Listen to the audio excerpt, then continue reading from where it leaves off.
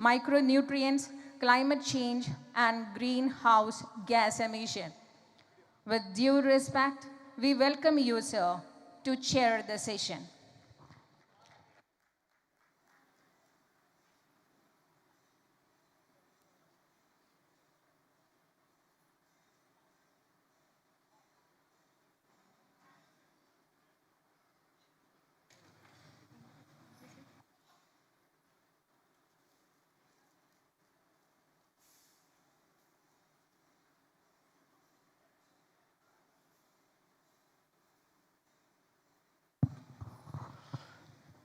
ഇന്നത്തെ ഈ സെഷനിൽ ചെയർ ചെയ്യുന്ന ഡോക്ടർ CS പ്രസാദിനെ രണ്ട് വാക്കിൽ ഞാൻ നിങ്ങളുടെ മുമ്പിൽ അദ്ദേഹത്തിൻ്റെ ബയോഡാറ്റ പറയാൻ ആഗ്രഹിക്കുന്നു.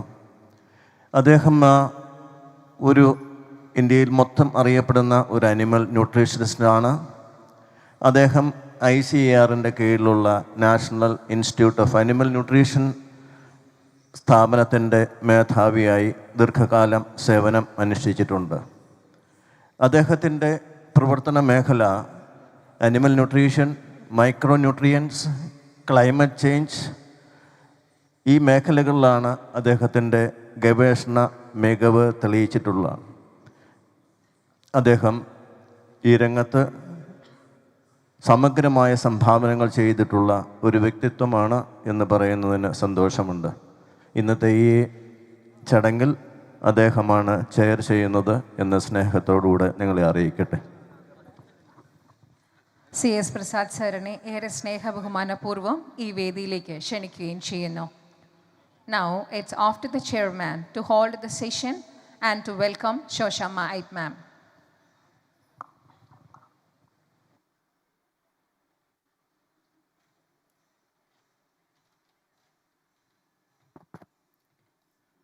Good morning, ladies and gentlemen.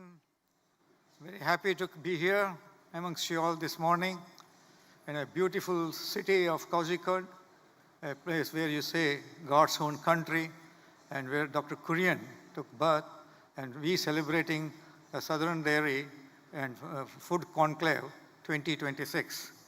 It's a great honor and privilege for me to be here to chair this very, very important session, and it gives me immense pleasure to introduce one of the giants in animal husbandry, Dr. Susama Ipe. It's further heartening for me because, if I have to say so, myself and Dr. Susama were students together. We were at NDRI when she was doing her PhD in animal genetics and breeding under the guidance of Dr. R. Nagarshankar. I was doing PhD under Dr. S.P. Arora during the same time. During those days, I had seen her dedication and hard work and sincerity, which she continued to keep up throughout her career.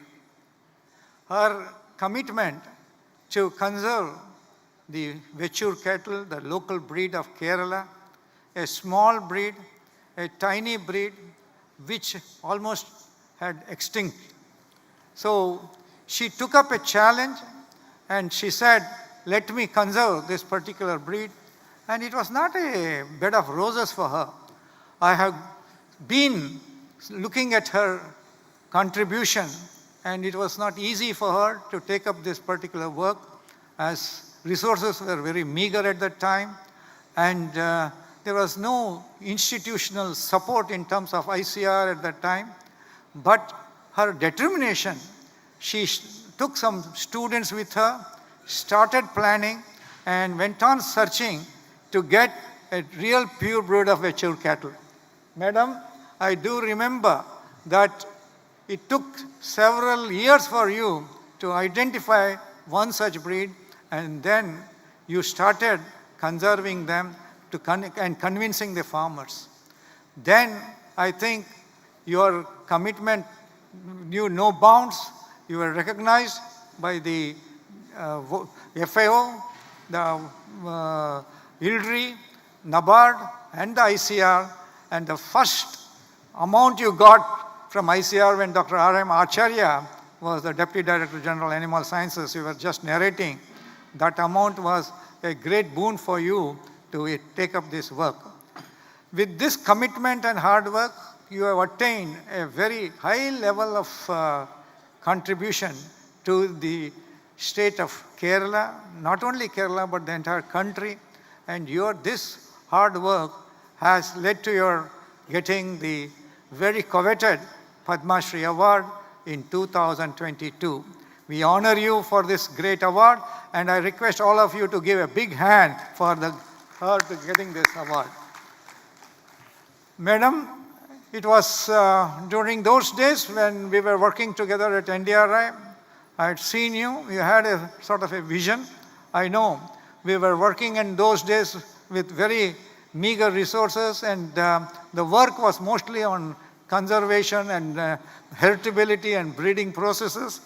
No molecular genetics involved in those days, but today molecular breeding is become a major tool. But what I would always say, and which you all totally agree, I think, with me, we should always use the molecular tools and conventional approaches together to address any issue. Let us not forget, in our desire to use modern technology, forget about the conventional approaches which we have been following over the decades. So my association of 4 decades with Dr. Sosamma Ipe, though I had not been able to meet her on many occasions, but today when I met her, I felt so happy and so proud that one of my own colleague who was at NDRI has received the most coveted award, and today she is here to deliver a talk on this Vechur cattle conservation. She is very commonly known as Vechur Amma. That means the mother of Vechur cattle. That's the love she has for that animal conservation, that we all are really happy that Vechur Amma is with us today, and is not only Amma to many. I told her, I'm very happy at this age you came here. He said, what age? No, I said, no, at this young age I had to correct myself. So that is her spirit. And even today, she is working in this area. They developed a conservation unit, a society for conservation of Vechur cattle. Probably this is what is required. This sort of zeal, enthusiasm and dedication is required for taking up such work, and we have such wonderful breeds. We have the Malnad Gidda at Karnataka. We have certain small breeds in the northeast region.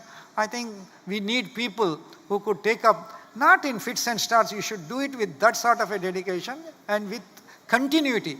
That's where Dr. Sosamma won over many people, because she continued with all the hardships she had to undergo. But without taking much time of yours, let me invite Dr. Sosamma, because you will all be very, very keen to listen to her. Let us listen to her journey towards conservation of this wonderful breed of animal, which is very hardy animal. A small breed, requires no much maintenance, gives you about 400-500 grams of milk, but a very rich milk with a lot of medicinal properties, and also the dung which you get from that is been very much as an organic menu, has been well appreciated, and people have taken up in a big way. So may I now request our Dr. Sosamma George, our Padma Shri awardee, to make her presentation. And I once again thank the organizers, and particularly all the Technical Advisory Committee chairman is here for giving me this opportunity to chair this session of great importance. Thank you very much, and once again welcome you all. God bless you all. Thank you, Prasad sir.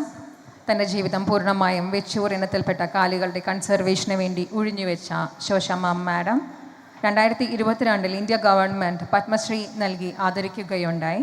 Veterinary യൂണിവേഴ്സിറ്റിയുടെ genetics and animal breeding head ആയിരുന്ന Sosamma ma'am പിന്നീട് Vechur conservation trust എന്ന NGO തുടങ്ങുകയും തൻ്റെ ജീവിതത്തിൽ സന്തോഷം അവയുടെ കൺസർവേഷനിൽ മാത്രം കണ്ടെത്തുകയും ചെയ്തതിനാൽ പിന്നീട് ശോശമ്മ മാഡത്തിനെ വെച്ചൂരമ്മ എന്ന ഏറ്റവും പ്രിയപ്പെട്ട നാമത്തിൽ വിളിക്കുകയുമുണ്ടായി.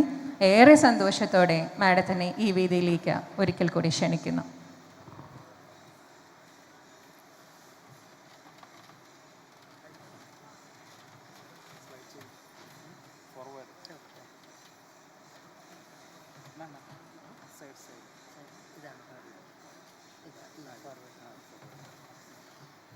ഇവിടെ നിന്നോ, ഞാൻ വിളിക്കാം അത്യാവശ്യം.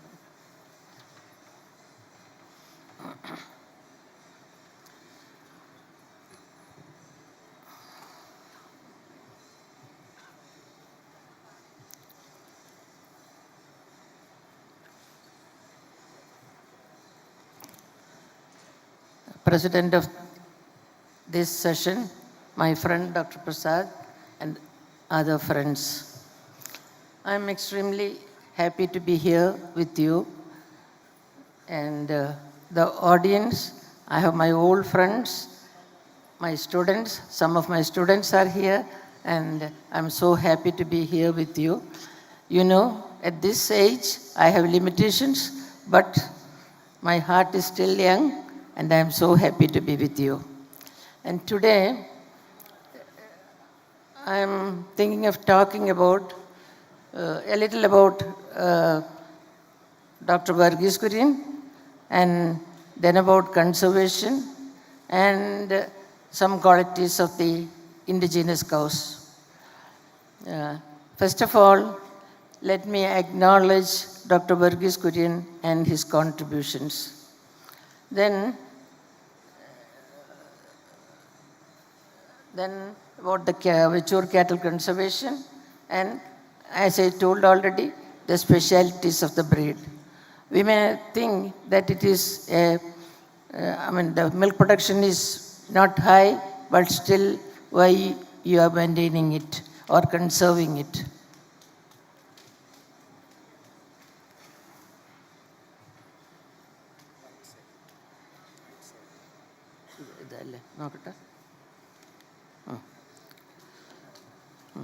Okay. Okay.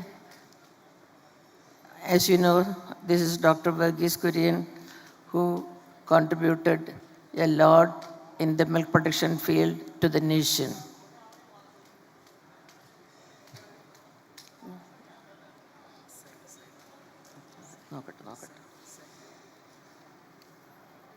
Oh, you be here.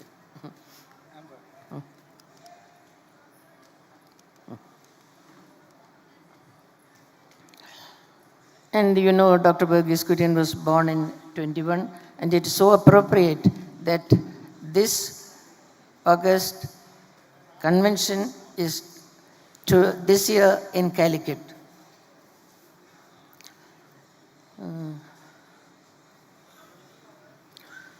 Dr. Varghese Kurian, actually, he enabled India to become the largest milk producer in the world. In quantity. I'm not telling that individually the cows are producing so much, but India is the largest milk producer in the world. That's about 25% of the milk is produced here. Then he connected the rural farmers with the markets in the town. Okay, thank you. Otherwise, farmers were being exploited. Where is it? Next.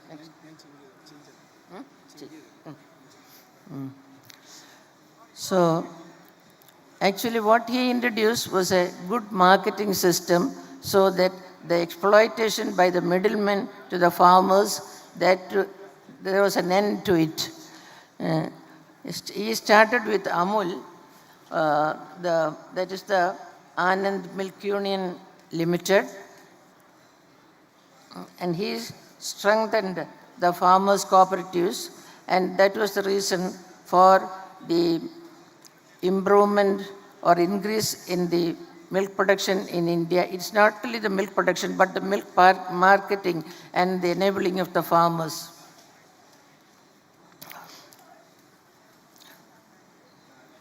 He created the brand name Amul, and Amul that had made a lot of products, and then also he established the National Dairy Development Board, that is the NDDB, a very familiar name to all of us.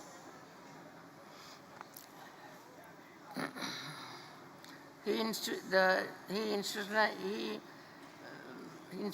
the support for dairy,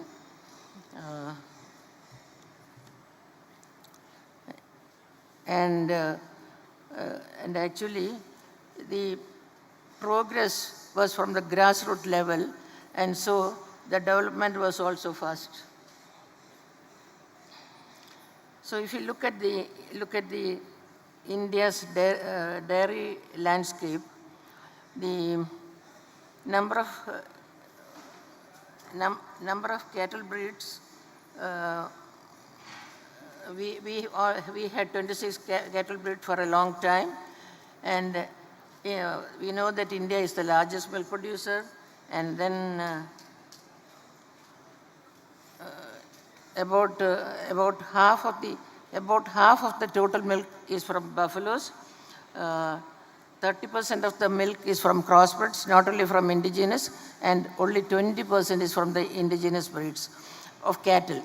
So altogether, 70% of the milk, buffaloes and cattle together, that is from indigenous, and 30% from the crossbreds.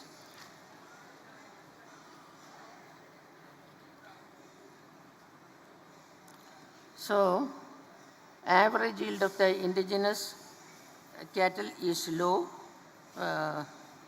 India's cattle exported to Brazil. So many breeds have been exported to Brazil and other countries, and in those countries, because of the intense selection, the production is much more. And in India, because we didn't concentrate on selection and breeding, the production still remains low compared to the other places like Brazil, Australia, and all that. Since in India, when Sindhi cattle is numbers only 1,000 or a little less than 1,000, it's 1 million in Brazil. See the difference, because they have seen the quality of the breed and they are developing it. But in India, we have to pay much more attention in selection and breeding. Even though we say we produce the maximum milk, it's from the maximum number of animals. It's not only because of the high individual production, but it's because of the number of cattle. So we have to pay much more attention to the selection and breeding. We have to do a lot of selection and also to culling of animals.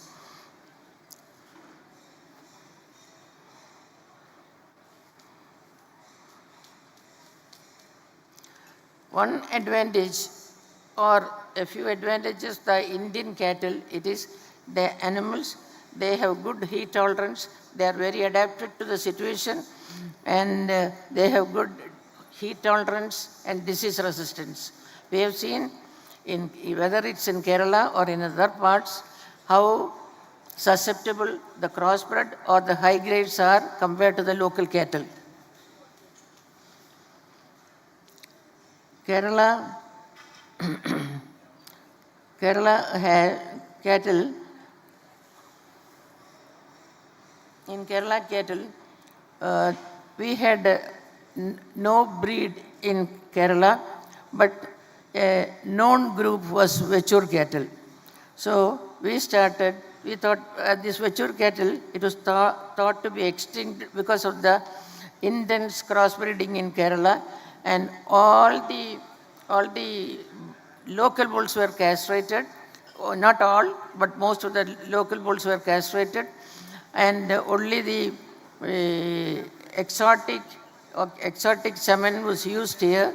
That was the reason for the indigenous the number to be very low. So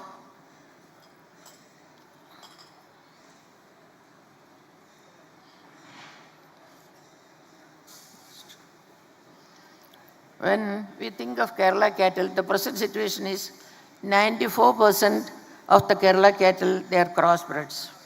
The milk production has increased in Kerala, but still individual production has increased. But the situation now is still we are dependent on milk from other countries, from other states, and every time if you look at that trucks and trucks of milk, it's coming to Kerala in spite of all the development work we have done here. And the fact is that we have some limitation. That the fact is that we don't have much free land for grazing and all that. That is also one reason for the number of animals to be down, and we are dependent on other states for milk and milk products.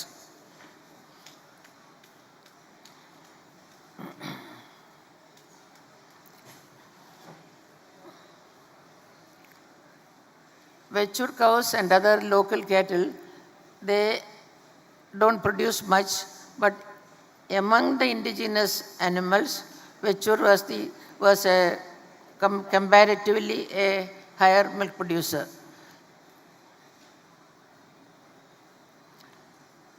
In Kerala, the crossbreds, on an average, now they are producing about 3,500 kg. Earlier it was only 1,500. That it has come up, but the number of animals have gone down. That is one thing. And the average has gone up because people have seen that retaining a 1,500 kg animal is not worth it, and it is not going to be profitable.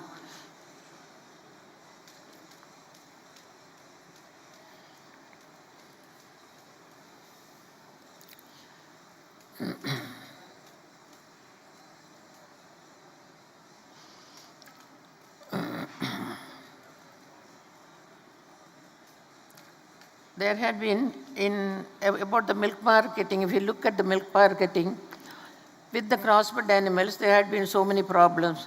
As you know, the milk fat percentage had been low, and so many farmers were in trouble. Even some farmers were jailed due to the low milk fat production. It was not their fault.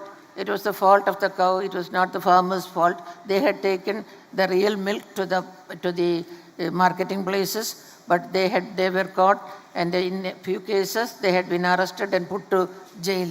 That was a very sad situation. And some of the people, because I had made a publication that for the crossbred, the milk fat percentage is low, and some people approached me telling that they have this problem. Then I gave them a publication and told them, in case this is not enough, I can come to the court at least once or twice to be of help to you. But with that publication, court accepted, and thereafter the farmers had no problem with this milk fat percentage. Now the price of the milk is based on the content, that is milk fat and protein, and after this publication they don't have any problem. So researchers should always think that they have to do some research useful to the farmers so that we are of help to the farmers. And it is okay that they are doing very fundamental research. It is also required for all the development, but we always should think that some certain research, very helpful and very practical, we have to adopt so that it is going to be of direct help to the farmer. Anyway, next. Government of India, we reported the matter to Government of India because we had a project, progeny testing. That was one of the main things was milk composition of milk, and we reported it to the government, and also that the farmers are in trouble. I don't know whether anybody else had reported it. Anyway, that milk fat percentage, the minimum was reduced to 3.3%, and that is of great help to the farmers now. And also, even if that is low, they get very low prices. And anyway, there is no punishment now. That is an advantage by the research we had done.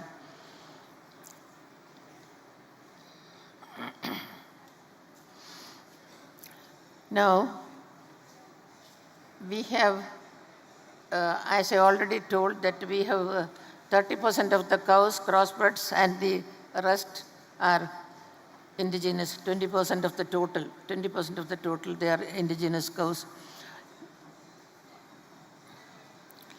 The milk production is a little low for these people, for these cows.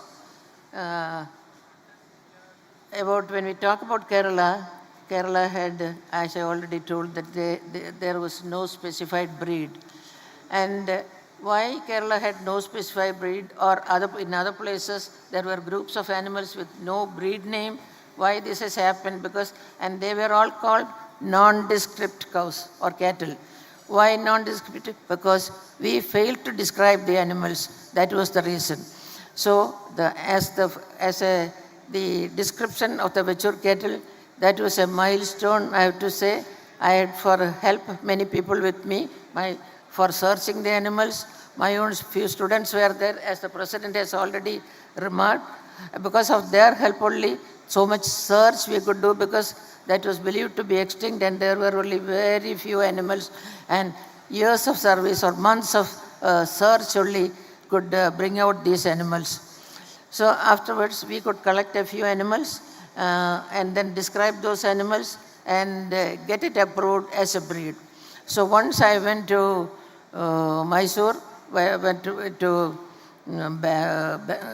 Mysore and Karnataka, and there actually that was as an external examiner. I went there, then I was talking to Dr. Govindaya, then he said they also have some local animals like this. Then Andhra scientists are also here, dairy people are here. Andhra people also came to our place, and I encouraged them, gave them the copies of the proposal I had made, and they were so happy to have it and apply to ICR for funds for conservation. And that is how this Malnad Gida as well as Ponganur cattle got approved. Then afterwards many other animals got approved, and now we have a lot of, more than double the number, 26 only we had, now we have more than double the number of breeds, and we have to be very happy about it, that we could describe our own animals and get them approved as breeds.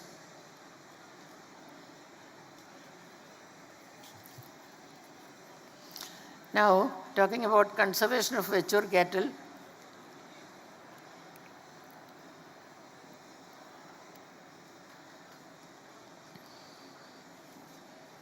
as I already told, that mature cattle was believed to be extinct, and it was reported to the government of Kerala also that it is extinct and there is no mature cattle. But with the help of a few students, we started, and it was a great moment of excitement that when we could see one really good mature animal. And this finding of one mature cow that was in a place Ullala, that is near Vechur, that was the greatest moment of excitement for us. And after we continued our search, and we could get many more animals, and we started a small unit in the veterinary college, Kerala Veterinary College, with 8 animals. And what I have to emphasize, or what I have to say, is that I went a proposal to the Dean, Dr. Kaimal, with for the conservation of animals, and I had written only 25,000 rupees for that, and he immediately wrote recommended. 25,000 rupees, it is a very small amount now, but at that time, that was in 88, that was a big amount, and I was even scared to write that for 25,000 rupees, but he was so generous, and immediately, even without giving to the office and all that, he just wrote sanction, recommended, he wrote. And with that paper, I immediately ran to the Vice Chancellor. At that time, I had no vehicle. My husband had a scooter, Dr. Ibrahim Margi had a scooter. I sat behind and immediately went to the Vice Chancellor. And Vice Chancellor took it and said, you have only put 25,000 rupees. It's a small amount. Where's the money for feed and all that? I said, I was afraid to put more money, whether that will be sanctioned. And then he said, include that amount and come. Then I wrote it for 65,000 rupees, and then he wrote there sanctioned. It didn't go to the office. These two people, we have to remember, that is the way how people, officers with power should, who have the power should handle the situation. Only because of these two people, we could get some money, go to the field and buy the animals. So altogether, and we continued our search, the students also, and also we could get some local people for our help, because we had been going every weekend to these people. They also became our friends, and then we could find out more animals, and we got about 2 dozens of animals and also 2 bulls. For our luck, we could get 2 bulls, and with that we started the unit and multiplied it. And now we have about 10,000, more than 10,000, 15,000 animals in Kerala. But now multiplication is easier because we have got more animals, and so many animals at high price. They have gone to other places. The farmers have come here, purchased it, and they are keeping it there. Maybe for a fancy they are keeping it there. It has gone to North India also, in one farm, Nanaji Deshmukh's farm, because he established it. And there also we have quite a good number of Vechur cows there. So now Vechur is not a forgotten cow. It is known, and people look at it with a little appreciation and all that. And after that, the advantage is that this was a starting point, and now we have 56 breeds of cattle, including 3 synthetic breeds. That is, synthetic breeds means they are cross, and then they are trying to stabilize it. Actually, how we could get some money from ICR was, this is Dr. Acharya. He came there. When I went for a meeting in ICR, that was in NDRI. I still remember NDRI was the place where I had gone for my PhD studies. There actually, Dr. Acharya, Dr. Bhatt, Dr. Sudaresan, all these people were there at that time. And then I showed a few photographs of the Vechur cows, and then Dr. Acharya saw that, and he really appreciated. All the people saw, but he was the DDG. He had a very great appreciation for this, and next month he came to Mannuti, and there he declared, in a meeting he declared that using the powers of the DDG, I am immediately sanctioning rupee 1 lakh. Nobody did believe that Dr. Acharya or ICR would do that. DDG had the power at that time to sanction 1 lakh. For more money, it had to go to the Director General. But afterwards, we got much more money, and ICR adopted this project, and because of the ICR help and their cooperation and all that, we could do this much work. Actually, if you are really interested, then other people also would come to your help, and that will be help to the whole country. That is it, that if you work hard with sincerity, definitely there will be a great result for that, and that is what we have to do. And I am still continuing the work, because I retired 24 years back. Still I am continuing my work with this conservation and all that. Now we have got an RGM project that I got it for the university, because I don't think I'll be able to do that much work and go to the field and all that. So we have now got some more money for this conservation and multiplication, and doing research on that aspect. Now, what is the speciality with Kerala cattle is that they are not only with Kerala cattle, with other Indian cattle also. They have the heat tolerance, they have the disease resistance. The milk production of the Kerala cattle, it had been very low, but the thing is that the disease resistance, heat tolerance and all that, we have to conserve it, so that at a time when we need the genes of these animals, we can take and use it. Otherwise, the heat susceptible, only the heat susceptible animals will be here. Then another advantage is that the Indian cows, they have A2 milk, and the foreign cows brought to Kerala, they have the A1 milk. Now they are trying to, in US, they have A2 milk, because with the Holstein cattle and all that they have. So now they understand the advantage of A2 milk, and they have converted the milk to A2, whereas we are converting the A2 cattle milk cow milk to A1. So now we have to take care to see that the A2 milk remains here and our cows also are producing. So what we have to do is make a good selection of the animals as in Brazil and try to keep the indigenous animals for our future use and present use. Oh, this was the first cow, a very debilitated animal we got. That was after months of search, and that was a great moment that we got this cow.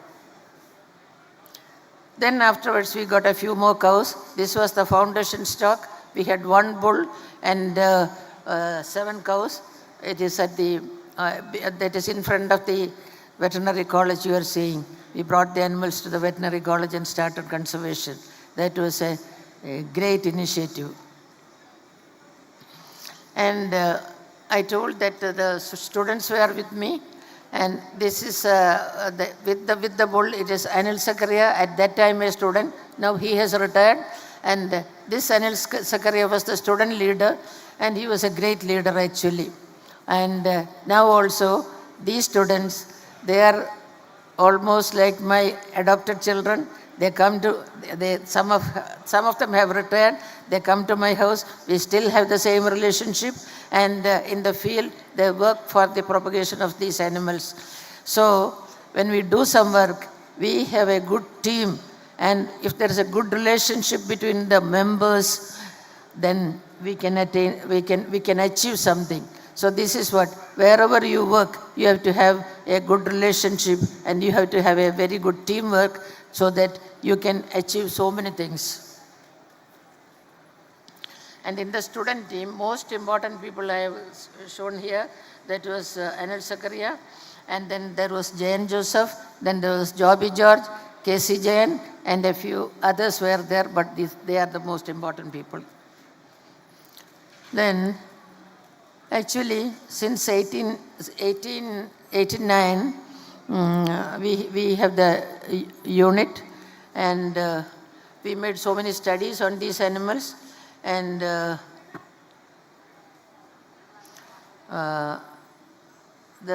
situation changed actually. Then where crossbreeding and grading up was going on, actually all the indigenous animals were disappearing, and you know about the Livestock Improvement Act, which because of that, the castration of all the native bulls had to be done, even though some remained. This situation created, and only the semen from the exotic animals or the cross animals could be used. So that compulsorily, even when some people wanted to retain the animals, including Vechur cow, the government order was that no native animals should be used for insemination or this natural service.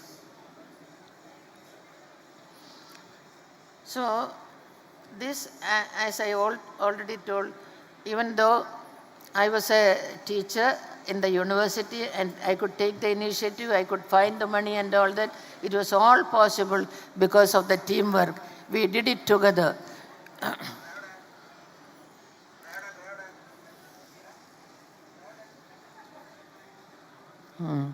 So many visitors, very important visitors came there, and for this conservation we got so many awards. But this is a central minister, Hukumdev Narayanji. He came to Mannati to see the animals. He somehow heard about the animal. He actually wanted one Vechur cow to be taken to Delhi for the exhibition. Then I said, we have only very few animals. If that is taken to Delhi, there is every possibility that if something happens, the cow will be lost. Anyway, after that, he came there, and then in the meeting he said, I came all the way from Delhi to Mannati just to see these animals. This is a great thing, and all that. And that appreciation also gave a lot more strength for us.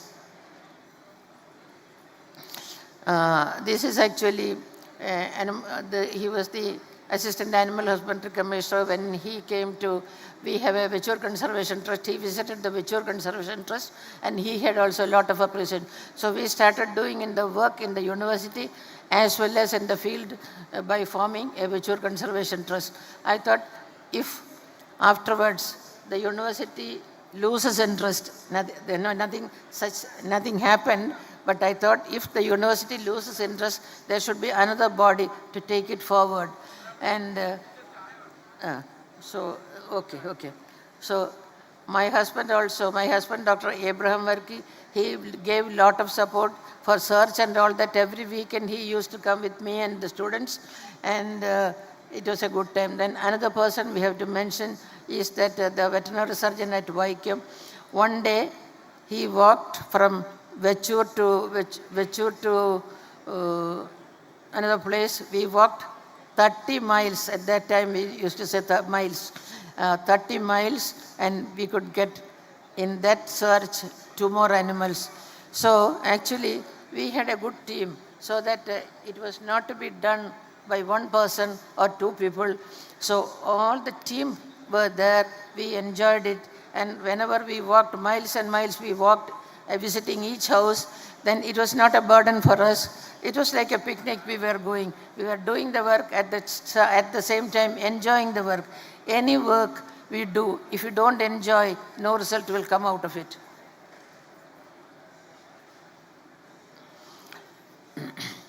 Then if we look at the unique qualities of the Vechur cow, it's a very small animal. It's only one third, the size is only 1/3 of the crossbred. And then the feed consumption is also very low. That's 1/3. Naturally, when the size is small, feed consumption would be low. That is with every animal, it is like that. Then it's very disease resistant. A few instances I remember. Once the foot and mouth attack was there, outbreak was there in the farm. That was a farm with crossbred animals.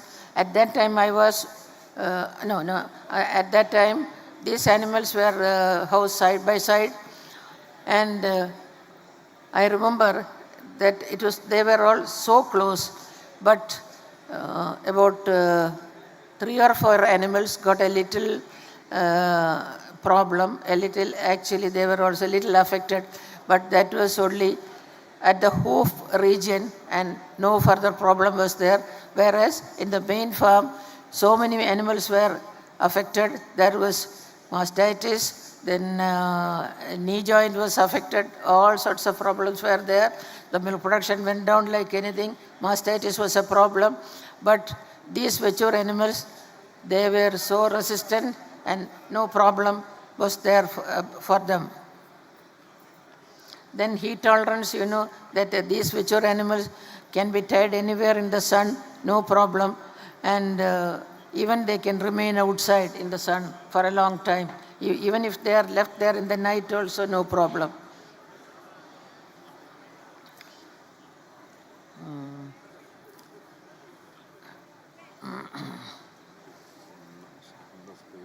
Okay, right. Okay. Oh, okay. And then lot of visitors were coming. Then some of the advantages that there is the fat globule size of these animals is low. That is why people say that it's very good for the children. The digestibility is much more. Then the arginine content is high in this milk, and then the A2 beta casein, that is another great quality. Then actually next.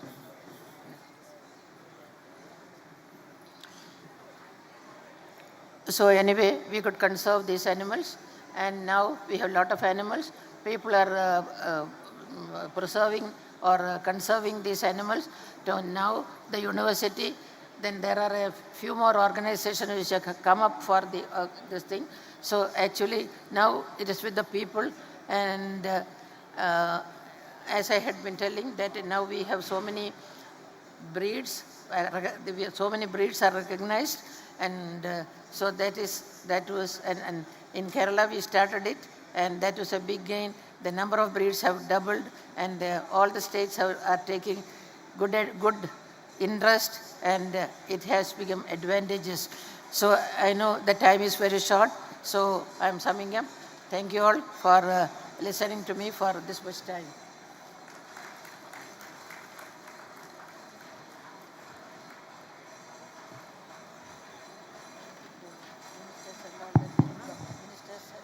Thank you, ma'am. Now let me brief on the session. Dr.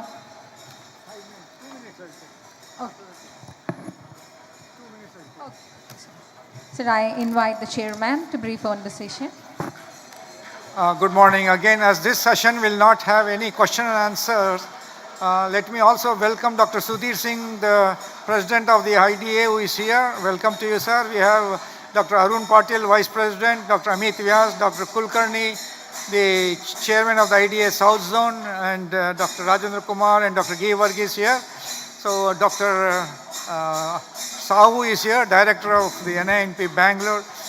Very eminent personalities with Dr. Belwadi also sitting here. So Dr. Reddy is there. Thank you very much for all of you to joining here this morning.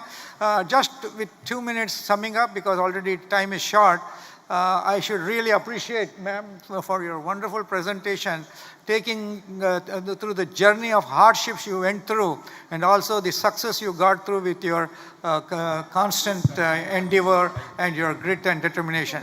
And to the students and some of the youngsters who are here, I think this is a lesson to be learned. You know, nothing can be achieved easy, and you have to work for it. It took her about almost 4 decades, 36 years to be precise, to achieve this goal of conserving the mature cattle. She did talk about one thing which really impressed me was, she said, we have been trying to do a lot of crossbreeding program, and we are still thinking of having A2 milk, and whereas the people abroad are taking up our indigenous breeds and trying to promote A2 milk. So this is where we look into some aspects where we have to really... As we are running short of time, shall I interrupt you, sir?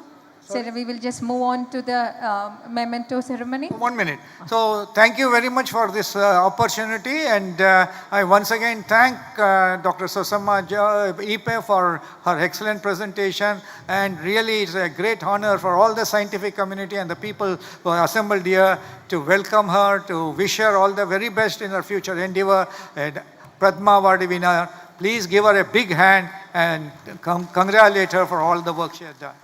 I request Rajendra Kumar sir to please join them on the dais to give away the memento. We are highly honored and blessed to have the presence of Dr. Shoshama I, and organizers of Sdfc 2026 wish to present a memento to Dr. Shoshama I, and I request Dr. C.S. Prasad, Chairman of the session, to hand over the memento together with Rajendra Kumar sir to Shoshama I ma'am.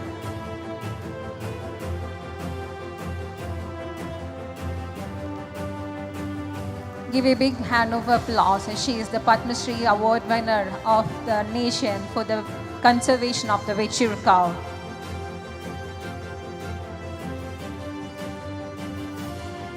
Thank you. And now I request Dr. Rajendra Kumar sir to honor Dr. C.S. Prasad, Chairman of the session.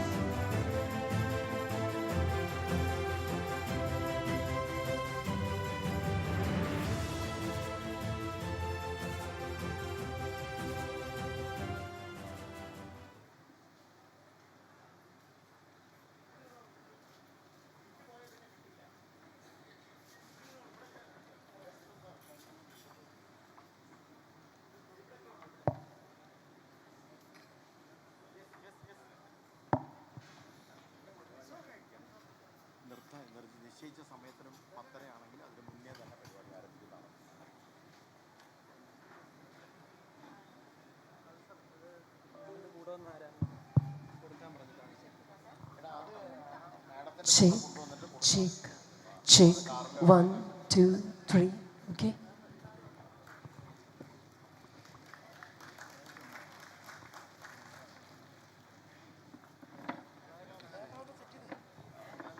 Thank you, ma'am. Thank you, Rajendra Kumar sir, and Thank you, C.S. Prasad, sir. This is the winding session of the Padma Shri talk. Okay, thank you.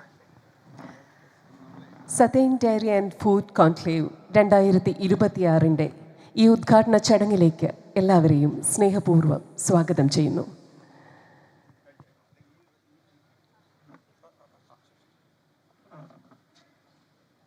നമ്മുടെ പരിപാടികൾ ആരംഭിക്കുകയാണ്.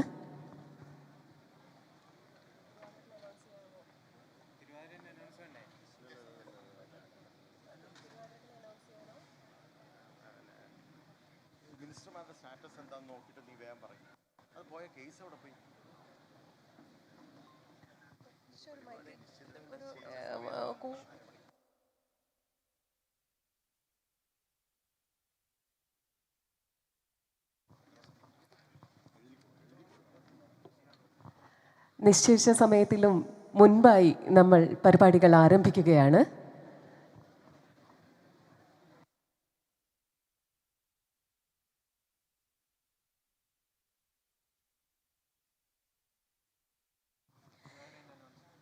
കേരളത്തിലെ തനത് നൃത്തരൂപങ്ങളിൽ ഒന്നാണ് തിരുവാതിരക്കളി. മലയാളത്തിലെ ധനുമാസത്തിലെ തിരുവാതിര നക്ഷത്രത്തിൽ കേരളീയ വേഷത്തിൽ സ്ത്രീകൾ അവതരിപ്പിക്കുന്ന ഒരു കലാരൂപമാണിത്. Southern dairy and food conclave 2026 ശുഭാരംഭം കുറിക്കുന്നത് തിരുവാതിരക്കളിയോടുകൂടിയാണ്. ലതാ നമ്പൂതിരിയെയും സംഘത്തെയും തിരുവാതിരക്കളിക്കായി ക്ഷണിക്കുന്നു. Thiruvathirakali is one of the unique and traditional dance forms of Kerala. This is a cultural art form performed by women in traditional Kerala attire on the day of Tiruvadira star in the Malayalam month of Dhanu. Let's witness the Tiruvathirakalli performance. Krishnanjali Kalakshetra അവതരിപ്പിക്കുന്ന തിരുവാതിരക്കളി.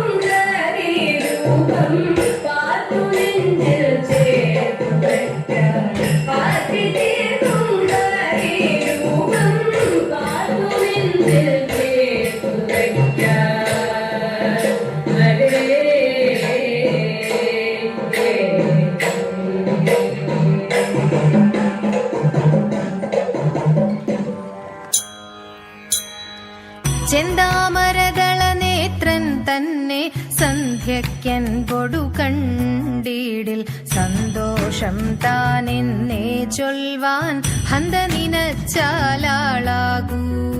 ചെന്താമരദള നേത്രൻ തന്നെ സന്ധ്യയ്ക്കൻ പൊടു കണ്ടീടിൽ സന്തോഷം താനെന്നേ ചൊൽവാൻ ഹന്ത നിനച്ചാലാളാകൂ. കുടം ശിരസി ധരിച്ചും മിന്നും തിലകം നെറ്റിയിലും താമരദളമതിനാമയമേകും കോമളമാകും നയനയുഗം. എല്ലിൻ പൂവിനുള്ളിൽ തള്ളും ഭള്ളു കുറയ്ക്കും നാസികയും തൊണ്ടിപ്പഴമതിനിണ്ടൽ മുഴുക്കും ചുണ്ടുകൾ രണ്ടും കണ്ടീടിൽ. തള്ളും ഭള്ളു കുറയ്ക്കും നാസികയും തൊണ്ടിപ്പഴമതിനിണ്ടൽ മുഴുക്കും ചുണ്ടുകൾ രണ്ടും കണ്ടീടിൽ. വെളുവെളയുള്ളൊരു മുത്തിനോടൊക്കും തെളുതെളയുള്ളൊരു പല്ലുകളും കർണദ്വയമതിൽ മീനാകാരം കുണ്ടലയുഗളം ചാർത്തിമുതാ. വെളുവെളയുള്ളൊരു മുത്തിനോടൊക്കും തെളുതെളയുള്ളൊരു പല്ലുകളും കർണദ്വയമതിൽ മീനാകാരം കുണ്ടലയുഗളം ചാർത്തിമുതാ. ചെന്താമരദള നേത്രൻ തന്നെ സന്ധ്യയ്ക്കൻ പൊടു കണ്ടീടിൽ സന്തോഷം താനെന്നേ ചൊൽവാൻ ഹന്ത നിനച്ചാലാളാകൂ. ചീകിത്തിരുകിയ പിലിത്തിരുമുടി എങ്ങിനുലഞ്ഞിതടി കുറത്തി എങ്ങിനുലഞ്ഞിതടി കുറത്തി. ചീകിത്തിരുകിയ പിലിത്തിരുമുടി എങ്ങിനുലഞ്ഞിതടി കുറത്തി എങ്ങിനുലഞ്ഞിതടി കുറത്തി. മുള്ളെല്ലാം കാട്ടിലൊരില്ലിക്കു പോയപ്പോൾ മുള്ളാലഴിഞ്ഞിതടാ കുറവാ മുള്ളാലഴിഞ്ഞിതടാ കുറവാ. മുള്ളെല്ലാം കാട്ടിലൊരില്ലിക്കു പോയപ്പോൾ മുള്ളാലഴിഞ്ഞിതടാ കുറവാ മുള്ളാലഴിഞ്ഞിതടാ കുറവാ. നെറ്റിക്കു തൊട്ടൊരു ചന്ദന പൊട്ടുറി എങ്ങനെ പോയതടി കുറത്തി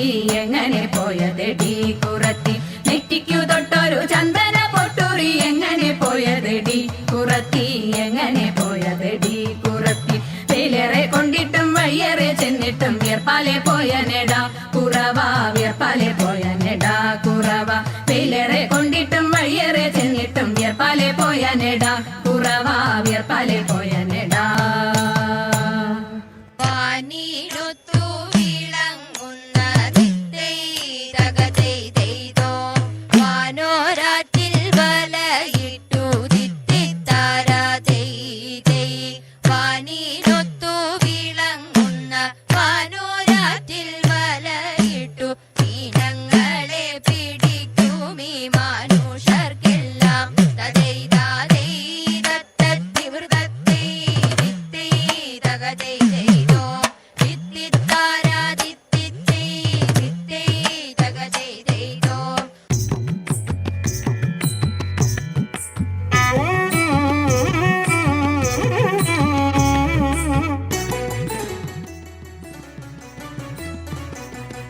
മുങ്ങിത്തുടിച്ചു കുളിച്ചൊരുങ്ങി മുപ്പാരുടയോനെ കൈവണങ്ങി മുങ്ങിത്തുടിച്ചു കുളിച്ചൊരുങ്ങി മുപ്പാരുടയൊരു കൈവണങ്ങി ആടകൾ ചൂടി മുടി മുഴം പൂകൊണ്ടു മൂടി പാണികളിൽ കങ്കണം ചാർത്തി ജലാടകൾ പെട്ടെന്നിളകുമ്പോൾ മഞ്ഞക്കര ചുറ്റി മങ്കമർ പുനനിരന്നിടണം മംഗമർ പുനനിരന്നിടണം മംഗമർ പുനനിരന്നിടണം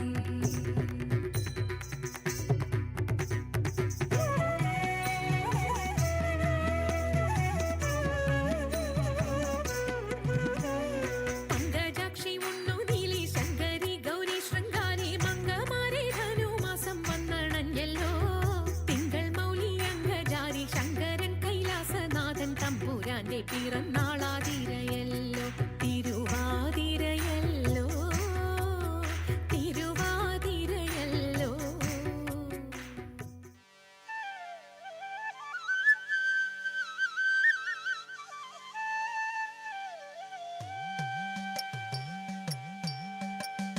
മംഗളം മംഗളം കോസലേന്ദ്ര മംഗളം മംഗളം രാമചന്ദ്ര ശ്രീരാമചന്ദ്ര രഘുരാമചന്ദ്ര ജയമംഗളം നിത്യശുഭമംഗളം ജയമംഗളം നിത്യശുഭമംഗളം ജയമംഗളം നിത്യശുഭമംഗളം ജയമംഗളം നിത്യശുഭമംഗളം ജയമംഗളം നിത്യശുഭമംഗളം മംഗളം മംഗളം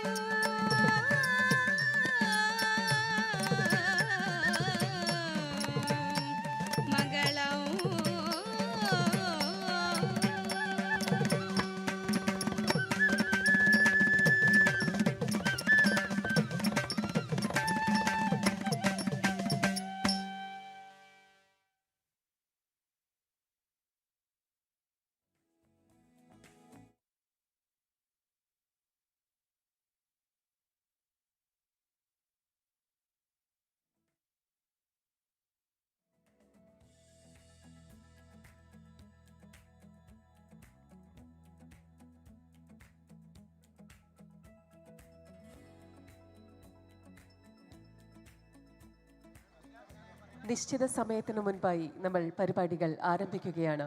We are starting the programs 5 minutes earlier. പാലുൽപാദനത്തിൽ ലോകരാഷ്ട്രങ്ങളെയെല്ലാം പിന്തള്ളി 1998 മുതൽ ഒന്നാം സ്ഥാനത്തുള്ളത് നമ്മുടെ ഇന്ത്യയാണ്. ആഗോള പാലുൽപാദനത്തിൻ്റെ 24% നമ്മുടെ രാജ്യത്തിൻ്റെ സംഭാവനയാണ്. 247.8 മില്യൺ മെട്രിക് ടൺ ആണ് ഇന്ത്യയുടെ 2024-25 വർഷത്തെ പാലുൽപാദനം. ഇന്ത്യയുടെ ഗ്രാമീണ സമ്പദ് വ്യവസ്ഥയുടെ നട്ടെല്ലായി ക്ഷീരമേഖല വർത്തിക്കുന്നു. ക്ഷീരമേഖലയുടെ ഉന്നമനത്തിനായി രാജ്യത്തെ ഈ രംഗത്തുള്ള സാങ്കേതിക വിദഗ്ധരെ ഒരുമിപ്പിക്കുന്നതിനായി 1948 രൂപം കൊണ്ട കൂട്ടായ്മയാണ് Indian dairy association.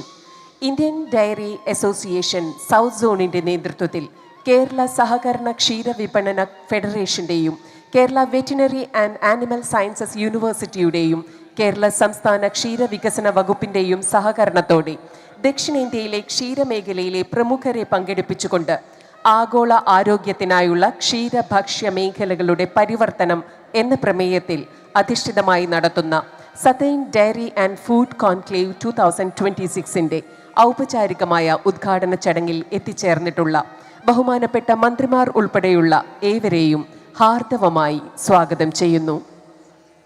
Since 1998, India has consistently maintained its preeminent position as the global leader in milk production, surpassing all other nations.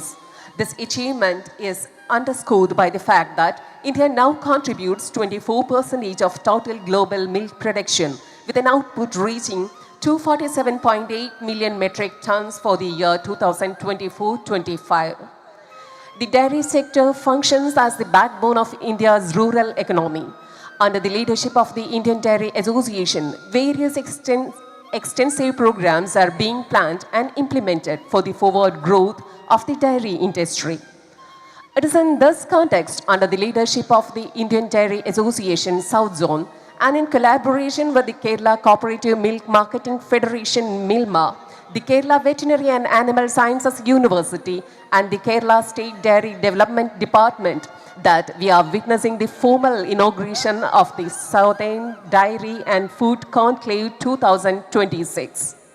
We extend a warm and hearty welcome to all honorable ministers and those who have joined with us for the ceremony. ప్రారంభోత్సవ కార్యక్రమానికి విచ్చేసిన గౌరవ మంత్రులకు హృదయపూర్వక స్వాగతం. எங்கள் தொடக்க விழாவில் கலந்து கொள்ளும் அமைச்சர்களை நாங்கள் இங்கிதத்துடன் வரவேற்கிறோம்.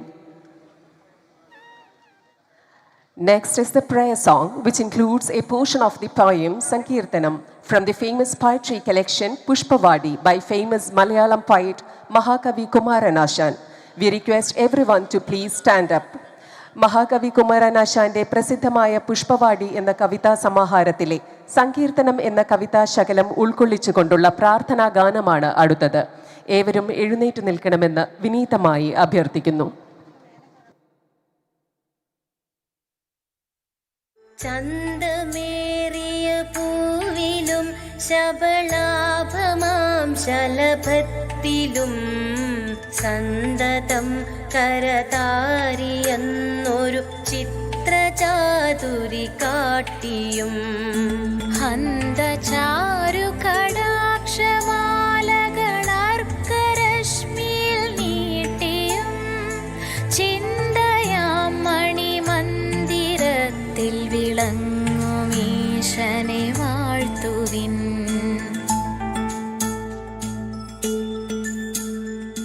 സാരമായി സകലത്തിലും മതസംഗ്രഹം ഗ്രഹിയാത്തതായി കാരണാന്തരമായി ജഗത്തിലുയർന്നു നിന്നിടുമൊന്നിനെ സൗരഭോൽ കടനാഭി കൊണ്ടു മൃഗം കണക്കനുമേയമായി ദൂരമാകിലുമാത്മഹാർദ്ദ ഗുണാസ്പദത്തെ നിനയ്ക്കുവിൻ. ചന്തമേറിയ പൂവിലും ശബളാഭമാം ശലഭത്തിലും സന്തതം കരതാരിയെന്നൊരു ചിത്രചാതുരി കാട്ടിയും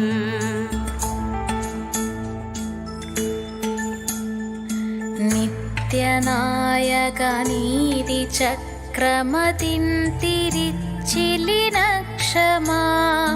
സത്യമുൾക്കമലത്തിലും സ്ഥിരമായി വിളങ്ങുക നാവിലും കൃത്യഭൂവെടിയാതെയും മടിയാതെയും കരകോടിയിൽ പ്രത്യഹം പ്രഥയാർന്ന പാവന കർമ്മശക്തി കളിക്കുക.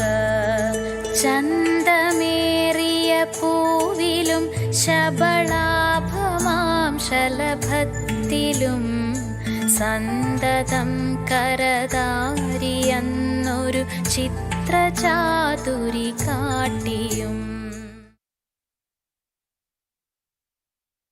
കേരള കോപ്പറേറ്റീവ് മിൽക്ക് മാർക്കറ്റിംഗ് ഫെഡറേഷന്റെ ചെയർമാനും southern dairy and food conclave 2026 organising committee ചെയർമാനുമായ ശ്രീ KS മണി അവർകളെ സ്വാഗത പ്രസംഗത്തിനായി സാദരം ക്ഷണിക്കുന്നു. We respectfully invite Shri KS Mani, Chairman of the Kerala Cooperative Milk Marketing Federation, Milma, and the Organizing Committee Chairman of the Southern Dairy and Food Conclave to deliver the welcomes address.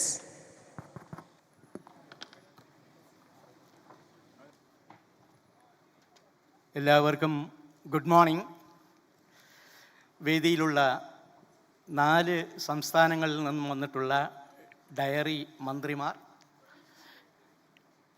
Indian diary അസോസിയേഷൻ്റെ ദേശീയ president, Indian diary അസോസിയേഷൻ്റെ zonal chairman, വിവിധ IDA ഉദ്യോഗസ്ഥർ, zonal committee മെമ്പർമാർ, ഇവിടെ ഇന്നത്തെ പരിപാടിയിൽ പങ്കെടുക്കാൻ ദക്ഷിണേന്ത്യയിലെ 6 സംസ്ഥാനങ്ങളിൽ നിന്നും വന്ന വിവിധ യൂണിയനുകളുടെ ചെയർമാൻമാർ, മാനേജിംഗ് ഡയറക്ടർമാർ, ഫെഡറേഷൻ്റെ ചെയർമാൻ, മാനേജിംഗ് ഡയറക്ടർമാർ, NDDBയുടെ റീജിയണൽ ഡെപ്യൂട്ടി ജനറൽ മാനേജർ, മിൽമയിലെ ഫെഡറേഷനിലെയും യൂണിയനിലെയും എൻ്റെ സഹപ്രവർത്തകർ, ഇവിടെ പങ്കെടുത്തിട്ടുള്ള ഡെലിഗേറ്റ്സായി കേരളത്തിൽ നിന്നും 6 സംസ്ഥാനങ്ങളിൽ നിന്നും പങ്കെടുത്തിട്ടുള്ള വിവിധ ഡെലിഗേറ്റ്സ്, ഡയറി ഡിപ്പാർട്ട്മെൻറ്റിൻ്റെ ഉദ്യോഗസ്ഥർ, വാസുവിൻ്റെ ഉദ്യോഗസ്ഥർ, മീഡിയ റെപ്രസെൻറ്റേറ്റീവ്സ്, അതുപോലെ തന്നെ ഇവിടെ പങ്കെടുത്തിട്ടുള്ള ക്ഷീര കർഷക സുഹൃത്തുക്കൾ, സഹകാരികൾ, സഹോദരി സഹോദരന്മാരെ, ഞാൻ കേരളത്തിൽ വെച്ച് നടക്കുന്ന ഈ പരിപാടിയിൽ ഇന്ന് നമ്മളുടെ കേരളത്തിൻ്റെ വിവിധ ഭാഗങ്ങളിൽ നിന്നും വന്ന മലയാളികളായ ഒട്ടനവധി ക്ഷീരകർഷകരുള്ളതുകൊണ്ട് മലയാളത്തിൽ തന്നെ സംസാരിച്ചു പോകാമെന്നാണ് ആഗ്രഹിക്കുന്നത്. എനിക്കറിയാം ഇവിടെ ഇരിക്കുന്ന പലരും മറ്റ് സംസ്ഥാനങ്ങളിൽ നിന്ന് വന്നവർക്ക് നമ്മൾ പറയുന്ന കാര്യങ്ങൾ പൂർണ്ണ തോതിൽ ഉൾക്കൊള്ളാൻ കഴിയില്ല എന്ന് വെച്ചാലും ഇവിടെ ഇരിക്കുന്ന ബഹുഭൂരിപക്ഷം ഡെലിഗേറ്റ്സും കേരളീയരായതുകൊണ്ട് നമ്മളുടെ മാതൃഭാഷയായ മലയാളത്തിൽ തന്നെ തുടരാനാണ് ഉദ്ദേശിക്കുന്നത്. എവിടെയെങ്കിലും ആവശ്യങ്ങൾ വരികയാണെങ്കിൽ അത്യാവശ്യം ഇംഗ്ലീഷിലേക്ക് സ്വിച്ച് ഓവർ ചെയ്യാനും ശ്രമിക്കാം. നമ്മളെ സംബന്ധിച്ച്, കേരളത്തെ സംബന്ധിച്ച് ഇത് അത്യപൂർവമായ ഒരു ബഹുമതിയായിട്ടാണ് കണക്കാക്കുന്നത്. ഇന്ത്യൻ ഡയറി അസോസിയേഷൻ നിങ്ങൾക്കൊക്കെ അറിയാവുന്നതുപോലെ ഇന്ത്യയിലെ വിവിധ ഡയറി ഇൻഡസ്ട്രീസ്, അത് സഹകരണമായാലും സ്വകാര്യമായാലും ഡയറി ഇൻഡസ്ട്രീസിൻ്റെ വളരെ വലിയ ഒരു സംഘടനയാണ് ഇന്ത്യൻ ഡയറി അസോസിയേഷൻ. അതിൻ്റെ പ്രസിഡൻറ്റും അതുപോലെ തന്നെ സോണൽ ചെയർമാനും ഒക്കെ ഉള്ളതുകൊണ്ട് എനിക്ക് ശേഷം അവർ സംസാരിക്കുമ്പോൾ സ്വാഭാവികമായിട്ടും അതിനെക്കുറിച്ച് വളരെ വലിയ തോതിൽ വിശദീകരിക്കും എന്നുള്ളത് കൊണ്ട് ഞാൻ ആ പരിപാടിയിലേക്ക് കടക്കുന്നില്ല. പക്ഷേ ഇന്നലെ പ്രീ കോൺഫറൻസ് ഉദ്ഘാടനം എന്ന നിലയിൽ ഇവിടെ കോഴിക്കോട്ടിൻ്റെ നഗരസഭാ പിതാവ് ശ്രീ O. സദാശിവൻ ഉദ്ഘാടനം ചെയ്തുകൊണ്ട് തുടങ്ങിയ പരിപാടിയാണ് ഇന്നിപ്പോൾ 2ാം ദിവസത്തിലേക്ക് നമ്മൾ മുഖ്യ ഉദ്ഘാടന ചടങ്ങിലേക്ക് നിൽക്കുന്നത്. രാവിലെ പതാക ഉയർത്തിയതിന് ശേഷം നമ്മളിവിടെ ഒരുക്കിയിട്ടുള്ള കന്നുകാലി പ്രദർശനവും അതുപോലെ തന്നെ വിവിധ കമ്പനികളുടെ ഉൽപ്പന്നങ്ങളും വിഷയങ്ങളും അവതരിപ്പിക്കുന്ന സ്റ്റാളും ഒക്കെ ഉദ്ഘാടനം ചെയ്യുക മാത്രമല്ല, നമ്മളിതിൻ്റെ പരിപാടിയായി നമ്മളുടെ ഡയറി സയൻസ് കോളേജിലെ കുട്ടികൾക്ക് വേണ്ടി ഈ ചിത്രരചനാ മത്സരം നമ്മൾ നടത്തിയിരുന്നു. അതിൽ കിട്ടിയ ചിത്രരചനാ മത്സരത്തിൽ കിട്ടിയ ജേതാക്കളെ പ്രഖ്യാപിച്ചുകൊണ്ട് അനുമോദിച്ചുകൊണ്ടുള്ള പരിപാടി നടത്തി. വൈകുന്നേരം നമ്മൾ ഒരു കൾച്ചറൽ പ്രോഗ്രാം, കുറച്ച് സമയം 6:30 മുതൽ 8 വരെയുള്ള കൾച്ചറൽ പ്രോഗ്രാം നടത്തിക്കൊണ്ടാണ് 1ാം ദിവസം അവസാനിപ്പിച്ചത്. ഇന്ന് രാവിലെ തന്നെ നമ്മൾ ഈ മേഖലയുമായി ബന്ധപ്പെട്ട് വളരെ പ്രമുഖമായിട്ടുള്ള പത്മശ്രീ അവാർഡ് ജേതാവായിട്ടുള്ളവരുടെ പ്രസൻറ്റേഷൻ ഇവിടെ നടത്തിയിരുന്നു. അതിനുശേഷമാണ് നമ്മൾ ഉദ്ഘാടന ചടങ്ങ് നടത്തുന്നത്. ഉദ്ഘാടന ചടങ്ങിൽ നമ്മൾ 4 സംസ്ഥാനങ്ങളിലുള്ള മന്ത്രിമാരുണ്ട്.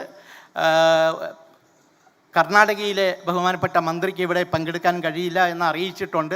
അതുകൊണ്ട് തന്നെ ചടങ്ങുകളുടെ ദൈർഘ്യം വളരെ കൂടുതലുള്ളതുകൊണ്ട് ദീർഘമായിട്ടുള്ള സ്വാഗത പ്രസംഗത്തിന് ഞാൻ മുതിരുന്നില്ല. കാരണം സമയങ്ങൾ നമ്മൾ ബഹുമാനപ്പെട്ട മന്ത്രിമാർക്ക് നമ്മളോട് എന്ത് പറയാൻ കഴിയും, ഈ മേഖലയ്ക്ക് ഉള്ളതിനെക്കുറിച്ച് നമുക്ക് അറിയേണ്ടതുണ്ട്. പക്ഷേ കഴിഞ്ഞ കുറേ വർഷങ്ങളായി നമ്മൾ ഡയറിയുമായിട്ട് മുന്നോട്ട് പോകുമ്പോൾ ഞാൻ നേരത്തെ സൂചിപ്പിച്ച പോലെ തന്നെ കേരളീയർക്ക്, മിൽമയ്ക്ക് പ്രത്യേകിച്ചിട്ട് നമ്മൾ ക്ഷീരകർഷകർക്ക് ഇന്ത്യൻ ഡയറി അസോസിയേഷൻ ഈ പരിപാടി ഇവിടെ നടത്തുന്നതിന് Sdfc 2026 നടത്തുന്നതിന് അനുവാദം നൽകിയതിന് അവരോടുള്ള കടപ്പാടും കൃതജ്ഞതയും ആദ്യം തന്നെ അറിയിക്കുകയാണ്. ഈ ഒരു സംവിധാനം ദേശീയ തലത്തിൽ ഇന്ത്യൻ ഡയറി അസോസിയേഷൻ്റെ എല്ലാ കൊല്ലവും ഇതുപോലെയുള്ള കോൺക്ലേവ് സമ്മേളനങ്ങൾ നടക്കുന്നുണ്ടെങ്കിലും കഴിഞ്ഞ വർഷം മുതലാണ് സോണൽ സമ്മേളനങ്ങൾ എന്നുള്ള നിലയിൽ ആദ്യത്തെ സമ്മേളനം ബാംഗ്ലൂരിൽ വെച്ച് നടത്തിയത്. ആ ബാംഗ്ലൂരിൽ വെച്ച് നടത്തിയ സമ്മേളനത്തിൽ തന്നെ രണ്ടാമത് നടത്തുന്നത് കേരളത്തിൽ വെച്ച് കേരള ചാപ്റ്റർ IDAൻ്റെ സാന്നിധ്യത്തിൽ നടത്തണമെന്ന് തീരുമാനിക്കുകയും അതിന് IDAയുടെ അംഗീകാരം കിട്ടുകയും ചെയ്തിട്ടാണ് ഇന്ന് 3 ദിവസങ്ങളായി ഇവിടെ നടക്കുന്ന നമ്മൾ ഈ സമ്മേളനത്തിൻ്റെ പരിപാടികളുമായിട്ട് മുന്നോട്ട് പോകുന്നത്. ഇത് കാലിക്കറ്റ് വെച്ച് നടക്കുന്ന സമയത്ത് നമ്മളെ മനസ്സിൽ എന്നും ഓർക്കേണ്ടുന്ന, മറക്കാൻ കഴിയാത്ത ഒരു വ്യക്തിത്വമുണ്ട്. നമ്മളെല്ലാം ക്ഷീരകർഷകർ ഈ മേഖലയിൽ ഇന്ത്യയിൽ തലയുയർത്തി നിൽക്കുന്നുണ്ടെങ്കിൽ നമ്മൾ കോഴിക്കോട്ടുകാരനായ പത്മവിഭൂഷൺ ഡോക്ടർ വർഗീസ് കുര്യൻ്റെ സംഭാവന നമുക്ക് ആർക്കും മറക്കാൻ കഴിയില്ല. അതുകൊണ്ട് തന്നെ ഇതിൻ്റെ സംഘാടകർ ഈ ഹാളിന് നാമധേയം ചെയ്തിട്ടുള്ളത് അദ്ദേഹത്തിൻ്റെ പേരിലാണ്. ഡോക്ടർ വർഗീസ് കുര്യൻ നഗർ എന്നുള്ള നിലയിലാണ് നമ്മൾ നാമധേയം ചെയ്തിട്ടുള്ളത്. അദ്ദേഹത്തിൻ്റെ ഭാവനാപൂർവമായ ദിഷ്ണാശാലിയായ വ്യക്തിത്വത്തിൻ്റെ പ്രവർത്തനത്തിൻ്റെ ഭാഗമായിട്ടാണ് ഇന്ന് രാജ്യം ലോകത്ത് ഉൽപ്പാദിപ്പിക്കുന്ന പാലിൻ്റെ 25% ഉൽപ്പാദിപ്പിച്ചുകൊണ്ട് 1ാം സ്ഥാനത്തേക്ക് മുന്നേറിക്കൊണ്ടിരിക്കുന്നത്. വലിയൊരു വിഭാഗം ജനങ്ങൾക്കാണ്, 80 ലക്ഷത്തോളം കുടുംബങ്ങൾക്കാണ് നമ്മുടെ ഡയറി സെക്ടർ കൊണ്ട് ജീവിതമാർഗം നേരിട്ട് രാജ്യത്ത് നൽകുന്നത്. അത്രയും വലിയൊരു പ്രസ്ഥാനത്തിൻ്റെ മുന്നോടിയായി പോകുമ്പോൾ ഇങ്ങനെയൊരു പരിപാടി നടക്കുന്നതിന് നമ്മൾ കേരളത്തിലെ ക്ഷീരവികസന വകുപ്പും അതുപോലെ തന്നെ കെ വാസുവും അതോടൊപ്പം മെയിൻ സ്പോൺസറായിട്ട്, ഇവൻറ്റ് സ്പോൺസറായിട്ട് മിൽമയുമായിട്ടാണ് വിപുലമായ പരിപാടി നടക്കുന്നത്. നമുക്കൊക്കെ അറിയാം, ഇത്രയും വലിയ പരിപാടി നടത്തുന്ന സമയത്ത് അതിൻ്റെ സാമ്പത്തികം വലിയ പ്രധാനപ്പെട്ട ഒരു വിഷയമാണ്. അതിന് നമുക്ക് ഒത്തിരി സ്പോൺസർമാർ അകമഴിഞ്ഞ് സഹായിച്ചിട്ടുണ്ട്. രാജ്യത്തു നിന്ന് വിവിധങ്ങളായിട്ടുള്ള പ്രധാന ഡയറി ഇൻഡസ്ട്രീസും ഇതുമായിട്ട് ബന്ധപ്പെട്ട് പ്രവർത്തിക്കുന്നവരുമൊക്കെ നമ്മൾ സ്റ്റോൾ ഇടുന്നതിനും സ്പോൺസറുമായിട്ട് സഹായിച്ചിട്ടുണ്ട്. അതുകൊണ്ടാണ് ആ സാമ്പത്തികം വലിയ തോതിൽ നമുക്ക് പ്രയാസമില്ലാതെ മുന്നോട്ട് കൊണ്ടുപോകാൻ കഴിയുന്നത്. പക്ഷേ സംഘാടകർ എത്ര മികവോട് കാര്യങ്ങളൊക്കെ നമ്മൾ സംഘടിപ്പിച്ച് വന്നാലും, സാമ്പത്തികമായ പ്രതിസന്ധികളൊക്കെ തരണം ചെയ്താലും, എൻ്റെ മുമ്പിലിരിക്കുന്ന നിങ്ങളാരും ഇല്ലെങ്കിൽ ഈ ചടങ്ങിൻ്റെ പ്രത്യേകത ഞാൻ എടുത്ത് പറയേണ്ടതില്ല. ഇതിൻ്റെ വിജയത്തിൻ്റെ പ്രധാന കാരണക്കാർ എൻ്റെ മുമ്പിലിരിക്കുന്ന ഡെലിഗേറ്റ്സ് ആയിട്ട് നിങ്ങളാണ്. ഈ ഹാൾ നിറഞ്ഞിരിക്കുന്ന നിങ്ങളെ ആദ്യം അഭിവാദ്യം ചെയ്തുകൊണ്ടാണ് ഞാൻ ഈ പരിപാടിയിലേക്ക് കടക്കുന്നത്. നമ്മൾ transforming dairy and food systems for global health എന്ന ഒരു തീമുമായിട്ടാണ് ഈ പരിപാടി മുന്നോട്ട് പോകുന്നത്.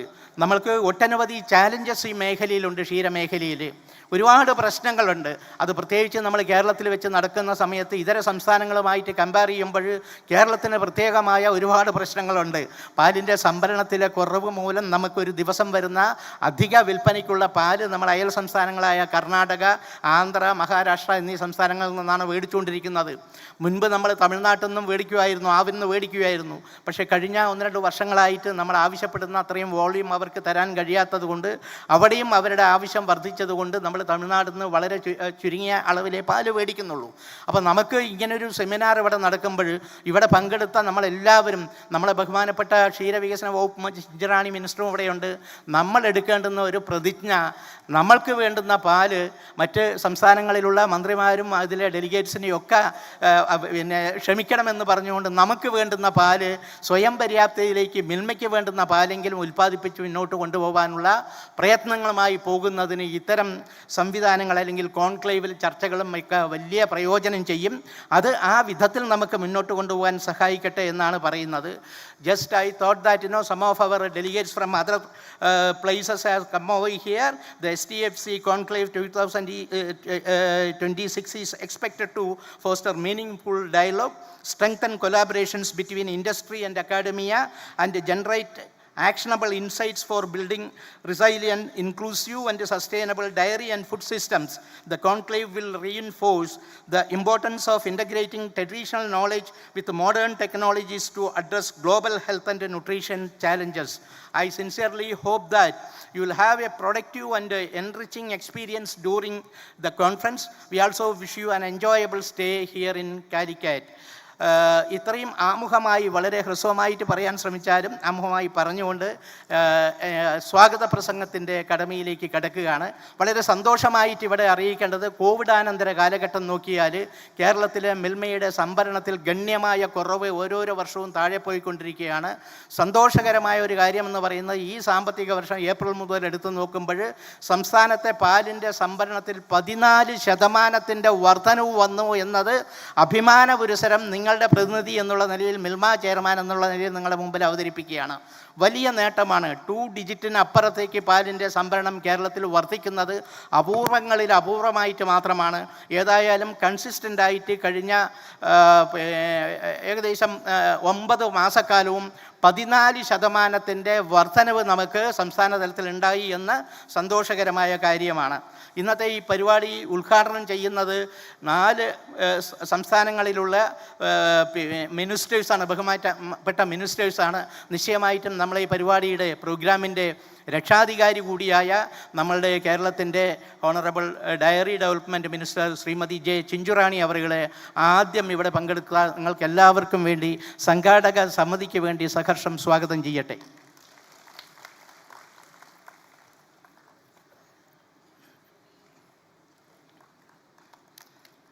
നമ്മുടെ തൊട്ടടുത്ത സംസ്ഥാനമായ, ഒരുപക്ഷെ നമ്മൾ കേരളവുമായിട്ട് നോക്കിയാൽ ഭാഷാപരമായി തന്നെ പല ഭാഗത്തും, പ്രത്യേകിച്ചിട്ട് ഞാൻ വരുന്ന പാലക്കാട്ടും അതുപോലെ തന്നെ തിരുവനന്തപുരത്തും തമിഴ്നാടുമായി അടുത്ത ബന്ധം പുലർത്തിക്കൊണ്ട് മുന്നോട്ട് പോകുന്ന തമിഴ്നാടിൻ്റെ honourable minister of dairy development Thiru T Manoj Thangaraj അവറുകളെ നമ്മൾക്ക് എല്ലാവർക്കും വേണ്ടി സഹർഷം സ്വാഗതം ചെയ്യുന്നു. Extend warm welcome to you sir.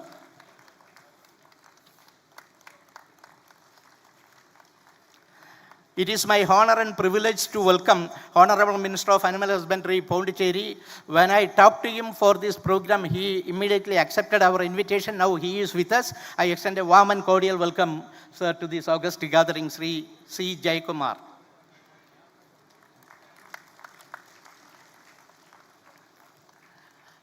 Another dignitary, Honorable Minister Sri Kinjarapu Achan Naidu, Honorable Minister of Dairy Development, Andhra Pradesh. I extend you a warm and cordial welcome to you, sir. ഞാൻ നേരത്തെ പറഞ്ഞതുപോലെ Indian diary അസോസിയേഷൻ്റെ ദേശീയ ചെയർമാനായി വളരെ കഴിഞ്ഞ മാസം തിരഞ്ഞെടുക്കപ്പെട്ട ഏറ്റവും പുതിയ ചെയർമാനായ ശ്രീ സുധീർ കുമാർ സിംഗ് IDA പ്രസിഡൻറ്റിനെ വളരെ സന്തോഷത്തോടുകൂടി with warm welcome to you sir in this august gathering. IDA zone south zone chairman, കഴിഞ്ഞ തവണ ബാംഗ്ലൂർ നമ്മൾ പോയപ്പോഴേ he was the man behind all these arrangement. Now he is here. I extend a warm and cordial welcome to Dr. Satish Kulkarni. IDA Kerala ചാപ്റ്ററിൻ്റെ chairman doctor SN രാജ്കുമാറാണ്. അവിടെ veterinary university കോളേജിൻ്റെ ഡീനായിട്ട് 1 മാസം മുമ്പാണ് അദ്ദേഹം റിട്ടയർ ചെയ്തിട്ടുള്ളത്.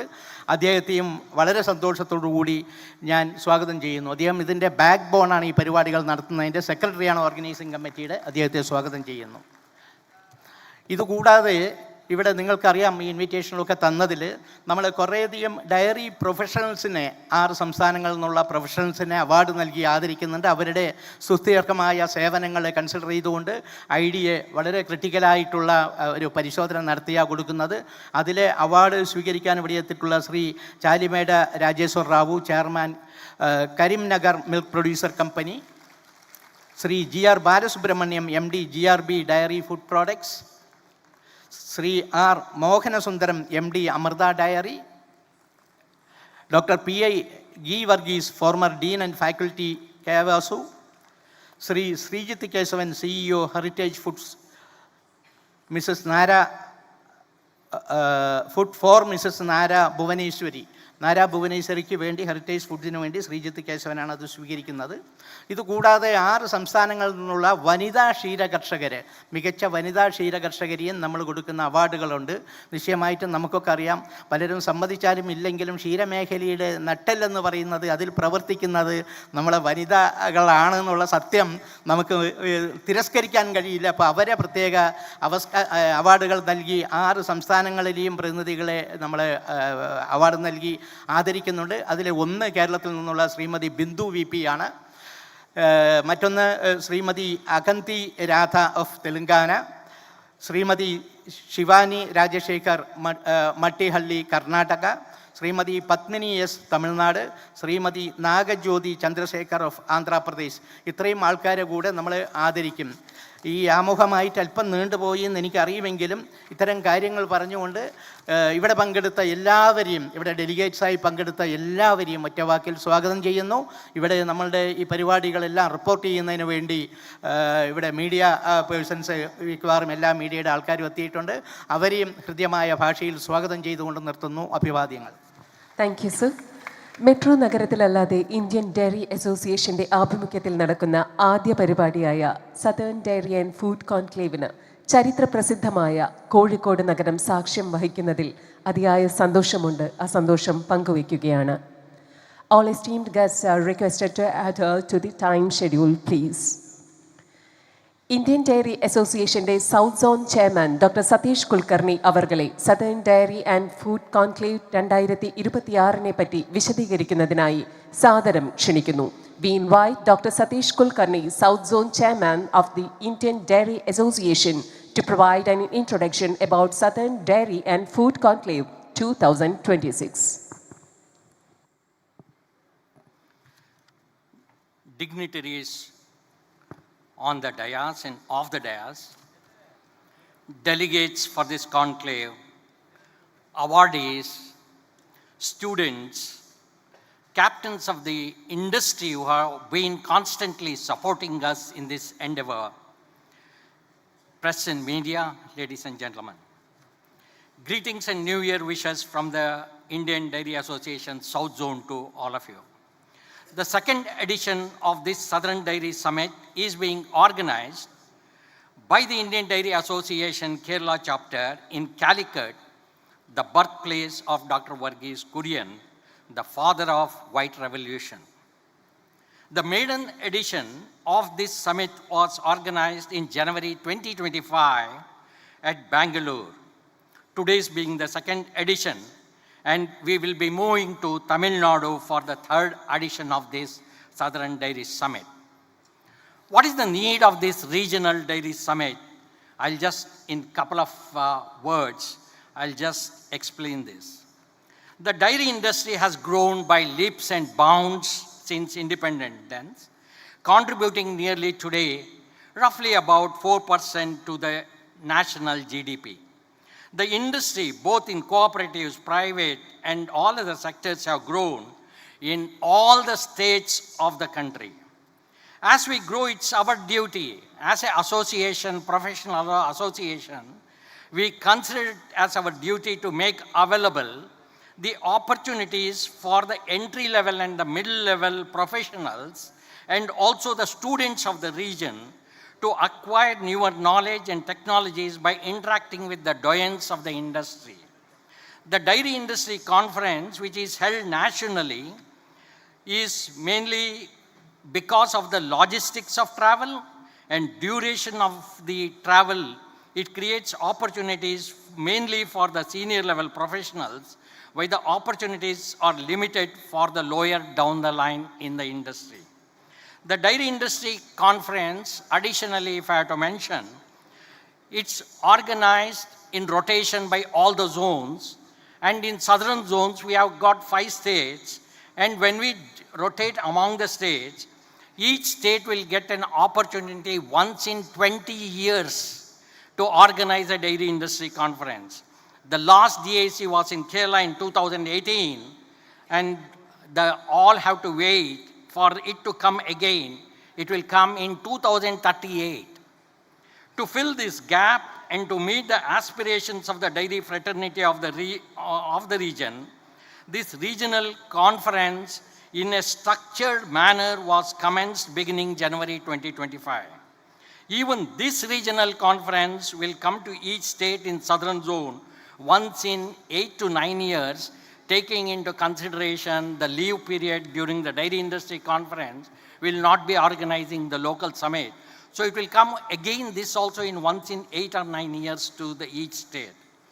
The organizers of this conclave have made all efforts to further strengthen the contents of the conclave by bringing in cattle show and other entrepreneurship activities.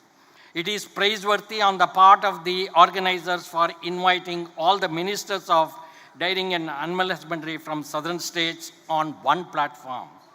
The association is indeed grateful to all the honorable ministers for accepting the invitation and to be present along with their managing directors and senior administrators. It is apt on this occasion, in my capacity as the chairman of the Indian Dairy Association, to request all the southern ministers to consider and extend all possible economic support to dairy farmers on par with the agricultural sector which is there. Recently, the state of Maharashtra has declared the parity in all economic benefits to dairy farmers on par with the agriculture sector.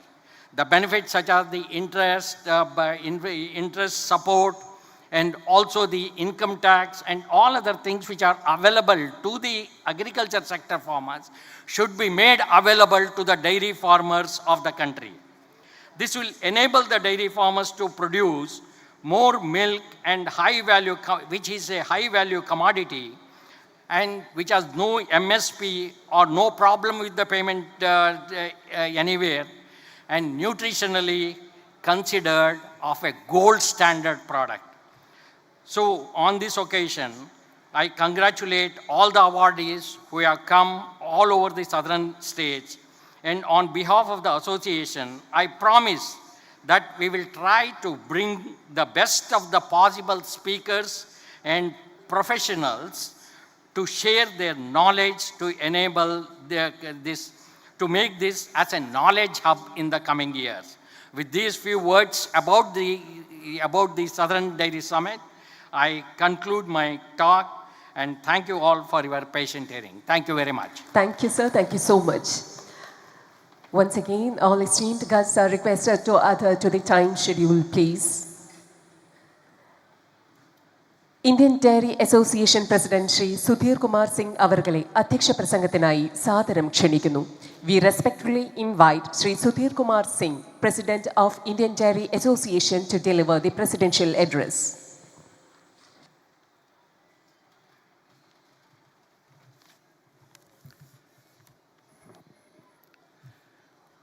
Honorable Minister on the dais, honorable dignitaries on the dais, distinguished guests, respected colleague from dairy fraternity, representative from cooperative and industry, scientists, students, and dear friends. Good morning to all of you.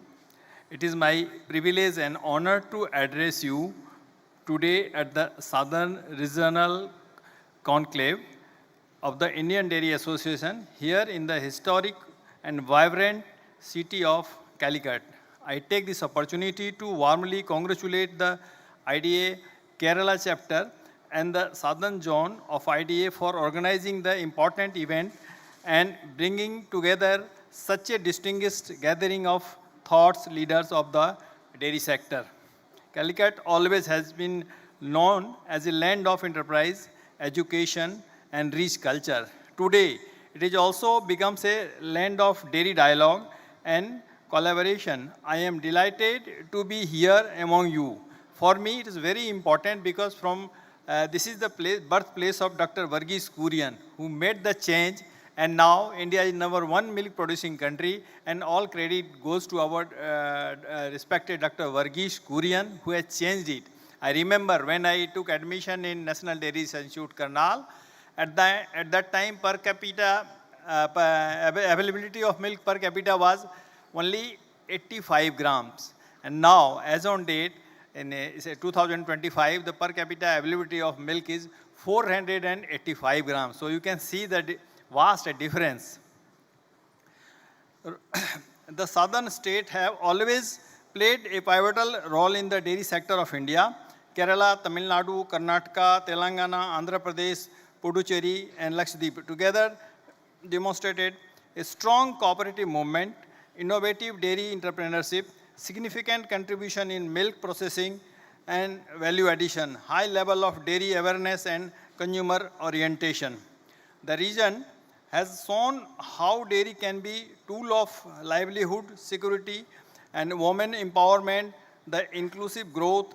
I place on record my appreciation for the sustained efforts of our farmers, cooperative leaders, professionals, and institutions of this region. India today stands as the largest milk producer in the world, and dairy continues to be the lifeline of rural household. And this sector, the support millions of small and marginal farmers, ensures daily cash flow to rural families, provides nutritional security to our population, generates large-scale employment, especially for the women. However, with the opportunity come responsibility. The dairy sector must respond to the changing consumer expectation, because in this changing world, every day our expectations are changing, our lifestyle is changing, it is upgrading. So we have to be very sensitive about that.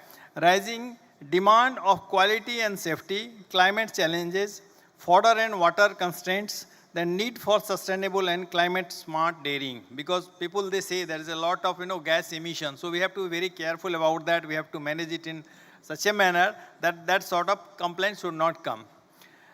We must we move for mere production increase to productivity, profitability, and sustainability. Technology, innovation, and knowledge sharing. This conclave is timely because the future of dairying will defined by innovation and collaboration. We need to promote scientific breeding, balanced feeding, efficient use of digital and AI-based technology, expansions of organized veterinary and extension services, clean milk production, and cold chain strengthening, value addition through diversified dairy products. Technology should not remain confined to laboratory. It must reach to the farmers in the village. Knowledge sharing platform like this conclave help bridge the gap. And so all the research done at the laboratories must move to the land also. Focus on youth and women, because we know India is that way, it's a youth country. So our dairy sector's strength lies in the people. We must encourage greater participation of rural women, involvement of youth as a professionals and entrepreneurs, startup culture in dairy services, logistics, processing, and marketing. The future leadership of IDA and the dairy sector will arise from today's students and young professionals sitting in this hall. So definitely I am confident that they are our future. So they must involve in our dairy sector. Now coming to the role of Indian Dairy Association, I'll tell you, because we want to go each and every part of the country, and this is one of the this conclave. And South also I find us expanding very well, and people are participating more and more. As President of the Indian Dairy Association, I assure you that IDA will continue to act as a neutral platform connecting farmers, industry, academia, and policymakers. Promote discussion, research, exchange of and professional excellence, support national policies for growth of the dairy sector, encourage regional initiatives such as the Southern Conclave. IDA belongs to every dairy professional and every farmers of this country. Coming to the conclusion, friends, the journey of the Indian dairy is not merely about milk. It is about nutrition, livelihood, resilience, and national development.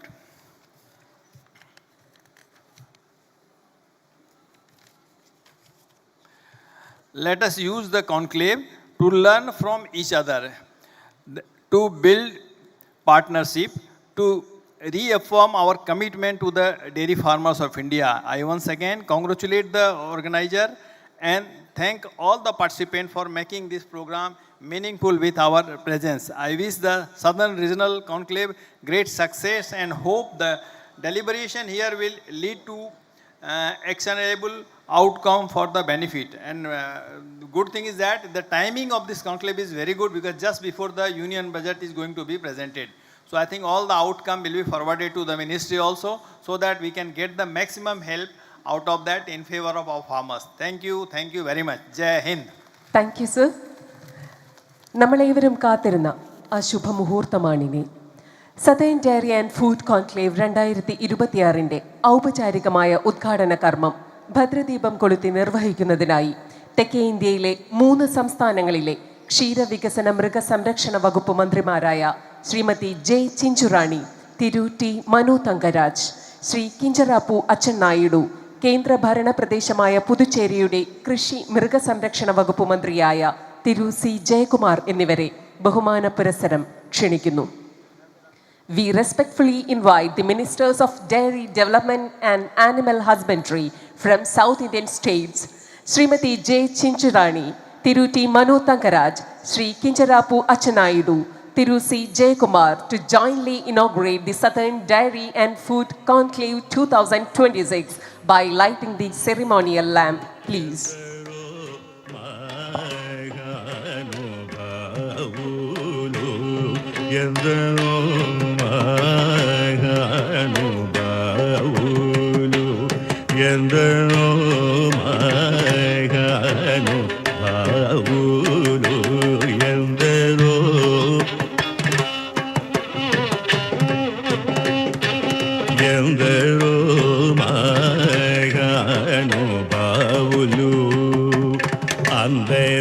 అందరికి వందనములు ఎందరో మహానుభావులు అందరికి వందనములు ఎందరో మహానుభావులు అందరికి వందనములు ఎందరో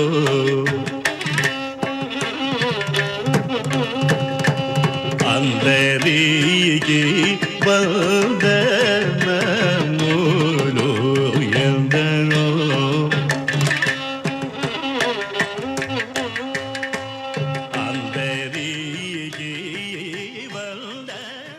ഏവരും തമിഴ്നാട് സംസ്ഥാന ഗാനത്തിനായി എഴുന്നേറ്റ് നിൽക്കണമെന്ന് വിനീതമായി അഭ്യർത്ഥിക്കുന്നു.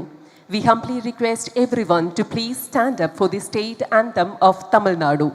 தமிழ்நாடு மாநிலம் கீதத்திற்காக அனைவரும் எழுந்து நிற்குமாறு அன்புடன் கேட்டுக்கொள்கிறோம்.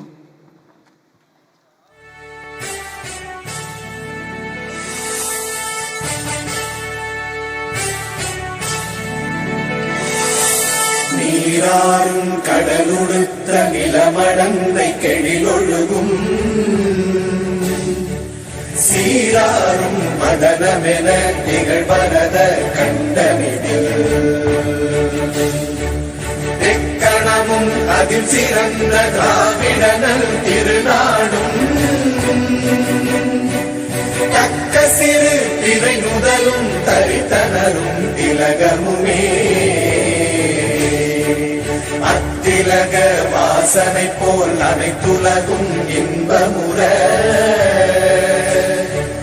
எத்திசையும் புகழ் மணக்க இருந்த பெரும் தமிழனங்கே தமிழனங்கே உன் சீரிழமை திறம் வியந்து செய்ய மறந்து வாழ்த்துதுமே வாழ்த்துதுமே வாழ்த்துதுமே.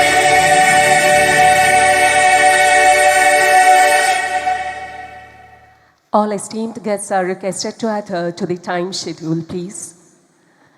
Thiru T. Manu Thankaraj is a senior political leader in the state of Tamil Nadu and currently serves as the Minister for Dairy Development. Known for his social and eco-friendly activities, he plays a major role in the development of the dairy sector in Tamil Nadu. We respectfully invite Thiru T. Manu Thankaraj to deliver the inaugural address. So please.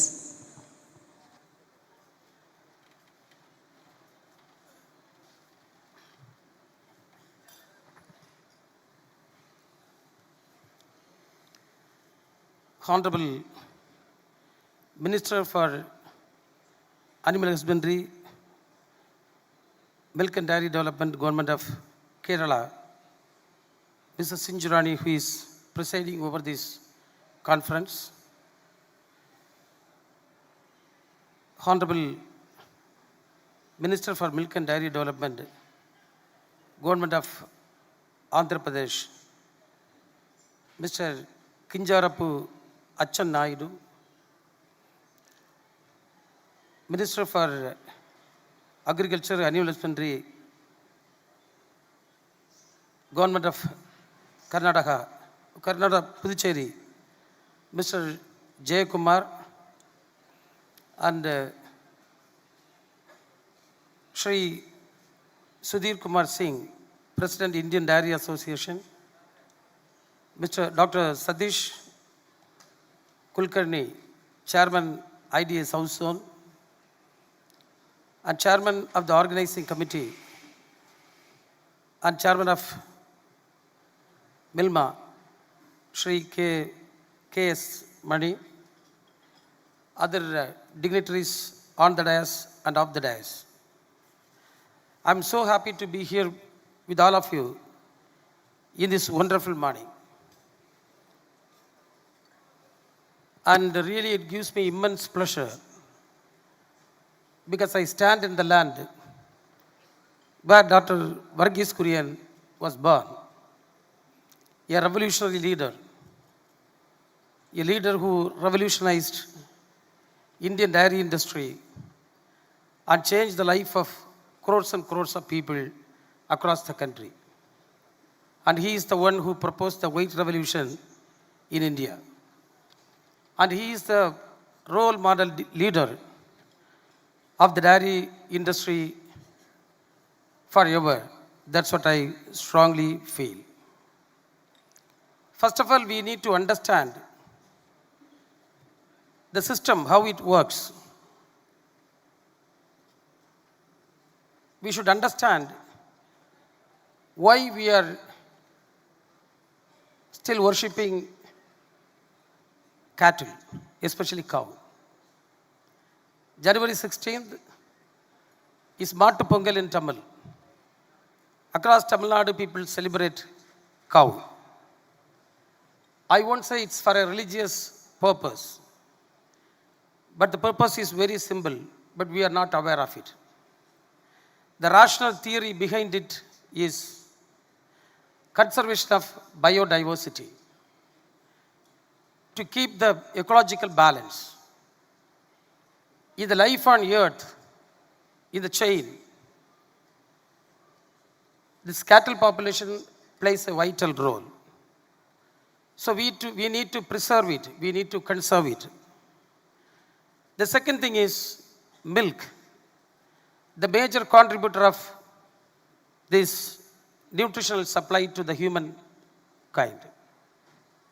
So we live in a country where there is still malnutrition, starvation, undergrowth, underweight, and so on.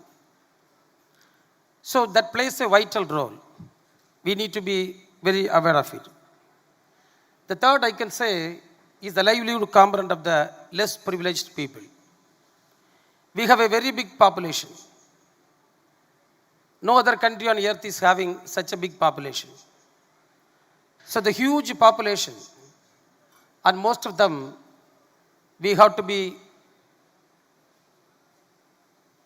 by truth, if we say, are living in a less privileged condition so far. So, for their livelihood, they struggle a lot. And the cattle, the role of cattle rearing, how it contributes to the livelihood of the people and how it contributes to the rural economy, that we need to be very careful. I don't know how many of you have visited villages or how many of you are living in villages. Many of my farmer friends may be here, and many people who are working in this sector, that is the cooperative sector, may be here, and many people in the dairy allied activities will be here. For all your information, I am telling, the life in a village is so risky, and it has a lot of challenges for a very ordinary person, and even 3-4 cattle have the capacity to provide a good life for a farmer. That is the plight of a farmer. I know thousands of people who live only on the income they get from the cow. That is the thing. So it contributes to the livelihood of the people. And finally, the contribution to the GDP. We all talk about GDP, and previously the production sector is a major contributor, but now the manufacturing sector and the service sector is going in a skyrocketing manner. But at the same time, the production sector is coming down drastically. We may say that we have huge productions. Every year our production is going high. It's not the fact. We are the largest producer of milk. But look at the population of Denmark. Look at the population of any European country. And look at your population. Your population is nearly 1.5 billion. Now you tell, the production that we are making, is it enough for the population of India? If a person consumes an average of 0.5 liters, that is half liter of milk, through milk and dairy products, you just calculate the volume of milk that is required. I think that now the present production of milk may be around 65 crore liters. That is 650 million liters. But when we compare our population and when we think that all the people should consume the required quality of amount of milk, we need at least 730 million liters of milk. That is 73 crore liters of milk. In that we find nearly 80 million liters of milk that we are lagging behind. So this is the picture of dairying in India. So we cannot simply say, now the so-called economists and everyone says that we have a big GDP. As a person who believes in socialist ideals, and also a person who is working under the strong leadership of our Honorable CM of Tamil Nadu, Mr. M.K. Stalin, we talk about a model that is called the Dravidian model. That is nothing other than a model that is inclusive, that includes everyone in the process of development and the process of governance. So we need to take up everyone. Just to look at the plight of a small farmer living in a village. His only means having 1 or 2 cattle. That too is a difficult part for those fellows. So we cannot simply say we have this much of GDP and the socio-economic living conditions of the people are like a Western country. Is it appropriate? No. We all can say it's a strong no. There are people who are struggling to have a meal a day. That is a plight. So why I am telling this, our focus, our target people are the people who are less privileged, who are living in the villages. That we all need to be very clear about that. And the challenges that we are facing now, the first challenge is the grazing lands are diminishing. From a very young age, I used to come to Kerala. Kerala, I will say once upon. There is a meaning in why I am saying once upon. It's a land of God. Everywhere green, everywhere water. You can see such a beautiful place. But you just look at now. We are seeing concretized things everywhere. So this is the same with everywhere. I have written so many letters to the government of India, insisting them, please come up with a land use policy. We don't have a proper land use policy. Anyone can change any land anytime. This is the thing that is going on. And many governments, they are the forefront in converting agri lands into some other land. In Tamil Nadu also we had lot of grazing lands. It's a public property, it's a government property. But where it is now, how it is now, that's a big question. So the grazing land is coming down. The rising cost of feed and fodder, that is a very challenging thing. When I took charge as minister, when I visited villages, the people are telling it is not affordable. It's not cost effective. Why? The grazing land is diminishing, so we have to feed fodder from bringing from outside. So that cost is high. And the concentrate and everything that we are giving, that is also skyrocketing. But when you compare the milk price, I can 100% say this water is costlier than a bottle of milk. You just imagine the bottle which I am holding in my hand may cost more than a bottle of milk. That is the thing that is there. And the next part is the low productivity of the cattle. If you go to the west, or if you see a country like Denmark, the average milk production of a cow ranges above 35 to 70 liters per cow. But now Indian average may be 4 or 5 liters. In the rural area, maybe even less than that. So the productivity of the cow, that is a major part that we have to look into. And we all know that the climate change, which is coming up, is drastically affecting the people. The farmer will be expecting a rain, it may not. He might not have expected, but huge rains will be there, flooding everything, destroying his agriculture, and so on. So that needs to be taken care of well. Then the farmer income security.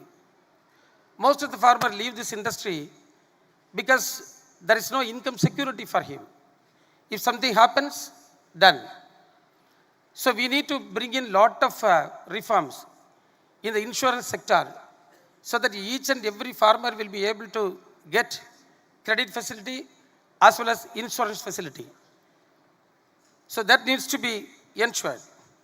And then the infrastructures required for dairying, the cold chain management, all these things need to be addressed. So in the Indian dairy industry, there are a lot of challenges that we need to overcome. And with the help of technology, I hope it will be possible for us to bring it back. We need certain policies in place, as well as we need strong political will would take it forward. Why I said it's strong political will? You just compare the incentives that we give to the farmers and the incentives we give to the multinational companies. The difference is so huge. Any company who comes and lands up, if he is asking for a capital incentive, the government is giving more than 50 to 55, 60% in certain cases. So that is the capital incentive. You look at the other facilities like power subsidies, land subsidies, interest waiver, so much of things are happening. So this needs to be addressed. The huge population, millions and millions of people who depend upon this sector should be incentivized more. And I will conclude my speech discussing about the scope of dairy industry. As I rightly told, the Indian population, if they are properly fed with the nutritional foods like milk and dairy products, we need lot of milk for the domestic need also. That is one of the important things. And the second thing is, there are huge opportunities coming up from abroad. As a minister, so many people come to me. Can you supply to Singapore? Can you supply to Middle East? Can you supply even to USA? And I can see a huge demand in the international market. And so many new products are coming up. So many products are coming up. All these things, it is going to have a very good impact in the dairy industry, and we have a very good scope, I can very well tell you. And the rising unemployment issue can be addressed only through this. Because in Tamil Nadu, I can proudly say, there are a lot of people with good education, good degrees, like engineering, MBA and things like that. They are coming forward, buying farmland, doing sustainable farming. Wonderful to see. If somebody wants to see that, I can take you there. Even people, they have resigned their job, white-collar job, high-paid jobs, and they are coming to the rural areas, settling down, doing the business. So that is one part. And the next part is huge number of unemployed youths are there. By means of giving a small loan, by means of giving some facilities, by means of giving some skilling to them, we can get a good entrepreneur. The unemployed fellow becomes a good entrepreneur at no time. So that is one of the biggest scope we have. And of course, any field that develops, it automatically develops the allied sectors also. And we talk about GDP. So we are living in a world that always depends on GDP. Every state has to improve that GDP. The nation has a few $1 trillion GDP goal. And Tamil Nadu, we have a $1 trillion GDP goal. To achieve this also, we have to be very conscious about the emerging this dairy industry. And I hope with these kind of conclaves, I really appreciate the efforts of our Honorable Minister, Sinjurani, and the Chairman of Milma, that they have put an effort to conduct such a good exhibition. And also, I think so many speakers will come on, they will express their views and things like that. It is going to give you a lot of inputs about a dairy industry, and that will be very useful for you. I thank on behalf of Tamil Nadu, Madam, and I'm really so happy of extending my thanks to each and every one of you. Thank you so much. Thank you, sir. Thank you so much. ഏവരും ആന്ധ്രാപ്രദേശ് ഗാനത്തിനായി എഴുന്നേറ്റ് നിൽക്കണമെന്ന് വിനീതമായി അഭ്യർത്ഥിക്കുന്നു. We humbly request everyone to please stand up for the Andhra Pradesh song. Andhra Pradesh రాష్ట్ర గీతాలాపనకై అందరూ దయచేసి నిలబడగలరు.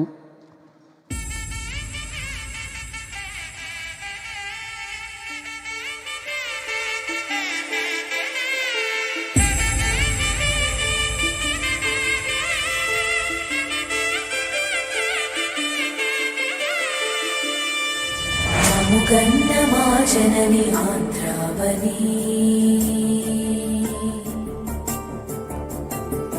మమకార సాకార సంధాయని మహనీయ సౌశీల్య జనజీవని ముమ్మూర్తులాను సంజీవని మలిన మంటని గగన సిగనీవని ముచ్చదమ్ములు నిన్ను శ్లాఘించని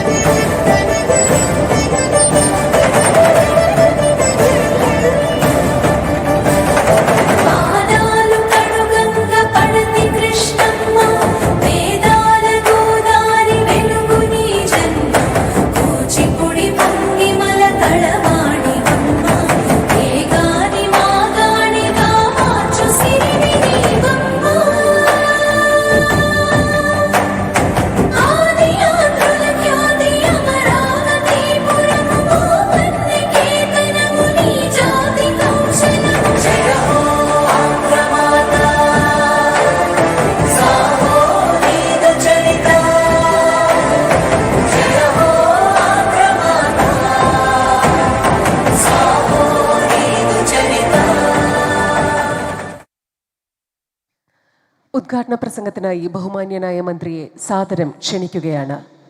Shri Kinjanapu Achanayudu is a prominent leader in Andhra Pradesh politics and currently serves as the Minister for Agriculture, Marketing, Dairy Development, Animal Husbandry and Fisheries. A 3-time elected MLA, he plays a major role in the development of the dairy sector in Andhra Pradesh. we respectfully invite Sri Kinchadapu Achanayudu to deliver the inaugural address. So please.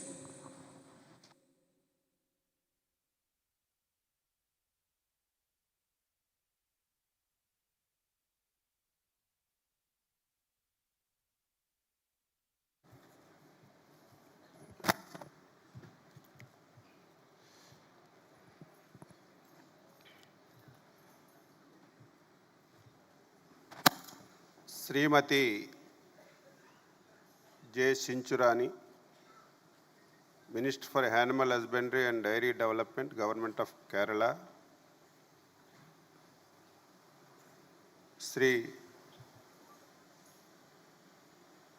T. Mano Tangaras, Honorable Minister for Milk and Dairy Development, Government of Tamil Nadu. Thiru Jai Kumar, Honorable Minister for Agriculture and Animal Husbandry, Government of Pondicherry. Sri K.S. Mani, Chairman, Organizing Committee and Chairman KCMF. Dr. Satish Kulkarni, Chairman, South Zone. Sri Sudhir Kumar Singh, President, Indian Dairy Association. Good morning to all requested dignitaries and Southern Dairy and Food Conclave 2026 committee members. Since ancient times, livestock and dairy have played a crucial role in the economic, social and cultural life of Indian civilization. Mainly, dairy sector plays a crucial role not only in the economy but also in rural livelihood and women empowerment and nutritional security. The dairy sector services as the backbone of our nation rural economy. Hence, it is our collective responsibility to strengthen the dairy sector with application of modern technologies and scientific advancements. I congratulate the efforts of the Indian Dairy Association for empowering our sector by integrating scientific and technological progress to make dairy farming more profitable and remunerative for our hard-working ordinary dairy farmer friends. I wish the Southern Dairy and Food Conclave 2026 will be a great success and significant contribution to the progress of the nation dairy sector. Thank you one and all giving me the opportunity. Thank you. Thank you, sir. ഏവരും കേരള ഗാനത്തിനായി എഴുന്നേറ്റ് നിൽക്കണമെന്ന് വിനീതമായി അഭ്യർത്ഥിക്കുന്നു. We humbly request everyone to please stand up for Kerala song.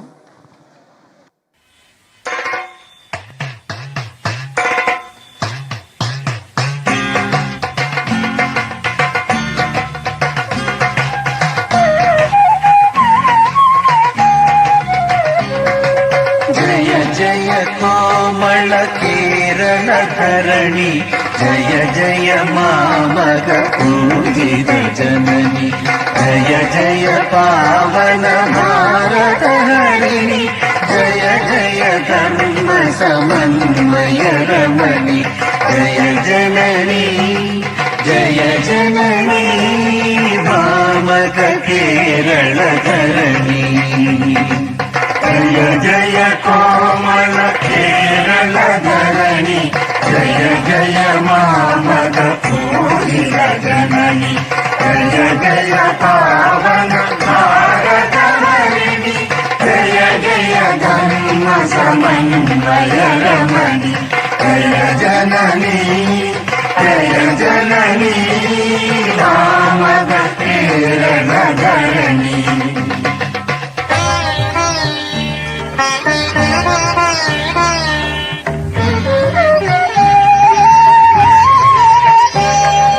ശ്രീമതമാകും പ്രമദബലം താൻ ശ്യാമള സുന്ദരമെന്നുടെ രാജ്യം.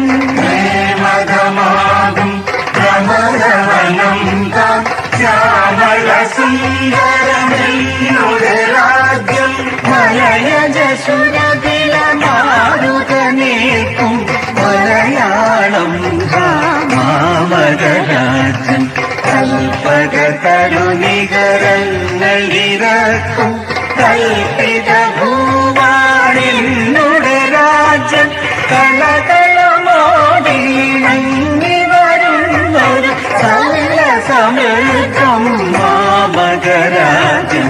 ജയ ജനനീ ജയ ജനനീ മാമക കേരളധരണി.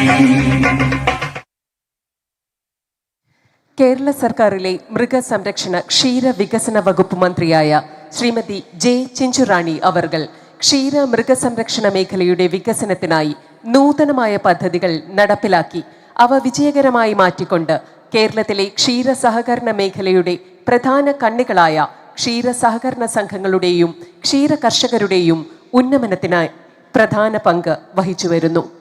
ഉദ്ഘാടന പ്രസംഗത്തിനായി ബഹുമാനപ്പെട്ട മന്ത്രിയെ ആദരപൂർവ്വം ക്ഷണിക്കുന്നു. We respectfully invite Honorable Kerala Minister Srimati J. Chinchurani to deliver the inaugural address.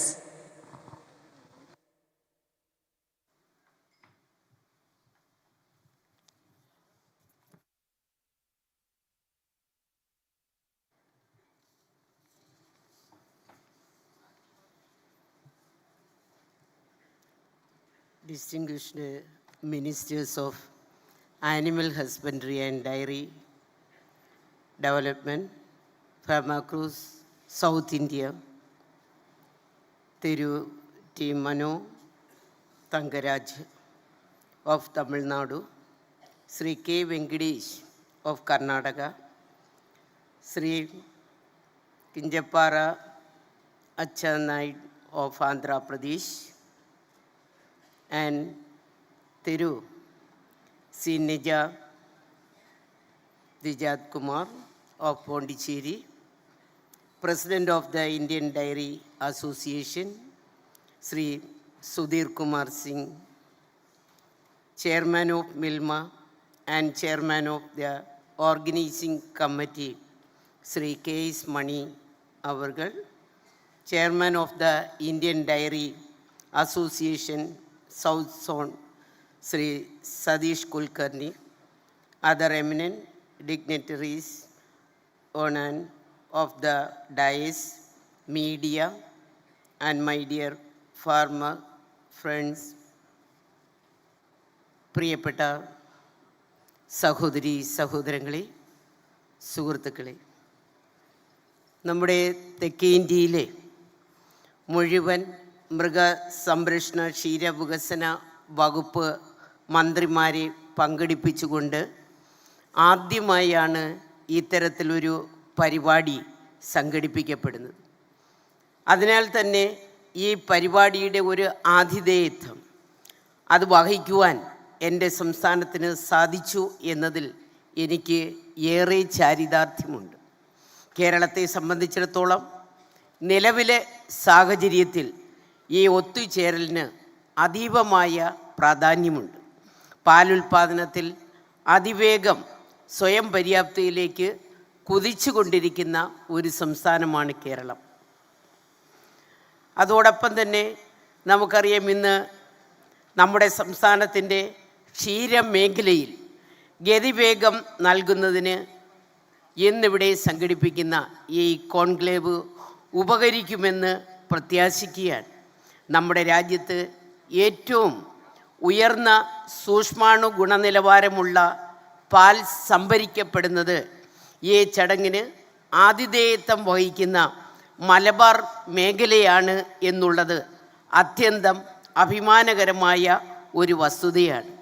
നമ്മുടെ തന്നെ പാലുൽപാദന രംഗത്ത് ഇന്ത്യയെ ലോകത്തിൻ്റെ തന്നെ നെറുകയിലെത്തിച്ച പത്മവിഭൂഷൺ ഡോക്ടർ വർഗീസ് കുര്യൻ്റെ ജന്മനാടായ കോഴിക്കോട് വച്ച് ഈ പരിപാടി നടത്തപ്പെടുന്നു എന്നത് ഈ പരിപാടിയുടെ മറ്റൊരു സവിശേഷതയാണ്. ഇന്ന് ക്ഷീരമേഖലകളിലെ കർഷകർക്ക് കൈത്താങ്ങായി നടപ്പിലാക്കിക്കൊണ്ടിരിക്കുന്ന വിവിധ കർഷക ക്ഷേമ പദ്ധതികളും ആനുകൂല്യങ്ങളും കർഷകരെ ഈ മേഖലയിൽ പിടിച്ചു നിർത്തുന്നതിന് സഹായകരമായിട്ടുണ്ട്. കേരളം പോലെയുള്ള ഒരു ഉപഭോക്തൃ സംസ്ഥാനത്ത് പാലുൽപാദനത്തിൽ സ്വയം പര്യാപ്തത കൈവരിക്കുക ഇത്തരം ക്ഷേമ പദ്ധതികൾക്ക് വലിയൊരു പങ്ക് നമുക്ക് വഹിക്കുവാനുണ്ട്. ഒരുപാട് പ്രതികൂല സാഹചര്യങ്ങൾക്കിടയിലും നമ്മുടെ സംസ്ഥാനത്തെ പാലുൽപാദന രംഗത്ത് കഴിഞ്ഞ കാലങ്ങളിൽ വ്യക്തമായ ഒരു മുന്നേറ്റം ദൃശ്യമാണ്. കേന്ദ്ര സർക്കാർ പുറത്തുവിട്ട കണക്കുകൾ പ്രകാരം ഏറ്റവും മികച്ച ഉൽപാദനക്ഷമതയുള്ള സങ്കരയിനം കന്നുകാലികളെ നമ്മുടെ സംസ്ഥാനത്ത് ഇന്ന് ഉണ്ട് എന്നുള്ളതാണ്. നമുക്കറിയാം, ഉൽപാദനക്ഷമത എടുത്ത് പരിശോധിച്ചാൽ ഇന്ത്യയിൽ പഞ്ചാബ് എന്ന് പറഞ്ഞ സംസ്ഥാനം കഴിഞ്ഞാൽ 2ാം സ്ഥാനത്ത് ഇന്ന് ഉയർന്നു നിൽക്കുന്നത് കേരളം പോലെയുള്ള സംസ്ഥാനമാണ് എന്നുള്ളത് ഈ അവസരത്തിൽ ഞാൻ ചൂണ്ടിക്കാണിക്കുകയാണ്. ഇന്ത്യയിലെ തന്നെ ക്ഷീരവികസന മേഖല എല്ലാ കാലത്തും നമ്മുടെ രാജ്യത്തിൻ്റെ സമ്പദ് വ്യവസ്ഥയുടെ, പ്രത്യേകിച്ചും ഗ്രാമീണ സമ്പദ് വ്യവസ്ഥയുടെ ഉന്നമനത്തിൽ നിർണായകമായ പങ്ക് വഹിച്ചിട്ടുണ്ട്.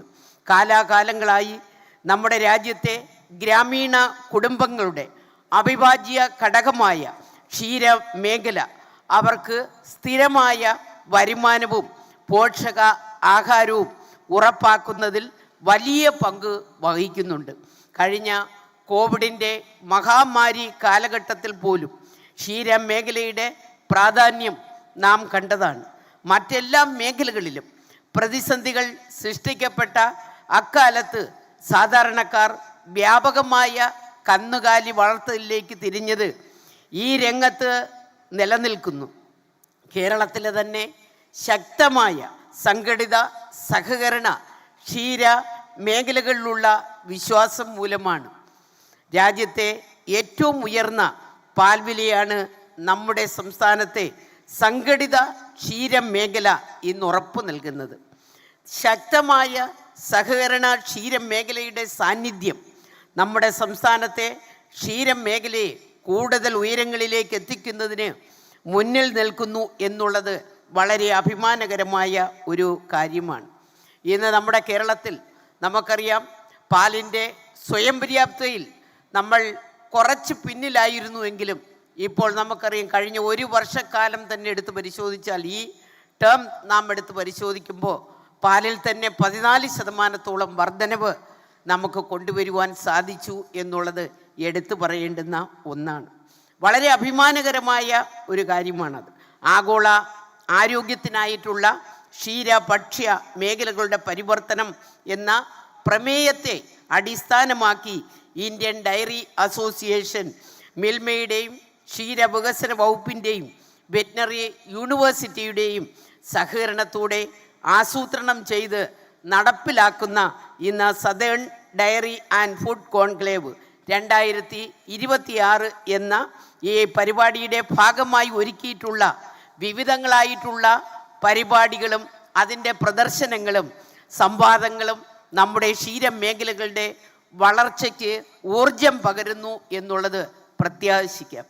At this moment, I would like to congratulate all the officers bearers of the Indian Dairy Association who have taken the lead in organizing such an event, bringing together all the eminent personalities and professionals from the dairy sector of South India.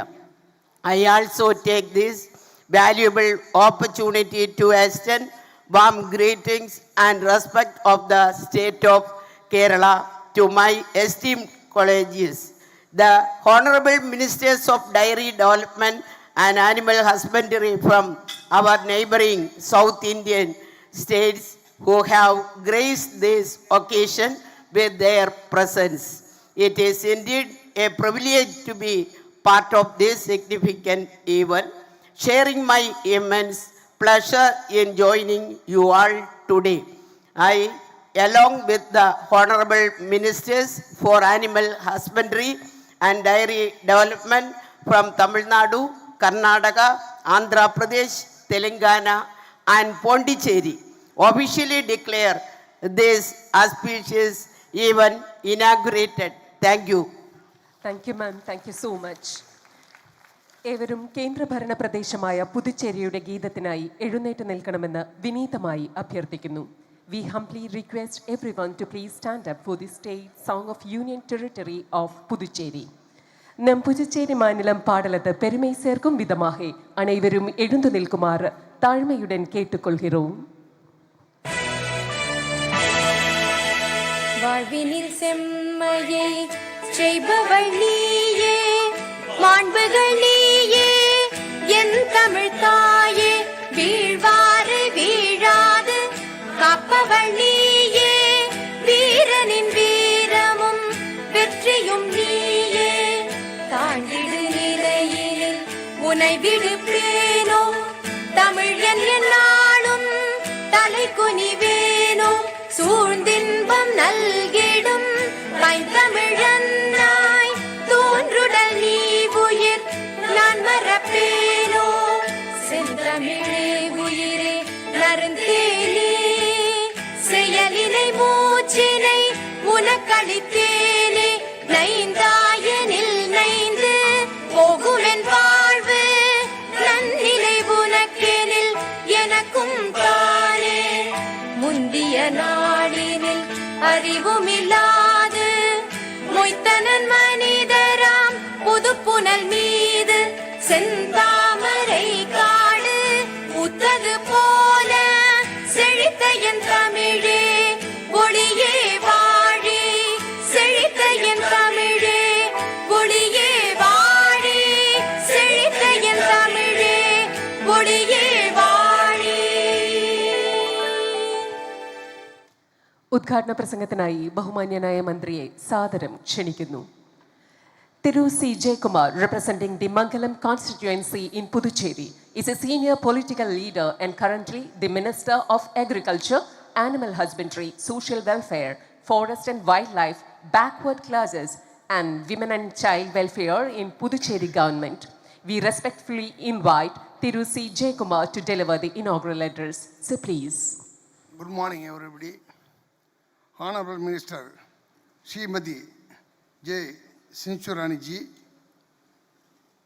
my colleague, Tamil Nadu Minister, friendly, another one, Andhra Minister ji, all dignitaries and chairmen and gentlemen. Esteemed dairy experts follow, producers professionally, industrial leaders, scientists, entrepreneurs, farmers and ladies and gentlemen, Namaskaram, Suprabhatam and Vanakkam. It is a great honor to address this prestigious Southern Dairy and Food Conclave 2026 in the vibrant city of Kozhikode, Kerala. I extend my gratitude to Honorable Minister for Dairy Development, Madam Sinchurani, for her gracious invitation. We are conclave here today from across the southern states. Let us celebrate our shared vision for a thriving dairy sector that nourishes our people and empowers for farmers. I congratulate the organizers for bringing together policymakers, industry leaders, researchers, cooperatives and startups and a common platform to deliberate on the future of the dairy and food sector in southern India. The dairy sector occupies the central place of India rural economy. It is not merely an industry. It is lifeline for millions of small and marginal farmers, particularly women. India's position as the world's largest milk producer, it is testament to the strength of our cooperative movement, scientific innovations and farmers' scientific policies. The Pondicherry through graphically small, very, very small state. One part Tamil Nadu, another Karaikal, another one part Andhra, Yanam, one part. This Kozhikode nearly Mahe, one part Kerala. 4 languages, now 5 languages. All songs myself only. Telugu, Malayalam, Tamil, Pondicherry. And we are actually pursuing modern milk processing facilities, cold chain strengthening, quality testing laboratories, and detailed monitoring systems to ensure food safety, and at the same time, we are giving equal importance to further development, disease control, and capacity buildings for farmers through our state-sponsored schemes like single milk cow machines, supported NDDP, 50% subsidy schemes. Another one, milking machine, hydroponic and green water unit, chaff cutter, bellet machine, cattle floor mat, silage, salted salmon, and IFE employs 100% subsidy. 100% subsidy which from the foundation of suitable dairy. Friends, the theme of this conclave particularly relevant today. The dairy and food sector is undergoing transformational shift driven by changing consumer performances, demand for safe, nutritious, and value-added products, climate resiliency, the sustainability, implementation, investigation, technology, automation, and data analysis. To address these challenges, public-private partnerships, innovation, and regional cooperation are essential. Southern states have been show the cooperative strength, milk productivity, and entrepreneurship. Farmers forums like this conclave help us learn from each other best practices and scale them across regions. I should like emphasize the importance of value addition and branding for better farmer income. Startups and MSMEs in dairy processing and food innovation. Women and youth participation in the dairy value chain. Sustainable practices including waste management and renewable energy in dairies. Kerala started first frozen salmon lab for A1 and first in India the short genetic improvement program like progeny testing for selecting best bull for A1. Thus, Kerala has been pioneer in introducing new genetic improvement technologies in India. The government of Puducherry remains open collaboration with industry, research institution and cooperatives to build a competitive and farmer-centric dairy ecosystem.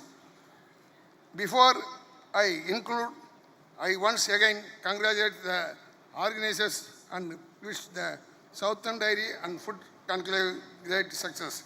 I am confirmed that the deliberation here will be lead to practical solution, strong participation and a shared roadmap for the future of India dairy and food sector.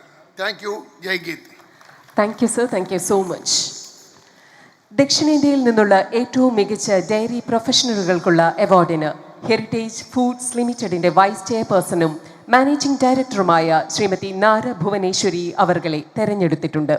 Shrimati നാര Bhuvaneshwari അവർകൾക്ക് ആരോഗ്യ പ്രശ്നങ്ങളാൽ പെട്ടെന്ന് ചടങ്ങിൽ പങ്കെടുക്കാൻ സാധിക്കാതെ വന്നതിനാൽ മാഡത്തിനു വേണ്ടി heritage foods limited CEO Shri Sreejith കേശവനെ വേദിയിലേക്ക് സ്നേഹപൂർവ്വം ക്ഷണിക്കുന്നു. Srimati Nara Bhuvaneshwari, Vice Chairperson and Managing Director of Heritage Foods Limited, has been selected for the award for the Best Dairy Professionals from South India. We respectfully invite the Honorable Kerala Dairy Development Minister, Srimati J. Chinchurani, to present the award. Due to some health issues, Srimati Nara Bhuvaneshwari could not attend this function. So we invite Heritage Food Limited CEO, Sri Srijit Keshavan, to receive the award. It is with immense pride and honor that we present the Outstanding Dairy Professional Award 2025 to Mrs. Nara Bhuvaneshwari, Vice Chairperson and Managing Director of Heritage Food Limited, in recognition of her visionary leadership and transformative contributions to India's dairy sector. Under her leadership, Heritage Food today operates state-of-the-art dairy plants and delivers a wide range of nutritious value-added products, setting high benchmark in food safety, sustainability and corporate governance. Beyond business, as Managing Trustee of NTR Memorial Trust, she has made enduring contributions to education, healthcare, women's empowerment and community welfare. For her outstanding leadership, commitment to farmer welfare and lasting impact on the growth and professionalism of India's dairy industry, the Indian Dairy Association South Zone proudly presents the Outstanding Dairy Professional Award 2025 to Mrs. Nara Bhuvaneshwari. Congratulations, madam. We wish you more milestone and lasting impact in dairy sector. Congratulations, ma'am.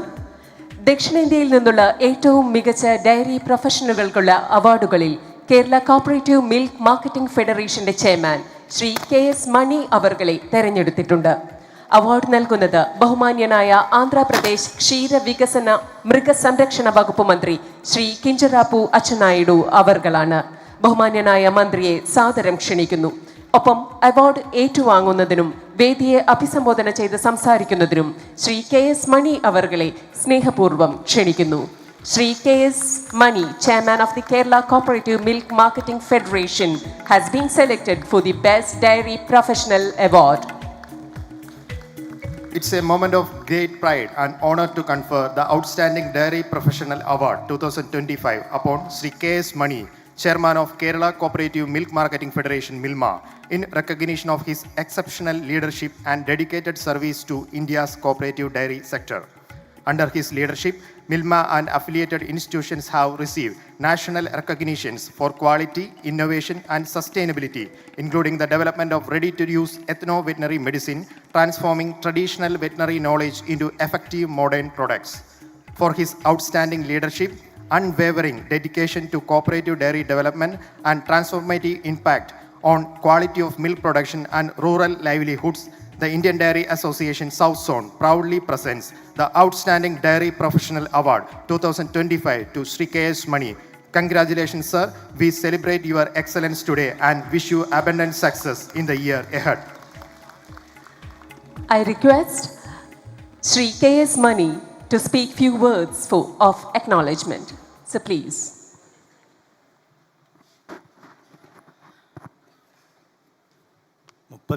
കൊല്ലത്തെ diary സെക്ടറിലെ ജേണിയിൽ ഇങ്ങനെ ഒരു award Indian diary അസോസിയേഷൻ്റെ ഭാഗമായി ലഭിച്ചത് നിശ്ചയമായിട്ടും എന്നിൽ അർപ്പിതമായ വിശ്വാസം നല്ല രീതിയിൽ കൊണ്ടുപോകാൻ പരമാവധി ശ്രമിച്ചു എന്നുള്ളത് കൊണ്ടാണ്. എനിക്ക് ലഭിച്ച ഈ അവാർഡ് എൻ്റെ സഹപ്രവർത്തകരായ കേരളത്തിലെ 10.5 ലക്ഷത്തോളം വരുന്ന ക്ഷീരകർഷകർക്ക് വേണ്ടി സമർപ്പിക്കുന്നു. Thank you very much. Congratulations, sir. Karimnagar Milk Producers Company Limitedന്റെ ചെയർമാൻ ശ്രീ ചാലിമേട രാജേശ്വര റാവു അവർകളെ അവാർഡിനായി തെരഞ്ഞെടുത്തിട്ടുണ്ട്. Shri Chalimeda Rajeshwara Rao, Chairman of Karimnagar Milk Producer Company Limited, has been selected for the Best Dairy Professional Award. We respectfully invite the Honorable Kerala Minister, Srimati J. Chinchurani, to present the award. We invite Sri Chalimeda Rajeshwar Rao to receive the award. Sri Chalimeda Rajeshwar Rao Garini award സ്വീകരിച്ച് തമ അമൂല്യమైన సందేశం ఇవ్వవల సింధిక ప్రార్థన. It is with great admiration and honor that we present the Outstanding Dairy Professional Award 2025 to Sri Chalimeda Rajeshwar Rao, Chairman of Karimnagar Milk Producers Company Limited, Telangana, in recognition of his exemplary leadership and lifelong dedication to the cooperative dairy sector. With over 4 decades of service to rural development and dairy growth, Sri Rajeshwar Rao began his public life as a village sarpanch and steadily rose through the ranks of the dairy cooperative movement, becoming a transformative leader in Karimnagar. Under his guidance, milk procurement increased from 12,000 to 2 lakhs liters per day and sales from 4,000 to 1.2 lakhs liters per day, turning Karimnagar into a major dairy hub while significantly enhancing farmers' incomes.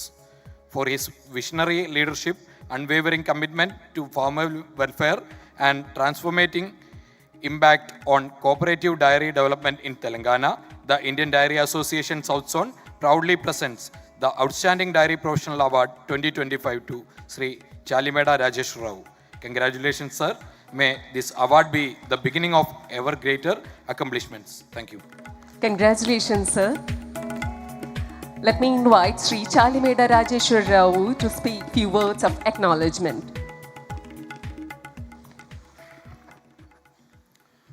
So అందరికీ నమస్కారం. నా profession actually I'm agriculture graduate from Hyderabad. నా graduation అయిన తర్వాత విలేజ్కి వెళ్ళినప్పుడు so నన్ను village సర్పంచ్గా 2 టర్మ్స్ నేను విలేజ్ సర్పంచ్గా చేయడం జరిగింది ఏకగ్రీవంగా.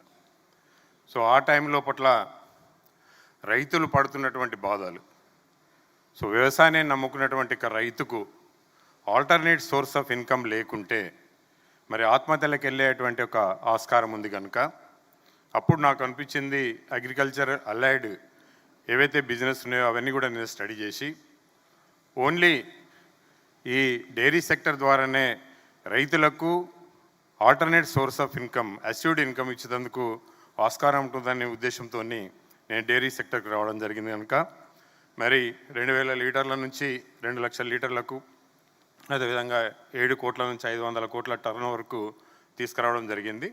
ఇదంతా కూడా రైతుల సహకారంతో, మా పాలకవర్గం సహకారంతో, మా ప్రభుత్వం సహకారంతో, సెంట్రల్ గవర్నమెంట్ సహకారంతో మరి డైరీ డెవలప్మెంట్ చేయడం జరుగుతుంది కనుక మరి ఈ అవకాశాన్ని ఇచ్చినటువంటి సదరన్ డైరీ అసోసియేషన్ వారికి, ఇండియన్ డైరీ అసోసియేషన్ వారికి, మరి హాజరైనటువంటి తమిళనాడు, ఆంధ్రప్రదేశ్, కేరళ, పాండుచ్చేరి, మరి అదేవిధంగా సౌత్ జోన్ చైర్మన్ గారికి, పాల్గొన్నటువంటి ప్రతి ఒక్కరికి ఈ అవార్డు ఇచ్చినందుకు మరి ఇంకా కొంచెం ఎంకరేజ్తోని ఎక్కువ పనిచేసి ఇంకా రైతులకు ఎక్కువ ఇన్కమ్ జనరేట్ చేసేందుకు నా వంతుగా నేను కృషి చేస్తానని చెప్పి మనవి చేస్తూ ఈ అవకాశం ఇచ్చిన మీ అందరికీ పేరు పేరున నాకు హృదయపూర్వక నమస్కారాలు. Thank you.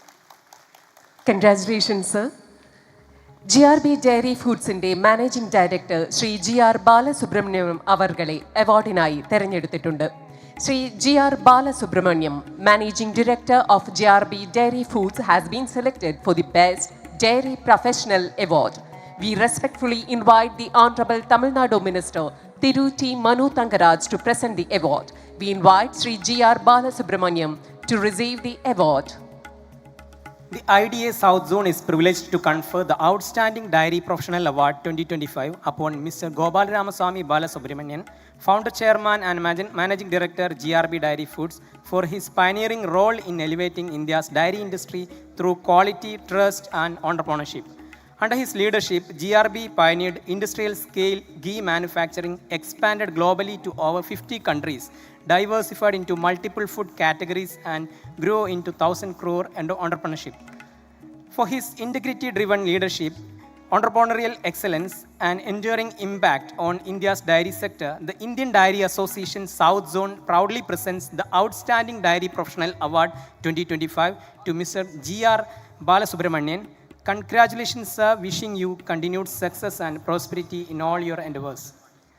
Congratulations, sir. Let me invite Sri GR Balasubramaniam to speak few words of acknowledgement.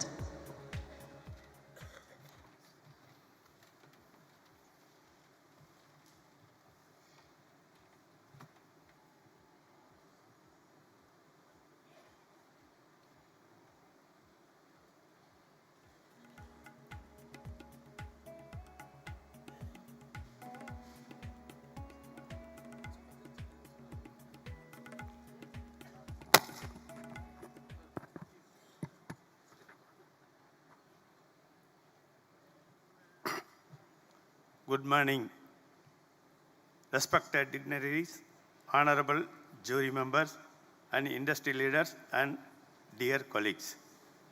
I am deeply honored to receive the Dairy Professional Award 2026 at the Southern Dairy and Food Conclave. I sincerely thank the organizing committee and jury for this prestigious recognition.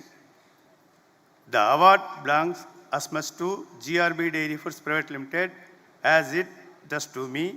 I am grateful to my colleagues and team members at GRB who work tirelessly with commitment, ethics, and the shared vision of excellence. I would also like to thank my mentors and well-wishers who guided me throughout this journey, and my family for their constant support and encouragement. Thank you once again to the Southern Dairy and Food Conclave for this honor. I am truly grateful. Thank you. Thank you very much. Thank you, sir. Amrita dairy managing director Shri R Mohanasundaram അവർകളെ അവാർഡിനായി തെരഞ്ഞെടുത്തിട്ടുണ്ട്. Shri R Mohanasundaram, managing director of Amrita dairy, has been selected for the Best Dairy Professional Award. We respectfully invite the Honorable Tamil Nadu Minister Thiru T. Manu Thankaraj to present the award. We invite Sri R. Mohanasuntharam to receive the award. It's a privilege for IDA South Zone to honor Mr. R. Mohanasuntharam, Managing Director of Amrita Dairy E-Road, with the Outstanding Dairy Professional Award 2025, recognizing his visionary entrepreneurship, steadfast commitment to quality, and enduring impact on farmers and the dairy industry. Under his leadership, Amrita Dairy has grown into a respected brand, delivering fresh milk, ghee, curd, paneer, and value-added products to thousands of consumers, while creating sustainable livelihoods for countless farmers. For his inspiring journey, visionary leadership, and enduring impact on rural livelihoods and the dairy industry, the Indian Dairy Association South Zone proudly presents the Outstanding Dairy Professional Award 2025 to Mr. R. Mohanasuntharam. Congratulations, sir. May your journey ahead be filled with greater achievements and recognition. Congratulations, sir. Let me invite Sri R. Mohanasuntharam to address the gathering.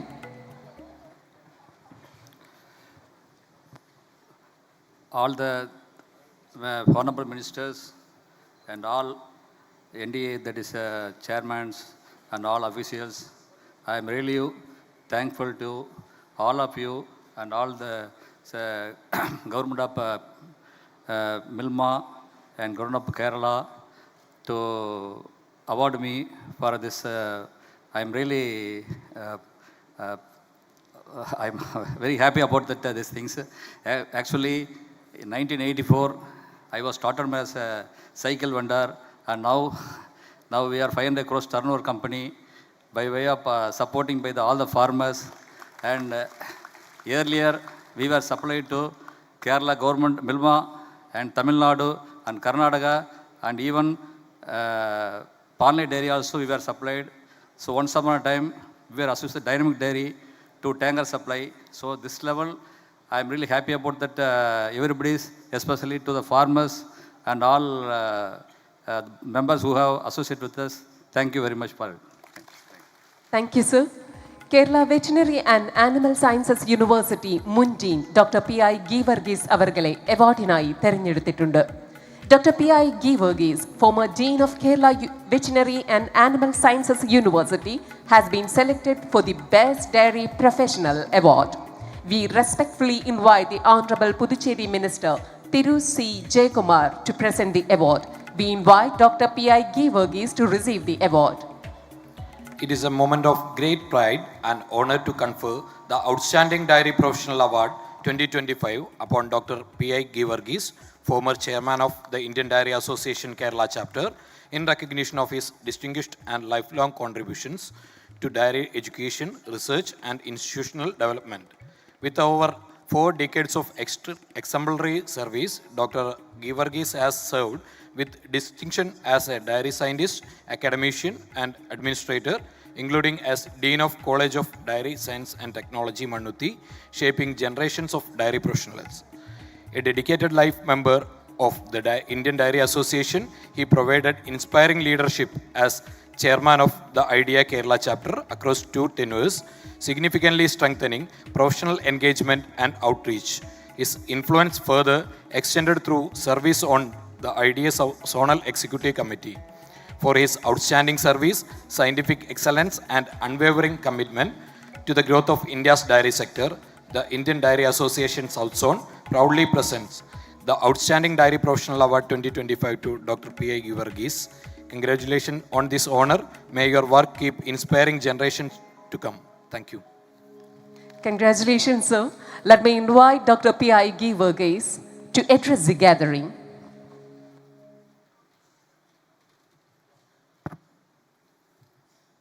ഏറ്റവും പ്രിയപ്പെട്ടവരെ,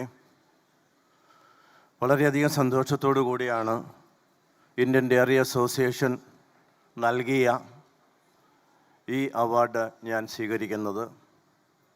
കഴിഞ്ഞ 4 പതിറ്റാണ്ട് കാലത്തെ എൻ്റെ ചെറിയ സേവനങ്ങൾക്ക് നൽകിയ അംഗീകാരമായിട്ട് ഞാനിത് കണക്കാക്കുന്നു.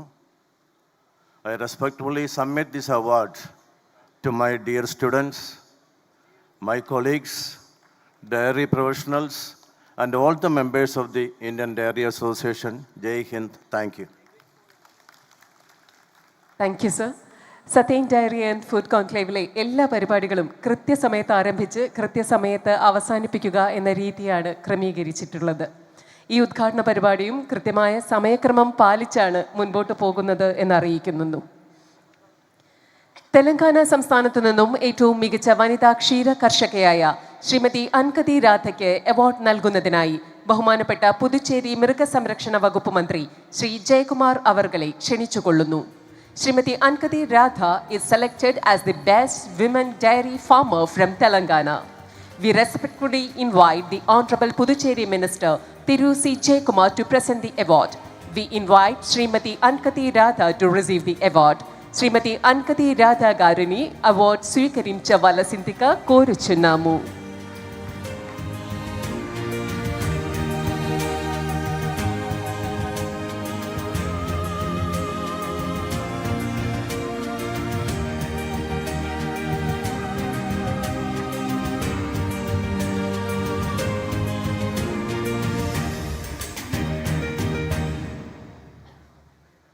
Congratulations, man.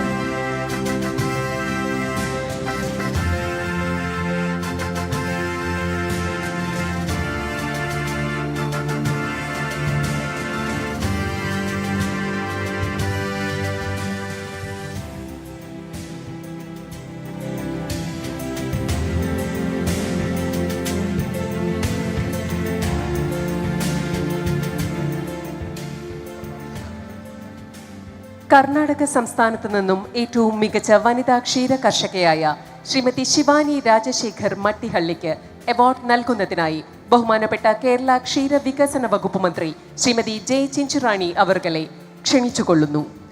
Shrimati Shivani Rajashekar Mattihalli is selected as the best woman dairy farmer from Karnataka. We respectfully invite the Honorable Kerala Minister Srimati J. Chinchurani to present the award. We invite Srimati Shivani Rajashekhar Mattihalli to receive the award. Shivani Rajashekhar Mattihalli Karnataka ಅವರನ್ನು ಪ್ರಶಸ್ತಿಯನ್ನು ಸ್ವೀಕರಿಸಲು ನಾವು ಗೌರವದಿಂದ ಆಹ್ವಾನಿಸುತ್ತೇವೆ.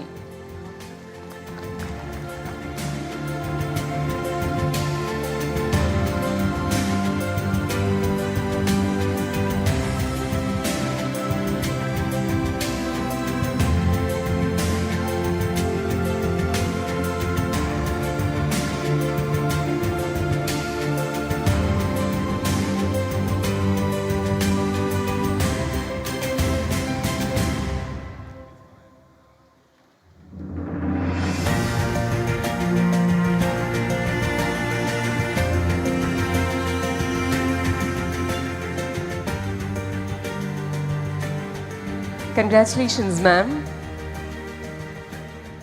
തമിഴ്നാട് സംസ്ഥാനത്ത് നിന്നും ഏറ്റവും മികച്ച വനിതാ ക്ഷീര കർഷകയായ ശ്രീമതി പത്മിനി എസിന് അവാർഡ് നൽകുന്നതിനായി ബഹുമാനപ്പെട്ട തമിഴ്നാട് മൃഗസംരക്ഷണ ക്ഷീര വികസന വകുപ്പ് മന്ത്രി തിരു ടി മനു തങ്കരാജ് അവർകളെ സാദരം ക്ഷണിച്ചുകൊള്ളുന്നു. Srimati Padmini S. is selected as the best woman dairy farmer from Tamil Nadu. We respectfully invite the Honorable Tamil Nadu Minister, Thiruti Manu Thangaraj, to present the award.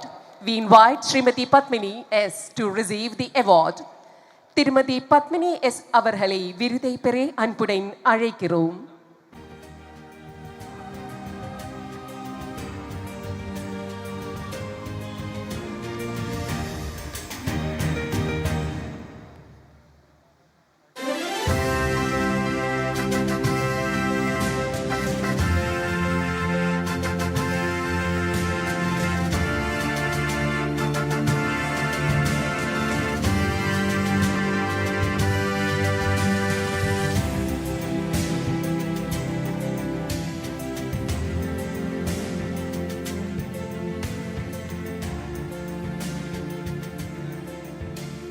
Congratulations, ma'am.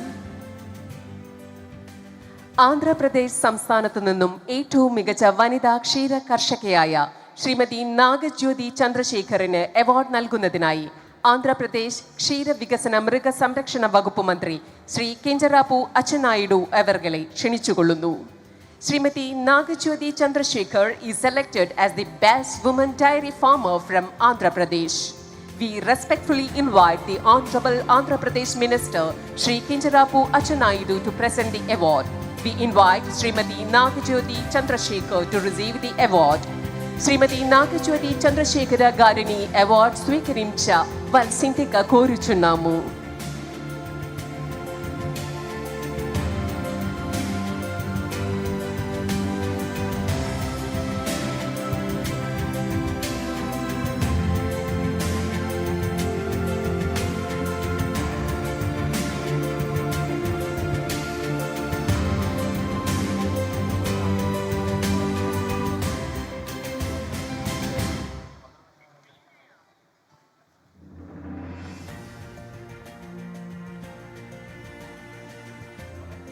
Congratulations, ma'am. Kerala സംസ്ഥാനത്തു നിന്നും ഏറ്റവും മികച്ച വനിതാ ക്ഷീര കർഷകയായ Shrimati Bindu V പിക്ക് award നൽകുന്നതിനായി കേരള ക്ഷീര വികസന വകുപ്പ് മന്ത്രി ശ്രീമതി ജെ ചിഞ്ചുറാണി അവർകളെ ക്ഷണിച്ചുകൊള്ളുന്നു. അവാർഡ് ഏറ്റുവാങ്ങുന്നതിനായി ശ്രീമതി ബിന്ദു വി പിയെ ഏറ്റവും സ്നേഹപൂർവ്വം വേദിയിലേക്ക് ക്ഷണിക്കുന്നു. Shrimati Bindu V P is selected as the best woman dairy farmer from Kerala. We respectfully invite the Honorable Kerala Minister Srimati J. Chichurani to present the award. We invite Srimati Bindu VP to receive the award.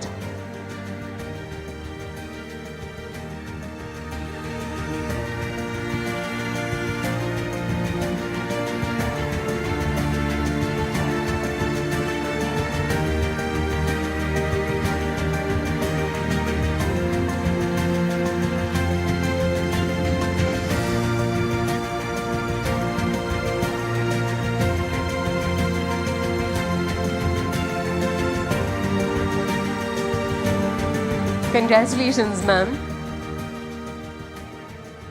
Indian Dairy Association Day President Shri Sudhir Kumar Singh അവർകളെ Southern Dairy and Food Conclave 2026 ഭാഗമായി തയ്യാറാക്കിയിട്ടുള്ള souvenir release ചെയ്യുന്നതിനായി സാദരം ക്ഷണിക്കുന്നു. We respectfully invite Shri Sudhir Kumar Singh, President of the Indian Dairy Association, to release the souvenir prepared as part of the Southern Dairy and Food Conclave 2026.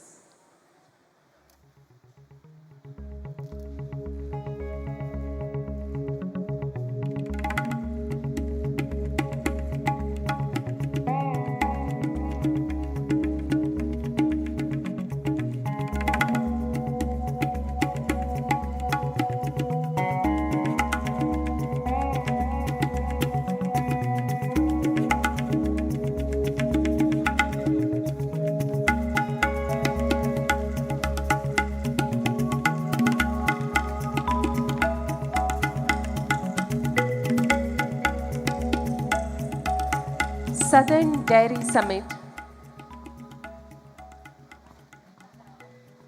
Southern Dairy Summit 2025 organising secretary ആയിരുന്ന ശ്രീ രാമചന്ദ്ര അവർകളെ ആദരിക്കുന്നതിനായി ബഹുമാന്യനായ Indian dairy അസോസിയേഷന്റെ president Shri Sudheer Kumar Singh അവർകളെ സാദരം ക്ഷണിക്കുന്നു. We respectfully invite Shri Sudhir Kumar Singh, President of the Indian Dairy Association, to honor Shri Ramachandra, Organizing Secretary of Southern Dairy Summit 2025. We invite Shri Ramachandra to receive the award.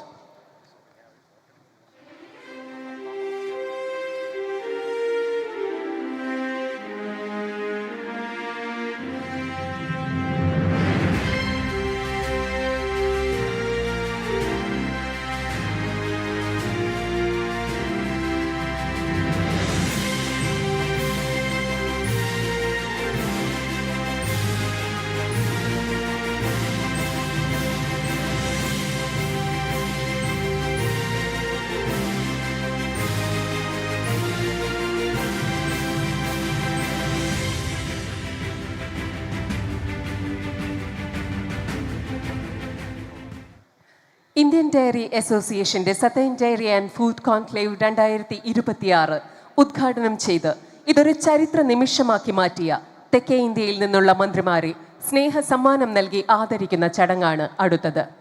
Next is honoring ministers from southern states who have made this inauguration program of Southern Dairy and Food Conclave 2026 a historic moment by presenting them with mementos. We respectfully invite ministers to receive this honor. ആദരവ് ഏറ്റുവാങ്ങുന്നതിനായി ബഹുമാന്യയായ കേരള ക്ഷീര വികസന വകുപ്പ് മന്ത്രി Shrimati J Chinchurani അവർകളെ സാദരം ക്ഷണിക്കുന്നു. We invite Honorable Kerala Minister Shrimati J Chinchu Rani to receive the honor. ആദരവ് നൽകുന്നതിനായി doctor P Sudheer ബാബുവിനെ വേദിയിലേക്ക് സ്നേഹപൂർവ്വം ക്ഷണിക്കുന്നു.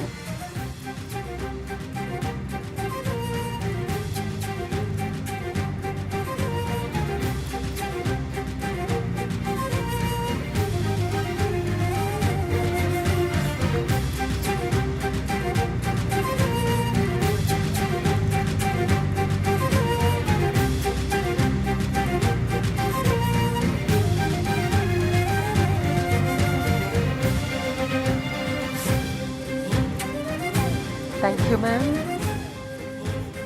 ആദരവ് ഏറ്റുവാങ്ങുന്നതിനായി ബഹുമാന്യനായ തമിഴ്നാട് മൃഗസംരക്ഷണ ക്ഷീര വികസന വകുപ്പ് മന്ത്രി തിരു ടി മനു തങ്കരാജ് അവർകളെ സാദരം ക്ഷണിക്കുന്നു. We invite Honorable Tamil Nadu Minister തിരു T Manu Thangaraj to receive the honor.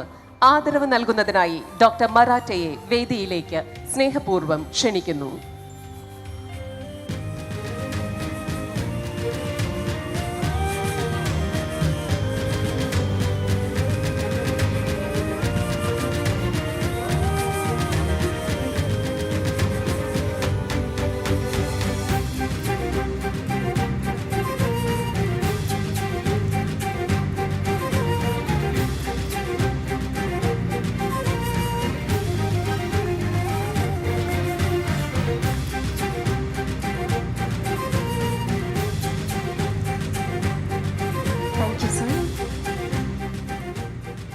ആദരവ് ഏറ്റുവാങ്ങുന്നതിനായി ബഹുമാന്യനായ ആന്ധ്രാപ്രദേശ് ക്ഷീരവികസന മൃഗസംരക്ഷണ വകുപ്പ് മന്ത്രി ശ്രീ കിഞ്ചരാപ്പു അച്ഛനായിഡു അവർകളെ സാദരം ക്ഷണിക്കുന്നു. We invite Honorable Andhra Pradesh Minister Shri കിഞ്ചരാപ്പു അച്ഛനായിഡു to receive the honor. ആദരവ് നൽകുന്നതിനായി ഡോക്ടർ ആർ രവികുമാറിനെ വേദിയിലേക്ക് സ്നേഹപൂർവ്വം ക്ഷണിക്കുന്നു.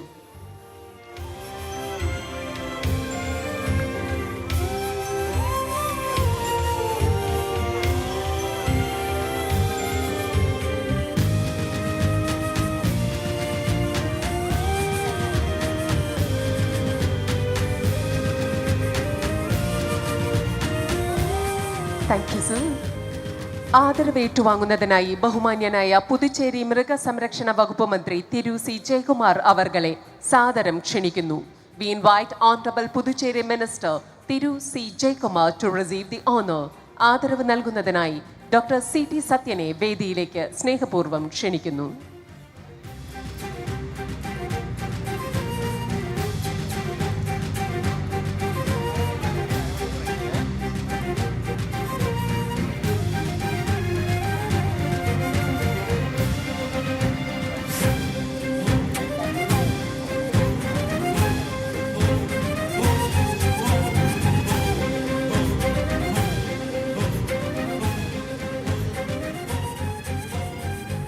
Thank you all. Thank you so much. And it's time for vote of thanks. ചടങ്ങിന് നന്ദി പ്രകാശിപ്പിക്കുന്നതിനായി Indian dairy association Kerala chapter ചെയർമാനും ഓർഗനൈസിംഗ് സെക്രട്ടറിയുമായ ഡോക്ടർ എസ് എൻ രാജകുമാർ അവർകളെ ക്ഷണിക്കുന്നു. We invite doctor S N Rajkumar, chairman, Indian Dairy Association Kerala Chapter, and the Organizing Secretary Sdfc to deliver the vote of thanks. Respected Honorable Ministers on the dais, distinguished guests, eminent dairy professionals, Best Dairy Professional Award recipients, Women Dairy Farmers awardees, senior officials, delegates, members, and members of media, ladies and gentlemen. On behalf of Indian Dairy Association Kerala Chapter, Indian Dairy Association South Zone, and the entire organizing committee of Southern Dairy and Food Conclave 2026, it is both an honor and privilege for me to propose the vote of thanks for the August inaugural session. At the outset, I bow my head in gratitude to the Almighty for bestowing His blessing upon this conclave and enabling us to come together on this prestigious platform dedicated to the advancement of dairy and food sectors. I express my deepest sense of gratitude to Srimati J. Chinchurani, Honorable Minister for Animal Husbandry and Dairy Development, Milk Cooperatives, Zoo, Government of Kerala, for graciously inaugurating the Southern Dairy and Food Conclave 2026 by lighting the ceremonial lamp. Madam, your constant encouragement, visionary leadership, unwavering support to dairy farmers, cooperatives, and professionals have been a guiding force for a dairy sector in Kerala and even beyond. We are deeply honored by your esteemed presence. We are profoundly thankful to Thiru T. Manothangaraj, Honorable Minister for Milk and Dairy Development, Government of Tamil Nadu, for gracing this conclave and sharing his invaluable perspectives. Sir, your proactive initiative, reforms in dairy cooperatives and farmer-centric policies have significantly strengthened the dairy ecosystem and inspired many states across the country. We express heartfelt appreciation to Sri Kinjirappu Achunaidu, Honorable Minister for Agriculture, Cooperation, Marketing, Animal Husbandry, Dairy Development and Fisheries, Government of Andhra Pradesh. Sir, your integrated vision for agriculture and unleashed sector has created a strong foundation for sustainable dairy development and cooperatives growth. Our sincere gratitude to Sri Thiru Devaraj, Honorable Minister for Agriculture, Animal Husbandry and Animal Welfare, Forest and Wildlife, Social Welfare, Backward Class Welfare and Women and Child Development, Government of Puducherry. Sir, your multifaceted responsibilities and inclusive governance approaches have contributed immensely to the welfare of farmers and rural communities. I place on record our heartfelt thanks to Sri K.S. Mani, Chairman, Organizing Committee of Southern Dairy and Food Conclave 2026, and also Chairman, Kerala Cooperative Milk Marketing Federation Limited, for his exceptional leadership, strategic vision, and constant guidance. Sir, your vast experience in cooperative management and dairy development has been instrumental in shaping this conclave into a truly meaningful and impactful event. I extend my sincere thanks to Sri Sudhir Kumar Singh, President, Indian Dairy Association, for delivering the presidential address and for his dedicated effort in unifying dairy professionals across the nation and steering the sector towards innovation, sustainability, and global competitiveness. I am extremely thankful to Dr. Satish Kulkarni, Chairman, Indian Dairy Association, South Zone, Bengaluru, for his continuous encouragement, expert guidance, and unwavering support in strengthening the collaboration among the southern states and elevating the stature of the conclave. I express my deep appreciation to all the eminent dairy professionals who have been honored today with the Dairy Professional Award, whose dedication and leadership have significantly shaped India dairy industry.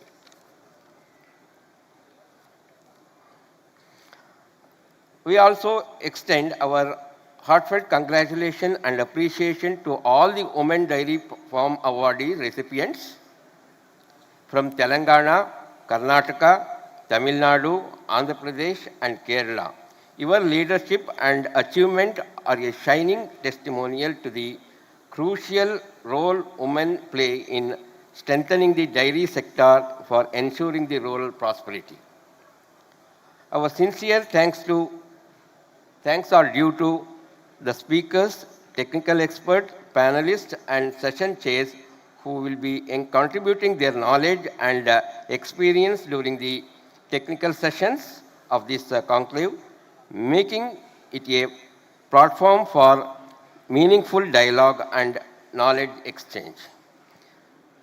I gratefully acknowledge the generous support extended by sponsors, exhibitors, and partners whose cooperation and confidence have enabled us to organize this conclave on such a grandful scale. I also thank the media for their continuous support in disseminating the objectives, discussion, and outcome of the Southern Dairy and Food Conclave 2026 to a wider audience. I would like to place on record my sincere appreciation for the relentless efforts of organizing committee members. The organizing committee members are the members from Kerala Cooperative Milk Marketing Federation and employees of Kerala Veterinary and Animal Sciences and other allied institutions for their constant support for conducting this conclave in a befitting manner. I would like to congratulate and extend the sincere thanks to volunteers, students who dedication, teamwork, and commitment have entrusted the smooth and successful conduct of this prestigious event. Finally, I extend my heartfelt thanks to all the delegates, participants, guests for sparing their valuable time and for being the integral part of the Southern Dairy and Food Conclave 2026. With these words, I once again express my sincere gratitude to everyone who has contributed directly or indirectly to the success of this inaugural session and wish the conclave every success in achieving these objectives. Thank you. Jai Hind. Thank you, sir. Thank you all. Southern dairy and food കോൺക്ലേവിലെ എല്ലാ പരിപാടികളും കൃത്യസമയത്ത് ആരംഭിച്ച് കൃത്യസമയത്ത് അവസാനിപ്പിക്കുക എന്ന രീതിയാണ് ക്രമീകരിച്ചിട്ടുള്ളത്. ഈ ഉദ്ഘാടന പരിപാടിയും കൃത്യമായ സമയക്രമം പാലിച്ചാണ് പൂർത്തിയാക്കിയിരിക്കുന്നത്. Thank you all for your cooperation. A request to dignitaries, please stay for a while for a group photo after national anthem. ദേശീയ ഗാനത്തിനായി എഴുന്നേറ്റ് നിൽക്കാൻ എല്ലാവരോടും അഭ്യർത്ഥിക്കുന്നു.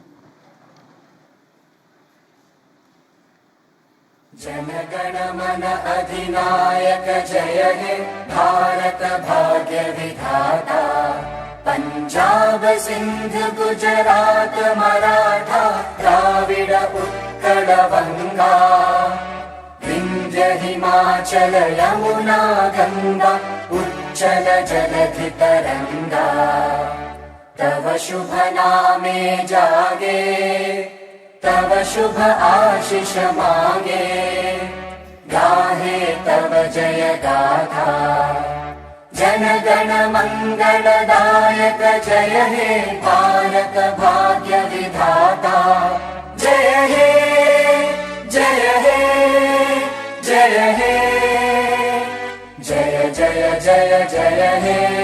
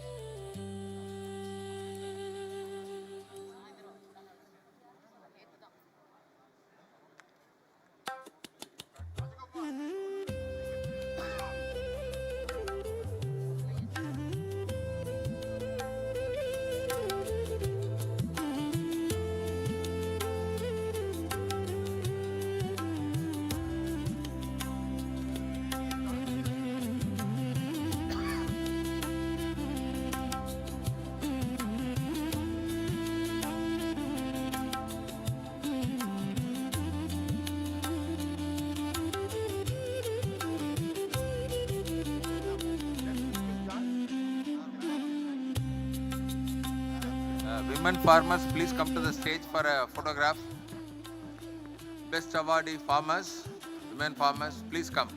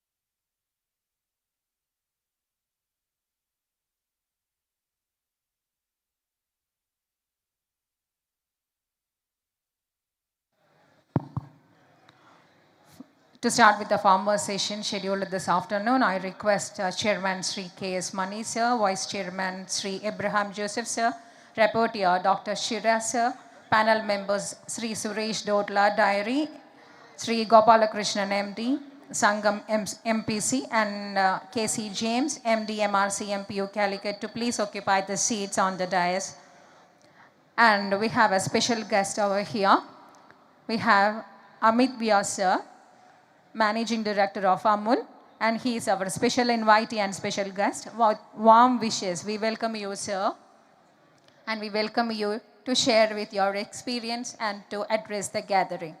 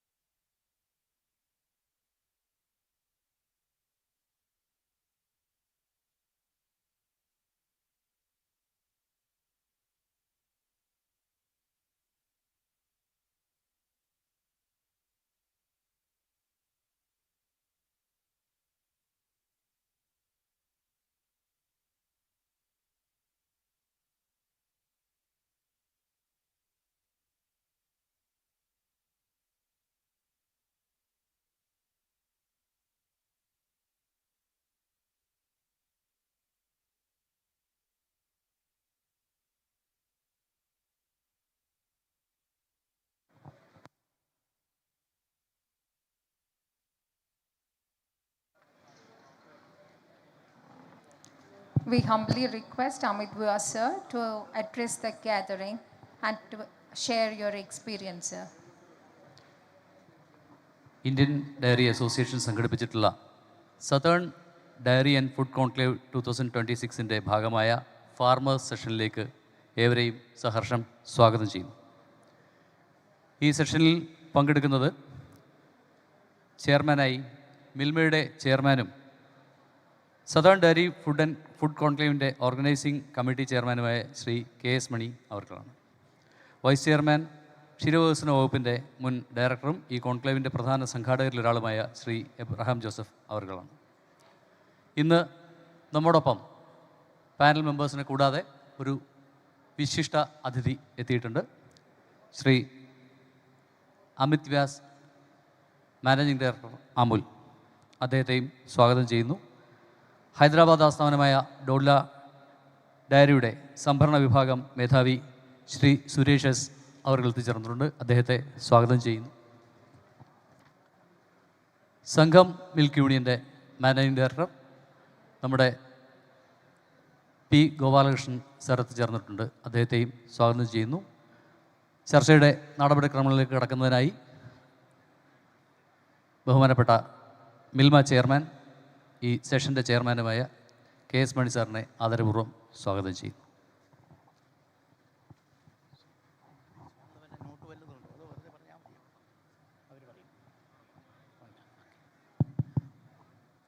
Good afternoon. ഇത് വളരെ പ്രധാനമായിട്ടുള്ള ഒരു സെഷനാണ് നമ്മളിവിടെ നടക്കുന്നത്. ഫാർമേഴ്സ് സെഷൻ എന്ന് പറയുമ്പോൾ നമ്മൾ ഡയറിയുമായിട്ട് ബന്ധപ്പെട്ട് ഫാർമേഴ്സ് ഇല്ലാതെ എന്ത് ഡയറി, അപ്പോൾ വളരെ പ്രധാനപ്പെട്ട ഒരു സെഷൻ. ഉച്ചയ്ക്ക് ശേഷം നടത്തുന്ന മിക്കവാറും ഇതുപോലുള്ള ടെക്നിക്കൽ സെഷൻ ഇത്തിരി പ്രയാസമാണ് നമുക്ക് ഇരുന്ന് കേൾക്കുന്നതിന് വേണ്ടിയിട്ട്. പക്ഷേ ഔപചാരികമായിട്ട് അതിനെക്കുറിച്ച് സംസാരിക്കുന്നതിന് മുമ്പ് നമുക്ക് കിട്ടിയ ഒരു പ്രത്യേക അതിഥിയാണ് നമ്മളൊക്കെ മാതൃകയായി എടുക്കുന്ന അമൂലിൻ്റെ മാനേജിംഗ് ഡയറക്ടർ ശ്രീ അമിത് വ്യാസ്. അദ്ദേഹം ഇപ്പോൾ തന്നെ രണ്ടാമത്തെ ഹാളിൽ വേറൊരു സെഷനിൽ ചെയർ ചെയ്യേണ്ടതുകൊണ്ട് അദ്ദേഹത്തിന് രണ്ട് വാക്ക് നമ്മളോട് സംസാരിച്ചിട്ട് അദ്ദേഹത്തിന് ഇവിടെ പോകുന്നതിന് വേണ്ടി നിൽക്കാം. പിന്നീട് നടപടികളുമായിട്ട് മുന്നോട്ട് പോകാം. അപ്പോൾ ചെയർമാൻ, ഈ സെഷൻ്റെ ചെയർമാൻ എന്നുള്ള നിലയിൽ അല്പം കാര്യങ്ങൾ പറയുന്നത് അദ്ദേഹം സംസാരിച്ചതിന് ശേഷം പറയാമെന്നാണ് ഉദ്ദേശിക്കുന്നത്. Over to mister Amit Vyas for your comments. Good afternoon, everyone. Thank you, Chairman, sir, and all the panelists here. Let me tell you, this journey is almost 80 years old now. Amul is 80th. We are now in the 80th year, 80. And the good thing, I'm very happy to be here, from where Dr. Kurian came. So, to be very honest, when I was a child, I used to call him Kurian uncle, because my father worked with Dr. Kurian in 70s. But let me tell you, this whole story of Amul, if we understand thoroughly, it was all about one dairy called Polson, which used to exploit the farmers. At that time, Sardar Vallabhbhai Patel was from that area, and Tribhuvan Bhai Patel was a farmer. Like you sitting here, he was a farmer, leader. Here, the chairman sir is there, he's a leader of the farmers. So they went and approached that what should we do for the farmers so that they get good price for the milk. And that's where when Sardar Bhai Patel told that it is better to form your own cooperative, and you will have loss in the beginning, but if all farmers come together, they have their own brand, it will be successful. So at that time in 1946, it was, you know, India was not independent. So everyone came together, you know, they threw the milk, they stopped the milk giving to the private Polson dairy. And, you know, when they went to the milk commissioner, or at that time from British rule, it was been told that, okay, we cannot allow you to form a cooperative. Initially they resisted. But later on, they decided, okay, this Kera district is a very remote village and they can't even speak English. What they will run cooperative? But they helped them, and you know, Amul was registered in 1946 and they thought they did not even run for 2 days. And from first day of 247 liters of milk collected, today we are at 3.7 crore liters of milk per day. So that is the power of cooperative. And in the journey in 1949, when Dr. Kurian as a professional came in, see, if he's a leader, there's a professional. So it's a combination of a leader and a professional that resulted in growing of Amul today. We are almost around from, you know, from 247 liters, if you can reach up to 3.7 crore liters, with 18,500 villages of Gujarat collecting the milk with the small cooperative societies, with 3.6 million farmers coming together and pouring the milk in the state. And we have, you know, the turnover of Amul today has reached almost 80,000 crore. And where I come from, Amul Dairy, where it all started, this year we'll be crossing 15,000 crore. So the point I'm trying to make you here is that with collective efforts, this cooperative movement can move further ahead. Apart from that, you know what is, every time people come and talk about why Amul, today if you see, we have got so many brands like Milma in Kerala, you have Nandini, you have Avin, you have in the northern part you have got n number of brands, Varka in Punjab. So this was been created in that, and 1973, it was all decided that why cooperative should fight among cooperative. We have to fight with the private traders, those who were exploiting it. So that's where Gujarat Cooperative Milk Marketing Federation came in, like here you have Kerala Milk Marketing Federation. And with this, the journey extended to a way where Amul brand could come up only and only because, let us understand, the milk pourers, the farmers, the quality of milk was tested, it was been checked, and the payment to the farmer was done on the day which has been specified. So that is the beauty of the entire system. In last 80 years, not a single day that has happened that Amul has not paid the money to the farmer on the day which was been told to them. So money is going into their farmer's account directly. Farmers are getting the benefit out of it. But Dr. Kurian also did one great thing. Apart from this cooperative movement, he ensured that from 1950s, we had a veterinary services, dairy veterinary services. Today we have more than 300 doctors working together, and we provide them veterinary services down 24/7. And today farmer can use the application and say, I want to have the doctor. 300 doctors are on GPS system moving. They can reach at any point of time in any of the village in our area. So that is the second thing which he did. And the third thing in 64 which he did was, for animal you need to have good feed. So feed was been given. Today we have somewhere around 10,000 tons of feed capacity per month only in Gujarat. And we are distributing that much of feed in our different areas. Apart from that, you know why farmer got more money? It was not about selling of milk. It was a value addition that was been done in the milk. And from there, butter, the ghee, ice cream. Later on, we also had chocolate. We had paneer, all value added. Now we have kheer, and I think you have, I saw you launched paisam it's a value-added product. That's excellent thing that has been done. So once you put value-added products in the market, you get more money from the market consumer. At the same time, with the best economical, efficient cost, you can give good price to the farmer at the end of the day. So the journey, it doesn't end. You know why Amul has been successful and cooperatives have been successful? Because continuously we have been able to give good price to the farmer, and we were ahead of time in technology. So today we are having the best sorted sex semen available. Today we have embryo transplant. Today we have digital belt. Today we have total mix ration plant. Today we are treating animal with homeopathy and Ayurvedic. Kerala is known for it, for Ayurvedic. Ethanovet medicines, one of the best way to treat the animal, you can bring down your cost. So in total perspective, if you see, if we are able to give good price, value-added products, good quality, I am very happy to note, sir, I was just talking and I was been told this area, Malabar area, the MBRT of the raw milk itself is 4 covers, which is an excellent thing. To see that good quality milk is coming. This can be encashed furthermore to get the good price for the farmers. I really appreciate the farmers in this region and Milma, the way you are working very hard, and you'll see that this flourish and the farmer gets flourished, the country gets flourished. Thank you very much.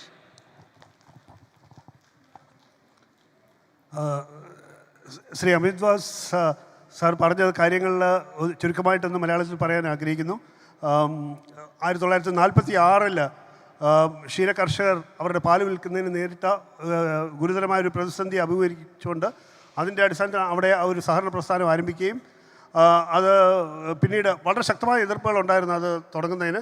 പിന്നീട് 1949 doctor കുര്യൻ്റെ നേതൃത്വത്തിൽ അത് കുറച്ചുകൂടെ ശക്തമായിട്ട് സഹകരണ പ്രസ്ഥാനം ആരംഭിക്കുകയും ഇപ്പോൾ ഇത് നമ്മൾ കാണുന്ന പോലെയുള്ള ഇവിടെയും ഒക്കെ ഉള്ള പോലെയുള്ള ഒരു സഹകരണ പ്രസ്ഥാനമായിട്ട് അവിടെ ഗുജറാത്തിൽ ആരംഭിക്കുകയും അത് ഇന്ന് വളരെ ചുരുങ്ങിയ നിലയിൽ തുടങ്ങിയ ആ പ്രസ്ഥാനം ഇന്ന് ഏതാണ്ട് 80,000 കോടിയുടെ വിറ്റുവരവുള്ള ഒരു സ്ഥാപനമായി വളർന്നിരിക്കുന്നു. വിവിധ തരത്തിലുള്ള ഉൽപ്പന്നങ്ങൾ ലോകമെമ്പാടും വിപണനം നടത്തുന്ന തരത്തിലേക്ക് അത് ഒരു ശക്തമായ സ്ഥാപനമായിട്ട് വളർന്നു. അതിന് കാരണമായിട്ട് പ്രധാനമായിട്ടും ഡോക്ടർ കുര്യൻ്റെ നേതൃത്വത്തിൽ അവിടെ ആവിഷ്കരിച്ച 2-3 കാര്യങ്ങൾ എടുത്തു പറഞ്ഞു. ഒന്ന്, അവർ ക്വാളിറ്റിക്ക് ഗുണനിലവാരത്തിന് വളരെ പ്രാധാന്യം കൊടുത്തു. ഗുണനിലവാരം അനുസരിച്ച് പാൽവെല്ല കൊടുക്കുന്നത് അത് കൃത്യമായിട്ട് തന്നെ കൊടുക്കാനായിട്ട് ഉള്ള സംവിധാനം ഒരുക്കി. അതോടൊപ്പം തന്നെ മൃഗചികിത്സാ സംവിധാനം, വെറ്റിനറി സർവീസ്, അത് വളരെ കാര്യക്ഷമമായ രീതിയിൽ കർഷകർക്ക് എത്തിക്കുന്നതിനുള്ള സംവിധാനം അവിടെ ഒരുക്കി. അതോടൊപ്പം ഗുണമേന്മയുള്ള കാലിത്തീറ്റ കർഷകർക്ക് കുറഞ്ഞ ചെലവിൽ ലഭ്യമാക്കി. അത് തുടർച്ചയായിട്ട് ഇപ്പോഴും വളരെ ശക്തമായ രീതിയിൽ അവിടെ അത് നടക്കുന്നു എന്നുള്ളതാണ്. ഈ മേഖലയിൽ അവിടെ ശക്തമായൊരു അടിത്തറ ഉണ്ടാകുകയും അങ്ങനെ വളരെ നല്ല രീതിയിൽ ഇന്ന് നമ്മൾ കാണുന്ന പോലെ അമുൽ എന്നൊരു ബ്രാൻഡ് ഇന്ന് ലോകമെമ്പാടും അറിയപ്പെടുന്ന ഒരു ബ്രാൻഡായിട്ട് മാറാനുള്ള ഒരു കാര്യം അതാണ്. അവർ ഏറ്റവും നൂതനമായിട്ടുള്ള ഏറ്റവും ലേറ്റസ്റ്റ് ആയിട്ടുള്ള സാങ്കേതിക സംവിധാനങ്ങൾ അവർ അഡോപ്റ്റ് ചെയ്യുന്നുണ്ട്. അത് സ്വീകരിച്ചാണ് അവരവിടെ പുതിയ രീതിയിൽ കാര്യങ്ങൾ ചെയ്തുകൊണ്ടിരിക്കുന്നു. അത് നമുക്ക് എല്ലാവർക്കും ഈ സഹകരണ പ്രസ്ഥാനത്തിന് തന്നെ ഒരു മാതൃകയും ഉത്സാഹം നൽകുന്നതുമായിട്ടൊരു മാതൃക നമ്മുടെ മുമ്പിൽ ഈ രാജ്യത്ത് തന്നെ നമ്മുടെ രാജ്യത്തുള്ളതാണ് അമുൽ പ്രസ്ഥാനം. അത് നമുക്ക് എല്ലാവർക്കും അറിയാവുന്നതാണ്. അതിനെ സംബന്ധിച്ചുള്ളൊരു ചെറിയ ഒരു സൂചനയാണ്, ഒരു ചെറിയൊരു കാര്യം, ഒരു അനുഭവമാണ് പ്രിയ അമിത് വ്യാസ് സാറ് നമുക്കിവിടെ പങ്കുവച്ചത്. Thank you Amit sir. Thank you, sir. Thank you for sharing your experience as MD of Amul with audience of Sdfc 2026. Thanks for your gracious presence.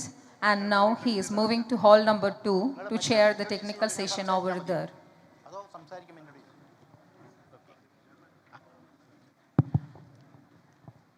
ഇത് വളരെ പെട്ടെന്ന് വീണ് കിട്ടിയ ഒരു അവസരമാണ്. അമിത് വ്യാസ് മറ്റേ സെഷനിൽ സെഷനിൽ പ്രസൻറ്റ് ചെയ്യാൻ വന്നതാണ്. പക്ഷേ ഫാർമേഴ്സിന് എല്ലാവർക്കും നമ്മൾ മാതൃകയായി എടുക്കുന്ന ആനന്ദ് മാതൃകാ സംവിധാനം എന്ന് പറയുന്നത് അമൂല് ഡോക്ടർ വർഗീസ് കുര്യൻ്റെ നേതൃത്വത്തിൽ പടുത്തുയർത്തിയ ആ പ്രസ്ഥാനത്തിൻ്റെ മാതൃകയാണ് നമ്മളൊക്കെ സ്വീകരിക്കുന്നത്. നമുക്കൊക്കെ സഹകരണ മേഖലയിൽ പ്രവർത്തിക്കുന്ന എല്ലാവർക്കും അഭിമാനാർഹമായിട്ട് നമുക്ക് അനുവർത്തിക്കാൻ പറ്റാവുന്ന ഒരു മാതൃകയാണത് അമൂലിൻ്റെ വളർച്ച. ഇന്ന് ഇന്ത്യയിൽ നമ്മൾ നോക്കിയാൽ ഈ FMCG goods, fast moving consumer goods വിൽക്കുന്ന മേഖലയിൽ ഇന്ത്യയിലെ നമ്പർ 1 കമ്പനി അല്ലെങ്കിൽ സ്ഥാപനം എന്ന് പറയുന്നത് അമൂലാണ്. നമ്മൾ പലതും കാണുന്ന പല സ്വകാര്യ വ്യക്തികളുടെ അല്ലെങ്കിൽ മൾട്ടിനാഷണൽ കമ്പനികളുടെ പ്രോഡക്റ്റൊക്കെ കിട്ടുമെങ്കിലും ഡയറി പ്രോഡക്ട്സിൽ കൺസ്യൂമർ ഗുഡ്സ് കൊടുക്കുന്നതിൽ ഇന്ന് 80,000-ലധികം കോടി ടേൺ ഓവർ ഒരു കൊല്ലം വരുത്തിക്കൊണ്ട് വളരെ വലിയ തോതിൽ അവിടുത്തെ ഫാർമേഴ്സിനെയൊക്കെ സഹകരിച്ച് മുന്നോട്ട് കൊണ്ടുപോകുന്ന ഒരു സ്ഥാപനമാണ് അമൂൽ. അതിൻ്റെ മാതൃകയായിട്ടാണ് നിൽക്കുന്നത്. ഇന്നിവിടെ നമ്മൾ ചർച്ച ചെയ്യുന്നത് സ്വാഭാവികമായിട്ടും അതിൻ്റെ അനുബന്ധമായി നമ്മൾ ഡയറി ഇൻഡസ്ട്രിയുടെ നട്ടെല്ലെന്ന് പറയുന്നത് നമ്മളെ ഫാർമേഴ്സാണ്. ഫാർമേഴ്സ് ഇല്ലാതെ നമ്മൾ രാജ്യത്ത് ഡയറി ഇൻഡസ്ട്രിയെക്കുറിച്ച് ചിന്തിക്കാൻ കഴിയില്ല. നേരത്തെ രാവിലെയുള്ള പ്രസൻറ്റേഷനിൽ പലരും പറഞ്ഞതുപോലെ ഞാനെടുക്കം പറഞ്ഞതാണ്, ഇന്ന് ലോകരാഷ്ട്രങ്ങളിൽ ഉൽപ്പാദിപ്പിക്കുന്ന പാലിൽ 25% നമ്മളുടെ രാജ്യത്താണ് ഉൽപ്പാദിപ്പിക്കുന്നത്. ആ ഉൽപ്പാദനം അത്രയധികം ആൾക്കാർക്ക് അതുകൊണ്ട് ഉപജീവനം നടത്തി മുന്നോട്ട് കൊണ്ടുപോകാൻ കഴിയുന്നെന്ന് മാത്രമല്ല, നമ്മളുടെ GDP-യിൽ സമ്പത്തുൽപാദനത്തിൽ ഗണ്യമായ പങ്ക് വഹിക്കുന്ന ഒരു മേഖല കൂടിയാണ് ക്ഷീരമേഖല. അത് ഇങ്ങനെ പോയാൽ മതിയോ? ഇനിയും നമ്മൾ ഉയരങ്ങളിലേക്ക് നമുക്ക് പോകണ്ടേ?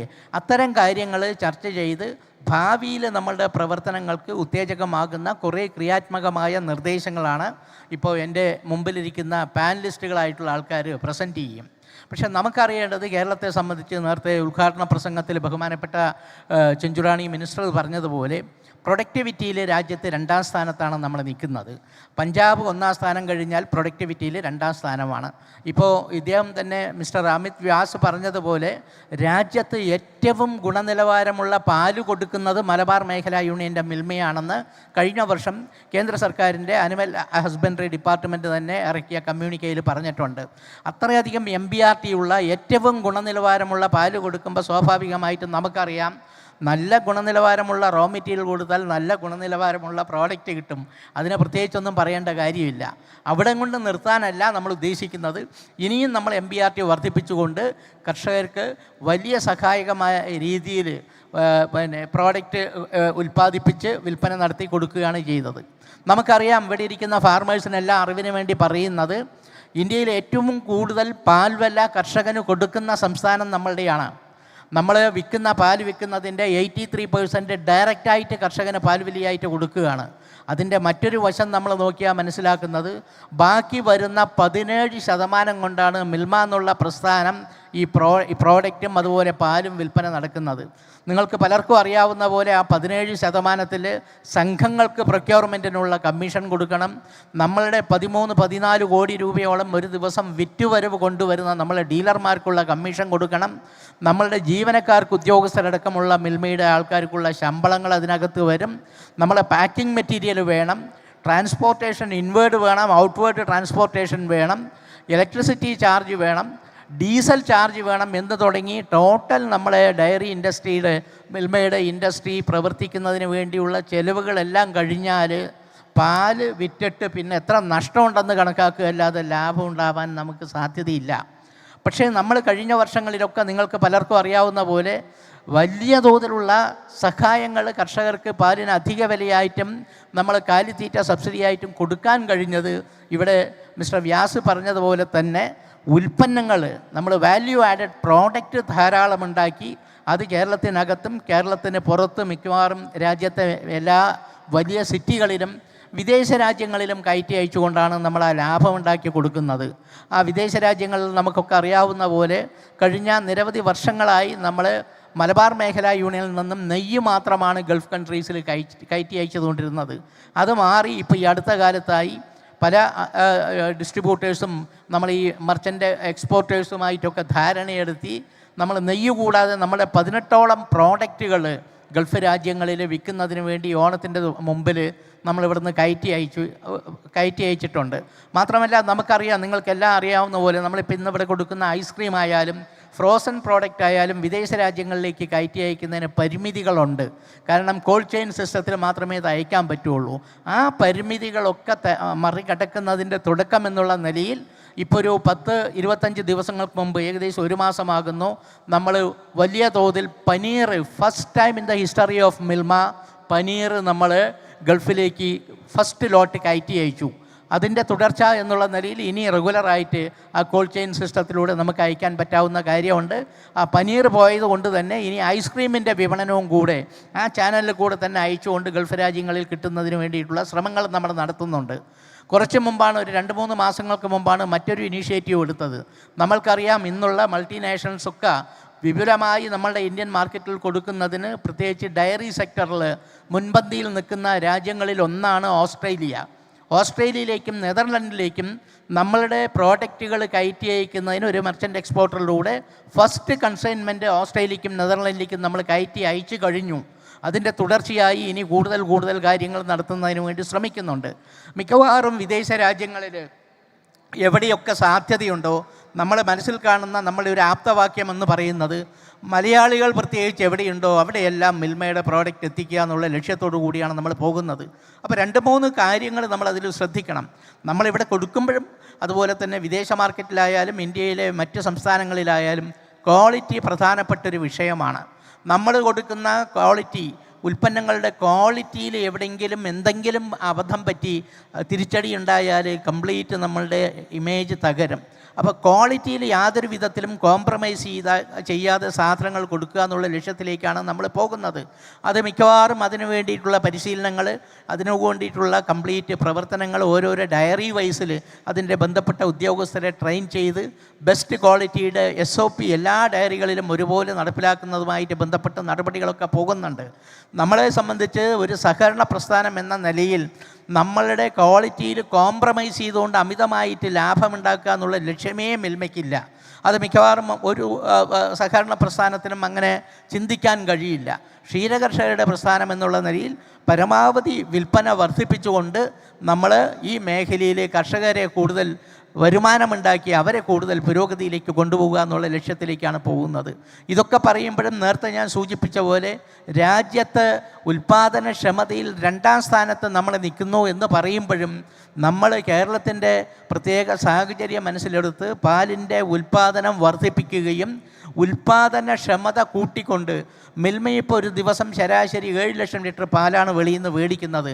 ആ 7 ലക്ഷം ലിറ്റർ പാലെങ്കിലും നമ്മൾ സംസ്ഥാനത്ത് തന്നെ അധികമായി ഉൽപ്പാദിപ്പിക്കുന്ന തന്ത്രങ്ങളും അതിനുവേണ്ട മാർഗങ്ങളും നമ്മൾ ഒരുമിച്ച് പ്രവർത്തിച്ച് മുന്നോട്ട് പോകുകയാണ് ചെയ്യുന്നത്.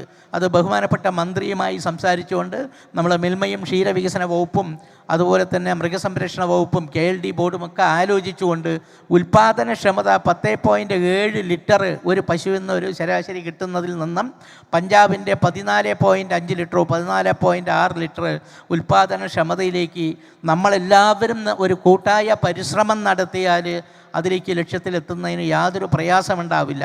അപ്പോൾ ഉൽപ്പാദനക്ഷമത വർദ്ധിപ്പിക്കുമ്പോൾ സ്വാഭാവികമായിട്ടും കുറേയധികം പാല് നമ്മൾ നിലവിലുള്ള കാലികളുടെ നിന്ന് തന്നെ നമുക്ക് കിട്ടാനുള്ള സാധ്യതയുണ്ട്. ഉൽപ്പാദനം വർദ്ധിപ്പിക്കുന്നതിന് ഇപ്പോൾ അറിയാം, കഴിഞ്ഞ വർഷങ്ങളിൽ നമ്മൾ പല ബാങ്കുകളായിട്ട് പ്രത്യേകിച്ചിട്ട് കേരള ബാങ്കുമായിട്ടൊരു ധാരണയുണ്ടാക്കി വളരെ ലളിതമായ വ്യവസ്ഥയിൽ, അടിവരയിട്ട് ഞാൻ പറയുകയാണ്, വളരെ ലളിതമായ വ്യവസ്ഥയിൽ വായ്പ കൊടുക്കുന്ന സംവിധാനങ്ങൾ ഉണ്ടാക്കിയിട്ടുണ്ട്. അതുകൂടാതെ തന്നെ ഇപ്പോൾ ക്ഷീരമേഖല വ്യവസായ വകുപ്പിൻ്റെ കീഴിൽ പെടുത്തിയതുകൊണ്ട്, വ്യവസായമായി വന്നതുകൊണ്ട് തന്നെ ഖാദി ആൻഡ് വില്ലേജ് ഇൻഡസ്ട്രീസിൻ്റെയും വ്യവസായ വകുപ്പ് അതിൻ്റെ ഖാദി ആൻഡ് വില്ലേജ് ഇൻഡസ്ട്രീസിൻ്റെ നോഡൽ ഏജൻസിയായ വ്യവസായ വകുപ്പിലൂടെ സ്ത്രീകൾക്ക് പ്രത്യേകിച്ച് 35% സബ്സിഡി കൊടുക്കുന്ന പദ്ധതിയുണ്ട്. SC ST വിഭാഗത്തിനും സ്ത്രീകൾക്ക് 35%, 20% മുതൽ ഈ കാലി വളർത്തൽ ഇൻഡസ്ട്രിക്ക് സബ്സിഡി കൊടുക്കുന്നതുണ്ട്. പക്ഷേ ഈ അടുത്ത ദിവസങ്ങളിൽ ചിലർ പറഞ്ഞിരുന്നു ഖാദി ആൻഡ് വില്ലേജ് ഇൻഡസ്ട്രീസിൻ്റെ ഇക്കൊല്ലത്തെ പദ്ധതി സബ്സിഡി സംഖ്യ മുഴുവൻ കഴിഞ്ഞു. കാരണം ഒത്തിരി ആൾക്കാർ വന്നതുകൊണ്ട്, അതുകൊണ്ട് ഇപ്പോൾ SC ST മാത്രം പരിമിതപ്പെടുത്തിയിരിക്കുന്നു എന്ന് പറഞ്ഞിരുന്നു. പക്ഷേ നമ്മൾ മിൽമ അവരുടെ ഹെഡ് ക്വാർട്ടേഴ്സുമായിട്ട് ബന്ധപ്പെട്ടപ്പോൾ അങ്ങനെ ഒരു നിയന്ത്രണമൊന്നും വരുത്തിയില്ല എന്നാണ് പറയുന്നത്. ഇനി ഉണ്ടെങ്കിൽ തന്നെ അടുത്ത സാമ്പത്തിക വർഷം ഏപ്രിൽ മാസം മുതൽ അതിനുള്ള സാധ്യത വളരെ കൂടുതലാണ്. അപ്പോൾ ഒരു കാര്യം, നമ്മൾ വായ്പ ലളിതമായ വ്യവസ്ഥയിൽ നമുക്ക് ആവശ്യമുള്ള വായ്പ കിട്ടും, അതിന് അർഹതപ്പെട്ട സബ്സിഡികൾ കിട്ടും.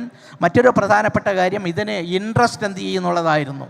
അതും നമ്മൾ അഡ്രസ്സ് ചെയ്തിട്ടുണ്ട്. കേരള സർക്കാർ ക്ഷീരവികസന വകുപ്പിലൂടെ ഒരു കൊല്ലം ഒരു കർഷകന് 3 ലക്ഷം രൂപ വരെ ഇൻട്രസ്റ്റ് സബ്വെൻഷൻ കൊടുക്കുന്ന പദ്ധതി നടപ്പിലാക്കിയിട്ടുണ്ട്. അപ്പോൾ നമ്മൾ 30 ലക്ഷം വായ്പയെടുത്ത് പശുക്കൾ തുടങ്ങുന്ന ഒരു ഫാം തുടങ്ങിയാലും 3 ലക്ഷം രൂപ വരെ നമുക്ക് ഇൻട്രസ്റ്റ് സബ്വെൻഷൻ കിട്ടുന്നതുകൊണ്ട് പലിശരഹിത വായ്പയാക്കി നമുക്ക് മുന്നോട്ട് കൊണ്ടുപോകാൻ കഴിയും. നമ്മൾ മലബാർ മേഖല യൂണിയനും നമ്മളെ 2 ഇതര യൂണിയൻ മേഖലകളും ഓരോരോ തരത്തിൽ അവർ മേടിക്കുന്ന കർഷകർ മേടിക്കുന്ന പശുവിന് ഇൻട്രസ്റ്റ് തുക തിരിച്ചു കൊടുക്കുന്ന പദ്ധതിയുണ്ട്. മലബാറിൽ 10,000 രൂപ ഒരു കർഷകന് 2 പശു മേടിക്കുന്നതിന് 10,000 രൂപ വരെ കൊടുക്കുന്നുണ്ട്. ട്രിവാൻഡ്രം യൂണിയൻ അത് അല്പം കൂടുതലാണെന്ന് തോന്നുന്നു. അതുപോലെ എറണാകുളം യൂണിയനും കൊടുക്കുന്നുണ്ട്.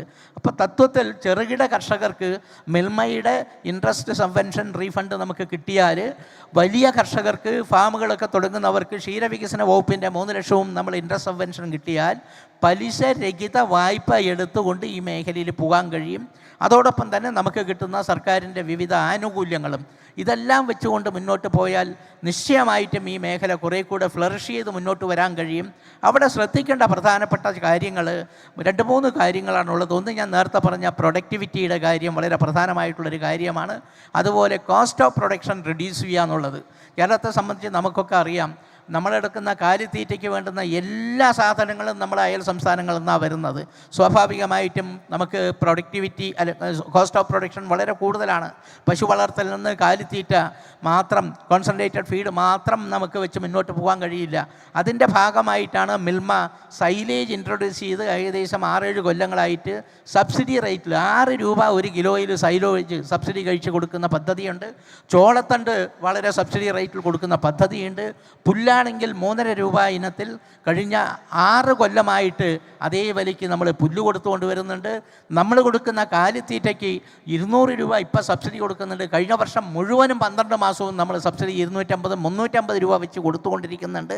യഥാർത്ഥത്തിൽ 2019 എന്താണോ കാലിത്തീറ്റയുടെയും അതുപോലെ തന്നെ പച്ചപ്പുല്ലിൻ്റെയും അല്ലെങ്കിൽ ചോളത്തണ്ടിൻ്റെയും സൈലേജിൻ്റെയും വില, അതിനേക്കാളും ചുരുങ്ങിയ റേറ്റിൽ ഇപ്പം നമ്മൾ കർഷകർക്ക് കൊടുത്തുകൊണ്ട് വരുന്നുണ്ട്. അത് മിൽമയെ കൊണ്ട് കഴിയാവുന്നത്ര വിധത്തിൽ കൊടുത്തുകൊണ്ട് വരുന്നുണ്ട്. ഡിപ്പാർട്ട്മെൻറ്റും സർക്കാരും സഹായങ്ങൾ ചെയ്യുന്നുണ്ട്. അതുകൊണ്ട് നമ്മൾ ഉൽപ്പാദന ചെലവ് കുറച്ചുകൊണ്ട് ഉൽപ്പാദനക്ഷമത കൂട്ടിക്കൊണ്ട് നമുക്ക് ഈ മേഖലയിൽ മുന്നോട്ട് പോകാൻ കഴിയണം. മറ്റ് കർഷകർ അനുഭവിക്കുന്ന ഒട്ടനവധി പ്രശ്നങ്ങളുണ്ട്. നമുക്ക് ചികിത്സാ സഹായം നമുക്ക് വേണ്ടത്ര കിട്ടാത്തതുകൊണ്ട് നമ്മളൊരു പശുവിന് അസുഖം വന്നാലുള്ള ചികിത്സയ്ക്കുള്ള അധിക ചെലവ്, പശുക്കൾക്ക് ഇൻഷുർ ചെയ്യുന്ന കർഷകർക്ക് ഇൻഷുർ ചെയ്യുന്നതിനുള്ള വരുന്ന പ്രീമിയം, ഇപ്പോൾ ഇൻഷുറൻസ് കമ്പനികളെല്ലാം വലിയ തോതിലാണ് പ്രീമിയം വരുന്നത്. ഈ പ്രശ്നങ്ങളൊക്കെ ഉണ്ട്. ഇത് നമുക്ക് കേന്ദ്ര സംസ്ഥാന സർക്കാരുകളും മിൽമയും വിവിധ ഡിപ്പാർട്ട്മെൻറ്റുകളും ഒരുമിച്ച് അഡ്രസ്സ് ചെയ്തുകൊണ്ട് കർഷകന് സഹായമായ രീതിയിൽ പദ്ധതികൾ ആവിഷ്കരിച്ച് മുന്നോട്ട് കൊണ്ടുപോയാൽ കുറേ കൂടെ മെച്ചപ്പെട്ട രീതിയിലേക്ക് നമുക്കിത് പോകാൻ കഴിയും. ഇപ്പോൾ തന്നെ കഴിഞ്ഞ സാമ്പത്തിക വർഷം മിൽമ കേരളത്തിൽ ലാഭത്തിൻ്റെ 92.5%, 92.5% has been passed on to dairy farmers in way of additional price and cattle feed subsidy. അത്രയും ഫണ്ട് കർഷകരിലേക്ക് പാസ് ഓൺ ചെയ്യുന്ന ഒരു ഇൻഡസ്ട്രി വേറെ ഉണ്ടോ എന്ന് എനിക്ക് അറിഞ്ഞുകൂടാ. പ്രോഫിറ്റിൻ്റെ 92.5% has been passed on to dairy farmers. As far as Malabar is concerned, 99.2% has been passed on to farmers. That much of amount has been passed on to farmers. അത്രയും amount നമ്മൾ ഫാർമേഴ്സിന് കൊടുത്തത് കൊണ്ട് കൂടി ആയിരിക്കാം. അതുകൊണ്ട് മാത്രം നമ്മൾ പറയുന്നില്ല. ഈ സാമ്പത്തിക വർഷം നമ്മൾ കോവിഡിന് ശേഷം ഗണ്യമായി പാല് സംഭരണത്തിൽ കുറഞ്ഞത് ഈ ഏപ്രിൽ മുതൽ നമ്മളിപ്പോൾ ഡിസംബർ വരെ നോക്കുമ്പോൾ ശരാശരി 14% സംഭരണ വർധനവ് കേരളത്തിൽ വരുത്തുന്ന കാരണങ്ങളിൽ ഒരു പക്ഷേ ചുരുങ്ങിയ ചിലവിൽ ഈ കാലിത്തീറ്റയും കൊടുക്കുന്നതും നമ്മൾ ഈ പറഞ്ഞ അഡീഷണൽ ഇൻസെൻറ്റീവ് കൊടുക്കുന്ന ഇത്രയും സഹായങ്ങളായിരിക്കാം. ഞാൻ കൊടുക്കുന്നത് കൂടാതെ ത്രിതല പഞ്ചായത്തിൻ്റെ സഹായങ്ങൾ, ഡിപ്പാർട്ട്മെൻറ്റിൻ്റെ സഹായങ്ങൾ, വിവിധങ്ങളായിട്ടുള്ള സഹായങ്ങളുണ്ട്.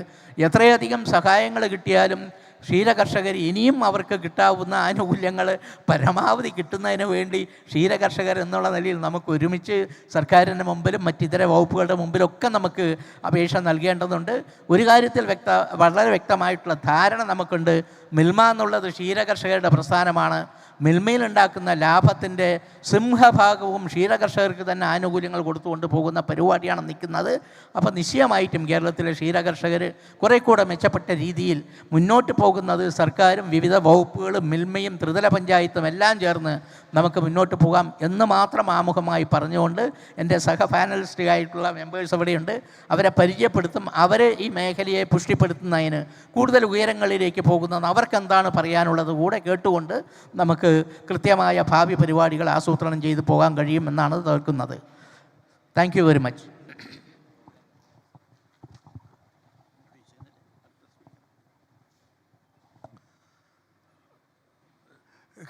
കർഷകർ ഉൽപ്പാദിപ്പിക്കുന്ന പാല് വ്യവസായ അടിസ്ഥാനത്തിൽ കൈകാര്യം ചെയ്യുന്നത് 3 വിഭാഗങ്ങളായിട്ടാണ്. അതിൻ്റെ സഹകരണ മേഖലയിൽ അത് കൈകാര്യം ചെയ്യുന്നതിനെ സംബന്ധിച്ചാണ് നമ്മൾ അമുലിൻ്റെ കാര്യം ശ്രീ അമിത് വ്യാസിൽ നിന്ന് നമ്മൾ കേട്ടത്. മറ്റ് രണ്ട് മേഖലകൾ നമുക്കറിയാവുന്ന പോലെ ഒന്ന് സ്വകാര്യ മേഖലയാണ്, മറ്റൊന്ന് പ്രൊഡ്യൂസർ കമ്പനികൾ, ഉൽപ്പാദക കമ്പനികളിലായിട്ട് അങ്ങനെ വ്യവസായ അടിസ്ഥാനത്തിൽ പാൽ കൈകാര്യം ചെയ്യുന്നുണ്ട്. ഇവിടെ നമുക്ക് ഈ 3 വിഭാഗത്തിൽ നിന്നുള്ള ആളുകൾ നമ്മുടെ ഈ പാനലിൽ ഇവിടെ അവരുടെ കാര്യങ്ങൾ പങ്കുവയ്ക്കുന്നതിനായിട്ട് നമുക്കുണ്ട്. സ്വകാര്യ മേഖലയിലെ കാര്യങ്ങൾ, സ്വകാര്യ മേഖലയിൽ പ്രവർത്തിക്കുന്ന ഡോഡ്ല എന്ന ഡയറി, ഹൈദരാബാദ് ആസ്ഥാനമായിട്ട് പ്രവർത്തിക്കുന്ന ഡോഡ്ല ഡയറി, അതിൻ്റെ സംഭരണ വിഭാഗ മേധാവിയായിട്ടുള്ള ശ്രീ സുരേഷാണ് നമ്മുടെ കൂടെ തൻ്റെ അനുഭവങ്ങൾ പങ്കുവയ്ക്കുന്നതിനായിട്ടുള്ളത്. ഡോഡ്ല ഡയറി ഇന്ന് ആന്ധ്രയിലും തമിഴ്നാട്ടിലും കർണാടകയിലും അവരുടെ പ്രവർത്തനം വ്യാപിപ്പിച്ചിട്ടുണ്ട്. വിദേശ രാജ്യങ്ങളിലും അവരുടെ പ്രവർത്തനം ഉണ്ട്. ഇപ്പോൾ നോർത്ത് ഇന്ത്യയിലും ചില ഭാഗങ്ങളിലേക്ക് അവരുടെ പ്രവർത്തനം വ്യാപിച്ചു കഴിഞ്ഞിട്ടുണ്ട്. അത്തരത്തിൽ വളരെ ശക്തമായ രീതിയിൽ പ്രവർത്തിക്കുന്ന ഒരു സ്വകാര്യ സംരംഭമാണ് ഡോഡ്ല ഡയറി. അവർ കർഷകരിൽ നിന്ന് നേരിട്ട് പാലെടുത്തുകൊണ്ടാണ് അവരുടെ ഈ പ്രസ്ഥാനം മുന്നോട്ട് കൊണ്ടുവന്നത്. അപ്പോൾ അവരുടെ ആ കാര്യങ്ങളെ സംബന്ധിച്ച് ശ്രീ സുരേഷ്, അവരുടെ സംഭരണ വിഭാഗ മേധാവിയായിട്ടുള്ള സുരേഷ് പങ്കുവയ്ക്കും. അതുപോലെ തന്നെ നമ്മൾ ഈ പ്രൊഡ്യൂസർ കമ്പനിയായിട്ടുള്ള സംഘം ഡയറിയുടെ managing director Shri P Gopalakrishnan, അദ്ദേഹം നമ്മുടെ കൂടെയുണ്ട്. അത് എത്തരത്തിലാണെന്നുള്ളത്, അത്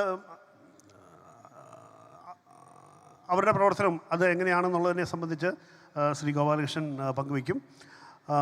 അതുപോലെ തന്നെ സഹകരണ മേഖലയെക്കുറിച്ച് വിശദമായിട്ട് സംസാരിക്കുന്നതിന് നമ്മുടെ കൂടെ മിൽമയുടെ മലബാർ മേഖലാ യൂണിയൻ്റെ ജനറൽ മാനേജറായിട്ടുള്ള ശ്രീ N.K. പ്രേംലാലുണ്ട്. ഏതാണ്ട് 35 വർഷത്തെ ദീർഘമായ സേവനം ഈ സഹകരണ മേഖലയിൽ പ്രവർത്തിച്ച അനുഭവപരിചയമുള്ള ശ്രീ പ്രേംലാലും അദ്ദേഹത്തിൻ്റെ അനുഭവങ്ങളിലൂടെ സഹകരണ മേഖലയിലെ പ്രവർത്തനം എങ്ങനെയാണ് ക്ഷീര വ്യവസായത്തിന് ഗുണകരമാകുന്നതെന്നുള്ളതിനെ സംബന്ധിച്ച് പങ്കുവയ്ക്കും. ഈ 3 പാനൽ അംഗങ്ങളും അവരുടെ അനുഭവങ്ങൾ, അവരുടെ അനുഭവ പരിചയത്തിൽ നിന്നും ചില കാര്യങ്ങൾ കർഷകരുമായി പങ്കുവയ്ക്കുന്നതായിരിക്കും.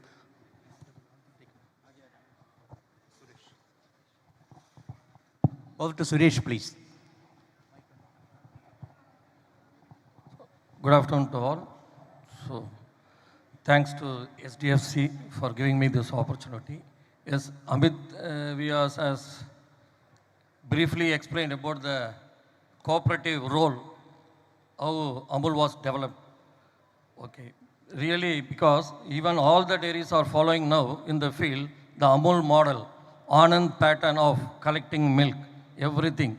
But when we compare North versus South, North has grown well, cooperative wise, production wise, everything. But in South, we are still lacking. So we want to check why we are lacking in production. See, Uttar Pradesh is number 1 in production, and dry desert state Rajasthan is number 2. See, in the first 5, none of the southern states are there. Maharashtra is in the 5th place in India in production.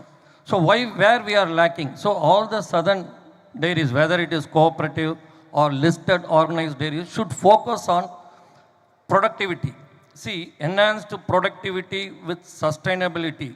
How it can be achieved? It can be achieved through good animal genetics, good breeding practice. That was happening in Rajasthan.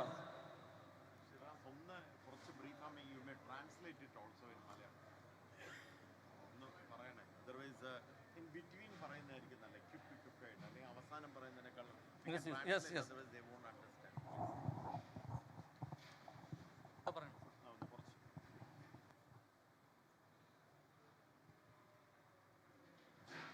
ബഹുമാനപ്പെട്ട Suresh sir ഇതുവരെ പറഞ്ഞതിൻ്റെ ഒരു ചുരുക്കം, India ഒട്ടാകെ ക്ഷീര സഹകരണ മേഖല പരിശോധിക്കുമ്പോൾ അത് സഹകരണ മേഖലയായാലും സ്വകാര്യ മേഖലയായാലും ക്ഷീര വ്യവസായം ഉത്തരേന്ത്യയിൽ വളർന്നതുപോലെ ദക്ഷിണേന്ത്യയിൽ ആ വളർച്ച ഉണ്ടായിട്ടില്ല എന്നുള്ളതാണ്. അത് പരിശോധിക്കപ്പെടേണ്ടതുണ്ട്. സംസ്ഥാനങ്ങളെ താരതമ്യം ചെയ്യുമ്പോൾ ഉത്തർപ്രദേശ് 1-ാം സ്ഥാനത്തും രാജസ്ഥാൻ ഡ്രൈ ഡെസേർട്ട് സ്റ്റേറ്റായ രാജസ്ഥാൻ 2-ാം സ്ഥാനത്ത് നിൽക്കുമ്പോൾ ദക്ഷിണേന്ത്യൻ സംസ്ഥാനങ്ങൾ പിന്നോക്കം നിൽക്കുന്നു.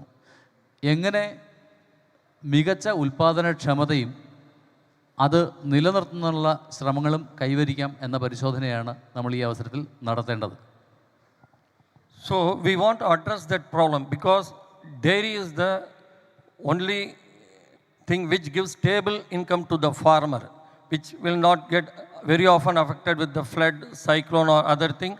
And in the rural area, if you take, it empowers the women empowerment very well. See, the dairy industry should focus, especially the South Dairy should focus on real-time digital vet care support to the farmer and cattle feed, mineral mixture supplement, because the southern states are very much lacking in this type of things. See, educating the farmer to practice such things. How come a Rajasthan farmer injecting a semen which costs about 5,000 per dose? But whereas in South, farmers' affordability for even 100 rupees is a big question. They are not coming forward because sorted semens and all very well developed there. Now only the people are taking it forward. So whatever the initiatives, whether it is cooperative or listed dairies, so we should take all the efforts to the ground level, to the grassroots level, to the farmer, to make it a regular practice of rearing a good genetic animal in the system, because here production is not the problem. See, our population, our production, everything is okay, but we want to get a good yield animal, because in other this US, Europe and all, the animal is giving 3.5 to 5.5 tons per annum output, whereas India is only 1.5. So we want to address the yield first. Then as our Amit's we have said, he covered all the points, veterinary support, cattle feed, everything. One point which is now everyone is insisting he missed, that is circular economy and ESG commitment. Now the government is very, very much insisting for this circular economy. How we are going to handle that methane? So now North Dairy and all already started 22 factories for biogas conversion, collecting the waste from the farmer, waste to wealth. See, farmer will get additional source of income from this waste also. So it is the dairy responsibility to educate this circular economy and ESG commitment, because this NDDB also already entered a MOU with the Maruti Suzuki for making a CBG, compressed biomethane gas, which is helpful for mobility and biofertilizer. That was missed. That also they are already doing aggressively. So South Dairy should follow whatever the practices, because already we are lacking more. Whether it is cooperative or listed, we together initiate the things and do benefit to the farmer from all angles. Thank you.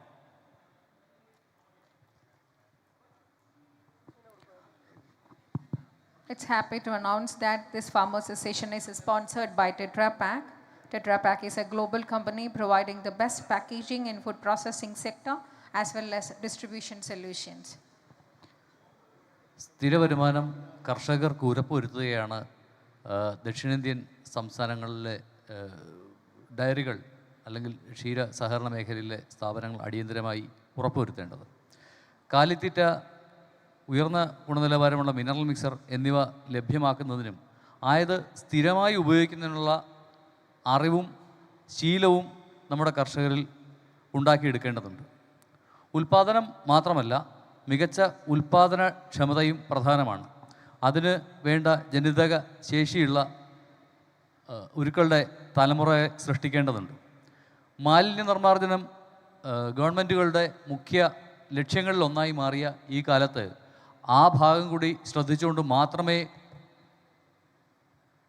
ക്ഷീര കർഷകർക്ക് മുന്നോട്ട് പോകുവാൻ സാധിക്കുകയുള്ളൂ. ഈയിടെ NDDB ഉൾപ്പെടെയുള്ള ദേശീയ തലത്തിലുള്ള ഏജൻസികൾ മാരുതി സുസുക്കി പോലെയുള്ള വാഹന നിർമ്മാതാക്കളുമായി കരാറിൽ ഏർപ്പെട്ട് തുടങ്ങിയിട്ടുണ്ട്. കംപ്രസ്ഡ് ബയോമീഥെയിൻ ഉപയോഗിച്ചുള്ള വാഹനങ്ങൾ നിർമ്മിക്കുന്നതിനായിട്ട്. ആയതുകൊണ്ട് തന്നെ മാലിന്യ നിർമ്മാർജ്ജനത്തിൽ ശ്രദ്ധിച്ചുകൊണ്ടുള്ള ഒരു ക്ഷീരമേഖലയാണ് നമ്മൾ മുന്നിൽ കാണേണ്ടത്.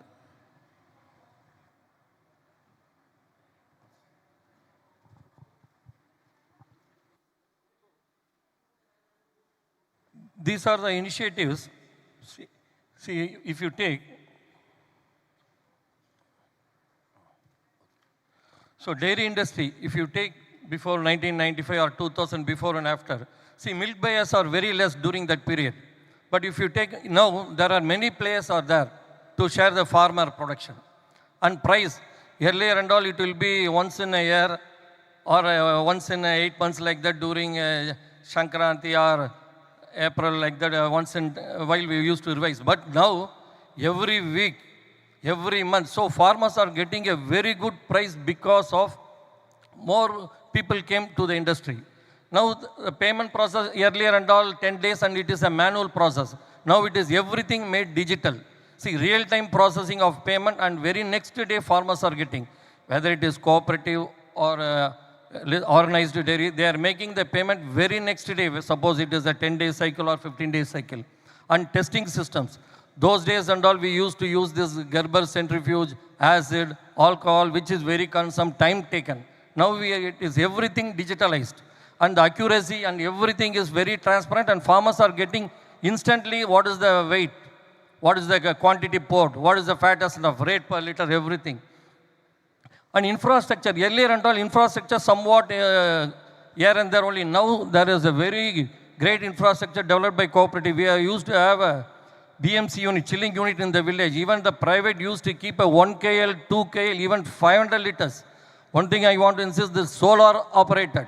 Solar and grid operated models were driven in Rajasthan again. Nearly some 1,000 women procuring 150,000 liters to solar operated grid models. And input service. Earlier it was a basic input service, only cooperative used to do. Because of that only now everyone are enjoying. Now dairies also, organized dairies also used to do these services everywhere. Pet care services, feed, fodder, supply of fodder, mineral mixture, calcium to the farmers. And earlier the employment is very much limited and seasonal. Now nearly 100+ million people are involved in the dairy industry. Farmers, 8 crore farmers are getting benefited throughout India. So these are all the latest things we developed, and innovation aspect, that grid operated solar coolers to be bring into the system, which saves the energy and gives additional or reduces the cost to the farmer, so that they will give additional income.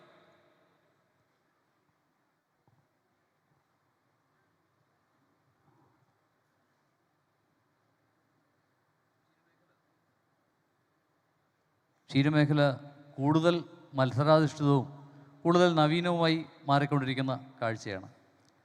പാൽ വില നൽകുന്നതും പാൽ വില നിർണ്ണയവും ഉൾപ്പെടെയുള്ള കാര്യങ്ങൾ നേരത്തെ manual പ്രോസസ്സിലൂടെയാണ് ചെയ്തിരുന്നത് എങ്കിൽ ഇപ്പോൾ കൂടുതൽ മികച്ച വില സ്ഥിരമായി നൽകി ഡിജിറ്റൽ റിയൽ ടൈം പേയ്മെൻറ്റ് സിസ്റ്റവും അതോടൊപ്പം ഡിജിറ്റൽ ഗുണനിലവാര നിർണ്ണയ സംവിധാനങ്ങൾ നടപ്പിലാക്കുന്നത് സഹകരണ മേഖലയിൽ കൂടാതെ സ്വകാര്യ ഡയറികളിലും അത് നടപ്പിലാക്കി വരുന്നു. നേരത്തെ ഇൻപുട്ട് സേവനങ്ങൾ, അതായത് ഫീഡ്, ഫോഡർ, ചികിത്സ മുതലായവ സ്വകാര്യ ഡയറികൾ നൽകിയിരുന്നില്ല. കൂടുതൽ കോഓപ്പറേറ്റീവ്സ് ആയിരുന്നു അക്കാര്യത്തിൽ മുന്നിൽ നിന്നത്. എന്നാൽ ഇപ്പോൾ സ്വകാര്യ ഡയറികളും ഇത് നൽകി വരുന്നു. അതോടൊപ്പം തന്നെ വില്ലേജ് ലെവൽ മിൽക്ക് പ്രൊക്യൂർമെൻറ്റിൽ പുതിയ സങ്കേതങ്ങൾ കൂടുതലായി ഉപയോഗപ്പെടുത്തി വരുന്നു.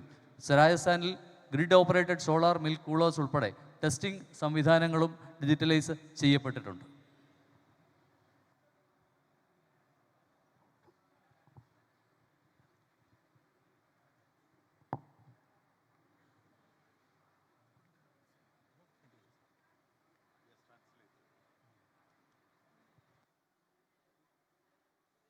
This is just 5 years production data. So India is number one, everyone knows, and which contributes 26% of world production. And our per head consumption remains somewhat 485 grams per day per person. See, milk procurement. See, dairy farmers purely concentrate for milk procurement through VLCC and society, which is a key backbone for rural dairy farmer economic development, and directly supports small and marginal farmers, and grid and solar powered milk coolers at village level to be promoted. And as I said, that circular economy and ESG commitment to boost dairy farmers economy.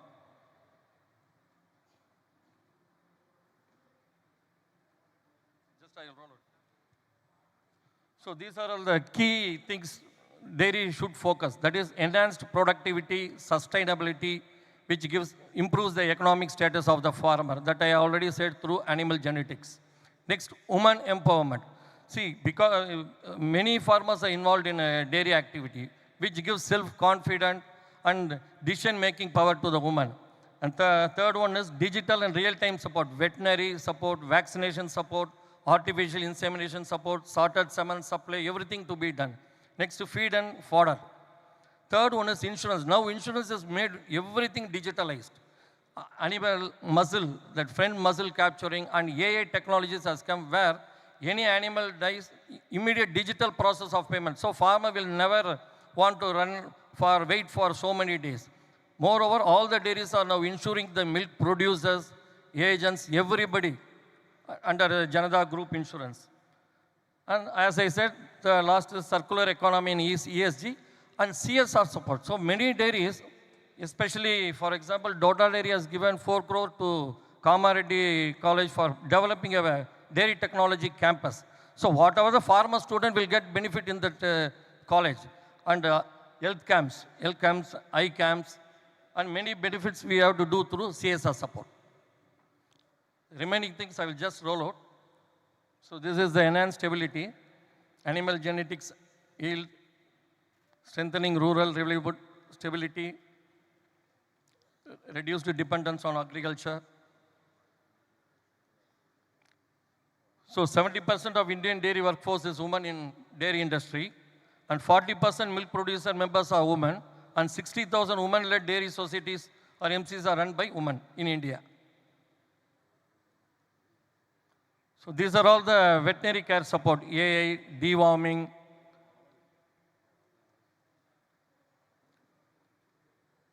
And this is mineral mixture, cattle feed, chaff cutters also we are giving, so that whatever the fodder we are using, that to be chopped and used by the animal for a better assimilation.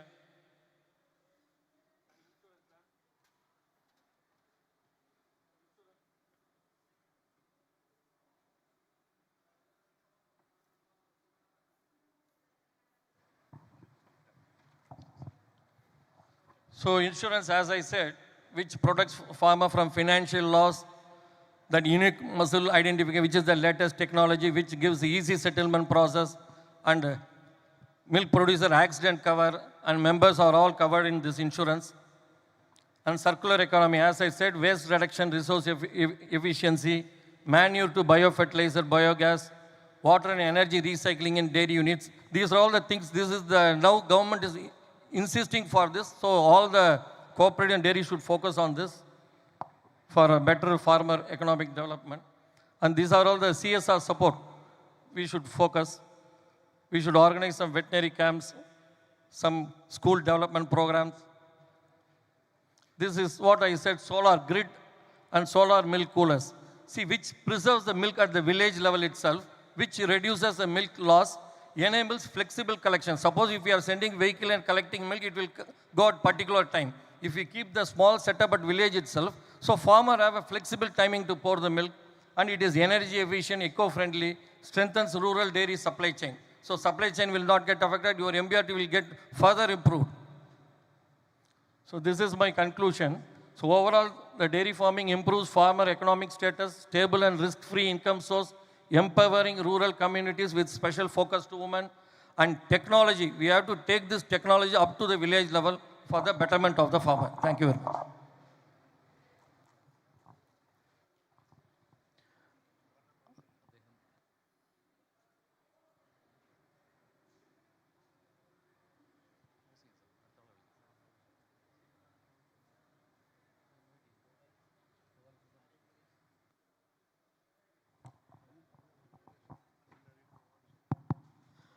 അടുത്ത presentation സംഘം ഡയറിയുടെ managing director Shri ഗോപാലകൃഷ്ണനാണ്. Gopalakrishnan നമ്മുടെ നാട്ടുകാരനാണ്, എൻ്റെ നാട്ടുകാരനാണ്, പാലക്കാട്ടുകാരനാണ്, പാലക്കാട്ട് കൊല്ലംകോട്ടുകാരനാണ്.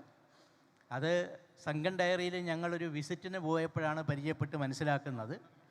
അദ്ദേഹത്തിൻ്റെ നേതൃത്വത്തിൽ സംഘം diary വളരെ വലിയ പുരോഗതിയിലേക്കാണ് പോയത്.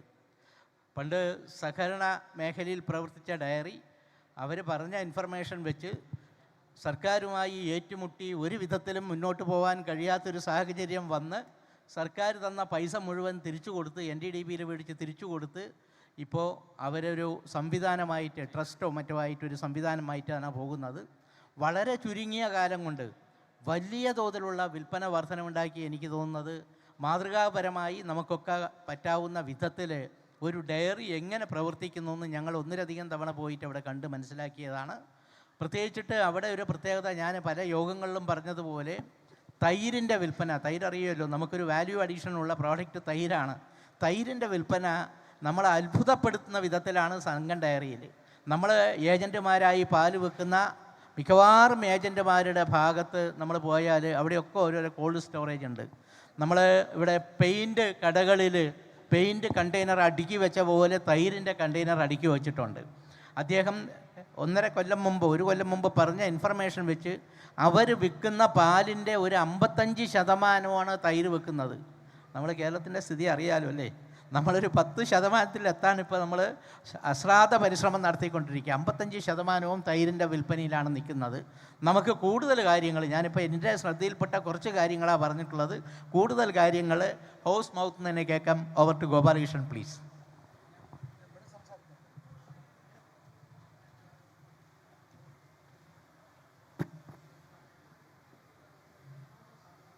Thank you, sir.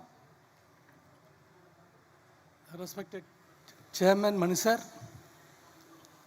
other distinguished guests in the dais, my friends, and to all the delegates. Sir പറഞ്ഞ പോലെ ഞാൻ പാലക്കാട് നിന്നാണ്, എൻ്റെ സ്വദേശം കൊല്ലങ്കോടാണ്. എനിക്ക് മിൽമയായിട്ടുള്ള ബന്ധം 81-83. എൻ്റെ കൂടെ സഹപ്രവർത്തകൻ മിസ്റ്റർ ചാൾസ് ഇരിക്കുന്നുണ്ട് ഇവിടെ. ഞങ്ങളൊരു സ്പിയറിറ്റ് ടീമായിട്ട് കേരളത്തിലോട്ട് വന്നു, NDDB. ഞങ്ങൾ 5 പേരായിരുന്നു സ്പിയറിറ്റ് ടീമിൽ.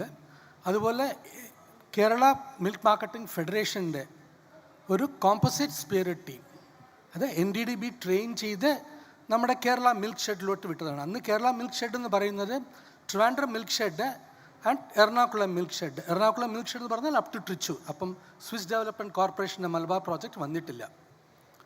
അപ്പം അത് ഞങ്ങൾ ഈ ആപ്കോസം എല്ലാം ഞങ്ങൾ സർവേ ചെയ്ത് ആപ്കോസൊക്കെ ഞങ്ങൾ കൺവേർട്ട് ചെയ്യാൻ തുടങ്ങി. അതാണ് എനിക്ക് മിൽമയായിട്ടുള്ള ഒരു ബന്ധം. ഞങ്ങളുടെ ടീം 83-84 മധ്യയിൽ ഞങ്ങൾ വിഡ്രോ ചെയ്തു, NDDB വിഡ്രോ ചെയ്തു. ഞാനായിരുന്നു ആ സമയത്തുള്ള ടീം ലീഡർ. അത് കഴിഞ്ഞ് ഞാൻ വേറെ പല സ്ഥലത്തും പോയി. അത് കഴിഞ്ഞ് ആദ്യത്തെ ഒരു ചീഫ് എക്സിക്യൂട്ടീവായിട്ട് ഞാൻ ജോലി ചെയ്തത് സംഗം ഡയറി ഗുണ്ടൂർ. അത് 98-2002. അതപ്പം നമ്മുടെ മലബാർ കോപ്പറേറ്റീവ് യൂണിയനോ അല്ലെങ്കിൽ ട്രിവാൻഡ്രം കോപ്പറേറ്റീവ് യൂണിയനോ പോലെ ഒരു സഹകരണ സ്ഥാപനം under cooperative societies act 1964 cooperative societies ആക്ടുള്ള ഒരു സഹകരണ സ്ഥാപനം. അത് കഴിഞ്ഞ് അതിന് മുമ്പ് കോപ്പറേറ്റീവ് സൊസൈറ്റീസ് ആക്ട്, പിന്നെ അവിടെ ഒരു റെവല്യൂഷണറി ആക്ട് ഉണ്ടായി. അത് സ്പിരിറ്റഡ് ബൈ NDDB ആയിരുന്നു, mutually aided cooperative societies act എന്ന് പറഞ്ഞ്. It's MACS act.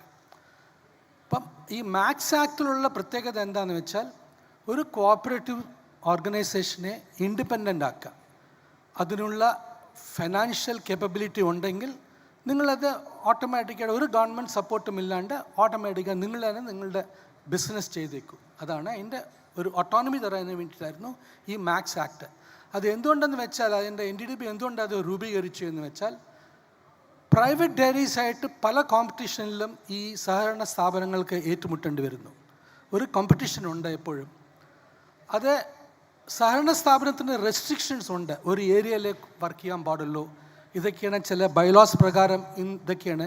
പിന്നെ ഗവൺമെൻറ് ഫണ്ടിങ് ഉണ്ട്, ഗവൺമെൻറ് ഗ്യാരണ്ടി ഉണ്ട്. അതുകൊണ്ട് പല റെസ്ട്രിക്ഷൻസ് നമുക്ക് പ്രൊക്യൂർമെൻറ്റ് ആൻഡ് സെല്ലിംഗ് പ്രൈസസിൽ വരുന്നു. അപ്പോൾ പലപ്പോഴും ഇത് ഒരു സഹകരണ സ്ഥാപനത്തിൻ്റെ മുന്നേറ്റ് കയറുന്നതിൽ on the way to growth ഈ എഫക്റ്റീവായിട്ട് പ്രൈവറ്റ് ഡയറീസും മൾട്ടിനാഷണലായിട്ട് കോപ്പറേറ്റ് ചെയ്യാൻ വളരെ ബുദ്ധിമുട്ടുണ്ടായിരുന്നു. അതുകൊണ്ടാണ് ഈ mutually aided cooperative societies act, ഇത് ഫസ്റ്റ് അതിനെ പ്രൊമോട്ട് ചെയ്ത പോലും NDDB ആണ്. അത് one of the first cooperative was Sangam dairy. അങ്ങനെയാണ് ഞാൻ അവിടെ MD ആയിട്ട് പോയത്. ആദ്യം ഡെപ്യൂട്ടേഷൻ ആയിരുന്നു, പിന്നെ ഞാൻ NDDB റിസൈൻ ചെയ്ത് ഒരു ഫാർമർ ഓർഗനൈസേഷൻ്റെ എംപ്ലോയി ആയി മാറി. I became an employee of Sangam Dairy. ഇത് 1982 to 2002 അങ്ങനെ മാക്സ് ആക്ടിൽ അതങ്ങ് പുരോഗമിച്ച് 2010 അറൗണ്ട് 2010 NDDB ഒരു നെക്സ്റ്റ് ലെവൽ ഓഫ് കോപ്പറേറ്റീവ്, അതായത് ഈ ന്യൂ ജനറേഷൻ കോപ്പറേറ്റീവ്സ് കൺസെപ്റ്റിൽ പ്രൊഡ്യൂസർ കമ്പനിക്ക് എന്തുകൊണ്ട് ചില കോപ്പറേറ്റീവ്സിന് പോയിക്കൂടാ, അവർക്ക് next level of competition with private, next level of competition with FMCG മൾട്ടിനാഷണൽസിന് എന്തുകൊണ്ട് ഒരു കോപ്പറേറ്റീവ് പോലെ ഒരു കമ്പനിയായിട്ട് പ്രവർത്തിച്ചുകൂടാ? അതിൻ്റേതായ ഓട്ടോണമിയും അതിൻ്റേതായ ബെനിഫിറ്റ്സും ഉണ്ട്. അങ്ങനെ കമ്പനീസ് ആക്റ്റിൽ ഒരു സെപ്പറേറ്റ് ചാപ്റ്റർ തുടങ്ങി. കമ്പനീസ് ആക്റ്റിൽ ഒരു സെപ്പറേറ്റ് ചാപ്റ്റർ. ആ ചാപ്റ്ററാണ് പ്രൊഡ്യൂസേഴ്സ് കമ്പനി. ഒരു പ്രൊഡ്യൂസേഴ്സ് കമ്പനി. അങ്ങനെ കുറേ പ്രൊഡ്യൂസേഴ്സ് കമ്പനി ഉണ്ട് നമ്മുടെ നാട്ടിൽ, എസ്പെഷ്യലി ഇൻ ആന്ധ്രാപ്രദേശിൽ കുറേ പ്രൊഡ്യൂസേഴ്സ് കമ്പനി ഉണ്ട്. ഇത് മിൽക്കിന് മാത്രമല്ല, any producer concept, paddy cooperatives ഉണ്ട്, ഹാൻഡിക്രാഫ്റ്റ് കോപ്പറേറ്റീവ്സ് ഉണ്ട്, അങ്ങനെ പല കോപ്പറേറ്റീവ്സും ഈ പ്രൊഡ്യൂസേഴ്സ് കമ്പനിയിലുണ്ട്. പക്ഷേ ഈ പ്രൊഡ്യൂസേഴ്സ് കമ്പനിയുടെ ഒരു പ്രത്യേകത എന്താണെന്ന് വെച്ചാൽ, നമ്മുടെ കോപ്പറേറ്റീവ് സഹകരണ സ്ഥാപനത്തിലുള്ള എല്ലാ കോപ്പറേറ്റീവ് പ്രിൻസിപ്പിൾസും പ്രൊഡ്യൂസർ കമ്പനിയിലുണ്ട്. ഒരു കർഷകന് ഇത്ര ദിവസം പാലൊഴിച്ചാൽ, നമ്മുടെ ആപ്കോസിലുള്ള പോലെ ഇത്ര ദിവസം പാലൊഴിച്ചാൽ വോട്ട് ചെയ്യാം. ഒരു കർഷകന് ഒരു വോട്ടേ ഉള്ളൂ. ബോർഡ് ഓഫ് ഡയറക്ടേഴ്സ് ആയിട്ട് മത്സരിക്കുകയാണെങ്കിൽ സംഘത്തിൽ ബോർഡ് ഓഫ് ഡയറക്ടർ ആയിരിക്കണം, ഇത്ര ദിവസം പാൽ കൊടുക്കണം. അങ്ങനെ ഒരു റൊട്ടേഷണൽ റിട്ടയർമെൻറ്റ് പോലെയാണ്. Same concept. അത് ഞങ്ങൾ NDDBയിലെ സഹകരണ സ്ഥാപനത്തിൻ്റെ എല്ലാ പ്രിൻസിപ്പിൾസും പ്രൊഡ്യൂസർ കമ്പനിയിലോട്ട് മാറ്റി. എന്നിട്ട് ഒരു ഓപ്ഷൻ കൊടുത്തു, പ്രൊഡ്യൂസേഴ്സ് കമ്പനിക്ക് പോകുന്നെങ്കിൽ പ്രൊഡ്യൂസേഴ്സ് കമ്പനിക്ക് പോവാം. അങ്ങനെ ഒരു പ്രൊവിഷൻസ് ഗവൺമെൻറ് ഓഫ് ഇന്ത്യ എന്ന് വന്നു. ഇത് പ്രൊഡ്യൂസർ കമ്പനി പ്രൊമോട്ട് ചെയ്തതും NDDB ആണ്. അങ്ങനെ ആന്ധ്രാപ്രദേശിൽ ഫസ്റ്റ് വിശാഖയായിരുന്നു, വിശാഖ പ്രൊഡ്യൂസേഴ്സ് കമ്പനി. സെക്കൻഡാണ് സംഘം പ്രൊഡ്യൂസേഴ്സ് കമ്പനി. അപ്പം 2013 സംഘം മ്യൂച്വലി എയ്ഡഡ് കോപ്പറേറ്റീവ് നിന്ന് സംഘം പ്രൊഡ്യൂസർ കമ്പനി ആയിട്ട് മാറി. ഈ സംഘം പ്രൊഡ്യൂസർ കമ്പനി ആയിട്ട് മാറിയതുകൊണ്ട് ഉള്ള ബെനിഫിറ്റ്സ് എന്താണെന്ന് വെച്ചാൽ, ഇന്ന ഏരിയയിലേ പ്രവർത്തിക്കാൻ പാടുള്ളൂ, ഇന്നതൊക്കെ ചെയ്യാൻ പാടുള്ളൂ, ഈ മാർക്കറ്റ് അങ്ങനെ ഒരു ഇല്ല. കശ്മീർ ടു കന്യാകുമാരിയാണ് ഞങ്ങളുടെ ഏരിയ ഓഫ് ഓപ്പറേഷൻ. ഞങ്ങൾക്ക് ഇന്ന് എവിടെ വേണമെങ്കിൽ പാൽ സംഭരിക്കാം, എവിടെ വേണമെങ്കിൽ പാൽ വിൽക്കാം, എവിടെ വേണമെങ്കിൽ മിൽക്ക് പ്രോഡക്ട്സ് വിൽക്കാം. അത് ഞങ്ങളുടെ കപ്പാസിറ്റി പോലെ ഞങ്ങൾ ചെയ്യാൻ പറ്റും. ഇത് ഈ ബെനിഫിറ്റ്സ് എല്ലാം പോകുന്നത് കർഷകന് തന്നെയാണ്. ഇപ്പം ഒരു ഡിസ്റ്റൻറ്റ് മാർക്കറ്റുണ്ട്. അത് ഞങ്ങൾ വെറും ഗുണ്ടൂരിലായിരുന്നു ഓപ്പറേറ്റ് ചെയ്തുകൊണ്ടിരുന്നത്, ആന്ധ്രയിൽ. ഇന്ന് ഞങ്ങൾ ഹൈദരാബാദിലുണ്ട്. കാരണം ഹൈദരാബാദിൽ പാൽ വില അധികമാണ്. ഞങ്ങൾക്ക് കുറച്ചധികം പൈസ കർഷകന് കൊടുക്കാൻ പറ്റും. ഞങ്ങളുടെ കർഷകന് ആ ഹൈദരാബാദ് മാർക്കറ്റ് ടാപ്പ് ചെയ്തിട്ട് അതിൻ്റെ അഡ്വാൻറ്റേജസ് എല്ലാം ഞങ്ങളുടെ കർഷകന് കൊടുക്കാൻ പറ്റും. ഈ പ്രൊഡ്യൂസർ കമ്പനിക്കുള്ള കൺസെപ്റ്റ് എന്താണെന്ന് വെച്ചാൽ, അത് നമ്മൾ എവിടെ വേണമെങ്കിൽ ഇപ്പോൾ ബിസിനസ് ചെയ്യാം, പക്ഷേ സ്വന്തം കാലിൽ നിൽക്കണം. അതിനുള്ള കപ്പാസിറ്റി വേണം. ഇത് പ്യുവർ ബിസിനസ് പ്രിൻസിപ്പിൾസ് റൺ ചെയ്യുന്ന കമ്പനിയാണ്. പാൽ ശേഖരിക്കാൻ നമ്മുടെ പൈസ ഗവൺമെൻറ് നിന്നോ വേറെ ആരുടെ നിന്നും ഒരു പൈസ പ്രതീക്ഷിക്കേണ്ട. ഇന്ന് ഞങ്ങൾ ഒരു എക്സ്പാൻഷൻ പോകണമെന്ന് വെച്ചാൽ ഞങ്ങൾ അതിൻ്റെ ഡിപ്പാർട്ട്മെൻറ്റിൽ നിന്ന്, ഞങ്ങളുടെ ബാങ്കിൽ നിന്ന് എടുത്ത് ഞങ്ങൾക്ക് പക്ഷേ സബ്സിഡീസ് കിട്ടും. ഗവൺമെൻറ് തരുന്ന ഇൻട്രസ്റ്റ് സബ്സിഡി, ഇൻട്രസ്റ്റ് സബ്വെൻഷൻ, അങ്ങനത്തെ ബെനിഫിറ്റ്സ് എല്ലാം കിട്ടുന്നല്ലാണ്ട് ഞങ്ങൾക്ക് ഞങ്ങളുടെ ഓർഗനൈസേഷൻ്റെ ഫണ്ടിനെ ബാക്കപ്പ് ചെയ്യാൻ ഗവൺമെൻറ് ഗ്യാരണ്ടി തരില്ല. കാരണം ഞങ്ങൾ സ്വന്തമാണ്. It's a producer company. ഞങ്ങളുടെ ഓൺ കമ്പനി, ഓൺ സിസ്റ്റംസ്, ഞങ്ങളുടെ own business principles. We are not depend on anybody. അങ്ങനെ ഒരു ഓട്ടോണമി വന്നതുകൊണ്ട് സംഘം ഡയറി ഭാഗ്യത്തോടെ ഇനിയും കുറച്ചധികം പുരോഗമിക്കാൻ പറ്റി. ഞങ്ങൾ ഇന്ന് ഹാൻഡിൽ ചെയ്യുന്നത് 10 ലക്ഷം ലിറ്റർ പാലാണ്. അതിൽ ഓൾമോസ്റ്റ് ഇന്ന് ഞങ്ങളുടെ ഫ്ലഷ് സീസണാണ്. ഞങ്ങൾക്ക് അധികം ബഫലോ മിൽക്കുണ്ട്. അധികമല്ല, 50% ആണ്. 50 ബഫലോ, 50% കൗ. ഞങ്ങൾക്ക് ഇന്ന് 10 lakhs ഓൾമോസ്റ്റ് 8 lakh ആണ് ഞങ്ങളുടെ സെയിൽസ്. ഫ്ലഷ് സീസൺ ആയതുകൊണ്ട് ഞങ്ങൾ കൺവേർട്ട് ചെയ്യുന്നു. We have A powder plant. പക്ഷേ ഞങ്ങളുടെ അധികം പ്രോഫിറ്റ്സും ഞങ്ങളുടെ ഗ്രോത്തും വന്നിരിക്കുന്നത് ഞങ്ങളുടെ value added products. Chairman sir പറഞ്ഞ പോലെ ഇന്ന് ഞങ്ങൾ പാൽ വിൽക്കുന്നത് ഓൾമോസ്റ്റ് 4.75 lakh, 4.4 ലക്ഷം ലിറ്റർ ആണെങ്കിൽ ഞങ്ങളുടെ തൈര് curd sales average 2,50,000 kgs. Summer സീസണിൽ അത് 300 ടണ്ണാവും, 3 lakh liters ആയിരിക്കും. അപ്പോൾ ഞങ്ങളുടെ ആ പ്രോഡക്റ്റ് മിക്സേ ഞങ്ങൾ എടുത്ത് മാറ്റി. ഞങ്ങൾക്ക് തൈര് കേർഡ് സെയിൽസ് 130 gram മുതൽ 20 kg ബക്കറ്റ് വരെ റെഗുലറായിട്ട് പോകുന്നുണ്ട്. റെഗുലർ അത് ഞങ്ങളുടെ ഡിഫറെൻറ്റ് മാർക്കറ്റ്സ് ഉണ്ട്, ഡിഫറെൻറ്റ് റീറ്റെയിൽ സ്റ്റോഴ്സ് ഉണ്ട്. പിന്നെ അതോടുകൂടെ ഞങ്ങളുടെ വേറെ പല വാല്യൂ ആഡഡ് പ്രൊഡക്ട്സ് ഉണ്ട്. ലസ്സി, ഒരുമാതിരി എല്ലാ പ്രോഡക്ട്സും സംഘം ഡയറിക്കുണ്ട്. അതിൽ ഞങ്ങളുടെ value added proportion is almost 45% ആണ്. 55% പാലാണെങ്കിൽ മറ്റുള്ളതിൽ നിന്ന് കിട്ടുന്ന പ്രോഡക്റ്റിൻ്റെ സെയിൽസ് 45%. അതുകൊണ്ട് ഞങ്ങൾക്ക് അത്രത്തോളം ലാഭമുണ്ട്. ആ ലാഭം കർഷകർക്ക് സാറ് പറഞ്ഞ പോലെ ഒരു കോപ്പറേറ്റീവ് പോലെ ഭൂരിപക്ഷം പൈസയും ഞങ്ങൾ പ്രൈസ് ഡിഫറൻസ് ആയിട്ട് ഇയർ എൻഡിൽ ഡിക്ലെയർ ചെയ്യും. കുറച്ച് പ്രൈസ് ഡിഫറൻസ് ഞങ്ങളുടെ ഷെയർ ക്യാപിറ്റലായിട്ട് തിരിച്ചെടുക്കും. ഇന്ന് ഞങ്ങളുടെ ഷെയർ ക്യാപിറ്റൽ 140 കോടിയാണ്. ഞങ്ങൾ എല്ലാ വർഷവും അത് വർദ്ധിപ്പിക്കും. ഒരു 10 കോടിയെങ്കിലും സ്വന്തം സൊസൈറ്റീസ് തന്നെ ഞങ്ങൾക്ക് കോൺട്രിബ്യൂട്ട് ചെയ്യുന്നതാണ് ഷെയർ ക്യാപിറ്റലായിട്ട്. Almost 10 crores a year. അങ്ങനെ ഇപ്പം ഞങ്ങളുടെ ഷെയർ ക്യാപിറ്റൽ 140 to 145 crores ആയി കഴിഞ്ഞ വർഷം. കഴിഞ്ഞ വർഷം ഞങ്ങളുടെ ടേൺ ഓവർ 2100 കോടിയായിരുന്നു. ഈ വർഷം ഞങ്ങൾ അധികം 2500 crores ക്രോസ് ചെയ്യും. ഇത് ഒരു സ്ട്രക്ചറൽ ഡിഫറൻസാണ്. ഞങ്ങളുടെ ഈ പ്രൊഡ്യൂസർ കമ്പനി എന്ന് പറയുന്ന ഒരു സ്ട്രക്ചറൽ ഡിഫറൻസ്. അതാണ് ഞാൻ പറയാൻ ഉദ്ദേശിക്കുന്നത്. ഈ കോഓപ്പറേറ്റീവ്സ് എന്ന് പറയുന്ന സഹകരണ സ്ഥാപനങ്ങൾ over A period of time അതിപ്പോഴും ഇവോൾവ് ചെയ്തുകൊണ്ടിരിക്കുകയാണ്. പല മാറ്റങ്ങളും പല എക്സ്പെരിമെൻറ്റും ചെയ്തുകൊണ്ടിരിക്കുകയാണ്. അതിൽ സംഘം ഡയറി ഒരു എക്സ്പെരിമെൻറ്റ് മാത്രമാണ്. ഇതിപ്പം പ്രൊഡ്യൂസർ കമ്പനിയിലോട് മാത്രമേ ഈ പ്രോഗ്രസ് നമുക്ക് കിട്ടുള്ളൂ അങ്ങനെ ഒന്നും ഇല്ല. ഒരു എക്സ്പെരിമെൻ്റ് അതങ്ങ് ക്ലിക്കായി. പക്ഷേ ഇത് ഒരു വളരെ പ്രൊഫഷണൽ ആൻഡ് ബിസിനസ് ലൈൻസിൽ റൺ ചെയ്യുന്ന ഒരു സ്ഥാപനമായി മാറ്റണം. അല്ലെങ്കിൽ പല പ്രോബ്ലംസും വരും. കാരണം വേറെ ആരും നമ്മളെ സഹായിക്കാൻ പോകുന്നില്ല. ഇതാണ് ഞാനെന്താ പറയാൻ പറ്റും, ഞങ്ങളുടെ കമ്പനി എങ്ങനെ മറ്റുള്ള ഒരു കമ്പനിയായിട്ട് ഒരു പ്രൊഡ്യൂസേഴ്സ് ഒരു ഓർഗനൈസേഷൻ എന്താ കുറച്ച് ഡിഫറൻസ്. അല്ലെങ്കിൽ മറ്റുള്ള ബിസിനസ് ചെയ്യുന്ന പോലെ ഞങ്ങളും ചെയ്യുന്നു, ഒരു പ്രൈവറ്റ് കമ്പനി ചെയ്യുന്ന പോലെയോ ഒരു സഹകരണ സ്ഥാപനം ചെയ്യുന്ന പോലെയോ ഞങ്ങളും ചെയ്യുന്നു. വേറെ ആ മാർക്കറ്റിൽ വലിയ ഡിഫറൻസ് ഇല്ല. പക്ഷേ ഞങ്ങൾക്ക് കിട്ടുന്ന ഓട്ടോണമിയും ആ ഇൻഡിപെൻഡൻസും കൂടെ ഞങ്ങൾക്ക് കുറച്ചും കൂടി ഒരു ലിവറേജ് ഉണ്ട് ബിസിനസ് ചെയ്യാൻ. കുറച്ചും കൂടി ഒരു പുഷുണ്ട് ബിസിനസ് ചെയ്യാൻ. അത് നമ്പർ 1. പിന്നെ ഞങ്ങൾക്കും എല്ലാ ആക്ടിവിറ്റീസും ഉണ്ട്. ഇൻപുട്ട് ആക്ടിവിറ്റീസ് ഉണ്ട്, വെറ്റിനറി ഫെസിലിറ്റി ഉണ്ട്, ആർട്ടിഫിഷ്യൽ ഇൻസെമിനേഷൻ ഉണ്ട്. കാരണം എന്താണെന്ന് വെച്ചാൽ ഇതൊക്കെ ആദ്യം മുതലേ ആനന്ദ് പാറ്റേണിനുള്ള ബെനിഫിറ്റ്സ് ഫാർമേഴ്സിനായിട്ട് അത് കൊടുക്കുന്ന അതേ ഹാബിറ്റ് ഞങ്ങൾ ഇപ്പോഴും കണ്ടിന്യൂ ചെയ്യുന്നുണ്ട്. എല്ലാ ഫെസിലിറ്റീസും ആപ്കോസ് കൊടുക്കുന്നതും ആനന്ദ് പാറ്റേണിലുള്ള സംഘങ്ങളും എല്ലാം കൊടുക്കുന്നതും ഇപ്പോഴും ആ പ്രൊഡ്യൂസർ കമ്പനി കൊടുക്കുന്നുണ്ട്. എൻ്റെ ചെയർമാൻ വന്നിട്ടുണ്ട്. എലക്റ്റഡ് ചെയർമാനാണ്. Elected chairman from A society. Same എല്ലാം ഒന്ന് തന്നെ. പക്ഷേ ഇതൊരു പ്രൊഡ്യൂസർ കമ്പനി. കോഓപ്പറേറ്റീവ് സൊസൈറ്റീസ് ആക്റ്റുമായിട്ട് ഞങ്ങൾക്ക് ഒരു കണക്ഷനും ഇല്ല. ഞങ്ങൾക്ക് ഞങ്ങളുടേതായ ഓഡിറ്റേഴ്സ് ഉണ്ട്. ഒരു കമ്പനി എങ്ങനെ ഓഡിറ്റർ വയ്ക്കുന്നു അതുപോലെ ഞങ്ങളുടെ പ്രൈവറ്റ് ഓഡിറ്റേഴ്സ് ഞങ്ങൾക്കുണ്ട്. ഒരു പാനലുണ്ട്, CA പാനൽ. ഞങ്ങൾ ഓഡിറ്റേഴ്സ് വയ്ക്കുന്നു. എല്ലാം same. But we are not dependent on. ഞങ്ങൾക്ക് ഗവൺമെൻറ്റായിട്ട് ഒരു ഫർണിഷോ റിട്ടേൺസോ അങ്ങനെ ഒന്നും കൊടുക്കേണ്ട ആവശ്യമില്ല. പക്ഷേ ഞങ്ങളുടെ എല്ലാ സ്റ്റാറ്റ്യൂട്ടറി കൺട്രോൾ വരുന്നത് രജിസ്ട്രാർ ഓഫ് കോഓപ്പറേറ്റീവ്സ്, ROC. എല്ലാ കമ്പനീസിനെയും ROC ആണല്ലോ, അതാണ് വരുന്നത്. ബിസിനസ്സിൽ ഞങ്ങൾ ഒരു മെയിനായിട്ട് ടാർഗറ്റ് ചെയ്യുന്നത് വാല്യൂ ആഡഡ് പ്രൊഡക്ട്സ് ആണ്. അതിൽ വാല്യൂ ആഡഡ് പ്രൊഡക്ട്സിൽ ഞങ്ങൾക്ക് വളരെയധികം നല്ല സെയിൽസ് ഗ്രോത്ത് ഉണ്ട്. പല പ്രോഡക്ട്സും ഉണ്ട്. ഒരു ലസ്സിയിൽ വെച്ചാൽ ഒരു 6 ടൈപ്സ് ഓഫ് ലസ്സി ഉണ്ട്. ബട്ടർ മിൽക്ക് ഞങ്ങളുടെ ഓൺ കോമ്പോസിഷനും ഡിഫറെൻറ്റ് ടൈപ്സും ഉണ്ട്. അങ്ങനെ പല വാല്യൂ ആഡഡ് പ്രോഡക്ട്സും ഞങ്ങൾ ചെയ്ത് അതിൻ്റെ ഒരു ഭൂരിപക്ഷം പൈസ ഇപ്പോഴും പോകുന്നത് കർഷകൻ തന്നെയാണ്. ഇതിൽ പല മണിസാറും പല ഇതിലും ഞങ്ങൾ അവിടെ വന്നു കഴിഞ്ഞാൽ ഞങ്ങൾ കാണിച്ചു കൊടുക്കുന്നത് വ്യത്യാസങ്ങൾ മാത്രമാണ്.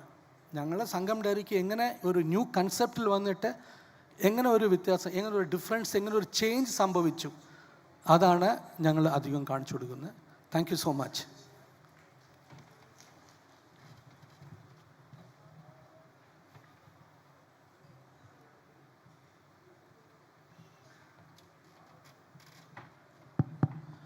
അടുത്തത് MRCMPയുടെ ജനറൽ മാനേജർ നേരത്തെ പരിചയപ്പെടുത്തിയതാണ്, ശ്രീ പ്രേംലാലാണ് സംസാരിക്കുന്നത്.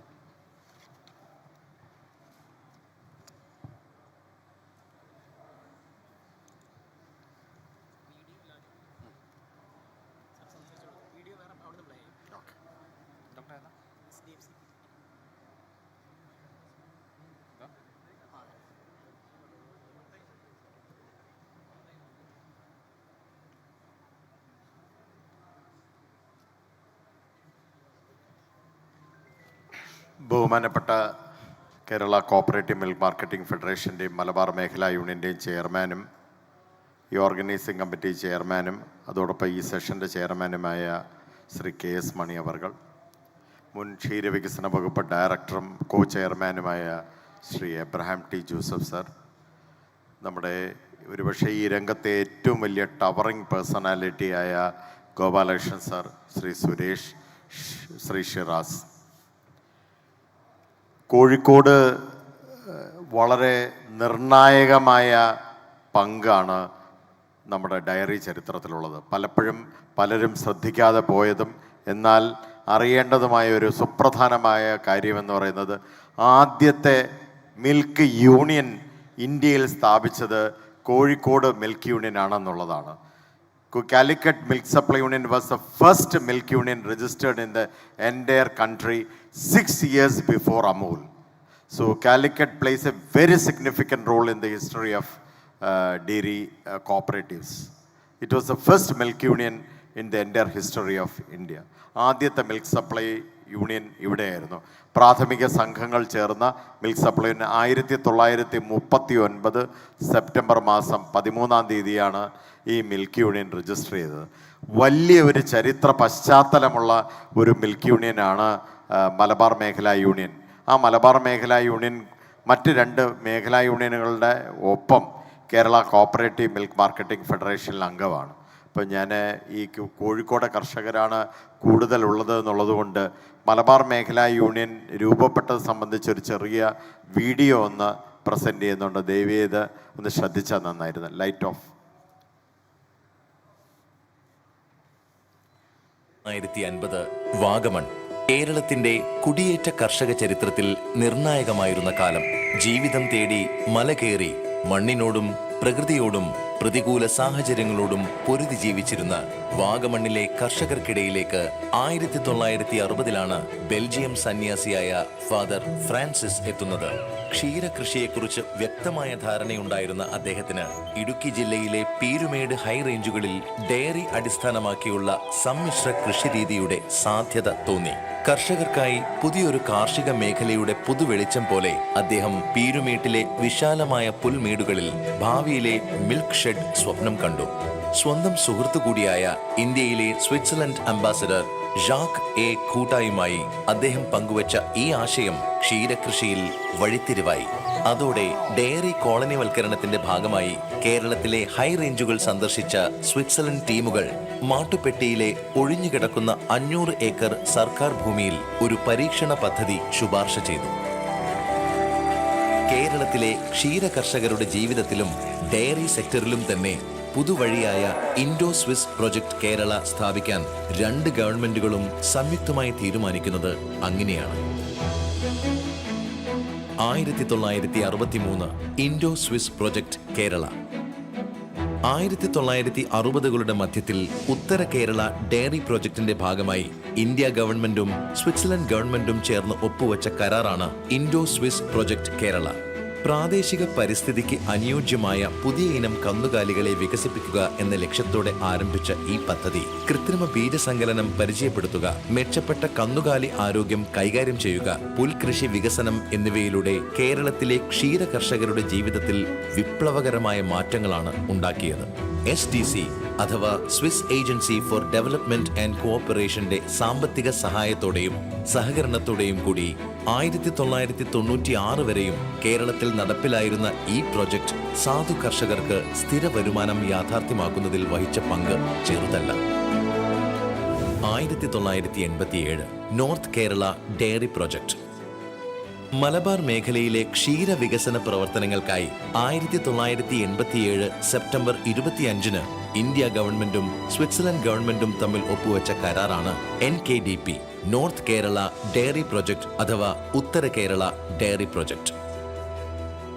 16.18 കോടി രൂപ ഗ്രാന്റായും 9.84 കോടി രൂപയോളം ലോണായും ലഭിച്ച 26.02 കോടി രൂപയുടെ ഈ പദ്ധതിക്ക് പ്രധാനമായും 2 ഘട്ടങ്ങളും പിന്നീട് ദീർഘിപ്പിച്ച ഒരു ഘട്ടം കൂടിയുണ്ടായിരുന്നു. മലബാറിലെ ക്ഷീരവികസനത്തിന്റെ ആണിക്കല്ലായ ഈ പദ്ധതിയുടെ 1ാം ഘട്ടത്തിലാണ് മലബാർ മിൽമ രൂപം കൊള്ളുന്നത്. 1989 Malabar regional cooperative milk producers union ഉത്തര കേരള ഡയറി പ്രൊജക്ടിന്റെ ഭാഗമായി 1989 ജൂൺ 29 രജിസ്റ്റർ ചെയ്യപ്പെട്ട മലബാർ മിൽമ എന്ന മലബാർ മേഖല സഹകരണ ക്ഷീരോത്പാദക യൂണിയൻ എടുത്തു പറയേണ്ട സ്വിസ് പാരമ്പര്യത്തിന്റെ മാത്രമല്ല SDCയുടെ കൃത്യമായ സാമ്പത്തിക സഹായത്തിന്റെ കൂടി ഉദാഹരണങ്ങളിൽ ഒന്നാണ്. 2002 വരെയും സാമ്പത്തികമായും സംഘടിതമായും വ്യക്തമായ സ്വിസ് മേൽനോട്ടത്തിൽ സഞ്ചരിച്ച മലബാർ മിൽമ അതിനുശേഷം ഏറ്റവും കൂടുതൽ ക്ഷീര കർഷകരും പാൽ സൊസൈറ്റികളും പാൽ ശേഖരണവും ഉൽപാദനവും വരുമാനവുമുള്ള മേഖലാ യൂണിയനുകളിൽ ഒന്നായി വളരുകയായിരുന്നു. പിന്നീട് സംസ്ഥാനത്തെ മികച്ച ക്ഷീര കർഷക സൗഹൃദത്തിന് മാതൃകയായി 6 ജില്ലകളിലേക്ക് വ്യാപിച്ച മലബാർ മിൽമയുടെ ഈ ജൈത്രയാത്രയുടെ തുടക്കം പക്ഷേ എളുപ്പമായിരുന്നില്ല. ലയിക്കാൻ എതിർപ്പ് കാണിച്ചിരുന്ന മലപ്പുറം, വയനാട്, കോഴിക്കോട് ജില്ലാ മിൽക്ക് യൂണിയനുകളും ആനന്ദ് മാതൃകയോടുള്ള പരമ്പരാഗത പാൽ സൊസൈറ്റികളുടെ എതിർപ്പും സംസ്കരണത്തിന് സൗകര്യമില്ലെന്നതും പാൽ ക്ഷാമവും പാൽ കേടാകുന്ന അവസ്ഥയും ഉൽപ്പന്നം നെയ് മാത്രമാണെന്ന പരിമിതിയും ഓപ്പറേഷൻ ഫ്ലഡ് പദ്ധതിയുടെ തീർത്തുമുള്ള അവഗണനയുമടക്കം മലബാർ മേഖല സഹകരണ ക്ഷീരോത്പാദക യൂണിയന് തുടക്കകാലത്ത് നേരിടേണ്ടി വന്ന പ്രതിസന്ധികൾ ഏറെയാണ്. എന്നാൽ മികച്ച ഏകോപനത്തിലൂടെ പതിയെ പതിയെ പ്രതിസന്ധികൾ ഓരോന്നും ശക്തിയായി മാറ്റിയ മലബാർ മിൽമയുടെ വളർച്ചയുടെ പടവുകൾ ഇന്ന് ചരിത്രമാണ്.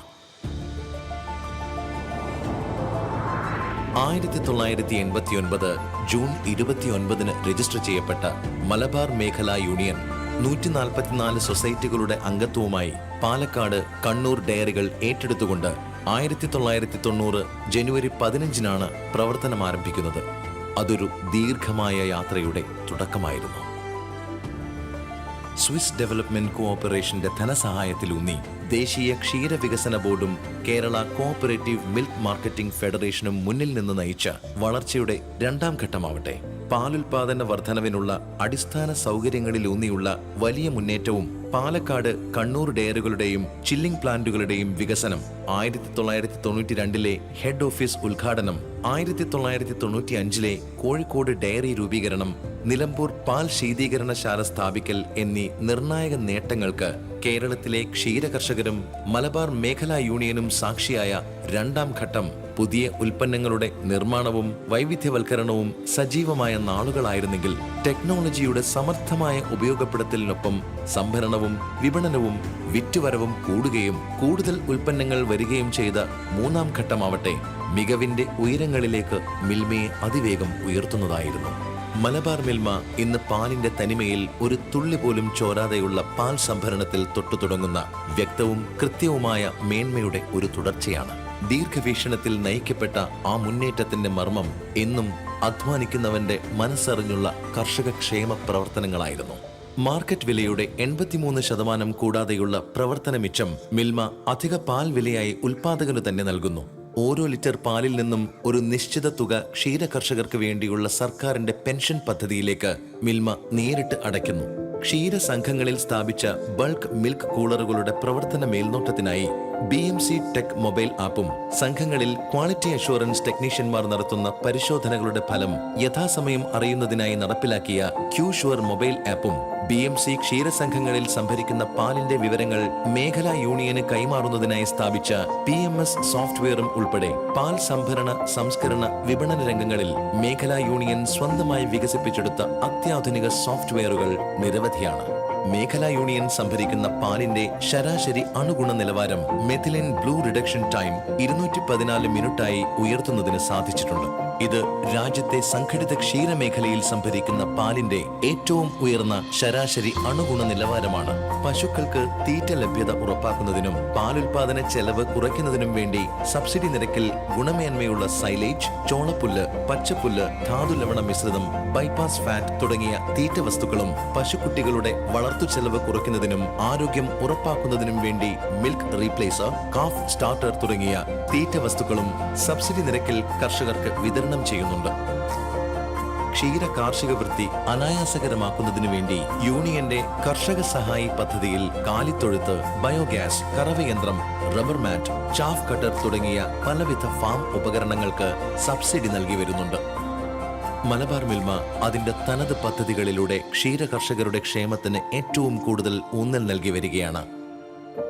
ഓരോ വർഷത്തിലും 12 വീതം ഭവനരഹിതരായ ക്ഷീരകർഷകർക്ക് വീട് നിർമ്മിച്ചു നൽകുന്ന ക്ഷീരസദനം പദ്ധതി, മാരക രോഗങ്ങൾ പിടിപെട്ട കർഷകർക്ക് സാമ്പത്തിക സഹായം നൽകുന്ന ക്ഷീരസമാശ്വാസം പദ്ധതി, ബുദ്ധിപരമായ വൈകല്യം ബാധിച്ച കുട്ടികളെ വളർത്തുന്ന ക്ഷീരകർഷകർക്ക് ധനസഹായം നൽകുന്ന പ്രത്യാശ പദ്ധതി, ഗർഭാശയം നീക്കം ചെയ്യൽ ശസ്ത്രക്രിയയ്ക്ക് വിധേയരാകുന്ന വനിതാ കർഷകർക്ക് സാമ്പത്തിക സഹായം നൽകുന്ന ആർദ്രം പദ്ധതി, വനിതാ കർഷകർക്ക് പ്രസവ ശുശ്രൂഷയ്ക്കായി ധനസഹായം നൽകുന്ന ജനനി പദ്ധതി, കർഷകരുടെ മക്കളുടെ ടൈപ്പ് 1 പ്രമേഹ രോഗ ചികിത്സയ്ക്ക് ധനസഹായം നൽകുന്ന ക്ഷീരകാരുണ്യ ഹസ്ത പദ്ധതി 70 വയസ്സിന് മുകളിൽ പ്രായമുള്ള കർഷകർക്ക് മെഡിക്കൽ അലവൻസ് നൽകുന്ന സായന്തനം പദ്ധതി, കർഷകരുടെ പെൺമക്കളുടെ വിവാഹത്തിന് 10,000 രൂപ സമ്മാനമായി നൽകുന്ന ക്ഷീര സുമംഗലി പദ്ധതി, വിധവകളായ ക്ഷീര കർഷകരുടെ പെൺമക്കളുടെ വിവാഹത്തിന് 50,000 രൂപ സമ്മാനമായി നൽകുന്ന ക്ഷീര സുമനസ് പദ്ധതി. ഇതുകൂടാതെ ക്ഷീര കർഷകരുടെ മക്കളുടെ വിദ്യാഭ്യാസത്തിന് പ്രോത്സാഹനം നൽകുന്നതിനായി മേഖലാ യൂണിയൻ ലാപ്ടോപ്പ് വിതരണവും സ്കോളർഷിപ്പ് വിതരണവും സ്റ്റുഡൻസ് അഡോപ്ഷൻ പ്രോഗ്രാമും നടപ്പിലാക്കി വരുന്നുണ്ട്. സൂക്ഷ്മമായ ശ്രദ്ധയും നിരന്തരമായ പിന്തുണയും വഴി ഏറ്റവും മികച്ച ഫലം ഉറപ്പുവരുത്തുന്ന ജാഗ്രതയാണ് മലബാർ മിൽമ. ആ ജാഗ്രത ഇന്നൊരു ബൃഹത്തായ ഉൽപാദന വിതരണ ശൃംഖലയാണ്. 131 കോടി രൂപ ചെലവിൽ മലപ്പുറം ജില്ലയിലെ മൂർക്കനാട് സ്ഥാപിച്ച ഫുള്ളി ഓട്ടോമേറ്റഡും സ്കാഡ സംവിധാനവുമുള്ള state of the art technology milk powder factory, Sreekandapuram ഡയറിയിൽ ഇറ്റലിയിൽ നിന്നും ഇറക്കുമതി ചെയ്ത UHT മിൽക്ക് പ്ലാന്റ്, കോഴിക്കോട് ഡയറിയിലെ fully automated ice cream plant, Wayanad ഡയറിയിലെ peda packing machine, butter making machine, ഇതിനെയെല്ലാം ഏകോപിപ്പിക്കുന്ന ലളിതമായ ആശയവിനിമയത്തിനായി യൂണിയനിൽ പ്രവർത്തിച്ചുകൊണ്ടിരിക്കുന്ന ക്ലൗഡ് ബേസ്ഡ് ഇന്റേണൽ സോഫ്റ്റ്വെയറുകൾ, മിൽമ ഷോപ്പുകൾ, ഡിഫൻസ് ക്യാമ്പിലെ മിൽമ ഷോപ്പുകൾ, ആശുപത്രികളിലെ മിൽമ ഷോപ്പുകൾ, മാളുകളിലെ മിൽമ ഷോപ്പുകൾ, ഗൾഫ് മേഖലയിലേക്കുള്ള കയറ്റുമതി, flight catering, online marketing, Vande Bharat ട്രെയിനുകളിലെ റെയിൽ കാറ്ററിംഗ്, മിൽമ പ്രയോറിറ്റി ഔട്ട്ലെറ്റുകൾ, ദോശ കോർണറുകൾ, ഐസ്ക്രീം മിലി കാർട്ട്, ഇതിനെല്ലാം പുറമെ വാഹനവും ഫ്രീസറുമായി ഉൾനാടുകളിൽ ഉൽപ്പന്നങ്ങൾ എത്തിക്കുന്ന 50ഓളം വനിതാ ഗ്രാമതല പ്രവർത്തകർ കൂടി ചേരുന്ന വലിയൊരു ഉൽപാദന വിതരണ ശൃംഖല. മലബാർ യൂണിയൻ ഇന്നൊരു പ്രസ്ഥാനമാണ്. ടെക്നോളജിയോടൊപ്പം നിൽക്കുകയും അനുദിനം നവീകരിക്കപ്പെടുകയും ചെയ്യുമ്പോഴും ഇന്ത്യയിലെ ഏറ്റവും ഉയർന്ന പാൽ വില കർഷകന് നൽകുന്ന, പ്രത്യക്ഷമായും പരോക്ഷമായും ലക്ഷത്തിൽ പരം ആളുകൾക്ക് ഉപജീവനമാകുന്ന ഒരു പ്രസ്ഥാനം. 144 സംഘങ്ങളുടെ അംഗത്വത്തിൽ നിന്നും 1150 സംഘങ്ങളിലേക്കും പ്രതിദിനം 64,250 ലിറ്റർ പാൽ സംഭരണത്തിൽ നിന്നും 7.06 ലക്ഷം ലിറ്ററിലേക്കും വളർന്ന 13 കോടി രൂപ വാർഷിക വിറ്റുവരവിൽ നിന്നും 1800 കോടിയിലേക്ക് എത്തി നിൽക്കുന്ന കേരളത്തിലെ ഏറ്റവും വലിയ ക്ഷീര സഹകരണ പ്രസ്ഥാനം മലബാർ യൂണിയൻ അതിന് കടപ്പെട്ടിരിക്കുന്നത് സ്വിസ് സർക്കാരിനോടാണ്. ദേശീയ ക്ഷീരവികസന ബോർഡ് പാലുൽപാദനത്തിന് സാധ്യതയില്ലെന്ന് കണ്ടെത്തിയ മലബാർ മേഖലയിൽ സ്വിസ് സർക്കാരിന്റെ സാമ്പത്തിക സഹായമാണ് ഉത്തര കേരള ഡയറി പ്രോജക്ട് യാഥാർത്ഥ്യമാക്കുന്നത്. 2016 SDC NDDB ഫണ്ടിൽ നിന്നും അഡീഷണൽ ഗ്രാന്റായി ലഭിച്ച 33 കോടിയോളം രൂപ യൂണിയന്റെ തന്നെ ലോൺ തിരിച്ചടവ് തുകയായിരുന്നു. ഇത്തരത്തിൽ മലബാർ യൂണിയന്റെ അർപ്പണവും SDCയുടെ കരുതലും കരുത്തും നൽകിയ മലപ്പുറം മിൽക്ക് പൗഡർ ഫാക്ടറി പോലുള്ള അഭിമാന പദ്ധതികൾ ഏറെയുണ്ട്. 1989 രൂപീകരിക്കപ്പെട്ട അന്നു മുതൽ ക്ഷീര കർഷകന്റെ ജീവിത നിലവാരം ഉയർത്തുകയെന്ന ഉത്തര കേരള ഡയറി പ്രോജക്ടിന്റെ ആത്യന്തികമായ ലക്ഷ്യം നിറവേറ്റിപ്പോരുന്ന മലബാർ മിൽമ ഇന്ന് ക്ഷീര സഹകരണ മേഖലയിലെ വേറിട്ട മാതൃകയാണ്. ഈ ജൈത്രയാത്രയിൽ മലബാർ മിൽമയ്ക്ക് പിന്തുണ നൽകിയ ദേശീയ ക്ഷീരവികസന ബോർഡിനെയും കേരള സഹകരണ ക്ഷീര വിപണന ഫെഡറേഷനെയും നന്ദിയോടെ സ്മരിക്കുകയാണ്. പാൽനുരയുടെ രുചിഭേദങ്ങൾ കൊണ്ട് മലയാളിയുടെ സ്വന്തം സ്വാദായി മാറിയ മലബാർ മിൽമ ഉപഭോക്തൃ സംതൃപ്തിയിലൂടെ ഉൽപാദക സമൃദ്ധി എന്ന ആശയം ഓരോ നിമിഷവും മുറുകെ പിടിക്കുന്നു. മലബാർ മേഖല സഹകരണ ക്ഷീരോത്പാദക യൂണിയൻ അതിന്റെ യാത്ര തുടരുകയാണ്.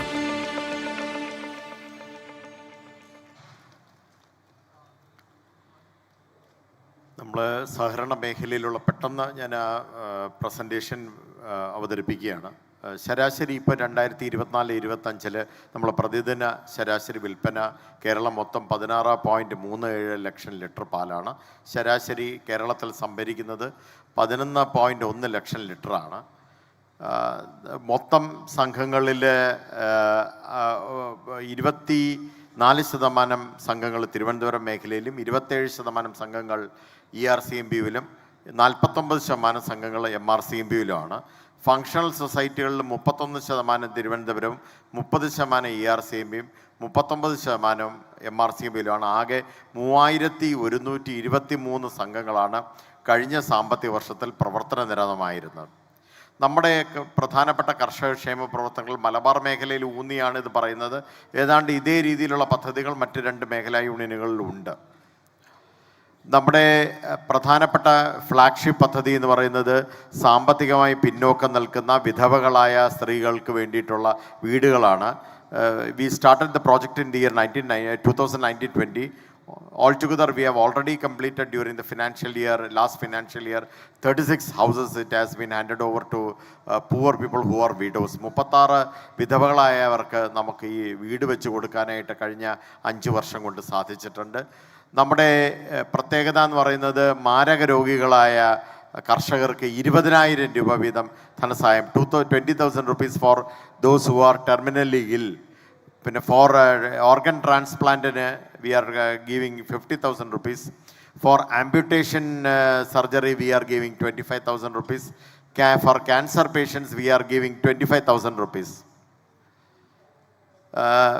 ജനനി പദ്ധതി എന്ന് പറയുന്നത് പ്രസവ ശുശ്രൂഷയായിട്ട് ബന്ധപ്പെട്ട് നമ്മൾ 5,000 രൂപ four delivery related ailments and other diseases, we are giving 5,000 rupees. For uterus removal, we are giving 10,000 rupees.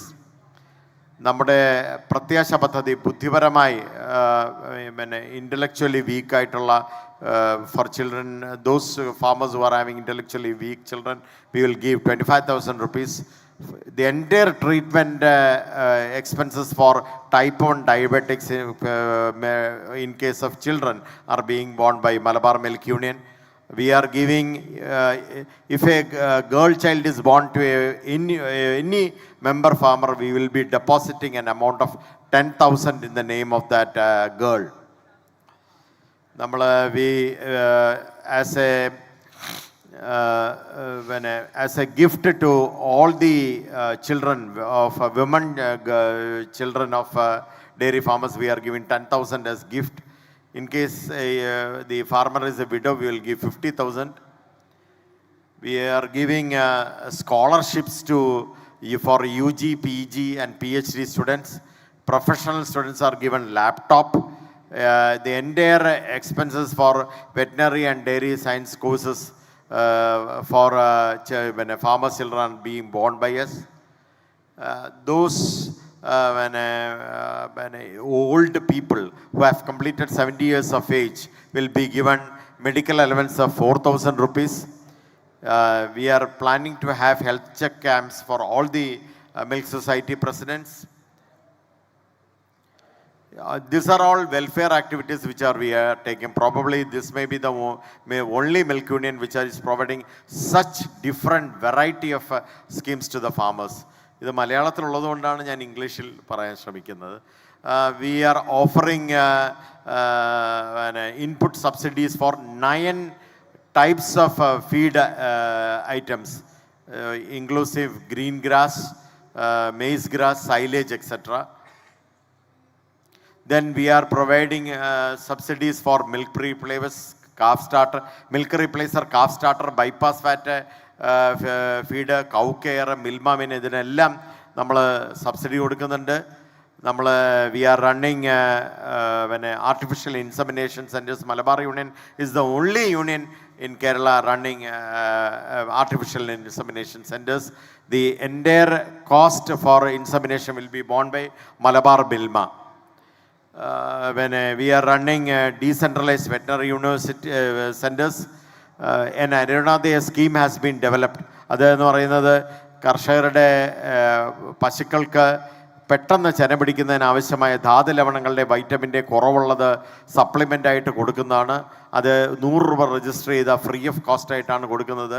V are running veterinary stores, Ashraya veterinary stores for the farmers. In that medical store, medicines for human beings are also available. We are custom making Ayurveda veterinary medicines. We have license for that also. We will be starting the homeo veterinary medicines also shortly. We are on the process of doing it. Homeo veterinary മരുന്ന് നൽകുന്നതിനുള്ള നടപടികൾ സ്വീകരിച്ചു വരുന്നുണ്ട്.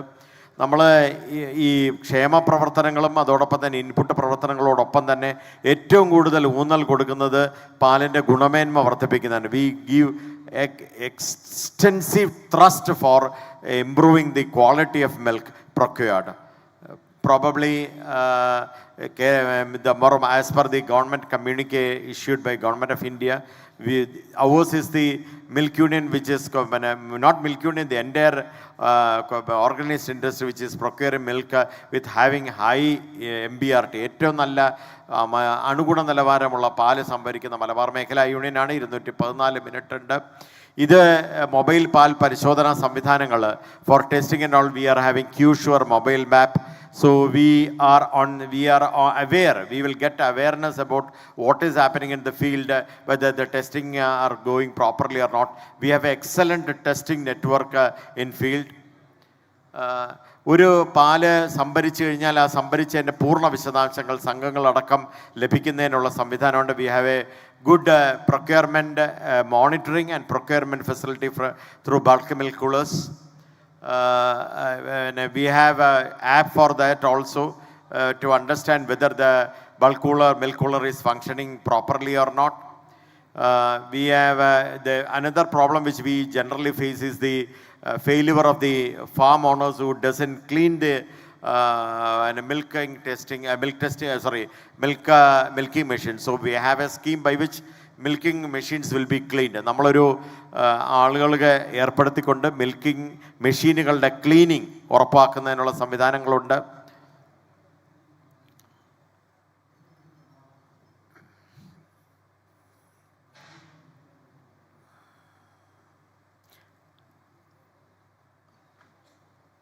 അതുപോലെ തന്നെ അകിട് വീക്ക നിയന്ത്രണ പദ്ധതിയുണ്ട്. Mastitis control test are being conducted regularly.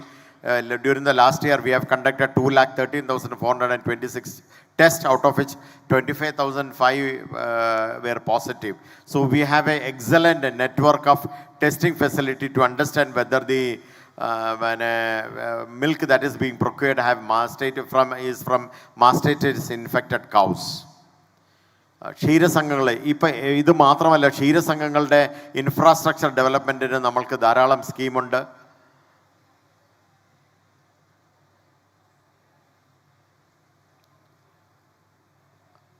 നമ്മളെ ഭൂമി വാങ്ങുന്നതിന് 3 ലക്ഷം രൂപ ധനസഹായമുണ്ട്. കെട്ടിടം കിട്ടുന്നതിന് ധനസഹായമുണ്ട്.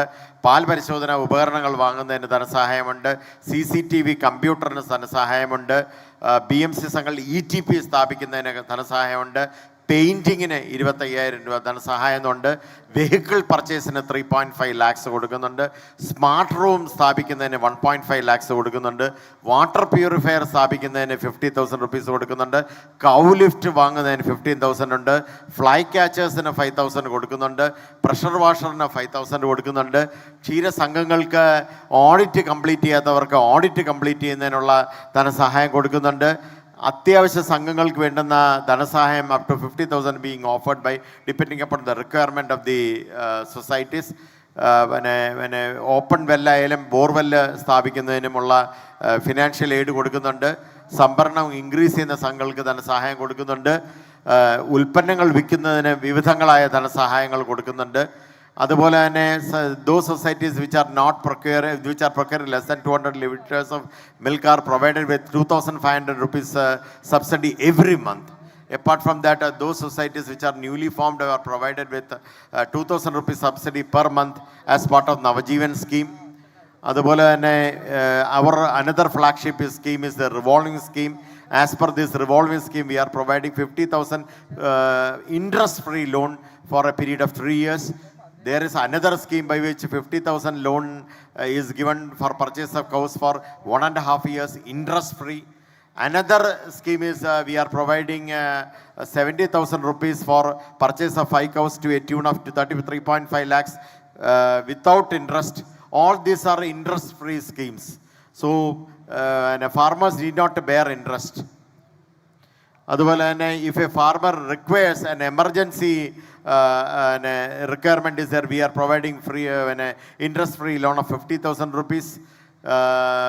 Those societies which are not in a position to provide gratuity to the employees will be given 3 lakh rupees as interest-free loan. These are the schemes which are being provided by Malabar Velma.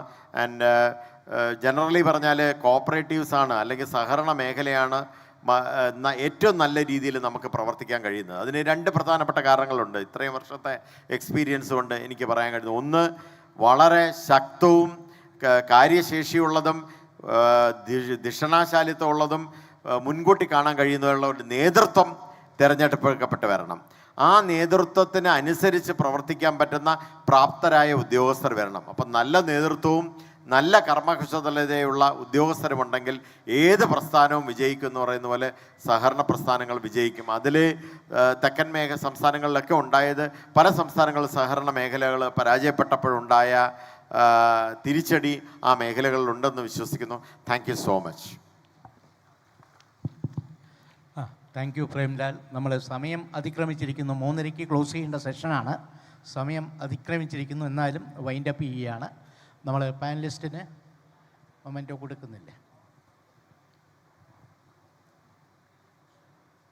ഈ സെഷൻ്റെ co chairman Shri Abraham T Joseph സാറിന് നന്ദി അർപ്പിച്ചുകൊള്ളുന്നു. അദ്ദേഹത്തിന് ഉപഹാരം അർപ്പിക്കുന്നതിനായി ബഹുമാനപ്പെട്ട chairman Shri KS Mani അവർകളെ ക്ഷണിക്കുന്നു.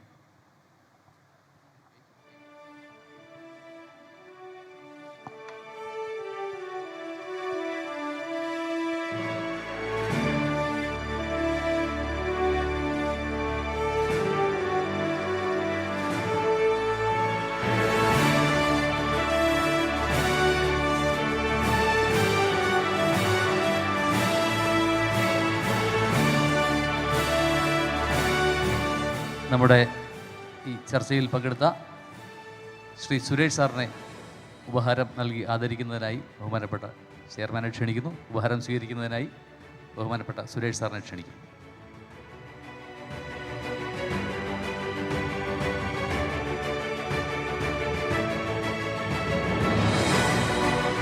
ബഹുമാനപ്പെട്ട P. ഗോപാലകൃഷ്ണൻ സാറിനെ ഉപഹാരം ഏറ്റുവാങ്ങുന്നതിനായി ക്ഷണിക്കുന്നു. ഉപഹാരം നൽകുന്നതിനായി ബഹുമാനപ്പെട്ട ചെയർമാനെ ക്ഷണിച്ചുകൊള്ളു.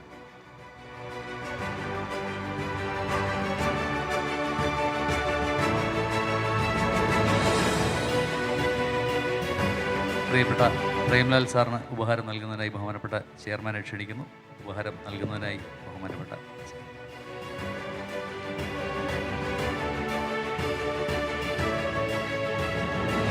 ഈ സെഷന് റെപ്പോർട്ടറായിട്ട് പ്രവർത്തിച്ച ഷിറാസിന് ഉപഹാരം നൽകുന്നതിനായിട്ട് ചെയർമാൻ ക്ഷണിക്കുന്നു.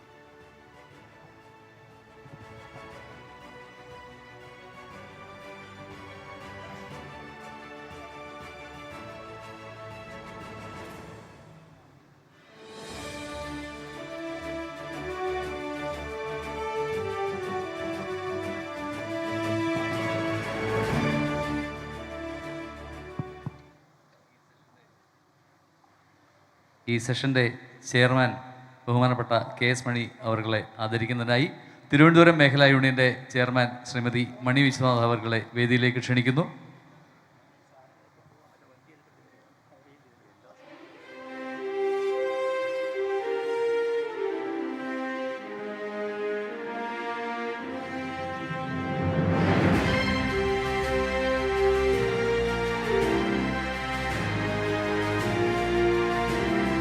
ബഹുമാനപ്പെട്ട ചെയർമാൻ ഉപഹാരം ഏറ്റുവാങ്ങും.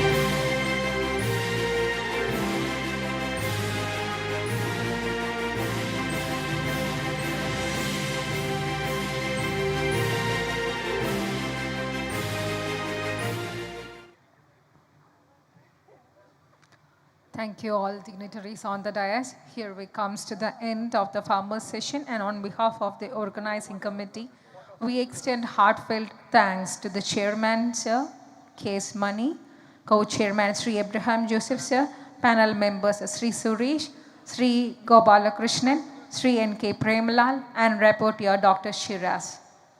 Thank you all.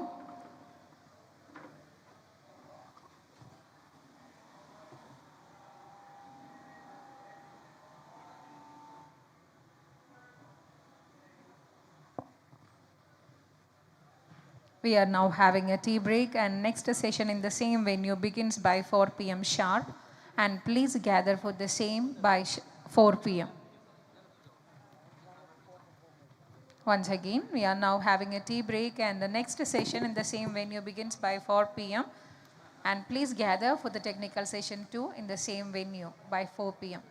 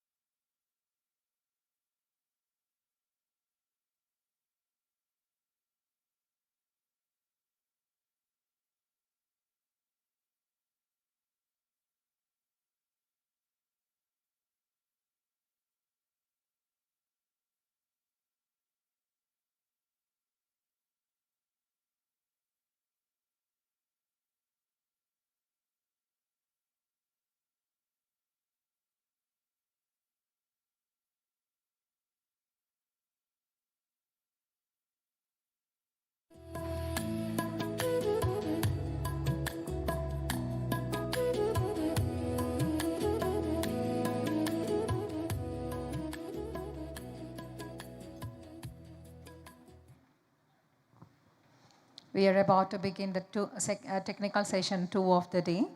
Now I request Dr. Smita J. Lucas, Assistant Professor, Dairy Chemistry, Verghese Kurian Institute of Dairy and Food Technology, Manuti, to introduce the chairman and to start with. A warm good evening to all. Once again, I welcome you all to the technical session 2 on regulatory compliance, food safety and quality framework for global trade. I'm greatly honored to introduce and welcome the chairman of the session, Dr. Satish Kulkarni, former director, ICAR, SRS, NDRI, Bangalore.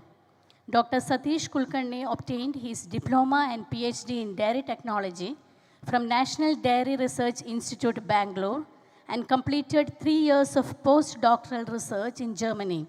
During his distinguished career as a scientist, Dr. Kulkarni guided numerous postgraduate and doctoral students, contributing significantly to research and academic excellence in dairy science. His contributions were recognized by the Indian Council of Agricultural Research, which honored him on 4 occasions for outstanding team research. In 2008, he also received the prestigious Best Teacher Award. Dr. Kulkarni served as head of NDRI Bangalore from 2008 to 2015. He is currently a practicing advocate specializing in food law and works as a food regulatory consultant. He has held key leadership roles including President of AFSTI Mysore, Vice President of the Indian Dairy Association New Delhi, and is presently Chairman of the IDA South Zone. With immense pleasure and deep respect, let me welcome you, sir, on behalf of the organizing committee and request you to take charge of the session.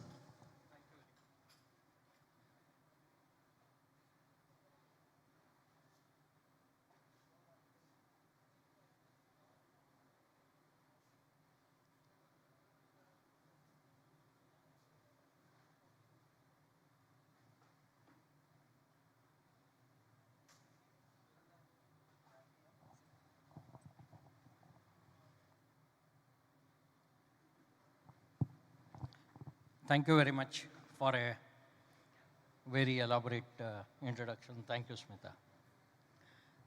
We have come to the last session of today's deliberation. Last but not the least, and one of the most important session as far as I am concerned. Whatever we may achieve at any part of the production, processing, etc. Finally, it has to be taken to the end point, that is either the consumer in our country or the other country, wherever it is. In all these places, what plays importance is the scenario related to the food safety, the standards, the quality, and of course, the regulatory compliance, which may vary from country to country and all. Especially when it comes to the export of the products, it's very important to keep in mind. That's how we have got today 2 eminent speakers, one from the APEDA and the other from the Food Safety and Standard Authority of India. And today, you go to any organization related to food, they know FSSA very well now, because they're scared. The moment they get some letter also, they get scared. Surveillance samples also, when it is taken, they approach us. Sir, somebody has taken samples. We say, don't worry, it is surveillance. So such a scenario is there, wherein this type of awareness has to be created among our own industry fraternity. Only one paradox of our own industry. I'm down to my profession as a dairy technologist, 50 years almost. The industry, I know that to a very great extent throughout the country and many other countries. As far as India is concerned, what is our contribution from the dairy? We contribute almost 50% of the entire food processing industry. The dairy is bigger than 50% of the entire food processing industry put together.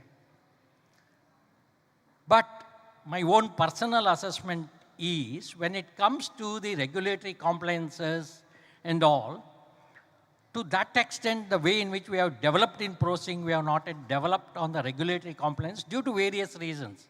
I've got several reasons which I can say. Perhaps these are the reasons why we have not developed. But nevertheless, it's very important to note that these are very important aspects to be followed if we have to succeed in the overall development of our own domain. So keeping this in mind, the organizers have thought it fit to invite two eminent and senior level officers to give the details about these various aspects related to exports or related to Food Safety and Standard Authority of India, especially when it comes to FSSAI, right from licensing onwards. When you see somebody will be manufacturing, now I see that Milma itself has diversified into several products. When you diversified and you have got a third-party manufacturer, so also Nandini I know very well. There is something called you are a relabeler. This concept of relabeler, repacker itself is many a times is not known to many people. So these are the aspects. As long as everything goes well, it's fine. The moment there is some small issue somewhere, then it is, if you do not have that relabeler properly and if you are manufacturing, it is as good as you are manufacturing without a license. So these are the aspects which are to be fine-tuned in our own industry over a period of time.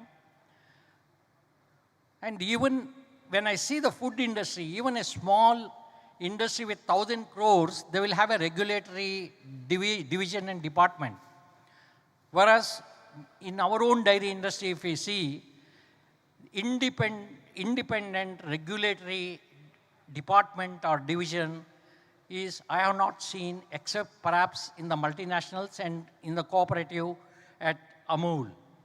Many other places we do not see an independent regulatory division who are trained only in those aspects of the regulatory aspects and all. So these are some of the aspects which we have to take it seriously as we grow further in our own interest. We are the leaders in food processing, and then naturally, as leaders, we have that responsibility to see that we really lead from the front in a proper fashion. So with these small words for this session, I have got with me my co-chairman, Dr. Shankar Lingegowda, who is a doctorate and also he is a certified auditor who visits all the dairies and many of the food processing plants and all. We have worked together, we were certified together, and based on that, even FSSAI mandates audits every year.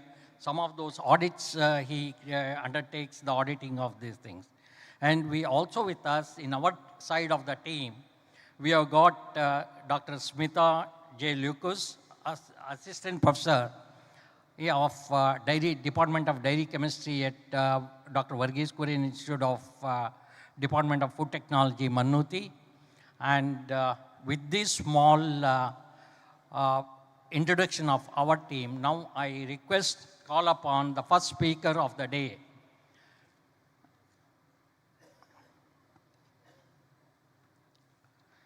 Call upon Ms. Simi Unikrishnan, who is the Regional Head and Assistant General Manager, APEDA Kochi. Ms. Simi Unikrishnan has more than 25 years of experience in export promotion for APEDA scheduled products, focused on strategic development for exports, intervention in trade policies, regulatory compliance, etc. Ms. Simi Unikrishnan negotiated and executed key MOUs with the UAE Ministry of Climate Change and Environment, Oman, Ministry of Agriculture, Fisheries and Water Resources, and Saudi Food and Drug Authority to facilitate and expand export of agricultural products by mitigating trade barriers. She served as an active member of the Electronic Working Group for the crucial revision of the general principles of food hygiene, contributed to the Codex Committee on Food Import and Export Inspection and Certification Systems and use of electronic certificates. She also led the Indian delegation in various international exhibitions, and Ms. Simi Unikrishnan has successfully managed APEDA regional office in Kochi, leading to a significant increase in agricultural exports from the state of Kerala. Now over to you, Ms. Simi Unikrishnan, for your presentation for about 25 to 30 minutes. Over to you.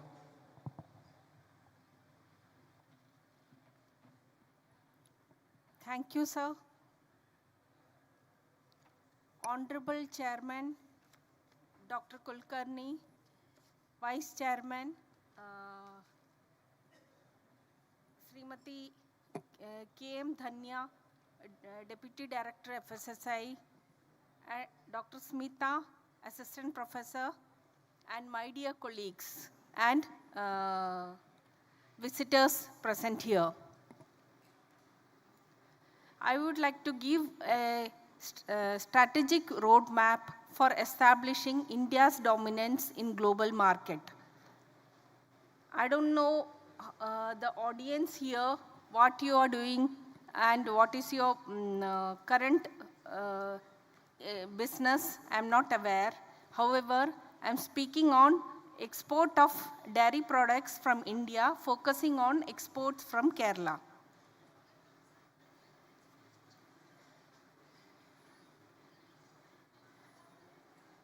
My presentation executive summary is leveraging our production strengths, then APEDA overview, institutional overview, evaluating export trends, India and Kerala, then dairy export landscape, a brief on that, critical barriers to dairy export growth, then a strategic roadmap, that is how you have to launch your export firm in case you haven't done it, then establishment of a new export firm, then path ahead strategic roadmaps. Now with regard to leveraging our production strength, I would like to say India has actually we have strength in multiple agriculture produce with regard to global production. We rank second in rice. Millets we have first position, green peas we have second position, bananas we have first position, mangoes, mangosteen, Goa we have first, buffalo meat we have first, fish we have second, potato we have second, groundnut we have second, milk we rank first, apple we rank fifth, dry beans we rank first, cabbages, cauliflower, broccoli we rank second, chickpeas we rank first, eggplant, eggs, garlic, maize we rank second, and then poultry meat we rank third. We have the complete capability to feed the world. However, we are not the leading exporter of this globe. With regard to the international meat production, as you have heard in the first session, India ranks first as per the 2023 FAO statistics with 25.6% of share, followed by US, Pakistan, China, Brazil, Russia, France, Turkey, New Zealand, United Kingdom. With regard to the domestic dairy products production, I think Kerala ranks 17th almost with a share of 1.08. The leading state in the milk production is Uttar Pradesh, Rajasthan, Madhya Pradesh, followed by Gujarat, Maharashtra, Punjab, Andhra Pradesh, Karnataka, etc. And Uttar Pradesh and Rajasthan are the leading milk producing states. Then APEDA, I would like to give a brief on APEDA. APEDA is Agriculture and Processed Food Export Development Authority, established under Ministry of Commerce, Government of India by an Act of Parliament It was established in 1985, and since then we are promoting exports. Then EPIDA has headquarters in New Delhi and has regional offices in almost all the states. Almost 20 regional offices we have, covering the north, east, west, and south. In south, we have a regional office at Kochi, Chennai, Bangalore, Hyderabad, and Visakhapatnam. In west, we have a regional office at Ahmedabad and Mumbai. East is covered by Guwahati, Kolkata, Tripura. Then north, Ladakh, Jammu, Srinagar, Chandigarh, Bhopal, Varanasi, Patna, Raipur, and Uttarakhand. Functions of EPIDA. The major functions of EPIDA are development of industries related to scheduled products for export by giving financial assistance for agri-exports through EPIDA's financial assistance schemes. Then we undertake surveys and feasibility studies through ICR institutions. We have joint ventures with importing countries, like Sir has already said that we have signed MOU with Saudi Arabia, Oman, then UAE, etc. for promotion of our products there, because there were trade issues. Then we register exporters for exports. We issue registration cum membership certificate for all products, and registration cum allocation certificate for export of rice, basmati and non-basmati from India. Then fixing of standards and specifications for export of scheduled products. We do it only when the importing country requires it, and then it's being implemented. If the importing country doesn't have any specification, the exports are free. Then improving packaging of the scheduled products, improving marketing of the scheduled products outside India. Then we promote export-oriented production and development of industries of scheduled products. Then training in various aspects of industries connected with exports. Then export promotion of EPIDA products in international market through participation in trade fairs. We conduct reverse buyer-seller meets and buyer-seller meets, like we invite buyers for World Food India, then Indus Food, etc. We do all those things. Then we have a duty of protecting IPR in international market. With regard to basmati rice, we are doing it very efficiently. Then addressing market access, SPS, TBT issues in WTO or through bilateral negotiations. Then we organize road shows, product promotion shows in global market. Indian mangoes were promoted in international market in major retail chains in Lulu Group. Through Lulu Group, we had promoted varieties of Indian mangoes over there last year. All these promotion work we do.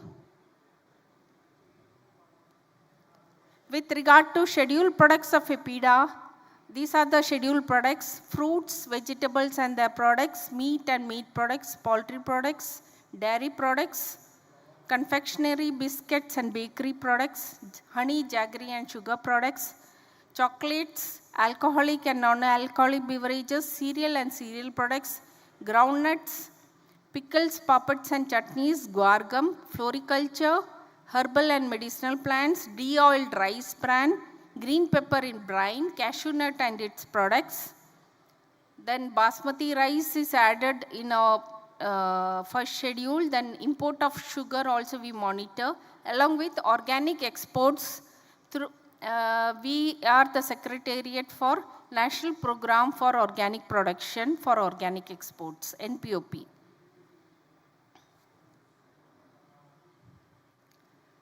With regard to the National Program for Organic Production, Ministry of Commerce and Industry, Government of India launched this in 2001 under FTDR Act, wherein NPOP provides information on standards for organic production system.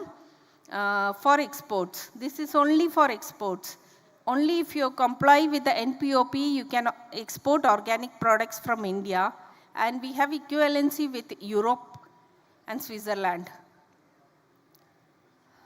Then with regard to export of organic products from India, we have got certification bodies accredited, and through these certification bodies, farmers or FPOs or operators have to register themselves, and then they'll be monitored by the certification bodies. There are inspection and certification procedure, and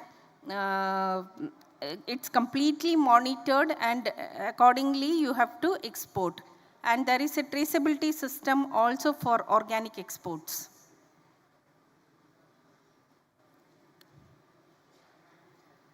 These are the traceability system implemented by India. TraceNet is implemented for organic exports. Then HortiNet has products such as grapes. Then we are coming up with Veg.net in HortiNet, wherein drumsticks are being monitored for exports from every state, including the state of Kerala, wherein the state agriculture department has to register the farmers, and the exporters have to source from these registered farmers. Then peanut.net is there, wherein all the exports are happening from the exporters who are registered in peanut.net system, wherein monitoring is there, inspection is there, and accordingly we issue certificate of export for exports. Then with regard to meat.net, as you are aware, from India, meat export, buffalo meat export is permissible only from EPIDA registered meat plants, and accordingly in meat.net the health certificate is being issued from the state veterinary department online, and after that only it's permitted for export. A committee visits the meat plants, inspects them and approves, then only they can export from here. And with regard to Kerala, there is only one meat plant in Calicut. Now evaluating export trends with regard to India and Kerala. First, I would like to say give a brief on what is agri-trade scenario. Total merchandise exports is 437.70 billion in 2024-25.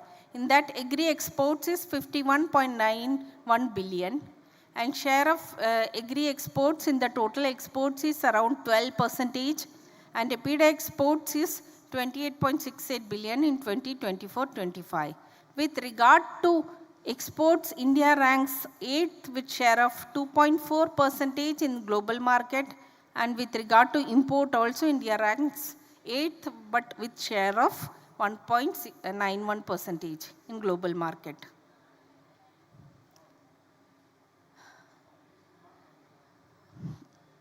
This is the India's status in global trade. India's exports, as I have already stated, it's 437.70 billion in 2024-25, and in that the major exporting countries are export destinations are USA, UAE, Netherlands, UK, China, Singapore, Saudi Arabia, Bangladesh, Germany, Australia.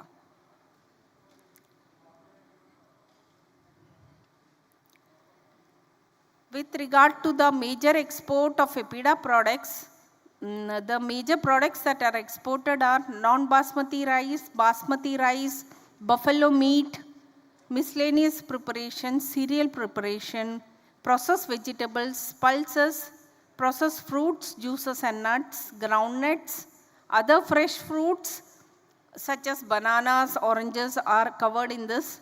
Then guargum, herbal and medicinal plants, jaggery and confectionery. Then comes dairy products. Then other fresh vegetables, cocoa products, alcoholic beverages, cashew kernels, fresh onion, poultry products, cucumbers and gherkins, that is prepared and preserved. This is based on the export data for the period April-October, current period, April-October 25-26. Next, with regard to the major export destination of EPIDA products, we have the countries UAE, USA, Saudi Arabia, Vietnam, Iraq, Malaysia, Bangladesh, Iran, Indonesia, etc. See, these are the major export summary. What are the major products that are exported and how it controls the EPIDA's agri-export basket. In floriculture, the major product exported is fruit and vegetable seeds.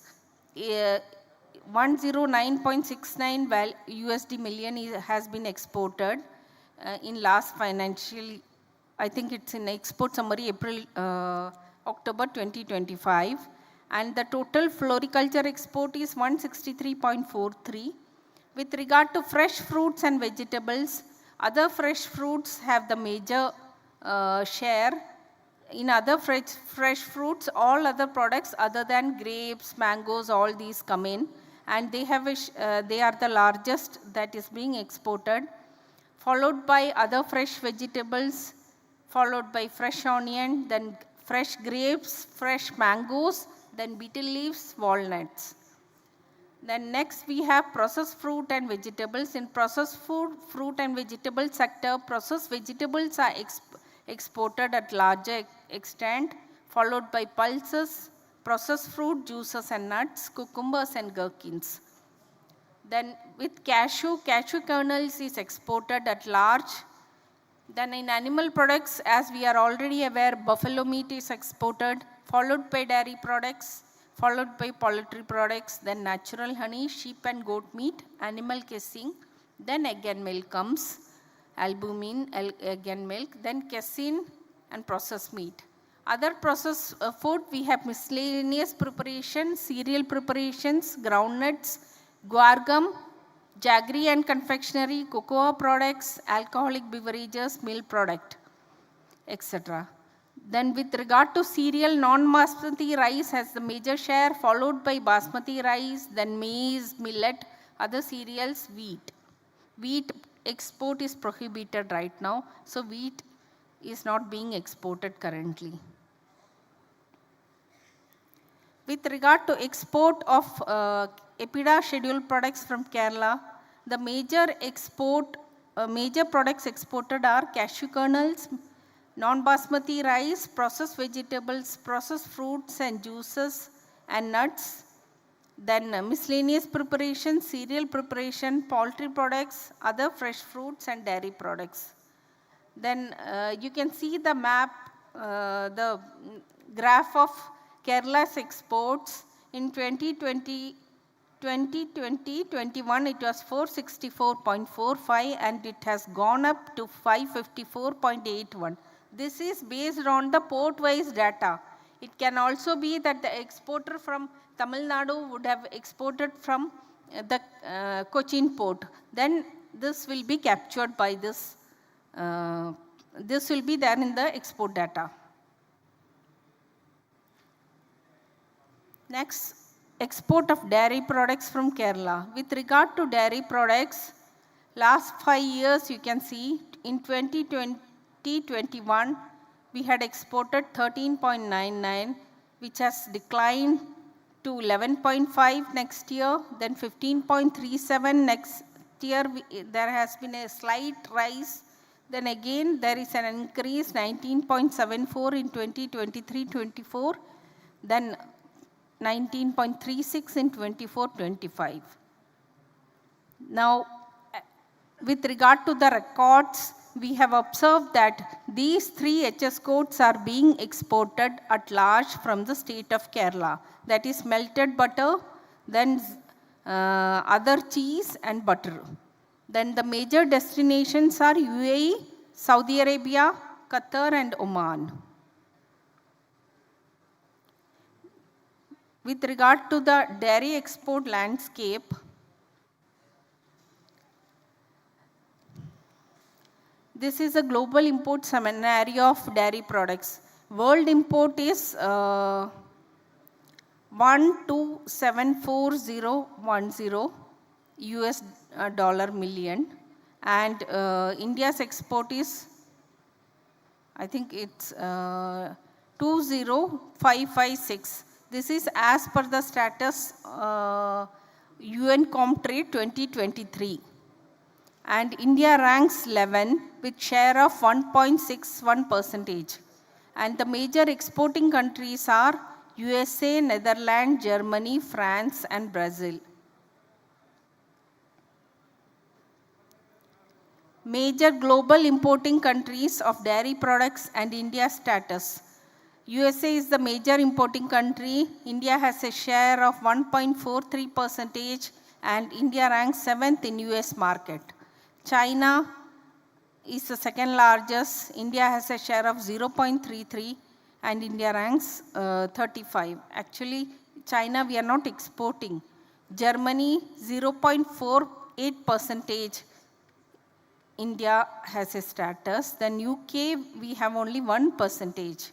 These are the other importing countries, that is Netherlands, France, Japan, Italy, Canada, Spain, Belgium, etc., where we have negligible share.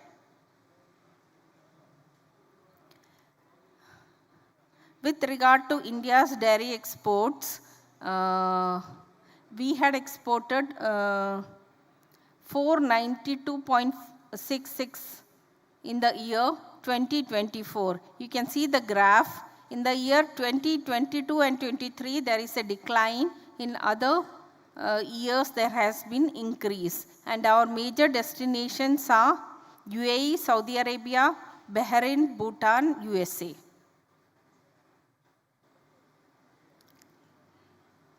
This is India's dairy exports in last decade. You can see where we were and where we have reached now. We were at 185.49 in 2017-18 and now we are at 492.86. With regard to dairy sector, these are the star products. If you are planning to export, you can just check all these products. They have got different HS codes. Based on the export data, you can check where all these are exported and which are the importing countries, and you can check their importing regulations. Based on that, you can export to these countries. Butter is the major product that is being exported from India, followed by skim milk product powder, then melted butter, then fat and oils derived from milk, processed cheese but not grated or powdered, other cheese, then other milk cream in powder, granules and other solid form, then whey, dry blocks and powder, butter oil, fresh cheese inclusive of whey cheese and curd, milk and cream of fat content not exceeding 6%. Critical barriers to the dairy export growth. First, I would like to give a brief on the SWOT analysis of dairy sector. We have our strength is we are the largest milk producer, annual highest milk production growth we have, then regulatory system and authority for quality exports. Then with regard to opportunities, we have increasing quantity of available milk for processing, untapped indigenous milk products in global market. We can diversify as per the requirement. Weaknesses is FMD and other diseases. Foot and mouth disease of buffalo meat, that is a major weakness here. Buffalo meat, not only buffalo meat, even other complete the sector is affected by that. Then poor veterinary services, lack of good dairy practices, lack of upgraded infrastructure across the country, and low dairy plant efficiency. Then threat is food safety with regard to aflatoxin, unhygienic practices by farmers at farm, uncontrolled use of antibiotics and medicines on milch animals, and which is leading to the AMR issues. Critical issues faced by the dairy sector. Market access issues we have different, we have in different countries. There are trade barriers and we are not able to export to the major export destinations. Infrastructure development is required. Rationalization of administrative cost is required. Policy and incentives on exports is not there currently, very low. Then issues with regard to Codex Committee. Codex Committee have given some MRLs for milk products that is not being adopted by major importing countries. That are the issues with Codex. Grey market export without EIC certificate. EIC is the regulatory authority for dairy product exports from India, and there are people who export from the country without EIC certificate. These are the things I have explained now. Market access or trade barriers. Countries that are not permitting export: EU, Russia, China, Indonesia, South Africa, Mexico, Venezuela. Then countries permitting limited exports: Australia, Malaysia. Standard protocol issues: Saudi Arabia, Egypt. High import duties: Canada, USA, Pakistan, Bangladesh, Sri Lanka, Nepal and Bhutan. With Mexico, we have the non-tariff barrier issues, FMD issues. Mexican side agreed to conduct risk analysis for import of Indian dairy products. EPIDA has taken up this matter with Mexico. However, still it has not been resolved. When with regard to dairy Russia, only 2 dairy establishments have been approved by FSVPS, that is authority that approves these dairy plants, and others they have not implemented. We have several times taken up this issue even at WTO. However, recently they said they'll do it, but however they haven't done it. China, the questionnaire with respect to milk and milk products and bovine meat, we have sent it to GACC. With regard to bovine meat, we have taken up at WTO as well. They also have FMD, India also has FMD. However, they are refusing to import meat from India. Then South Africa also, we have taken up the issue with them several times. However, the matter is pending. South Africa had been there in the exhibition. They require the Amul, especially butter products from here. However, Amul butter is not permitted. However, through grey market, other dairy products reach there. It has been observed. That issues with regard to Codex Committee, that is Codex PPB aflatoxin M1 in milk is 0.5. However, with regard to milk powder, skim milk powder, it should be 5 ppb as per the regulation given in Codex. However, the importing countries such as Saudi Arabia, Egypt, all those, they were not ready to accept it. We had taken up with them, and ultimately Egypt has adopted it right now, and Saudi Arabia also, it's being exported. But I'm not aware whether they have adopted this 5 ppb rationale or not.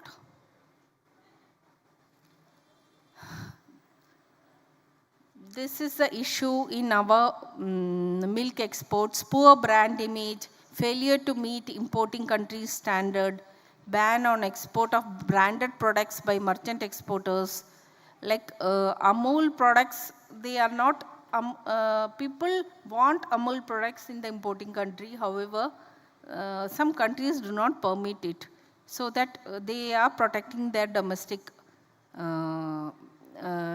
scenario, milk production scenario. Then strategic roadmap for launching your export firm. If you are not an exporter, for establishing an export business, first you have to register your company with an attractive name and logo, then open a bank account, open a PAN card. Then after that, you have to obtain a I code, that is importer exporter code number. This you have to do it through DGFT website, and you have to make a payment of around 500 rupees. In DGFT website, I have shown in the picture, here you can apply. And it is, you don't have to go to DGFT or EPIDA for all this. You can online apply, you'll get it instantly, all these certificates. Then for starting exports, you have to apply for registration cum membership certificate with regard to EPIDA for EPIDA products, Spices Board for Spices Board products and all this. For that, you have to log in through DGFT portal, then apply there. With regard to EPIDA registration, it's 5,900. And if you are requiring a merchant exporter, then you do not have much requirement. With regard to manufacturing exporter, FSSI is a must for providing a manufacturing license for RCMC.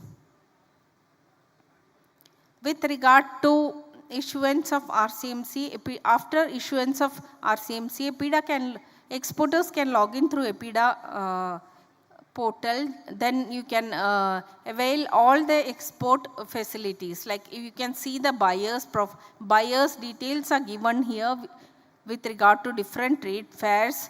Then after that, you can also select your product, select your market, finding buyers, everything you can do it through EPIDA portal.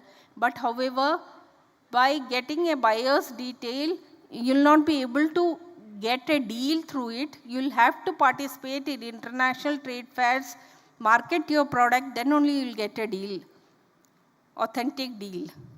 Then information on trade events, everything will be given on EPIDA's website. You can go through that.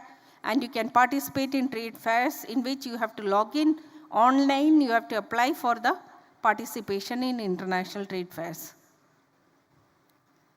Then with regard to trade enquiries, you can see how the buyer's details are given there. You can contact the buyer for the products you are supplying, and accordingly you can take up with them through email or through phone, and you can send them samples and get a deal.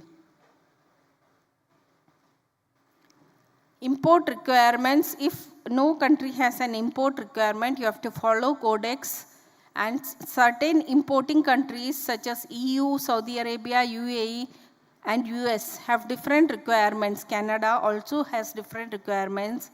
They have these requirements mentioned at their respective websites. You can go over there and check that and then export. EPIDA has a financial assistance scheme. It was for the period 2021-22 to 25-26, which is being completed in March 2026. We had a market development scheme, development of export infrastructure and quality development. With regard to financial assistance for infrastructure development, we used to give an exporter 40% assistance up to 2 crores. Under this, then quality development we give for testing we give, and for lab we give assistance. For market development also we give assistance based on the requirement.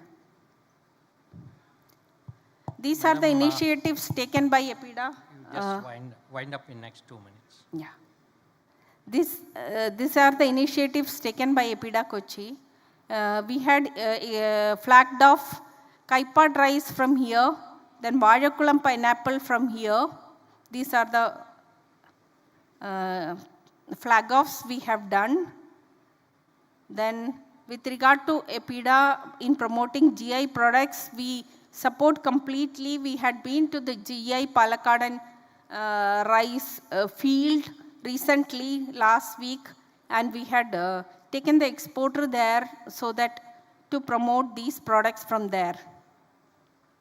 Then this is the EPIDA website, Agri Exchange portal, wherein you can check the data for exports. These are the international trade fairs which EPIDA had participated, and you can also participate in promoting your products through wet sampling, etc. These are the field visits organized by EPIDA. Then with regard to roadmap, we have the product-specific export promotion programs, buyer seller meets, reverse buyer seller meets, market linkages, exposure visit to farmers' fields, sensitization to newly registered exporters, capacity building programs, and new product flag-offs. This is EPIDA's address. We are at Sugandha Bhavan, Officer Spices Board, Palarivettam, Kochi. Thank you.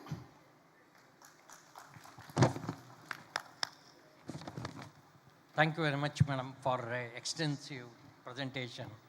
Well, ladies and gentlemen, that yes, Ms. Simi Unikrishnan has presented extensively the details about the APEDA and the role and then the chances of the opportunities for the export of dairy products. Nevertheless, in my opinion, India is not only a largest producer of the milk and milk products, it's also a consumer of the milk products. And the figures of exports, what has been shown is, even though minuscule, if you take into consideration the net import also, then basically it gets almost nullified, or very small fraction it gets exported. There may be some questions. We will certainly have some time earmarked for that. We will have a discussion after the second presentation on related to FSSA. Now I call upon Ms. Dhanya, Deputy Director, FSSA Kochi, to make her presentation on the role of FSSA in assuring quality and safety of dairy and food products. Ms. Dhanya started her career as a chemist in Department of Vegetable Oils and Fat, Ministry of Consumer Affairs, Food and Public Distribution, Government of India. After enactment of FSSA Act, she was transferred to FSSA, New Delhi in 2009. She worked in different divisions like enforcement, establishment, international cooperation, etc. And Ms. Dhanya worked as authorized officer in charge of the food import clearance through Cochin, Mundra and Visakhapatnam Port, Hyderabad and Cochin Airport. Presently, Ms. Dhanya is working as Deputy Director of FSSA Cochin office.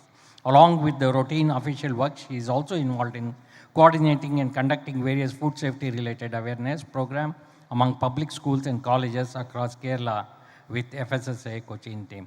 Over to you, Ms. Dhanya, for your presentation. And about 25 minutes if you take, then there will be some time for discussion.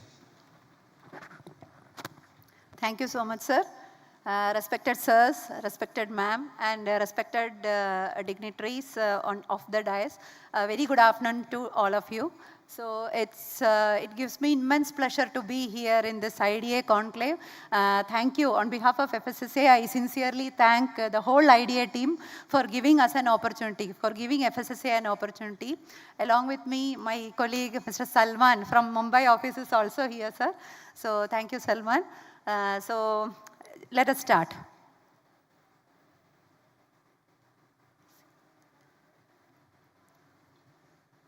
So as you all know, FSSA, or Food Safety and Standards Authority of India, it was started in the year 2008 as per Food Safety and Standards Act 2006. Okay. In order to support the act, various rules and regulations were implemented in the year 2011, and in the year 2008 we started so many Eat Right initiative activities.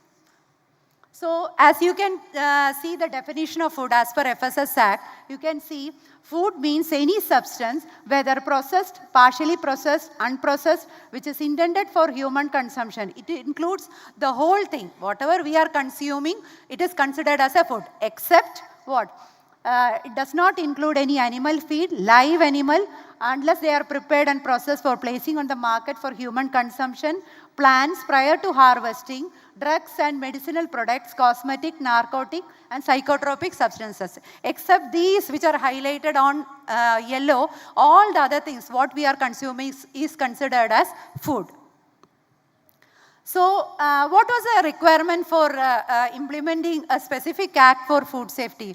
Because prior to FSS Act 2006, see, suppose if I'm having a unit of, say for example, oil and jam, okay, I had to approach 2 different ministries for all regulatory requirements. So there was a demand from the industry that whatever be the food business that one person may be doing, so it should be clubbed, it should be brought under one umbrella. That is why this FSS Act was implemented based on the demand from the industry. Okay. To regulate, that is the first point.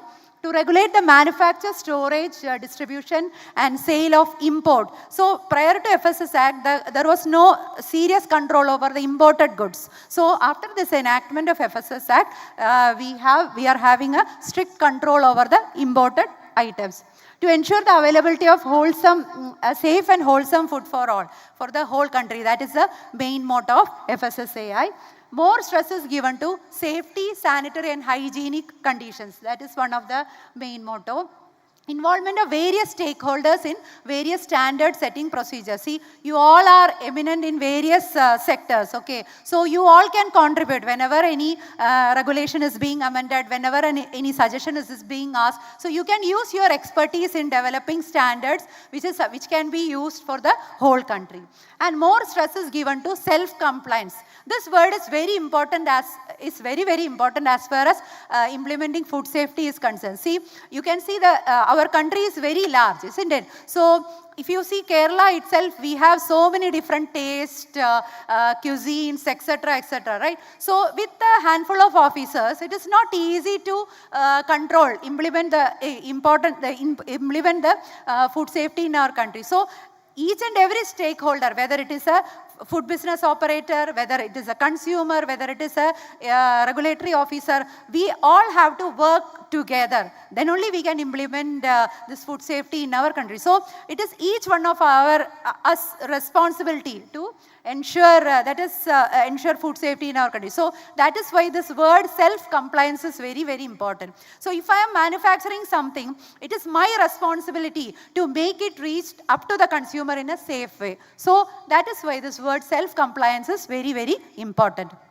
So our headquarters is at New Delhi. We have regional offices at Delhi, Mumbai, Kolkata, Guwahati and Chennai, and we have a few import offices as shown in the slide. Now, this FSS Act, Food Safety and Standards Act, is having the supreme power, okay? Then under the Act, in order to support, you see in the Act we cannot incorporate everything, okay? So that is why in order to support the Act, we have, FSSA has developed various rules and regulations.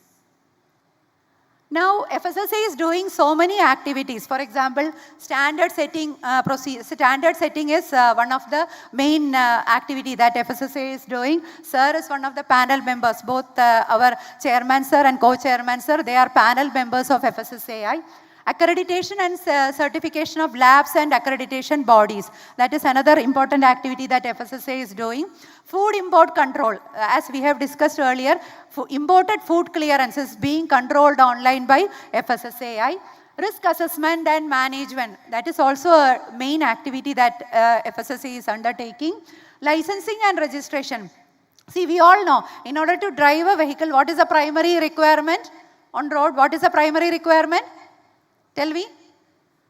Yeah, we should have a license, right? So whenever we are doing a food business, whether it is small or big, we should have a valid license issued under FSS Act 2006. And the procedure is completely online. Okay, that we will discuss it later.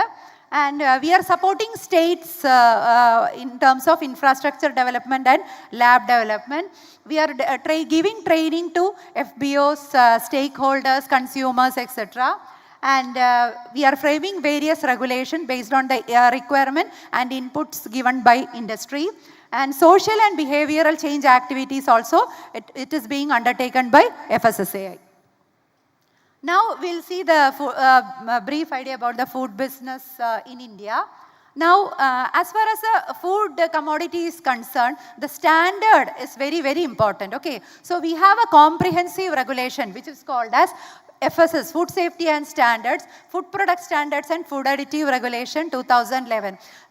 Just let me tell you, the regulation that we are discussing, each and everything is a very long thing. We can take one full session for that. I am just trying to give you a brief idea about the regulation. So this particular regulation speaks about the standards which are framed by FSSAI. Okay, so if you are manufacturing something, you have to, as far as standards are concerned, the FBO, the food business operator, should adhere to this particular regulation. So each and every regulation, the PDF document, updated version, everything is available on FSSA website. So based on the standards, we can classify the food items into 4 categories. Standardized food means, the first category is standardized food. Standardized food means which has got specific standards. For example, milk, paneer, jam, jelly, etc. So biscuit. So each and everything, it has got a specific standard. Okay, some chemical parameters are there, some physical parameters are there, some microbiology parameters are there. So the food products which have got specific standards, they are called as a standardized food. Okay. The second category is proprietary food. Proprietary food simply means that you are innovating a new product whose ingredients are standardized. Okay. But the product as such is not standardized. Those products are called as proprietary food. Okay. Proprietary food simply means that the ingredients are standardized, but the product as such is not standardized. The third one is a functional food, under which the nutraceutical, health supplement, all these things will come under functional food. The fourth one is the non-specified food. See, you all have expertise in various fields, right? So suppose you are planning to innovate a new product. Okay, definitely you can do. Okay, so if it is not coming in all these 3 categories, so it will be considered as a non-specified food. Suppose based on the data and the R&D work that about your innovative product, you can apply for a product approval at FSSAI. Product approval at FSSAI, and you can get your product approved. So there is a scientific team at FSSAI headquarters New Delhi. They will be verifying the data that is submitted by your company or by you, and they will give product approval, or either they will accept your application, or they will ask clarification, or they will reject the application based on the scientific data that you are giving. Okay, so these are the 4 main categories of food items. So as far as milk is concerned, if you see our website and if you click the said regulation, that is FSS Food Product Standards and Food Additive Regulation, you can see a compendium. Okay, under the compendium, chapter 2.1 speaks about the dairy products and analogs. So all the dairy products which has got standard, it will be available under this category. Okay, you can just refer. So this particular regulation has got appendix. See, nowadays we are using so many different types of additives, right? In order to increase the taste, the texture, the shelf life, etc. So many additives are being used, isn't it? So which are the permitted additives? It will be given under appendix A. Okay, so many food categorization table is there. So over there in the appendix A, you can see what are the permitted additives. Okay, so class wise, see for example, chapter 1.0, dairy products and analog excluding products of food category 2.0. So over here comprehensively, what are the different categories of dairy products and which are the additives permitted? It is clearly given under appendix A of the regulation. So these are the additives. Say for example, if you check the 1.1.2, dairy based drink flavored. So the regulation has listed so many approved additives and the limit also. So whenever you are manufacturing such a product, you can use such additive, but it should not exceed that limit. Okay, that is the condition. So that is about appendix A. And appendix B speaks about the microbiological parameters. Appendix B speaks about microbiological parameters. There are 2 categories basically, food safety criteria as well as process hygiene criteria. Okay, so many standards are given. So since time is short, I am just skipping that. You can refer the regulation if you want to read it in detail. Say for example, the first one is the food safe process hygiene criteria. You can see aerobic plate count is there, coliform count is there, Staphylococcus aureus, yeast and mold, E. coli. So the limits, the standards are given. Okay. So many different categories are also there. Different milk and milk products. Now table 2B speaks about the food safety criteria. So what are the parameters? Salmonella, Listeria, Bacillus cereus, sulfite-reducing Clostridia, Enterobacter. So these are the food safety, the microbiological parameters as far as food safety criteria is concerned. So it is available under Appendix B of this regulation. I am just skipping it. Now the second, after the standard, the second important regulation is the licensing, Food Safety and Standards, Licensing and Registration of Food Business Regulation 2011. So as we have already discussed, if you are planning to do any kind of food business, okay, it may be importer, exporter, manufacturer, hawker, whatever it may be, you should have a valid registration or license issued under FSS Act. Without that, you are not supposed to manufacture or sell your product in the market. So please remember the portal for that, www.foscos.fssa.gov.in. It is a completely online process. You don't have to go to office for any related work. You can sit at your office or home, you can apply and you can get you'll get the license and license or registration through this online portal itself. So please remember the portal www.foscos.fssa.gov.in. So some consultancy sites are also there. So please remember to log into the government site only. Okay. Now these are the various categories. Manufacturing is there, trader, exporter, importer, petty food business operator, storage, head office, registered office. So whatever be the food business that you may be doing, you should have a valid license or registration. Okay. Now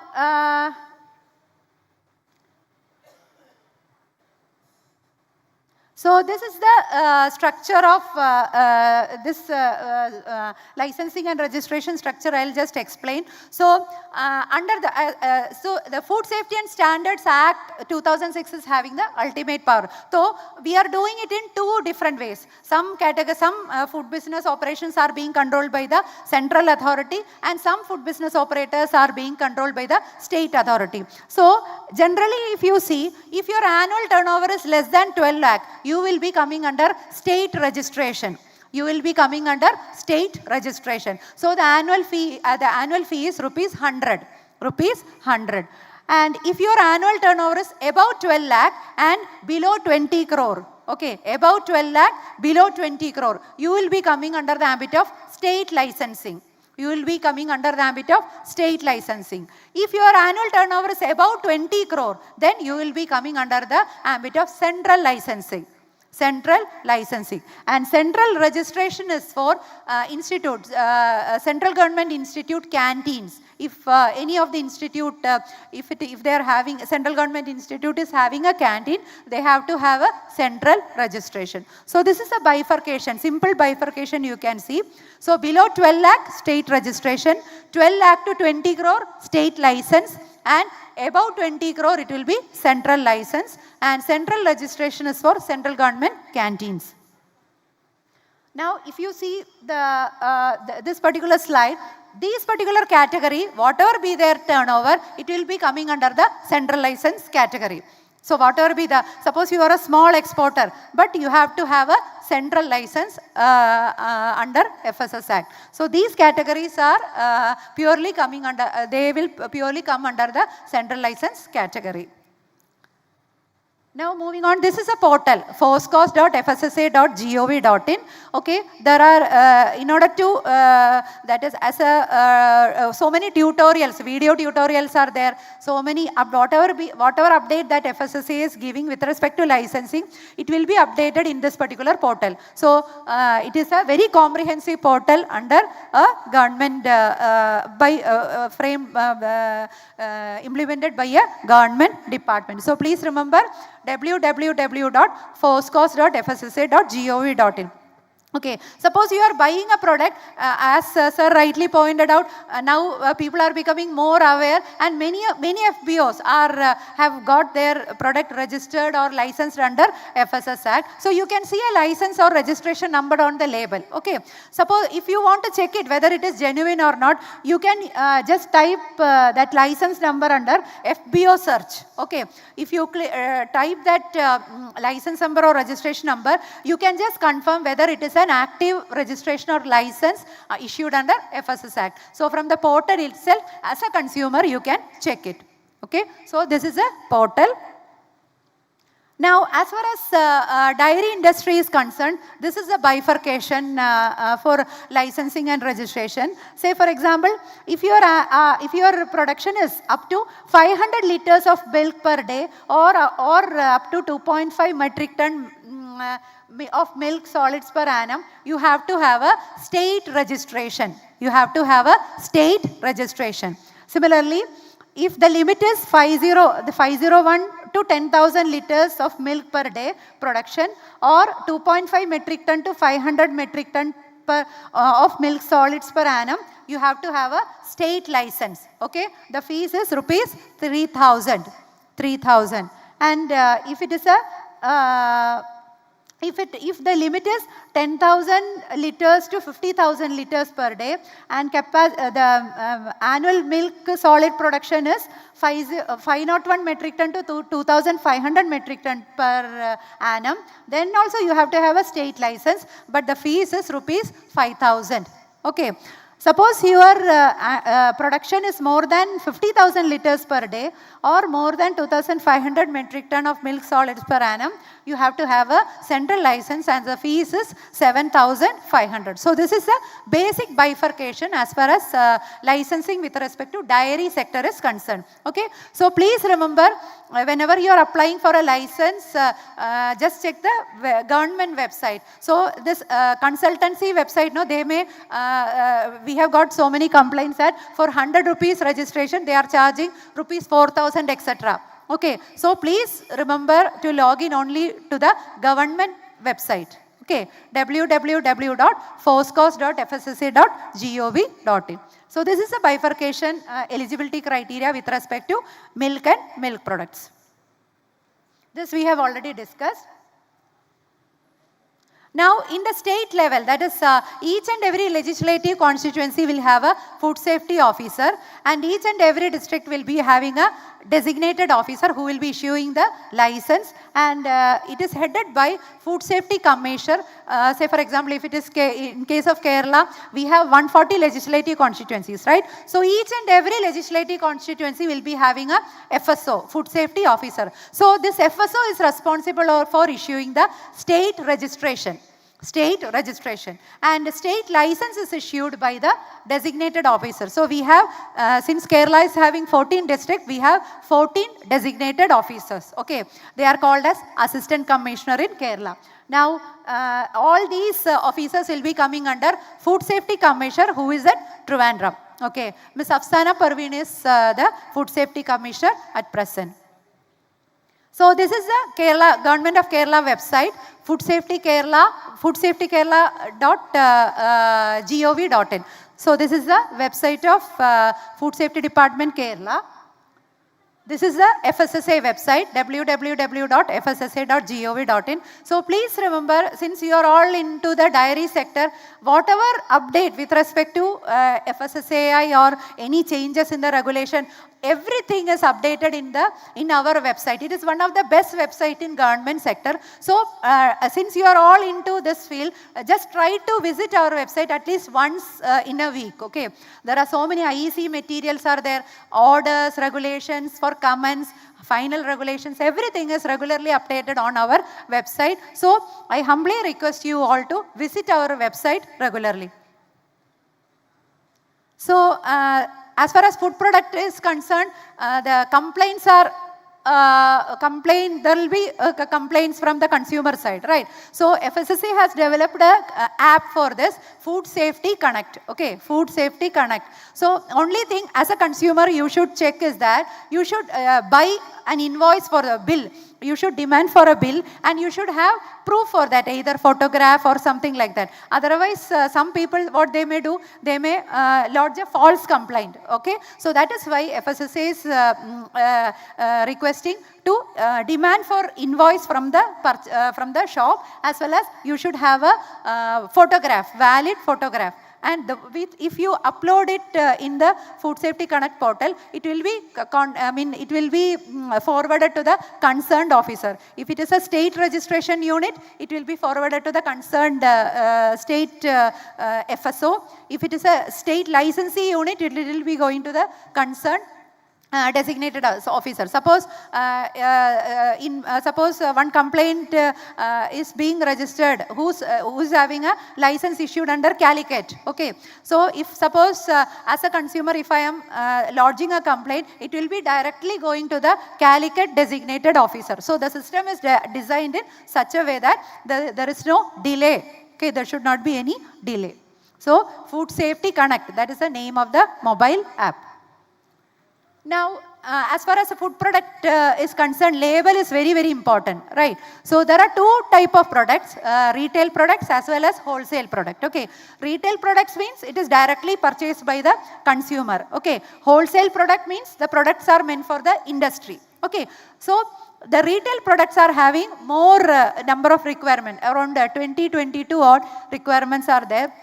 Okay, so as a consumer, whenever you are purchasing any food item, please read the label very carefully. Read the label carefully. So the label is having almost all the information as far as a food product is concerned. Okay, so we have to be, see, as a consumer, we have to be very vigilant, okay, in purchasing a food item. So you must have noted just 2-3 years back there was a change in the non-veg logo, right? So instead of circle, now you can see the triangle. Why there was a change in the non-veg logo? What is the reason? Anyone? Why there is a change in the logo? Anyone? Anyone? To help the color blind people. Okay, color blind people, they cannot detect color, they cannot identify the color. So if it is a veg also, non-veg also, they can see as they won't be able to identify. So that is why there was a label design change. So green circle means it is vegetarian, and red triangle, maroonish triangle means it is non-vegetarian. So in order to support color blind people, FSSA has changed the logo from circle to triangle.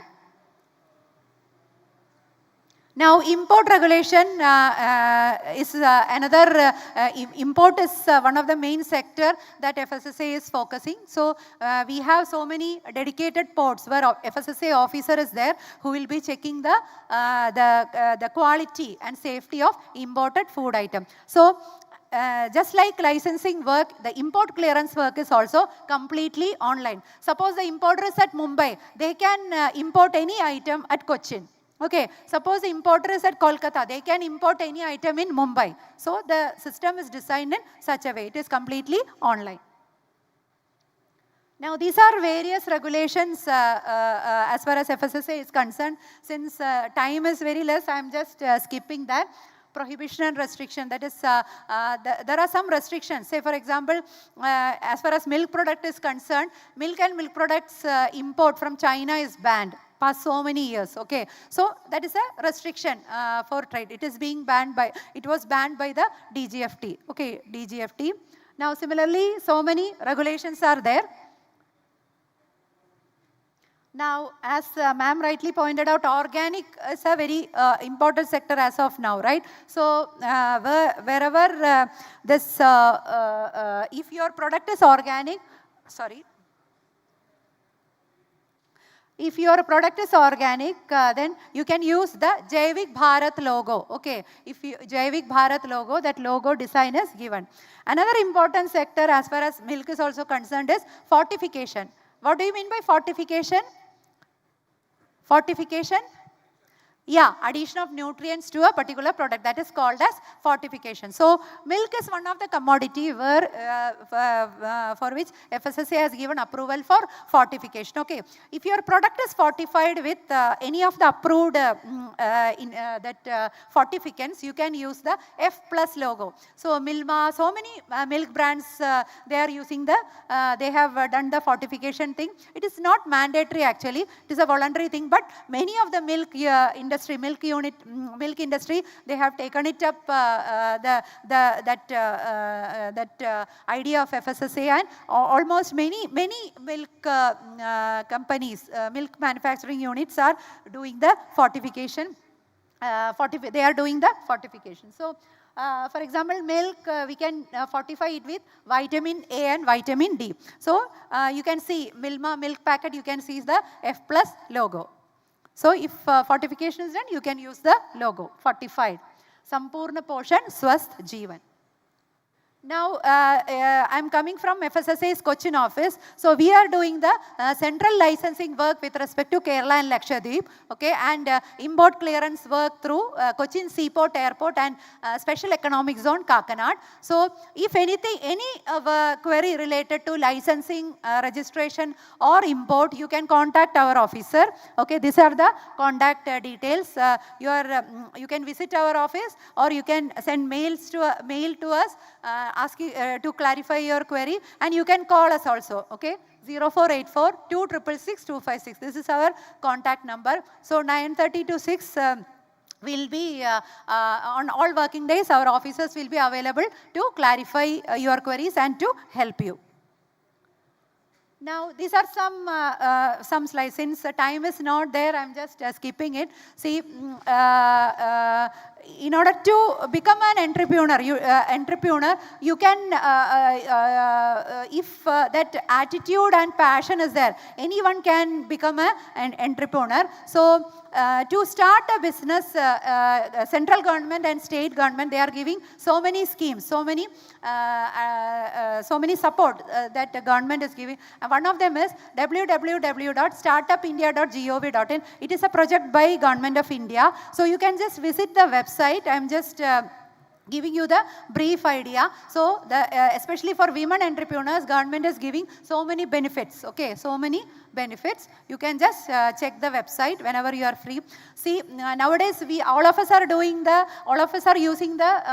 smartphones, right? So, with the smartphones, you can get all the information in your hand. So, if you are planning to start a business, or if you are a ongoing food business operator, you can expand your firm also using these schemes basically. Now, these are the various schemes of... Madam, you just wind up now. Okay, okay. These are the various schemes by different ministries of Government of India. I am just skipping that. So many options are there, and banks are giving loans in a subsidized rate. So this is an effort from startupmission.kerala.gov.in, similar to central government scheme. State government is also doing a good activity based on this thing. So you can just visit the website, you can get the details. And Kudumbashree, as you all know, it's a community network in Kerala which is giving jobs to so many people. Okay, so this is also another community network effort by Government of Kerala. Now, this is an initiative by FSSAI, Eat Right India. So, nowadays, as you can feel, that our eating habits, etc., are getting changed rapidly, right? So, in order to educate all sectors of people, FSSAI has started the concept of Eat Right, okay? So, the thing is, eat safe, eat healthy, and eat sustainable. Now, this is an ideal plate which is designed by NIN. How should be our eating plate? So, this is a project. This is a thing designed by National Institute of Nutrition, Hyderabad.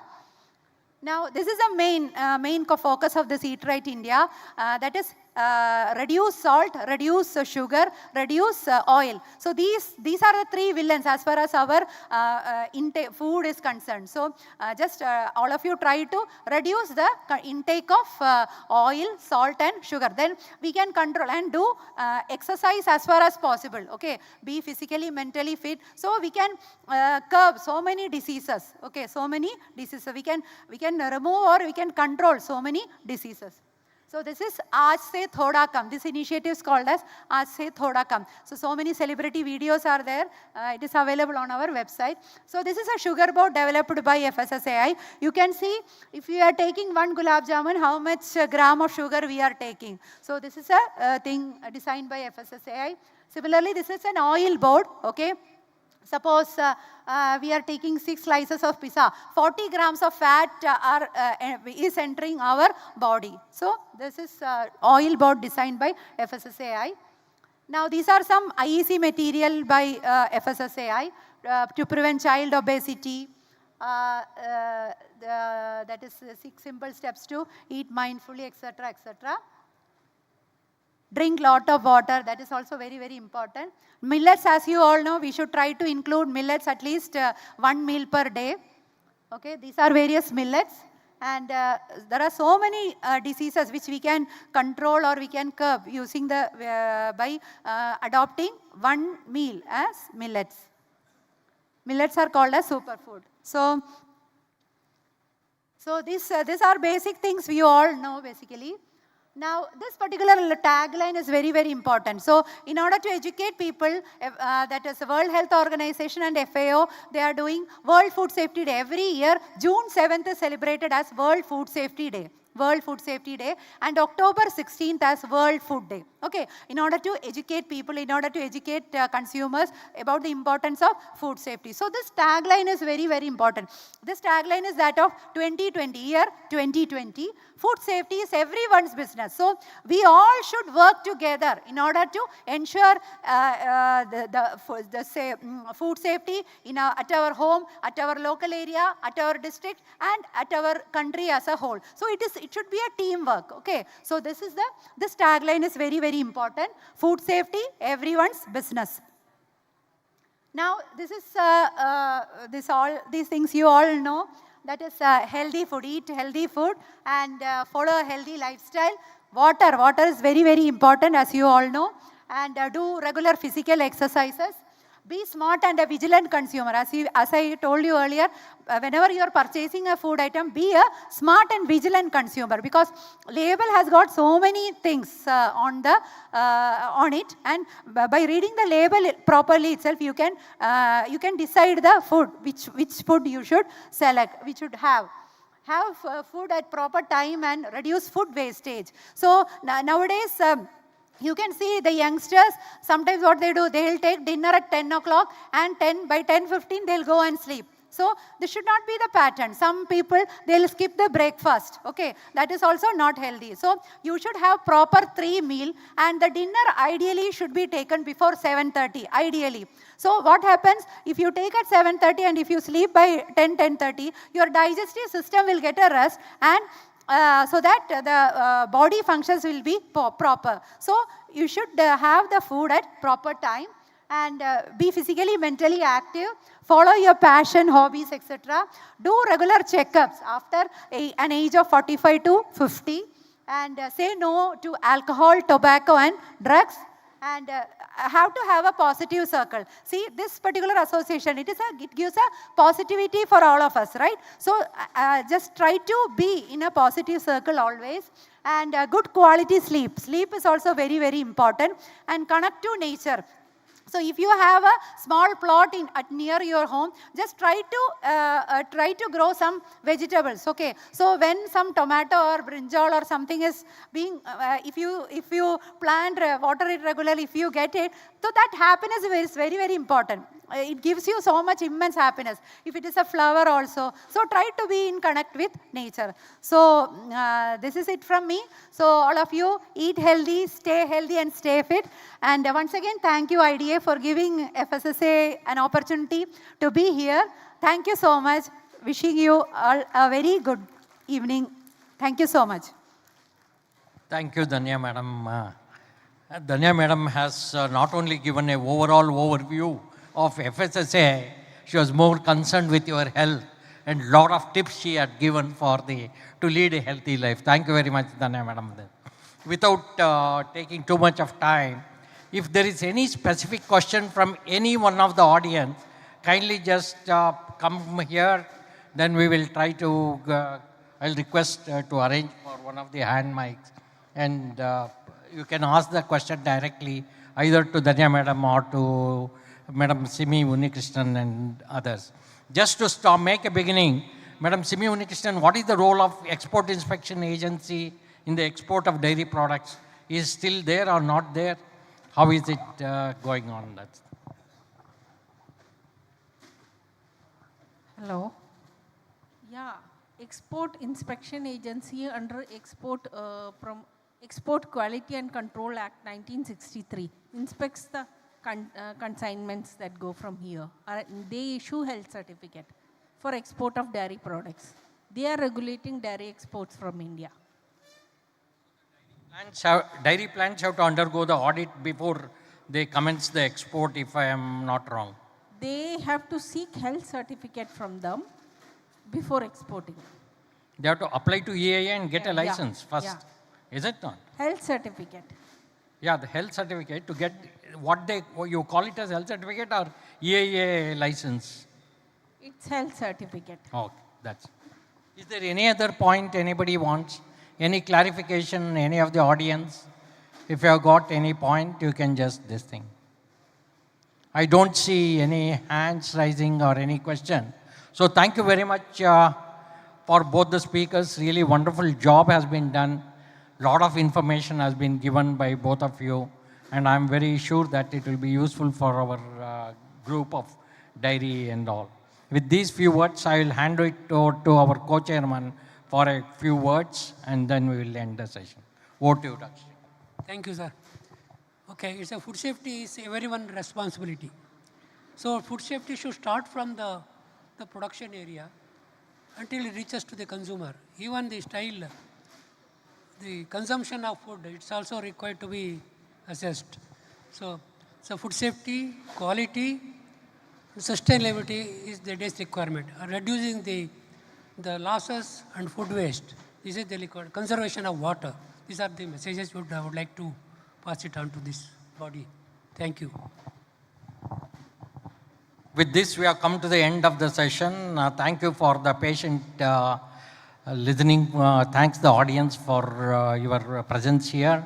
And I also thank Smita Madam for coordinating exceedingly well. Since morning, she is behind me, asking that how best it can be. That shows her enthusiasm with which she was organizing this whole program. So thank you to all of you, and thank you to Co-Chairman and Smita. Thank you, and with this we'll end this session. This session is adjourned and over to the organizers. Thank you, sir. As part of Sdfc 2026, Organizing Committee wishes to honor the speakers and the dignitaries of the session. I request the chairman, co-chairman, rapporteur, and speakers to join to the front of the dais for the honoring.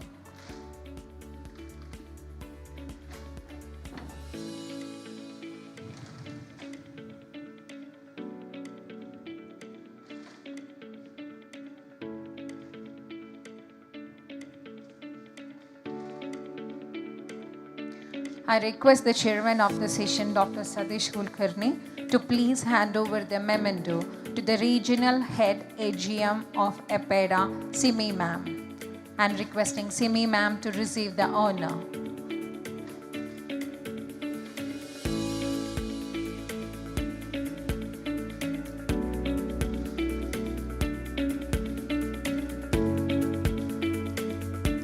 Requesting chairman, co-chairman, to honor the second speaker of the session, Deputy Director of FSSAI, Cochin, Ms. Danya R.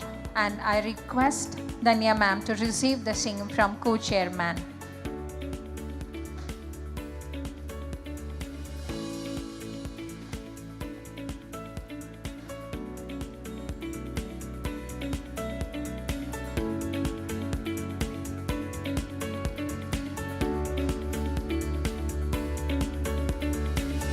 Now I request the Chairman Sadish Sir to please honor the co-chair of the session, H.J. Shankaralinga Gowda, and requesting Gowda Sir to receive the honor.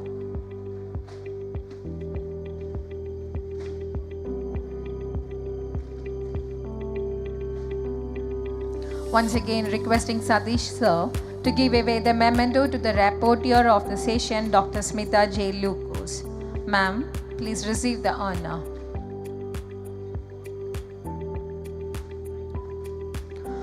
Now I invite Dr. P.I. Givargi Sir to honor the Chairman Sadish Sir. Sir, please join to the dais to give away the honor.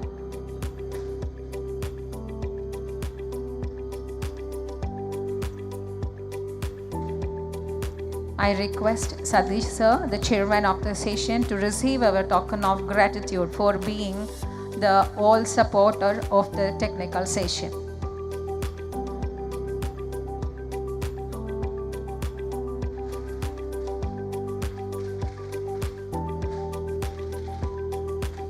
Speakers, Chairman, Co-Chairman, all may pose for a photo.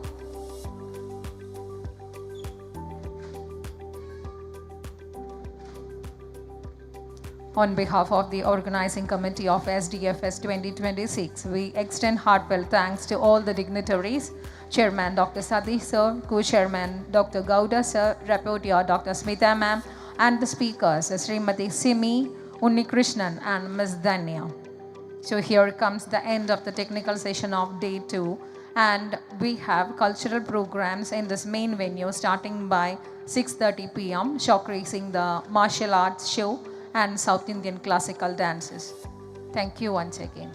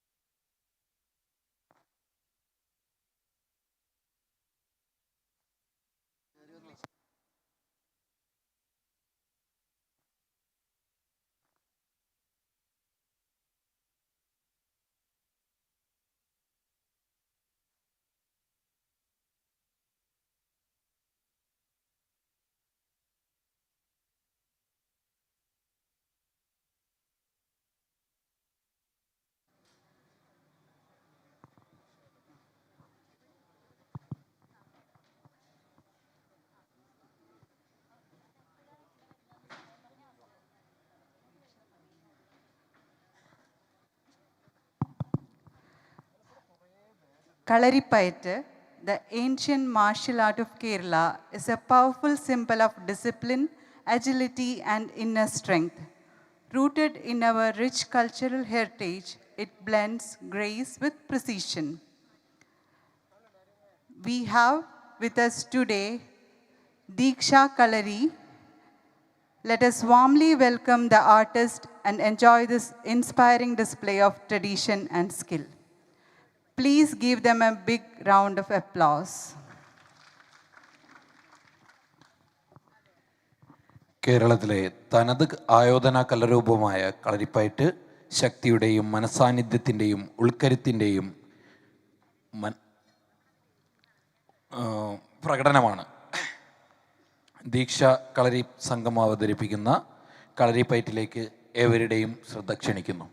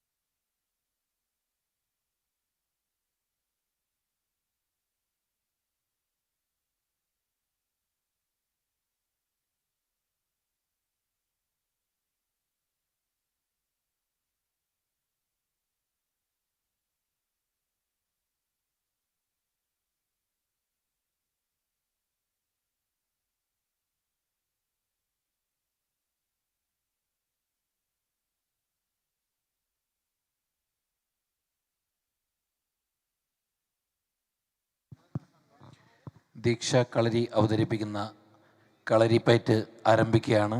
ഏവരും ഹാളിലേക്ക് കടന്നിരിക്കണമെന്ന് വിനീതമായി അപേക്ഷിക്കുന്നു.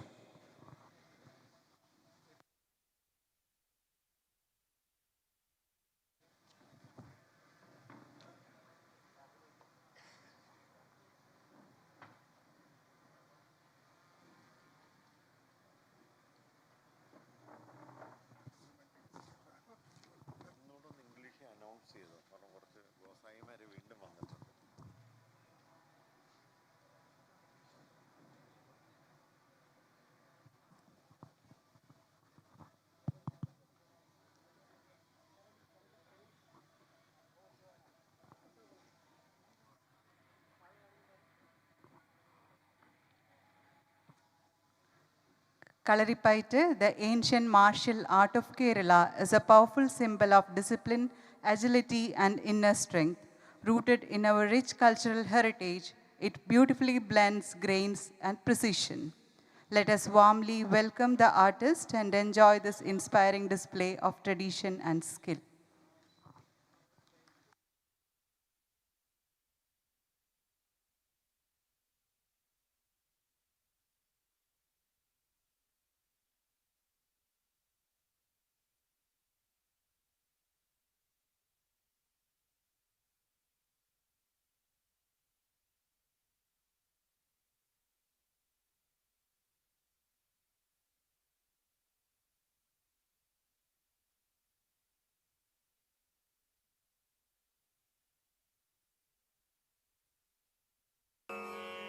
Kalarippayattu.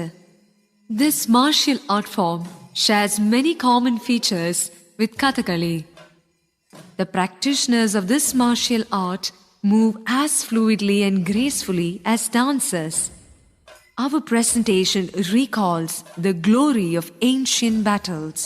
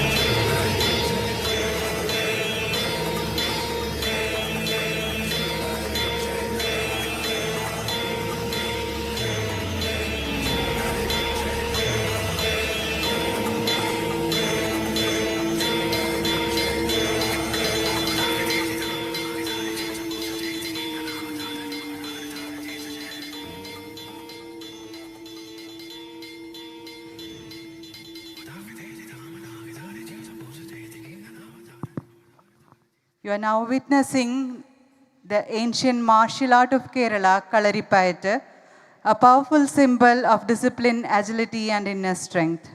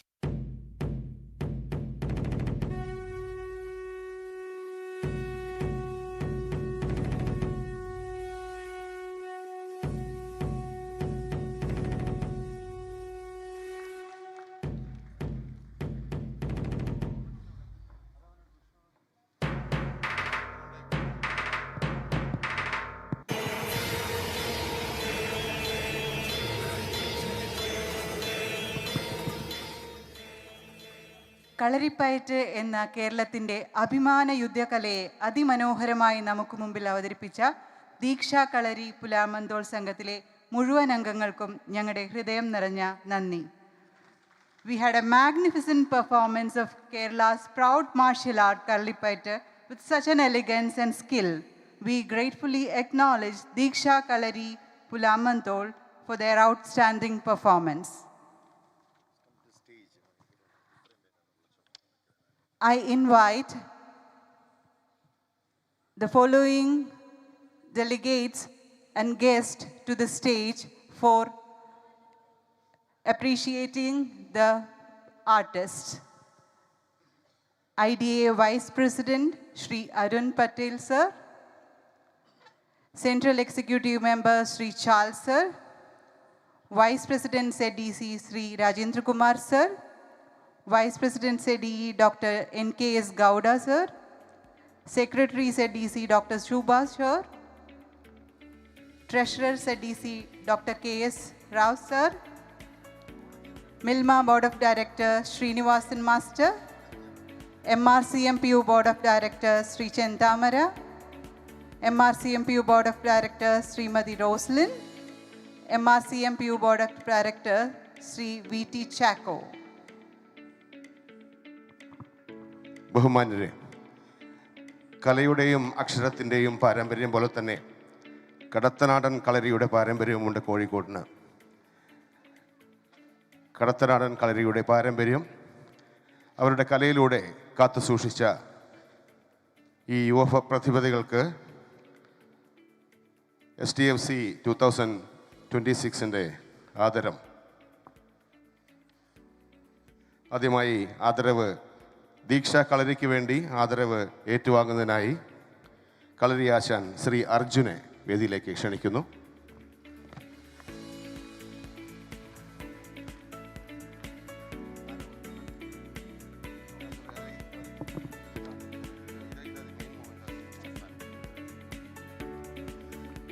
ആദരവ് നൽകുന്നത് doctor Subhash.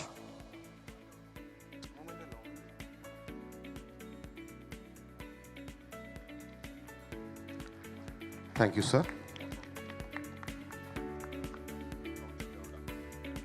അടുത്തായി ആദരവ് നൽകുന്നത് doctor Gowda. Ananya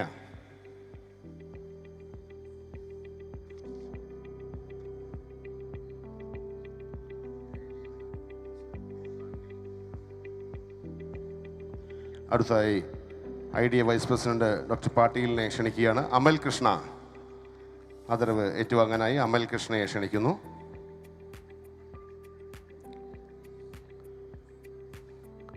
IDAയുടെ central committee executive അംഗം ഡോക്ടർ ചാൾസിനെയാണ് അടുത്തതായി ആദരവ് നൽകാനായി ക്ഷണിക്കുന്നത്. ആദ്യയെ ക്ഷണിക്കുകയാണ്.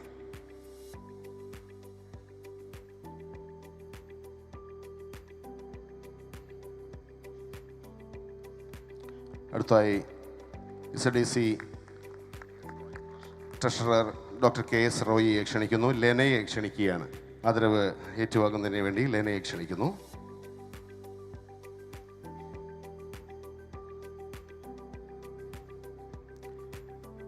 SDC വൈസ് പ്രസിഡൻ്റായിട്ടുള്ള ഡോക്ടർ രാജേന്ദ്രകുമാർ സാറിനെ ക്ഷണിക്കുന്നു.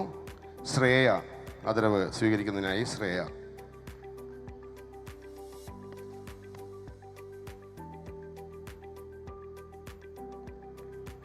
അടുത്തതായി MRCMV ഭരണസമിതി അംഗവും മിൽമ ഭരണസമിതി അംഗവുമായിട്ടുള്ള ശ്രീനിവാസൻ മാഷെ ക്ഷണിക്കുകയാണ്. അതുല്യ ബാലകൃഷ്ണൻ.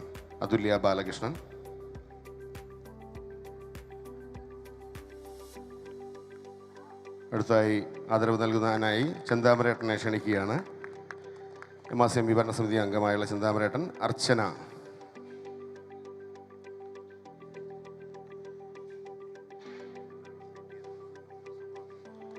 MRCMV ഭരണസമിതി അംഗമായിട്ടുള്ള ശ്രീ ചാക്കോ അവരെ ക്ഷണിക്കുകയാണ്. അതുല്യയ്ക്ക് അനുമോദനം കൈമാറാനായി ശ്രീ ചാക്കോ. MRCMVയുടെ ഭരണസമിതി അംഗമായിട്ടുള്ള റോസ്ലി തോമസിനെ ക്ഷണിക്കുകയാണ്. മനു കൃഷ്ണൻ ആദരവ് ഏറ്റുവാങ്ങുന്നതിനായി മനു കൃഷ്ണനെ ക്ഷണിക്കുന്നു.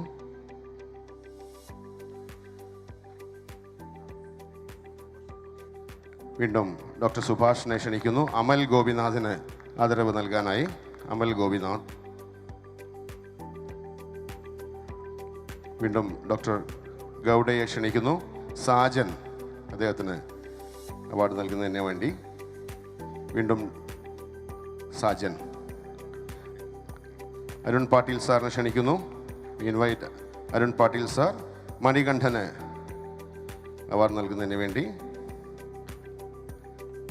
അജിത്തിന് അവാർഡ് നൽകാനായി ചാൾ സാറിനെ വീണ്ടും ക്ഷണിക്കുകയാണ്. ചാൾ സാറിനെ ക്ഷണിക്കുന്നു. ഡോക്ടർ KS റോയിയെ ക്ഷണിക്കുന്നു. രാശിക്ക് അവാർഡ് നൽകുന്നതിന് വേണ്ടി.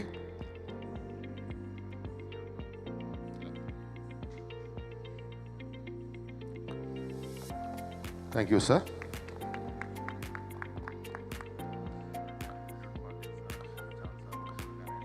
അടുത്തതായി ദീക്ഷ കളരിക്ക് വേണ്ടി ദീക്ഷ കളരിയെ ഒന്നാകെ ആശംസിക്കുന്നതിനും അനുഗ്രഹിക്കുന്നതിനും വേണ്ടി ഒരു ഉപഹാരം കൈമാറാനായി ഡോക്ടർ അരുൺ പാട്ടീൽ സാറും ചാൾ സാറും ചേർന്ന് കളരി ആശാൻ എല്ലാ കുട്ടികളും വേദിയിലേക്ക് വരണമെന്ന് അഭ്യർത്ഥിക്കുകയാണ്. ഒരു ഗ്രൂപ്പ് ഫോട്ടോയ്ക്കായി പ്ലീസ്. കളരി ആശാൻ ശ്രീ അർജുന നേതൃത്വത്തിലുള്ള സംഘമാണ്, ദീക്ഷ കളരി സംഘമാണ് ഇതുവരെ പരിപാടികൾ അവതരിപ്പിച്ചത്. ദയവായി വരൂ പ്ലീസ്.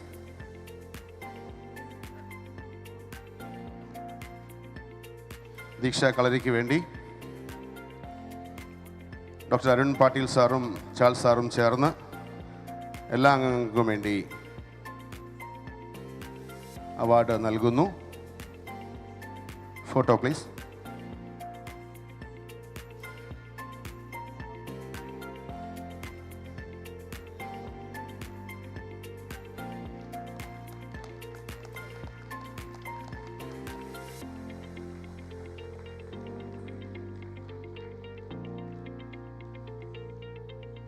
നന്ദി sir. Thank U.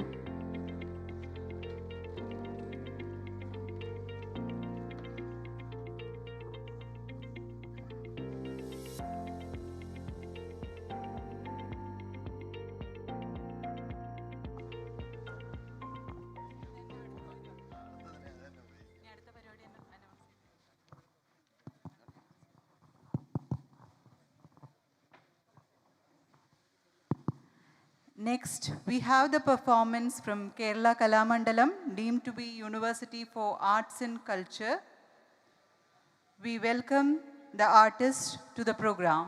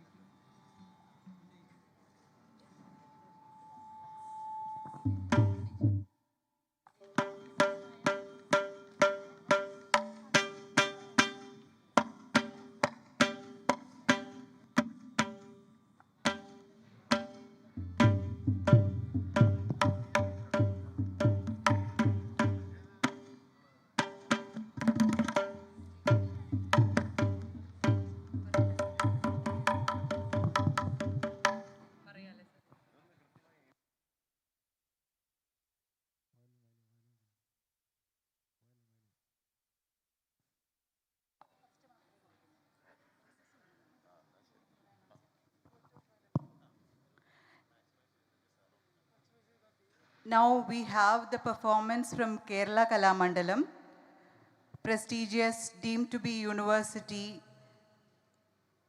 of Arts and Culture, founded by poet Vallathol Narayana Menon in 1930 to revive and preserve Kerala's traditional performing arts like Kathakali, Mohiniyattam and Kudiyattam, offering immense training in classical dance, theatre, music and percussion.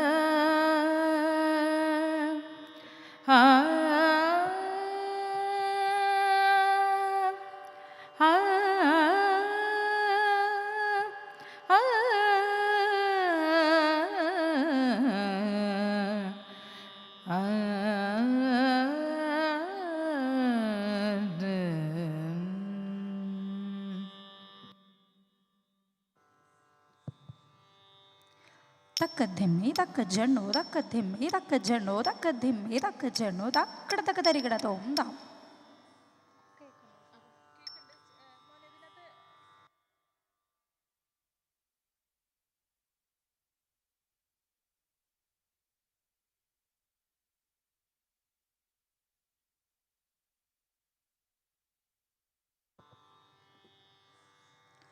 Takadhimmi, takajanu, takadhimmi, takajanu, takadhimmi, takajanu, takadakadarigadadom dam.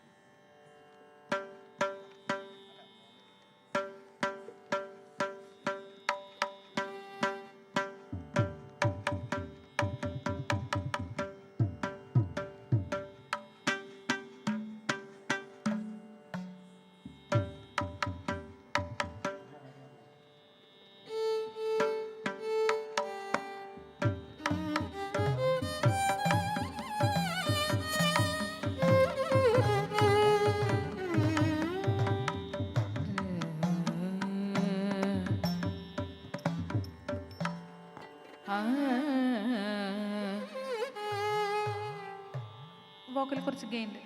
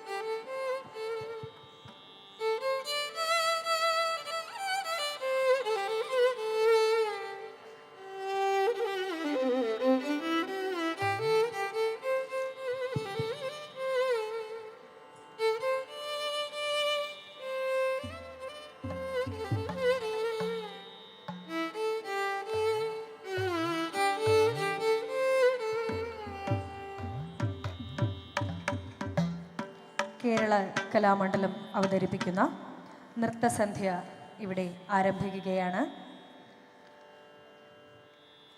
ശാസ്ത്രീയമായ നൃത്ത ഇനങ്ങൾക്കു ശേഷം കഥകളി, മോഹിനിയാട്ടം, കൂടിയാട്ടം, ഓട്ടൻതുള്ളൽ, കുച്ചിപ്പുടി, ഭരതനാട്യം എന്നീ കലാരൂപങ്ങൾ സമന്വയിപ്പിച്ചുകൊണ്ടുള്ള നൃത്ത സമന്വയവും ഇന്ന് ഈ പരിപാടിയിൽ അവതരിപ്പിക്കുന്നു.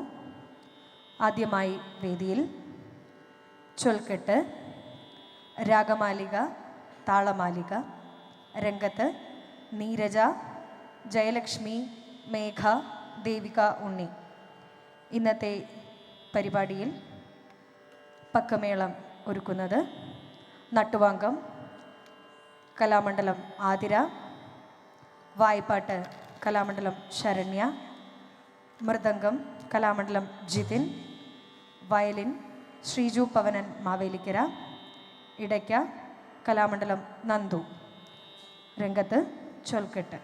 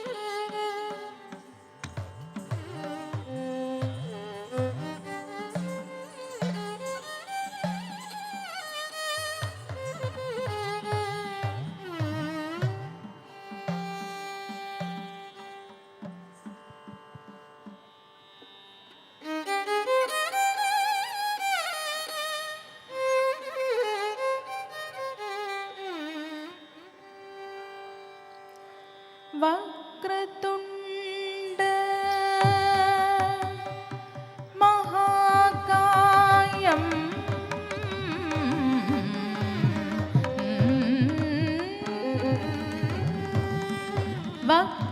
വക്രതുണ്ട മഹാകായം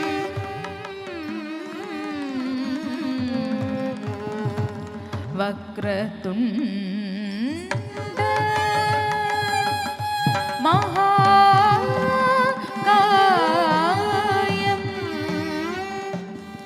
കോടി സൂര്യ സമപ്രഭ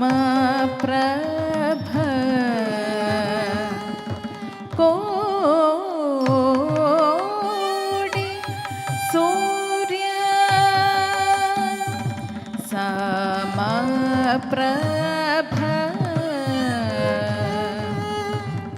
निर्विघ्नं कुरु मे देव निर्विघ्नं कुरु मे देव शुभकार्येषु सर्वदा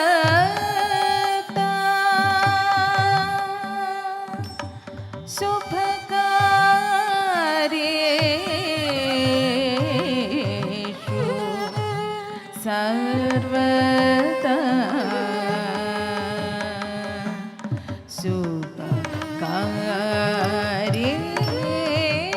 शुभकार्येषु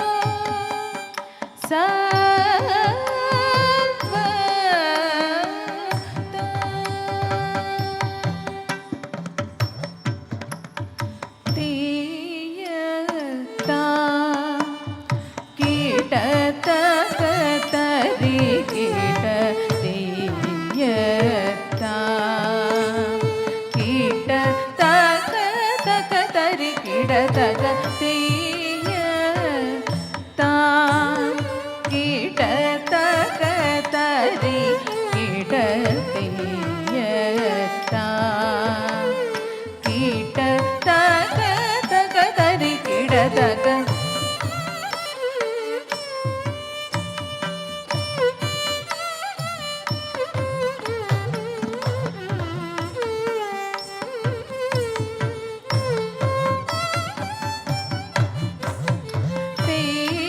तीयता कीटतकतरि कीट तीयता कीटतकतकतरि कीटतक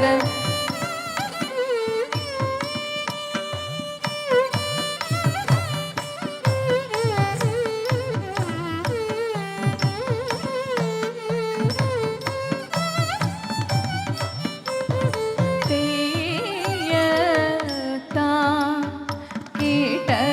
कीटतकतरि कीट तीयता कीटतकतकतरि कीटतक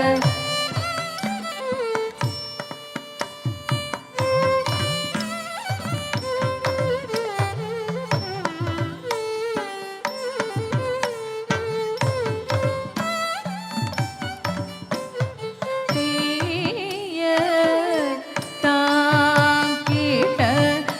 कीटतकतरि कीट तीयता कीटतकतकतरि कीटतक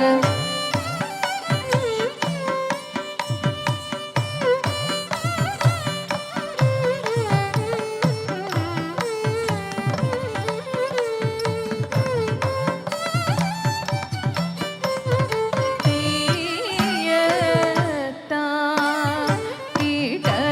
कीटतकतरि कीट तीयता कीटतकतकतरि कीटतक तीयता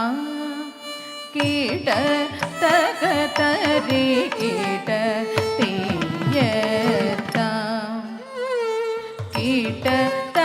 कीटतकतकतरि कीटतक तीयता कीटतकतरि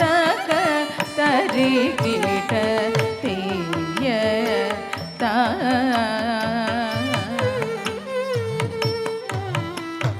जुम तरुम त जुम तरुम तदीत्ला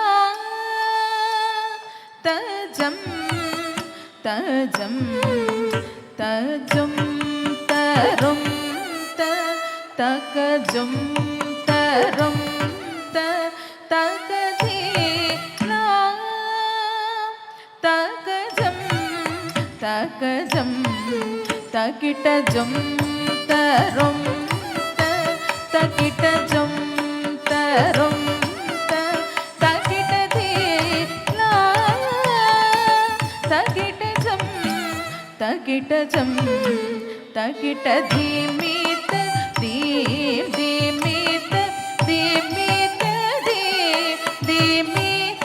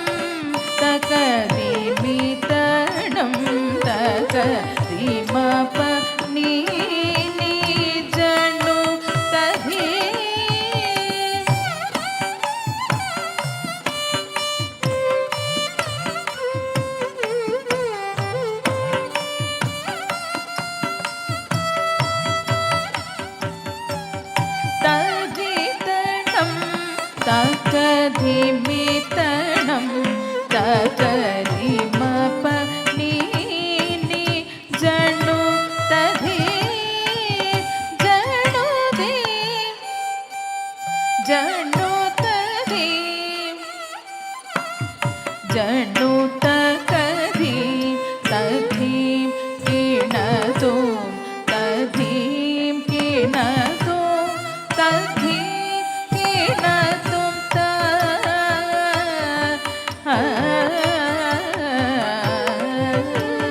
വെള്ള പളുങ്കു നിറമൂത്ത വിദഗ്ധ രൂപി കള്ളം കളഞ്ഞു കമലത്തിലേഴും ശക്തി വെള്ളത്തിലെ തിരകൾ തള്ളി വരും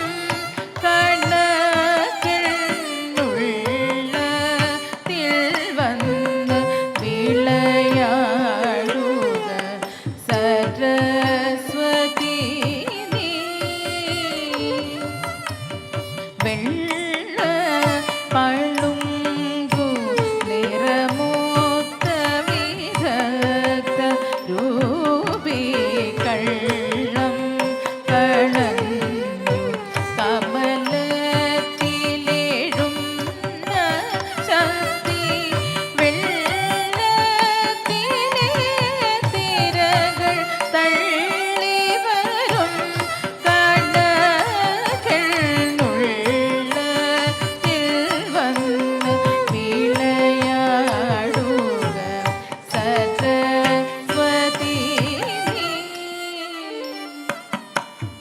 താം താം തകതിമി ധീം ധീം തകതിമി തോം തോം തകതിമി താം തധീം തതോം തണം തതാം താം ധീം ധീം തോം തോം താം തധീം തതോം തണം തതാം താം തകതിമി ധീം ധീം തകതിമി തോം തോം തകതിമി താം തധീം തതോം തണം തതാം താം തകതിമി ധീം ധീം തകതിമി തോം തോം തകതിമി താം തധീം തതോം തണം തതാം താം തധീ കിണതും ധീം ധീം തധീ കിണതും തോം തോം തധീ കിണതും താ തകിട ധീ തകിട താം ധീം ധീം തോം തോം താ തകിട ധീം തകിട ഗമധനി തധീ കിണതും ഗമധനി തധീ കിണതും ഗമധനി തധീ കിണതേയതാം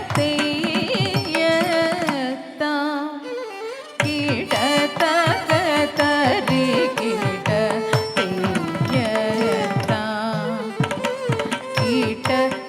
കിടതകതകതരി കിടതകതേയതാം കിടതകതരി കിടതേയതാം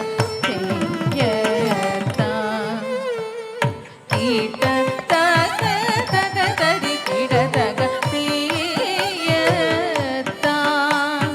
കിടതകതരി കിടതേയതാം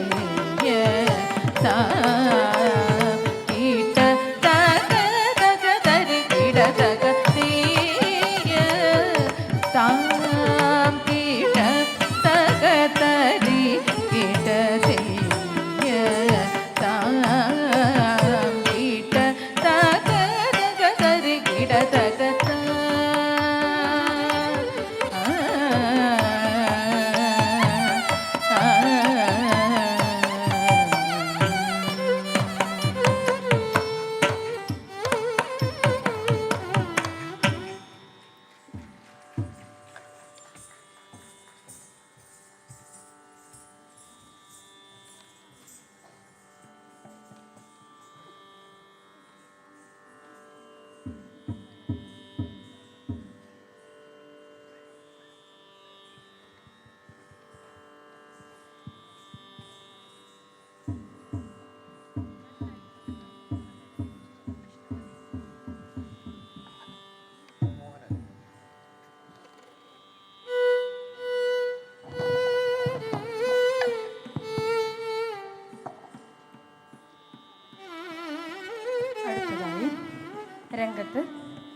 കുച്ചിപ്പുടി അഷ്ടപതി രാഗമാലിക ആദിതാളം.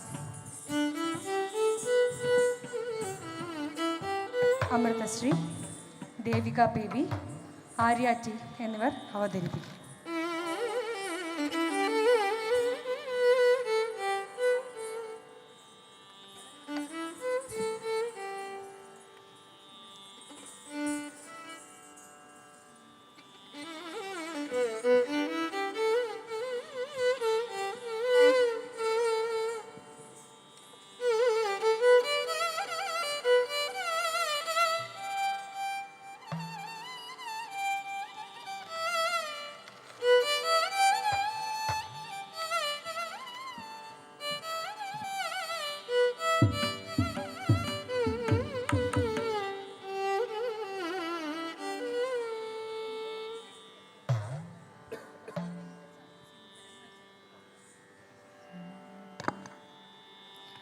സഞ്ചരതദര സുധാ മധുര ധ്വനി മുഖരിത മോഹന വംശം.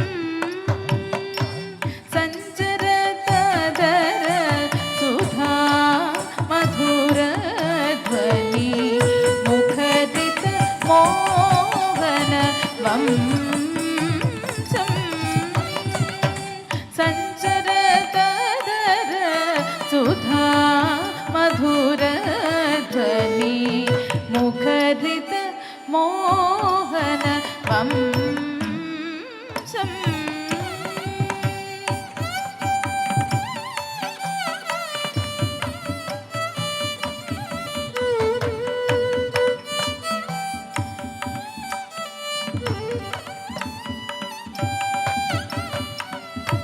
സഞ്ചരതദര സുധാ മധുര ധ്വനി മുഖരിത മോഹന വംശം.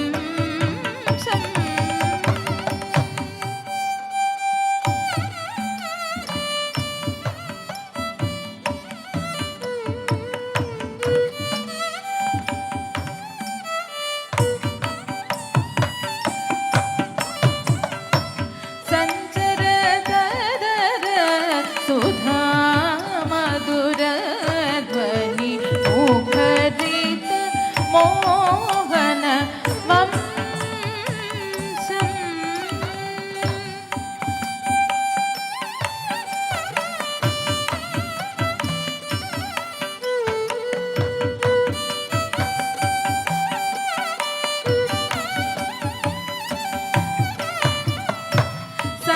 സഞ്ചരതദര സുധാ മധുര ധ്വനി മുഖരിത മോഹന വംശം.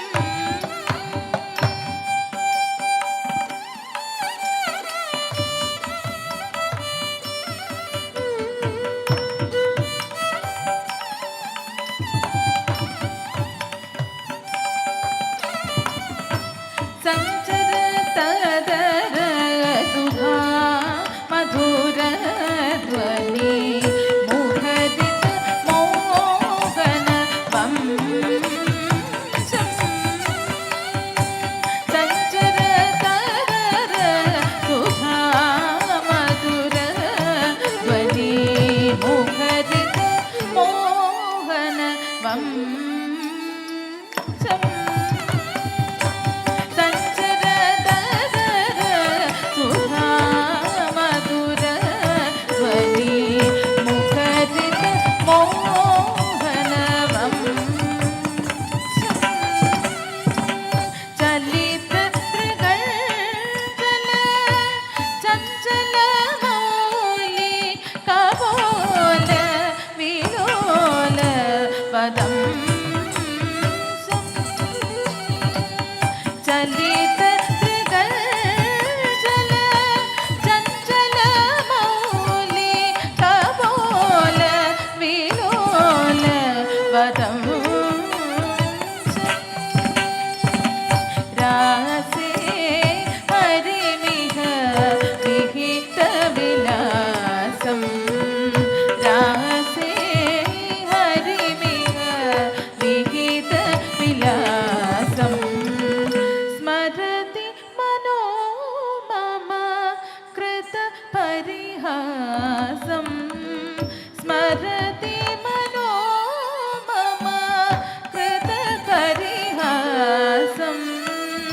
രാസേ ഹരിമിക വിഹിത വിലാസം രാസേ ഹരിമിക വിഹിത വിലാസം സ്മരതി മനോ മമ കൃത പരിഹാസം രാസേ ഹരിമിക വിഹിത വിലാസം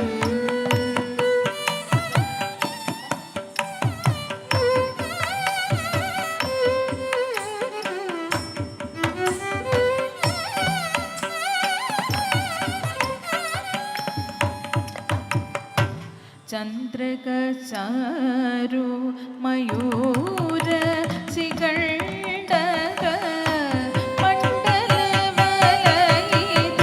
കേശം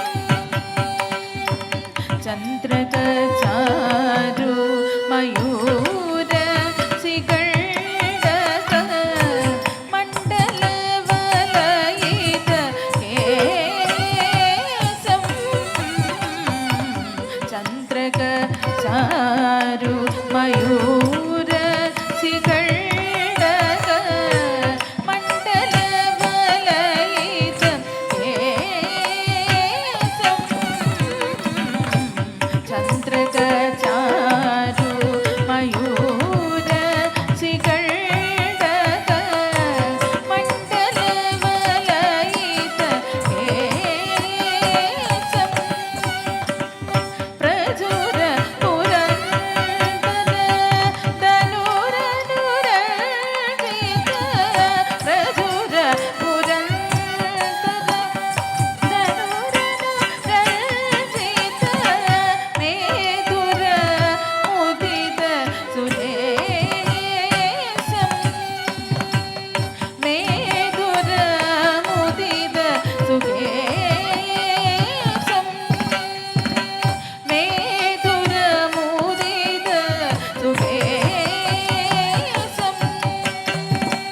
രാസേ ഹരിമിക വിഹിത വിലാസം രാസേ ഹരിമിക വിഹിത വിലാസം രാസേ ഹരിമിക വിഹിത വിലാസം രാസേ ഹരിമിക വിഹിത വിലാസം സ്മരതി മനോ മമ കൃത പരിഹാസം സ്മരതി മനോ മമ കൃത പരിഹാസം രാസേ ഹരിമിക വിഹിത വിലാസം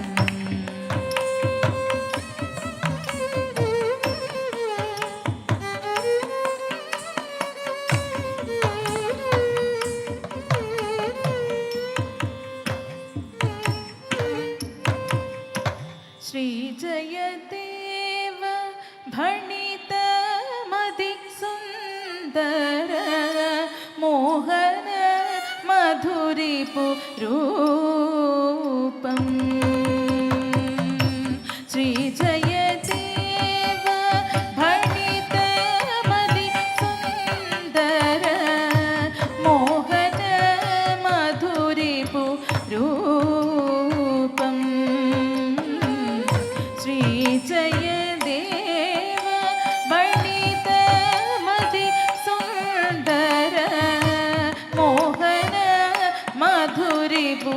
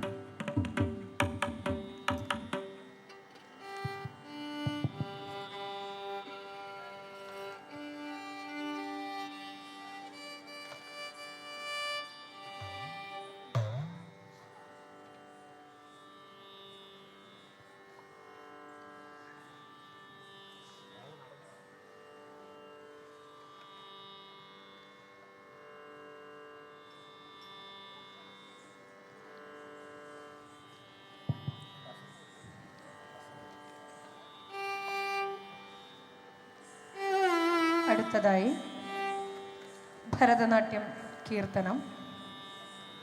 രാഗം വസന്ത, താളം അടതാളം. രംഗത്ത് സുമയ്യ, ഗഗന, അതുല്യ.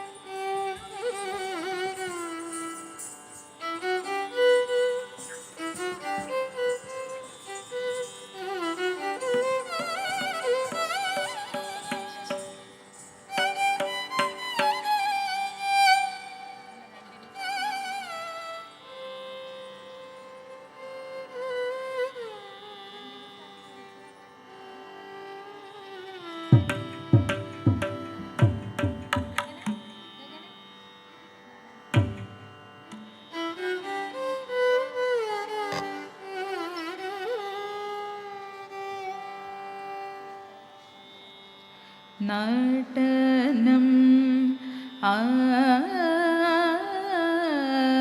ആടിനാർ വെകുനാഗരേകമാകവെ കനക സഭയിൽ നടനം നടനം ആടിനാർ വേദനാഗരേകമാകവെ കനക സഭയിൽ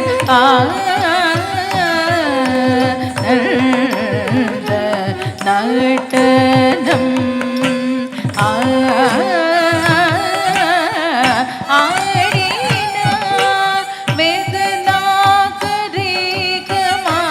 വേദനാഗരേകമാകവെ കനക സഭയിൽ നടനം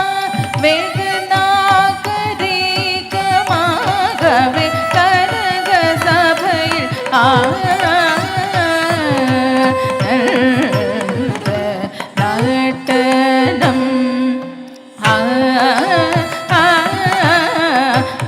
ആടിനാർ വേദനാഗരേകമാകവെ കനക സഭയിൽ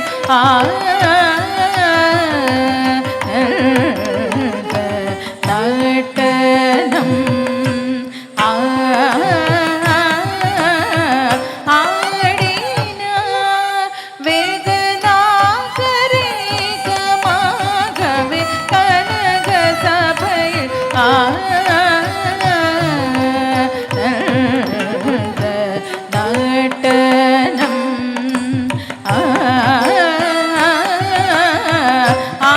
ആടിനാർ വേദനാഗരേകമാകവെ കനക സഭയിൽ നടനം ആടിനാർ വേദനാഗരേകമാകവെ കനക സഭയിൽ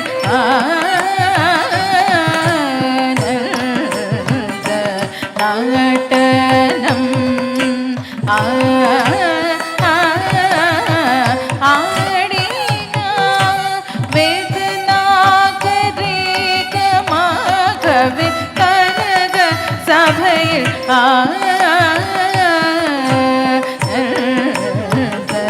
നടനം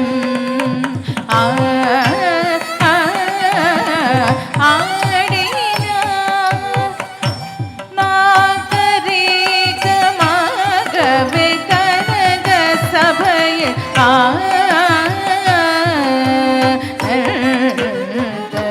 നടനം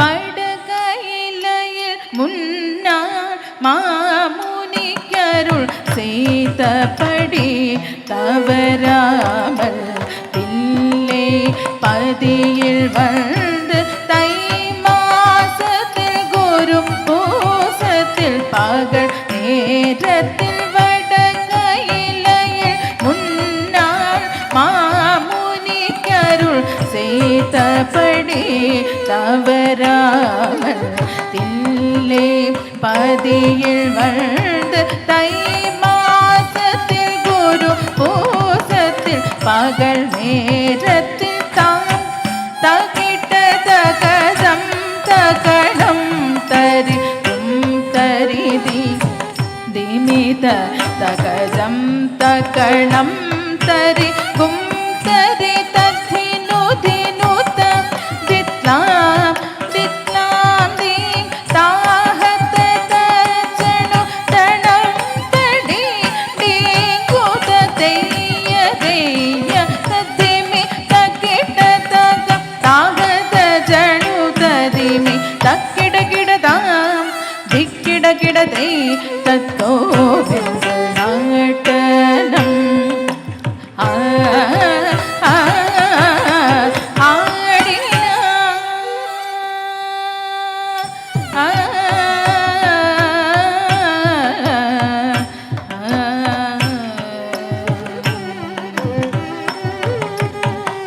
அஷ்டதிசையில் கிடுகிடுங்க சேடல் தலை நடுங்க அண்டமதிர கங்கை துளசிதர பொன்னாடவரும் கொண்டாட அஷ்டதிசையில் கிடுகிடுங்க சேடல் தலை நடுங்க அண்டமதிர கங்கை துளசிதர பொன்னாடவரும் கொண்டாட இஷ்டமுடனே கோபால கிருஷ்ணன் பாட ஜடையாட அரவு பதமாட அதில் பதமாட தோம் தோம் என்று பதவிகள் தள் தோம் என்று அஷ்ட திசையில் கிடு கிடுங்க சேட தலை நடுங்க அண்டமதிர கங்கை துளசிதர பொன்னாடவரும் கொண்டாட இஷ்டமுடனே கோபால கிருஷ்ணன் பாட ஜடையாட அதவு பதமாட அதில் பதமாட தோம் தோம் என்று பதவிகள் தள் தோம் என்று தாம் தக்கிட்ட தகஜம் தகணம் தரி தரிதி திமித தகஜம் தகணம் தரி தரி தத்தினு தினுத தித்லாம் தித்லாம் நீ தாஹத்த தஜனு தணம் தடி நீ குத தெய்ய தெய்ய தத்திமி தக்கிட்ட தக தாஹத்த ஜனு ததிமி தக்கிட கிடதாம் திக்கிட கிடதை தத்தோ நாட்டனம் ஆடினா வெகு நாகரீகமாகவே கனக சபை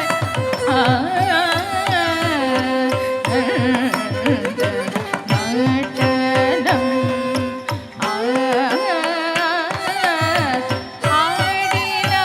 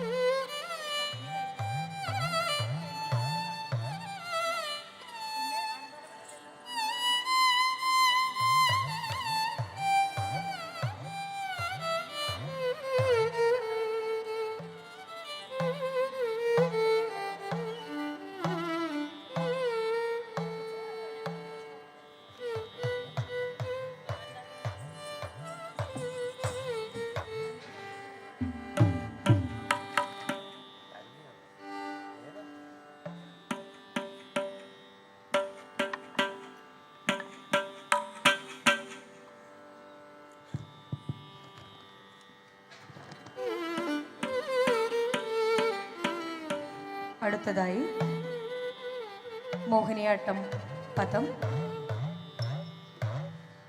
രാഗം ദ്വിജാവന്തി, താളം മിശ്രചാപ്പ്.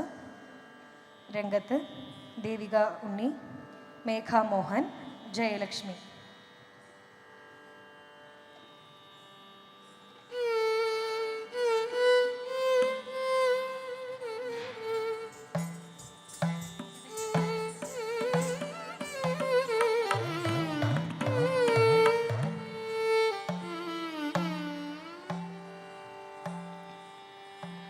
തരുണീ ഞാൻ എന്തു ചെയ്വോ ഹന്ത മാമക.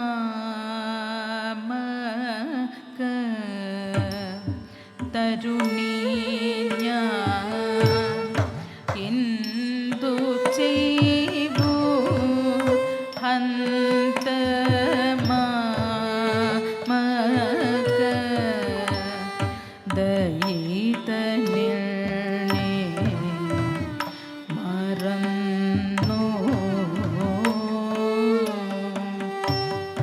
തരുണീ ഞാൻ എന്തു ചെയ്വോ ഹന്ത മാമക. ദയിതനേ മറന്നു. തരുണീ ഞാൻ എന്തു ചെയ്വോ ഹന്ത മാമക. ദയിതനേ മറന്നു. തരുണീ ഞാനെന്തു ചെയ്വോ ഹന്ത മാമക. ദയിതനേ മറന്നു.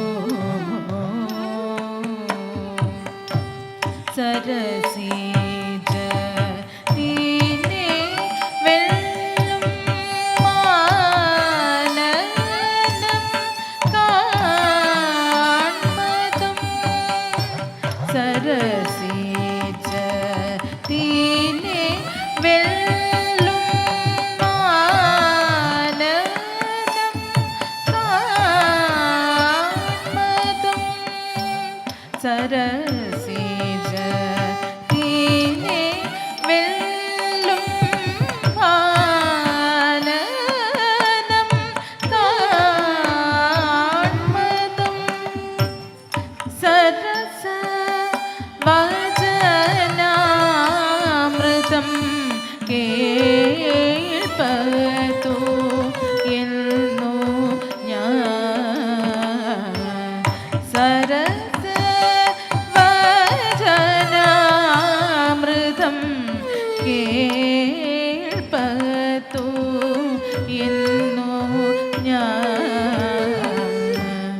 തരുണീ ഞാൻ എന്തു ചെയ്വോ ഹന്ത മാമക. ദയിതനേ മറന്നു.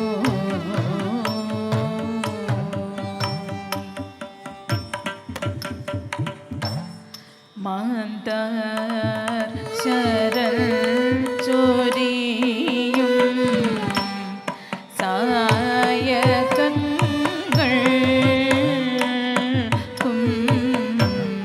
മാന്താർ ശരൽ ചൊരിയും സായകങ്ങൾക്കു.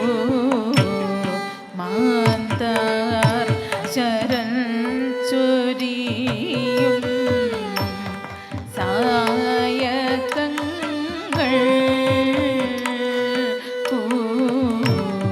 മാന്താർ ശരൽ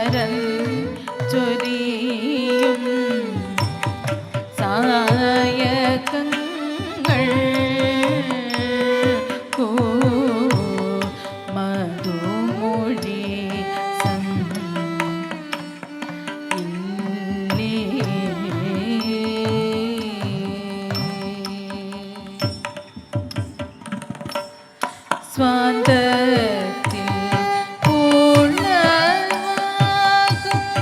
ഖേദമേ തായേ.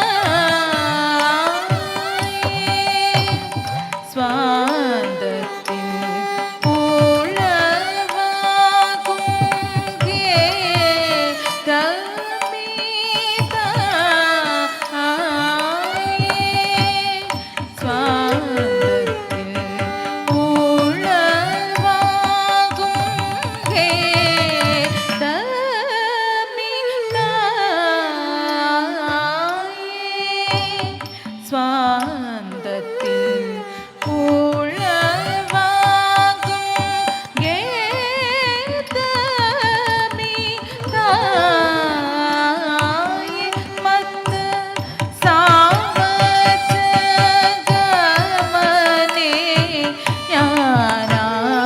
ഞാനാരോടു ചൊല്ലേണ്ടു.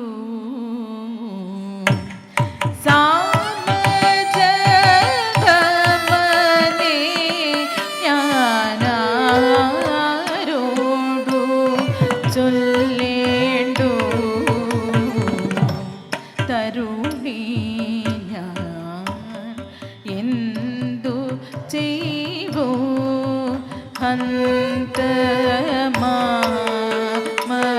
ഹന്തമാമകം ദയിതനിൽ മറന്നു.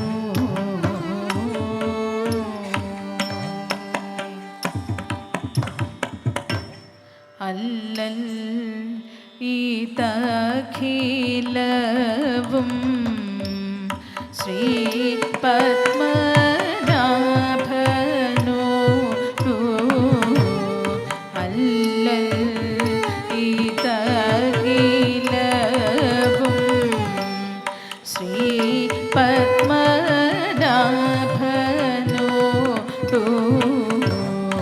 അല്ലൽ ഇതഖിലവും ശ്രീ പത്മനാഭനോടു.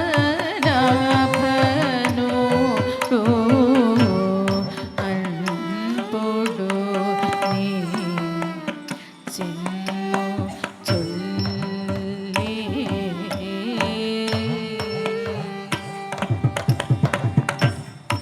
അല്ലീത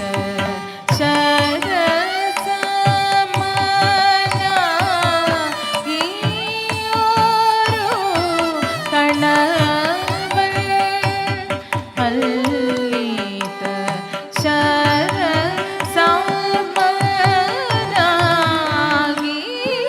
ശരസമനായിയോരു കണവൾ. അല്ലീത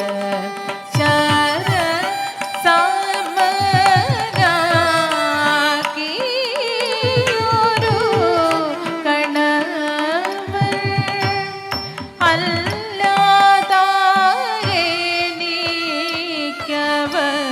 അല്ലാതായെനിക്കവലംബം കോകിലവാണി. അല്ലാതായെനിക്കവലംബം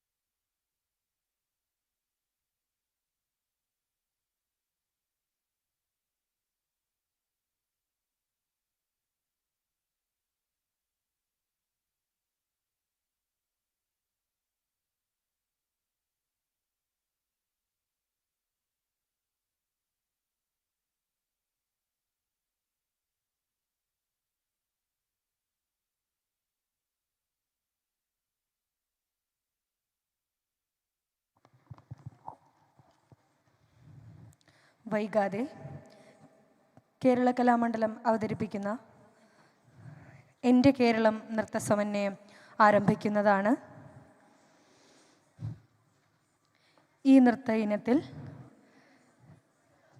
മോഹിനിയാട്ടം, ഭരതനാട്യം, കുച്ചിപ്പുടി, കഥകളി, കൂടിയാട്ടം, ഓട്ടൻതുള്ളൽ, കളരിപ്പയറ്റ് തുടങ്ങിയ വിവിധ കലാരൂപങ്ങൾ അവതരിപ്പിക്കപ്പെടുന്നു.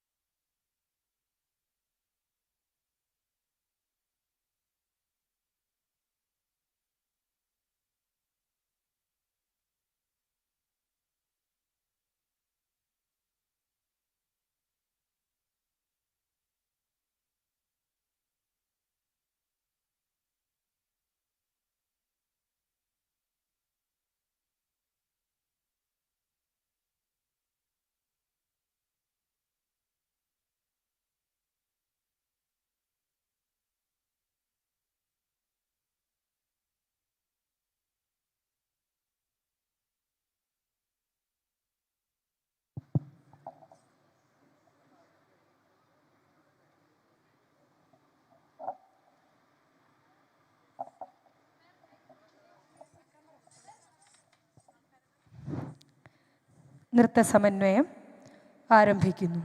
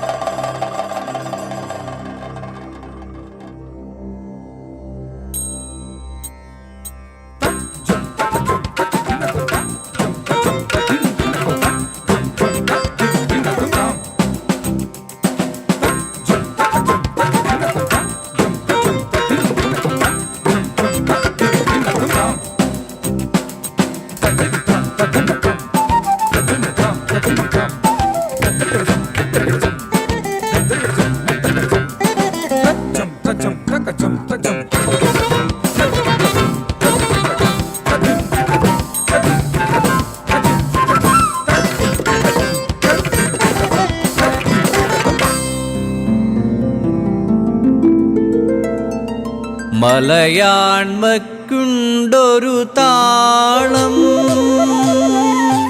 മലയാളത്തിനുണ്ടൊരു രാഗം, മധു ചൊരിയുന്നൊരു സംസ്കാരം, മലരണിയും മൃദുമോഹങ്ങൾ, അക്ഷരമണിയും കാവ്യങ്ങൾ, അർത്ഥതലങ്ങളുടെ ഔന്നത്യം, മാമ്പൂ പൊഴിയും നടവഴിയിൽ മാമ്പഴമുതിരും പൂന്തൊടിയിൽ നാലുകെട്ടിൻ അകവഴിയിൽ അച്ഛനുണർത്തിയ മന്ത്രങ്ങൾ, വിഷുക്കണിപ്പവനുതിരും പുലരികൾ, നന്മപ്പെരുന്നാൾ പൊൻപിറകൾ, ക്രിസ്മസ് കരോളിൻ ഈണങ്ങൾ, ഹൃദയക്കടലിൻ ആഴങ്ങൾ, സമത്വസുന്ദര കേരളം, ഇതു സമന്വയത്തിൻ കേരളം, സാഹോദര്യ പൊൻതീരം, എന്റെ കേരളം, സ്നേഹ കേരളം.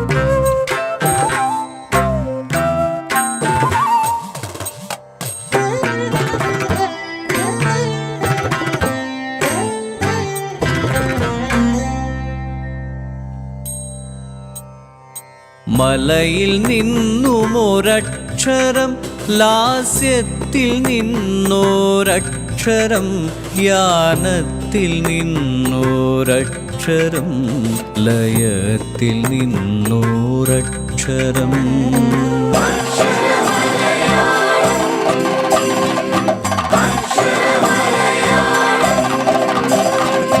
കഥകളായി കണ്ണീർ തൂം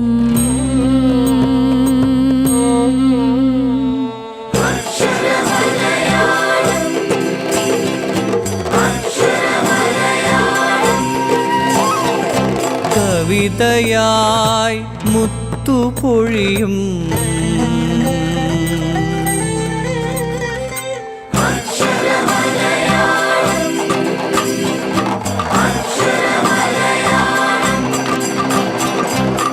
ഗാനത്തിൽ പ്രണയമാകും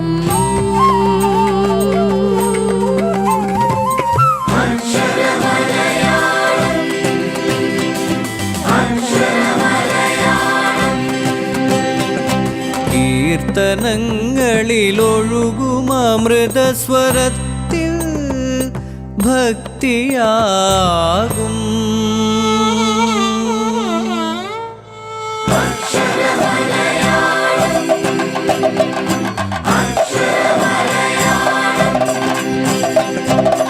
പദങ്ങളിലെ ശൃംഗാരലാവണ്യമാകും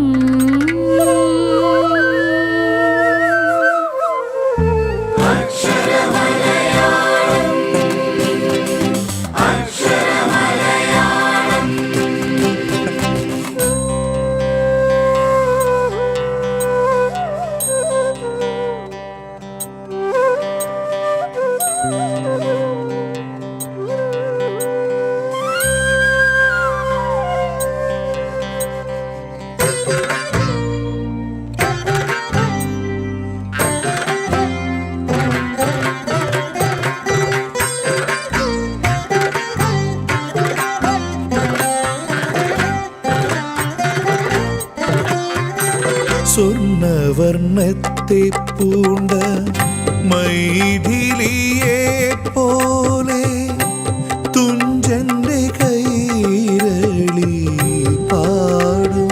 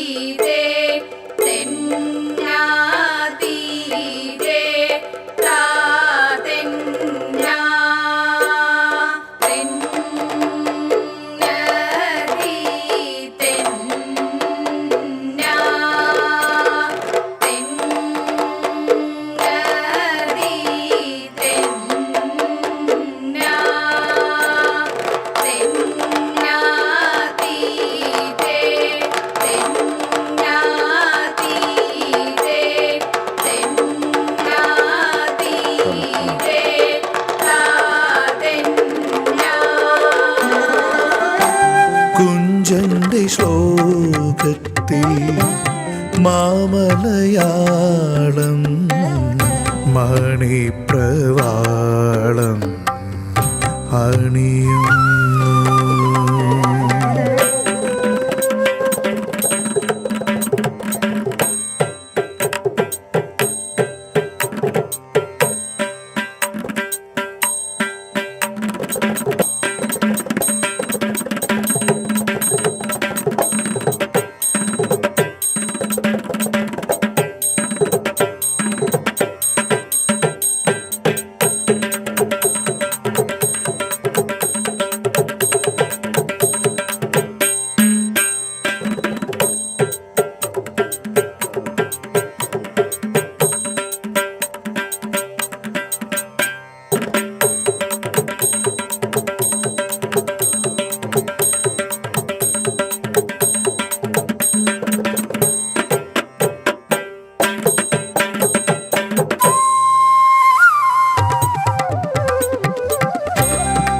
സ്വർണവർണ്ണത്തെ പൂണ്ട മൈഥിലിയെ പോലെ തുഞ്ചന്റെ കൈരളി പാടും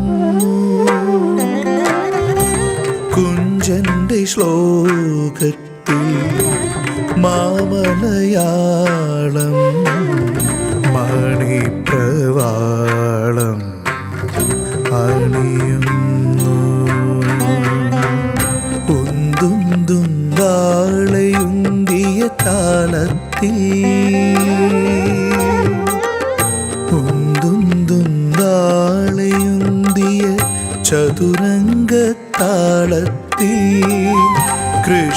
ഗാഥ പാടി ചെറുശേരി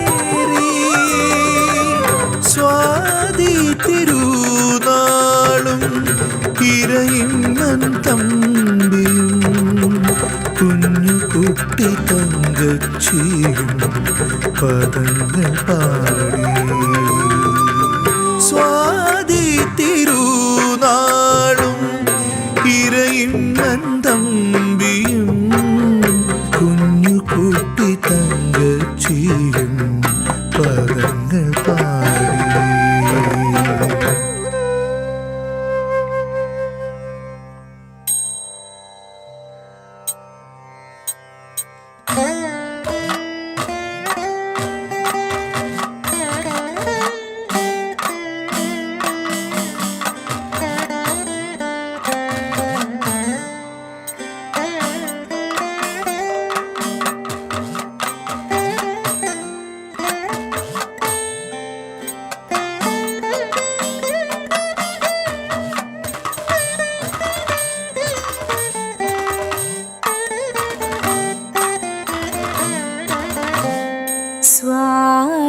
ഹൃദയം തൊട്ടു വിളിക്കും മോഹിനിയാട്ടം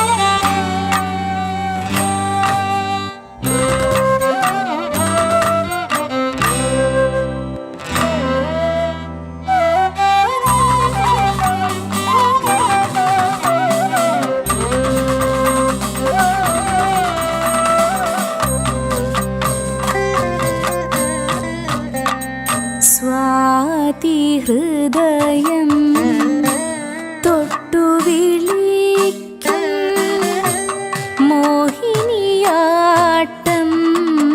കാണാൻ സ്വാതി ഹൃദയം തൊട്ടു വിളിക്കും മോഹിനിയാട്ടം കാണാൻ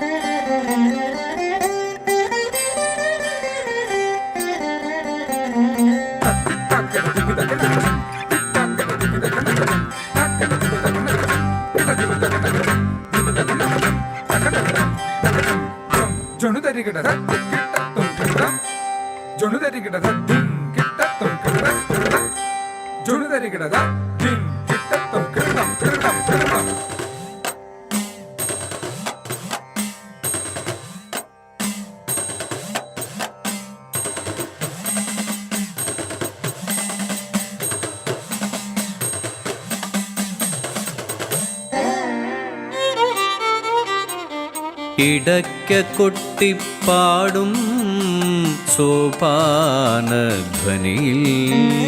ഷഡ്കാല കേളികൾ പ്രതിധ്വനിച്ചു.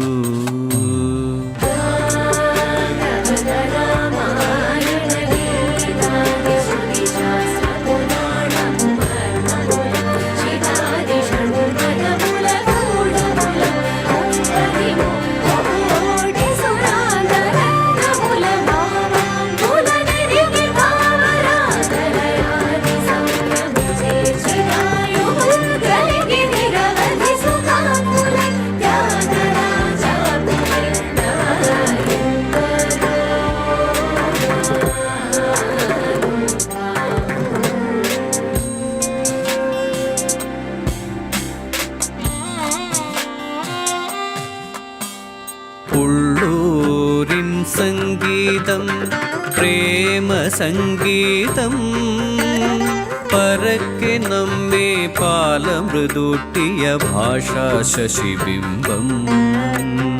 ഭാരതക്ഷ്മാദേവി തൻ തൃപ്പതാകകൾ ദൂരെ വാനിലുയർത്തുന്നു വള്ളത്തോൾ മഹാകവി.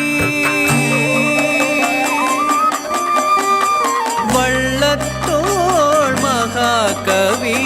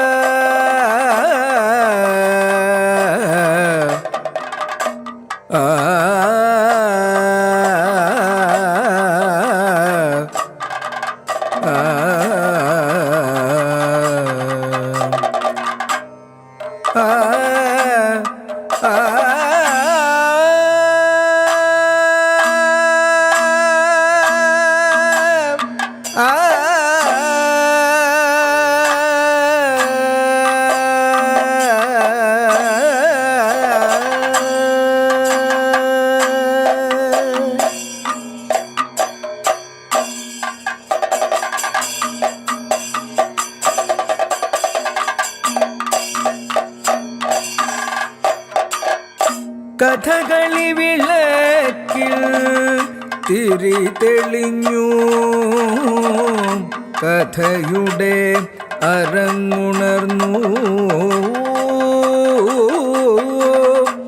മുദ്രയിൽ മലയാള ഭാഷാപദങ്ങൾ കമലദളങ്ങളായി വിരിഞ്ഞു കലയുടെ കേരളം സ്വപ്നസമാന സൗന്ദര്യ പൂജാരംഗമായി നളദമയന്തി പദങ്ങൾ പാടി നിളയുടെ തീരം ഉണർന്നു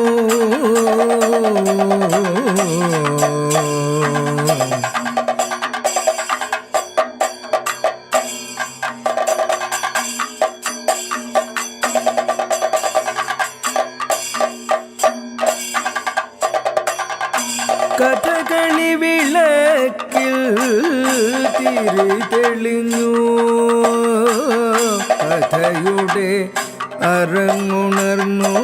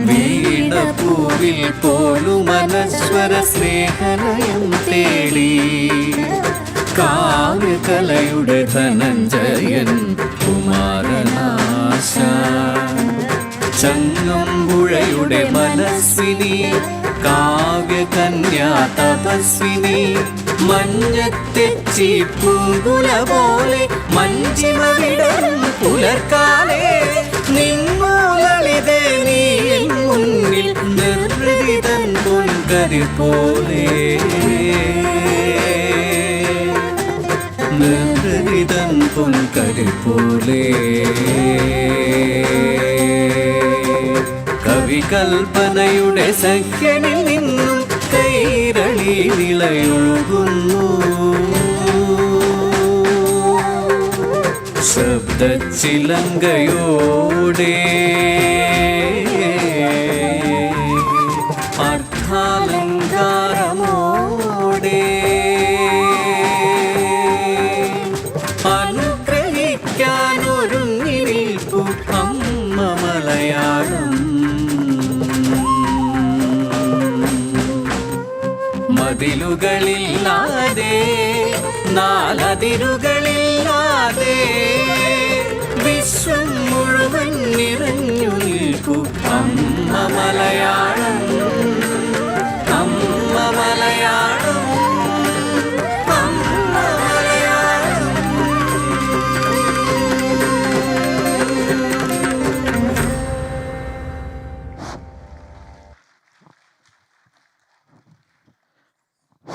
All, please stay back. We are to honor the artist, so please stay back, please.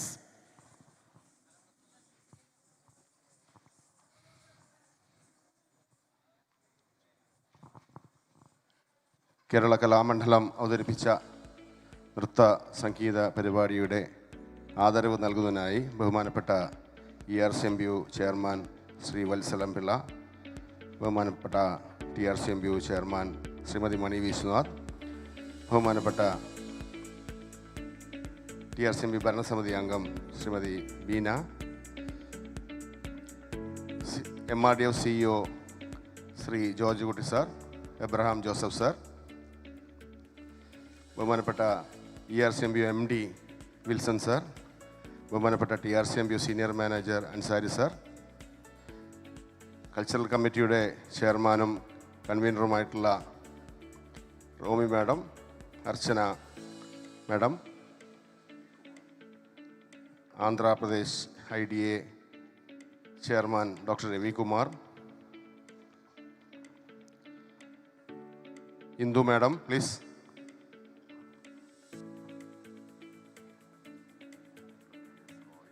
Doctor KS Roy,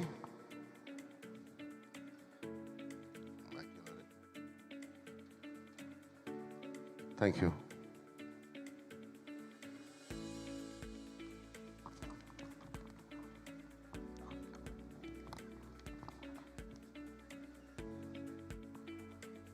ആദ്യമായി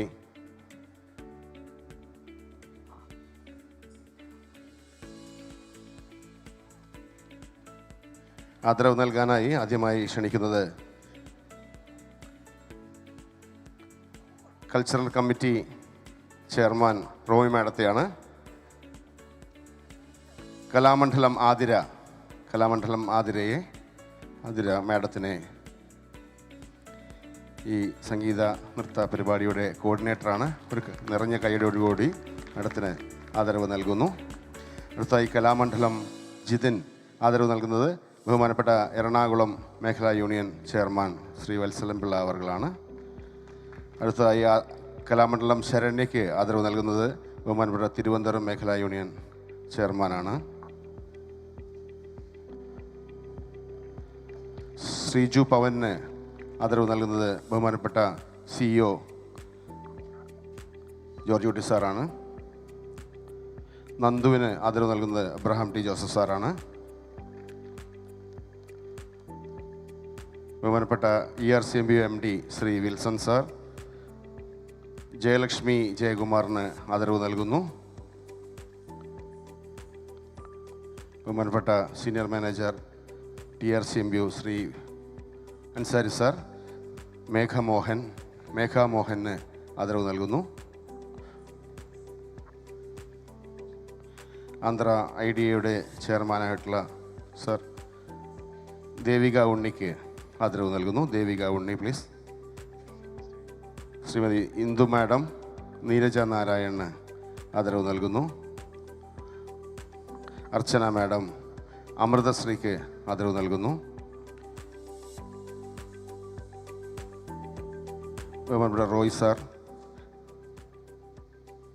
ആര്യ ടിക്ക് ആദരവ് നൽകുന്നു. ശ്രീമതി കുമാരി ഗഗനയ്ക്ക് ആദരവ് നൽകാൻ വേണ്ടി വീണ്ടും ചെയർമാനെ ക്ഷണിക്കുന്നു. ബീന മാഡത്തിനെ ക്ഷണിക്കുന്നു. ഗഗന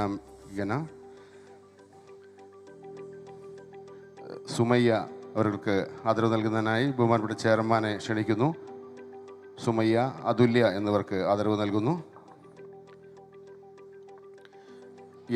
TRCMB ചെയർമാനെ ക്ഷണിക്കുന്നു. ഗീതു കൃഷ്ണ, ഗീതിക എന്നിവർക്ക് ആദരവ് നൽകാനായി. Geethu Krishna and Geethika. Manasa and Shruthi S എന്നിവർക്ക് ആദരവ് നൽകാനായി റോമി മാഡത്തെ വീണ്ടും ക്ഷണിക്കുന്നു.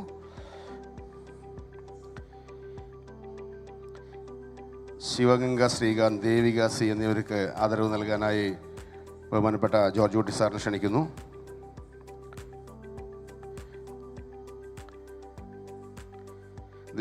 ദേവിക സി, നിരഞ്ജന എന്നിവർക്ക് ആദരവ് നൽകാനായി ബഹുമാനപ്പെട്ട വിൽസൺ സാറിനെ ക്ഷണിക്കുന്നു. അർച്ചന, ആര്യ, അജീഷ് എന്നിവർക്ക് ആദരവ് നൽകാനായി അർച്ചന മേഡത്തെ തന്നെ ക്ഷണിക്കുന്നു.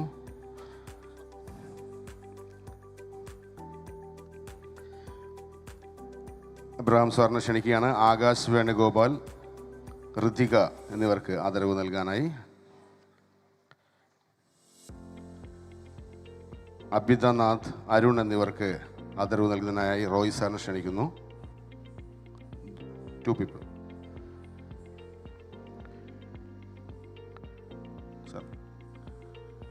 ബഹുമാനപ്പെട്ട ആന്ധ്രാപ്രദേശ് IDA പ്രസിഡന്റിനെ ക്ഷണിക്കുകയാണ്. ബാലൻ എന്നിവർക്ക് ആദരവ് നൽകുന്നതിനായി. Sir, one more.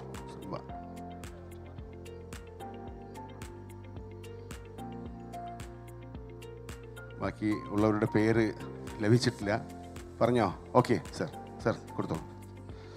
മിസ്സിങ് ആയതാണ്, സോറി. ചെയർമാനും കൊടുത്തു. Balan. Thank you all.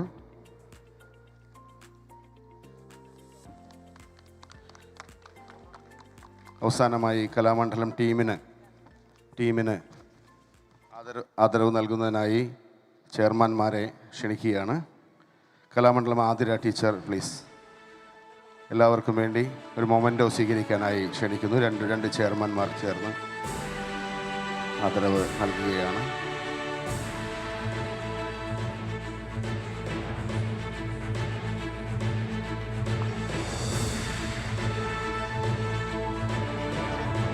Okay.